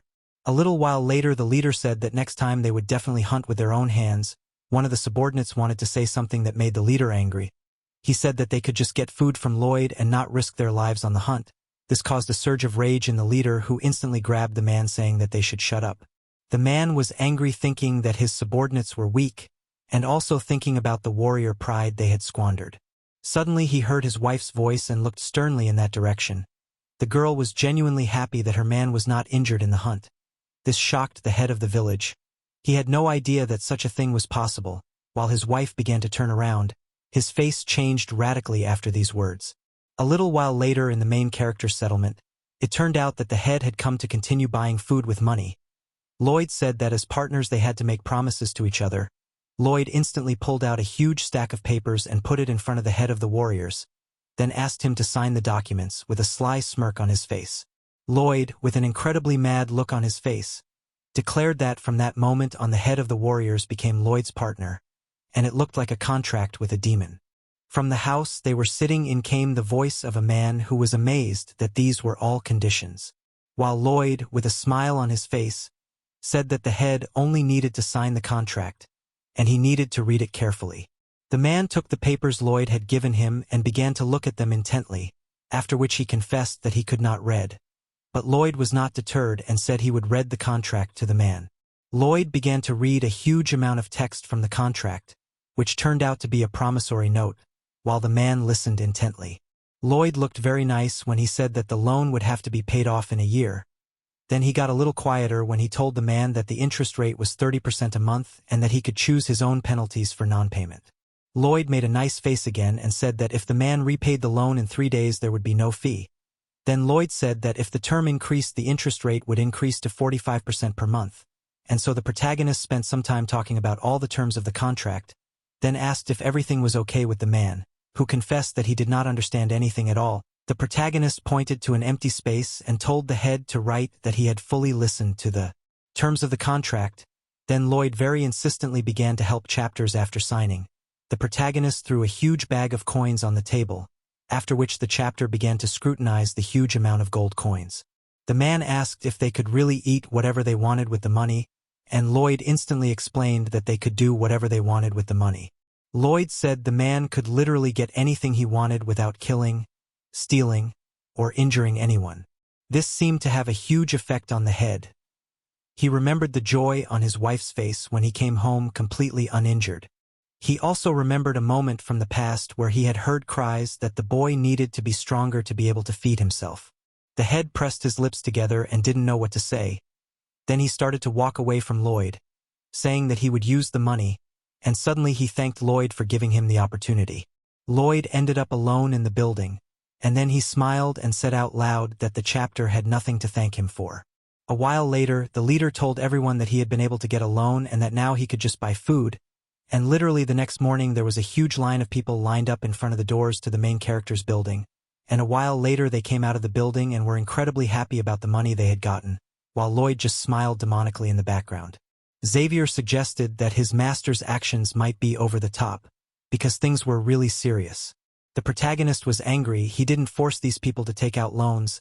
He wasn't the bad guy that they needed a loan and they were fine with the terms. Xavier silently looked in the direction of his mad master.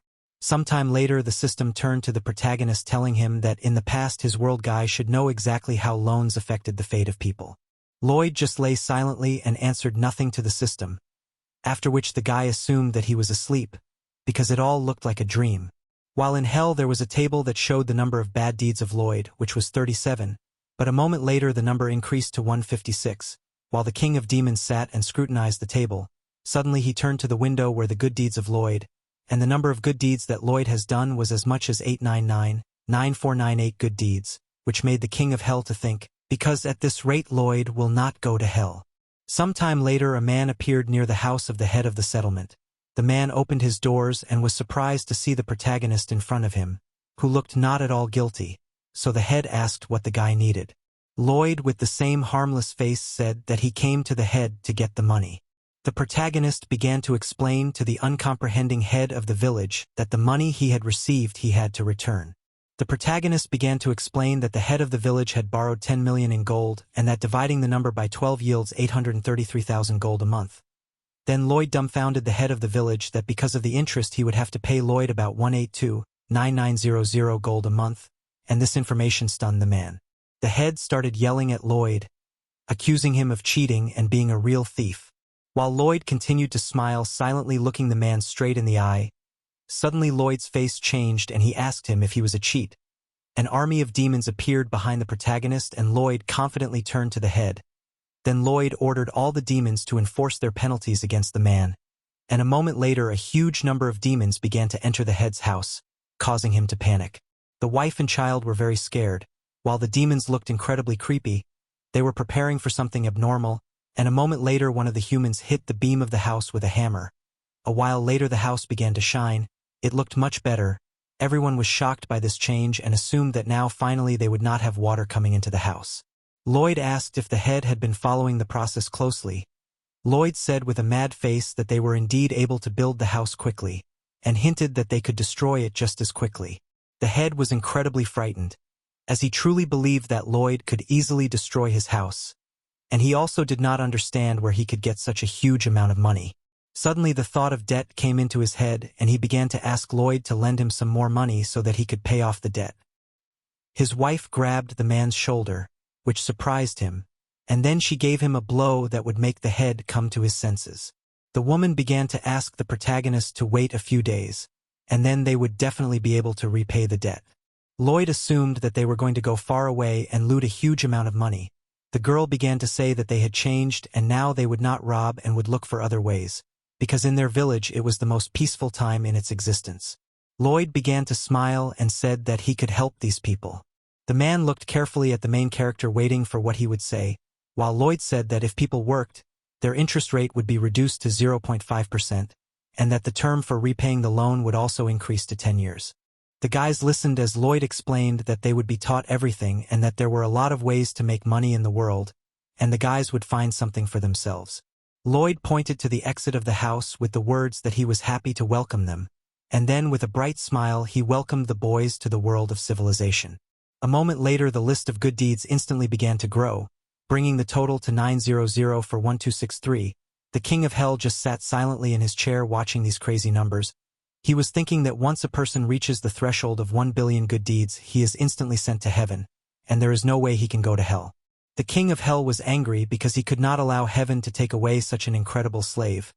Then he mentally asked the man who was standing outside the castle to hurry up in what he had to do, while the madman himself seemed to want with all his heart to destroy Lloyd so that nothing would be left of him. The sun was just beginning to rise outside, and while a great many men were already near the mountain, the head of the village looked like a real office worker, but with a naked torso and an incredibly developed body. He was shining on this beautiful morning, while behind him there were a huge number of others, who together with the man started to dance their ritual dance, and were getting closer and closer to the goal while making strange sounds. A great number of people began their work and also sang a song about being warrior hunters who pay their debts and never kill or rob. They also sang that at the end of the day they were tired and wanted to rest, while Lloyd appeared and asked the man with a creepy look if he was going to rest forever. Everyone sang about it being dark, and finally the workday was over and it was time for them to rest. The man looked at the pastries, which smelled delicious, even though he looked incredibly tired. A while later, his voice came from his house, informing the family that he had arrived. The guy held out a bag filled with groceries, and with a tired but happy look on his face, he held it out to his family. His child and his wife were shining with happiness. They were very happy to see the head of their family. The boy showed his father the vase of flowers he had made, and the man said it looked even better than it had yesterday. Now the flowers his child had picked would bloom in his soul. Even his wife, who had once hated the man, kissed him, and it seemed their family looked much happier. Such was the reward that awaited the man for his hard work, and the fact that he had stopped robbing. Lloyd looked at the house of the head of the settlement, where he could hear the desire of the other family members to go to work to help the man. Lloyd looked carefully in that direction. It seemed with sadness on his face. He remembered that his parents used to buy something when they came home from work. He remembered how the sweet smell filled their semi-basement apartment. Lloyd was upset that his dad and mom had left when he had not had time to do anything yet. Now the boy remembered the image of his new parents, and a look of confidence appeared on his face. The protagonist turned to his dragon, and a huge dragon appeared right above Lloyd. Xavier asked if Lloyd was looking for a way to fight the fate phenomenon, and he confessed that he was still looking and he just needed to do something. Lloyd said he needed to fix a certain thing. While in the Arctic, the gates of hell continued to emit a tremendous amount of heat. Lloyd along with Xavier were nearby, and the hero complained that the place was really hot. The protagonist pulled out a strange thing, saying that it would cool the area down a bit. Then he stuck his finger in the mouth of the artifact, causing the eyes of the thing to glow, and it flew towards the water, then fell down causing small waves, which after a moment turned into a huge water tornado that began to rise into the sky at a great speed, and eventually began to surround the portal that led to hell, and eventually completely blocked the portal that led to hell. Lloyd began to fly away, saying that now this place is much colder. The protagonist said that this was his way of finally solving the problem, while Xavier was amazed and once again realized how responsible Lloyd was. Lloyd stated that the people who opened the gates of hell were the real bastards, which caused a silence between them for a while, after which Xavier tried to say that it was Lloyd who opened the gates of hell, but Lloyd interrupted him, saying that they needed to find a way to save everyone from the fate phenomenon. The protagonist thought about the fact that he had become a demon king and that he could use it. Sometime later the girl arrived at the main character, after which Lloyd instantly began the ritual of baptizing the demon king, and the girl's body burst a huge amount of aura, while the main character with all his might screamed, under the comments of the system that screaming is not necessary. The new hearts of the main character revealed their power, because of which they became even stronger. Aura continued to envelope the girl. It was really a lot. Then the girl's eyes suddenly got a new function that the system said. The girl opened her eye and got the function of wide-open bloodshot eyes. It turned out she got the ability to follow the target in real time. This immediately pleased the protagonist. Now the ability of the girl became much more useful. The protagonist thought about getting the girl to look at all the places he had ever visited. Then the girl tried to look at the kingdom of Manhwa, but she said it was not within her reach. Lloyd thought about what he should do, thinking that putting the girl on a dragon was not an option. Suddenly something caught Lloyd's attention. The girl's clothes started to disintegrate rapidly, and then huge wings started to gather around her. Eventually the girl got ready to take off with her new wings, and in an instant she was high in the sky, leaving a stunned Lloyd on the ground. Thanks to the height the girl had gained, she could now monitor all the places affected by the fate restoration phenomenon in real time. Lloyd sighed after seeing the result, then made a mad face as he said that they had yet to see who could win the fight against fate. Xavier said that his master's actions were very interesting. He described that the way Lloyd helped the demons was more difficult, but in the end they got an incredible ally. Lloyd said that the thing is that he is just kind and doesn't use force. Lloyd was surprised when he heard Xavier saying that he was a bit jealous of the girl. Xavier asked that if Lloyd needed him to be bold enough to give any orders for him. Lloyd asked the guy not to worry because he would end up using Xavier to the fullest. The protagonist thought that at this rate he would at least delay the deaths of people, and decided that it was time for him to look into the future, since he had done so many things. It was evening outside. In the windows of the building was burning light. Lloyd bowed his head because the fate meter showed still -1. The protagonist realized that in the end, because of him, someone will still die, and even the past demon queen will not help it. Lloyd just did not know how to defeat the phenomenon of restoring fate. The protagonist firmly decided that he needed to find a loophole through which he could save all the people. Lloyd turned to the system. In order to see a spoiler of the future, he pulled his hand to accept the feature, then clicked on the system. A moment later, Lloyd found himself in a dark space in which there seemed to be nothing. Lloyd was completely calm, because in his life he had seen so many scary things that hardly anything could scare him. Suddenly, the protagonist's gaze changed to primal horror at what he saw in front of him. The buildings in front of him were instantly destroyed. By some majestic force, Lloyd did not understand what was happening that caused such a great destruction. Lloyd stood in a stupor listening to the horrible sounds that came from nearby. The protagonist did not understand how someone could take his territory by force, because he thought that it was simply impossible. Suddenly, Lloyd noticed a strange figure right in front of him. The smoke was waving a little, and it seemed that behind him was some terrible monster. It turned out that it was incredibly creepy monsters that were destroying Lloyd's territory. Lloyd didn't understand what these creepy creatures were, because even in the novel such creatures were not described, as suddenly there was a strong burst of energy right above Lloyd's head, which instantly made the guy look up. It turned out that right in the sky there was an incredible battle going on. It turned out that Xavier got an incredibly strong blow right on his face, because of which Lloyd started screaming, worried about his subordinate. While Xavier landed on the ground, destroying everything in his path, the protagonist started to run towards the guy, not understanding how he could lose being a supreme master, and even after he had passed the baptism of the Demon King. Lloyd just couldn't understand who these people were, who could defeat a supreme master and also destroy his territory. It seems Lloyd finally noticed Xavier with his gaze. It turned out that the guy was lying on the ground and didn't move at all. The protagonist noticed the silhouette of the creature that defeated Xavier and thought about the fact that there were only 3 godlike creatures in the novel. He ran towards Xavier thinking that only the Dragon King of the human world, the Archangel of the celestial world. Then Lloyd's face changed completely at the sight of the one who was right in front of him, namely the King of Hell, who seemed to be wounded by Xavier. The King of Hell confessed that Xavier was indeed an incredible person, for he was able to wound him even though he is almost a god. While Xavier himself grimaced in anger, and then instantly began to rise to his feet, the boy was able to rise to his feet even though his body looked absolutely horrible. The King of Hell was amazed that Xavier still had the strength to fight back, while Xavier himself said with a certainty in his eyes that he would not let the Lord of Hell take Lloyd. While Lloyd himself didn't understand what was going on, in what sense the King of Hell wanted to take him away. Xavier and his opponent faced each other. There seemed to be the silence before the storm, and 1 moment later the King of Hell sealed Xavier into the ground with an incredibly fast and precise blow. Lloyd's face changed completely. He couldn't bear to see his friend Xavier die like that.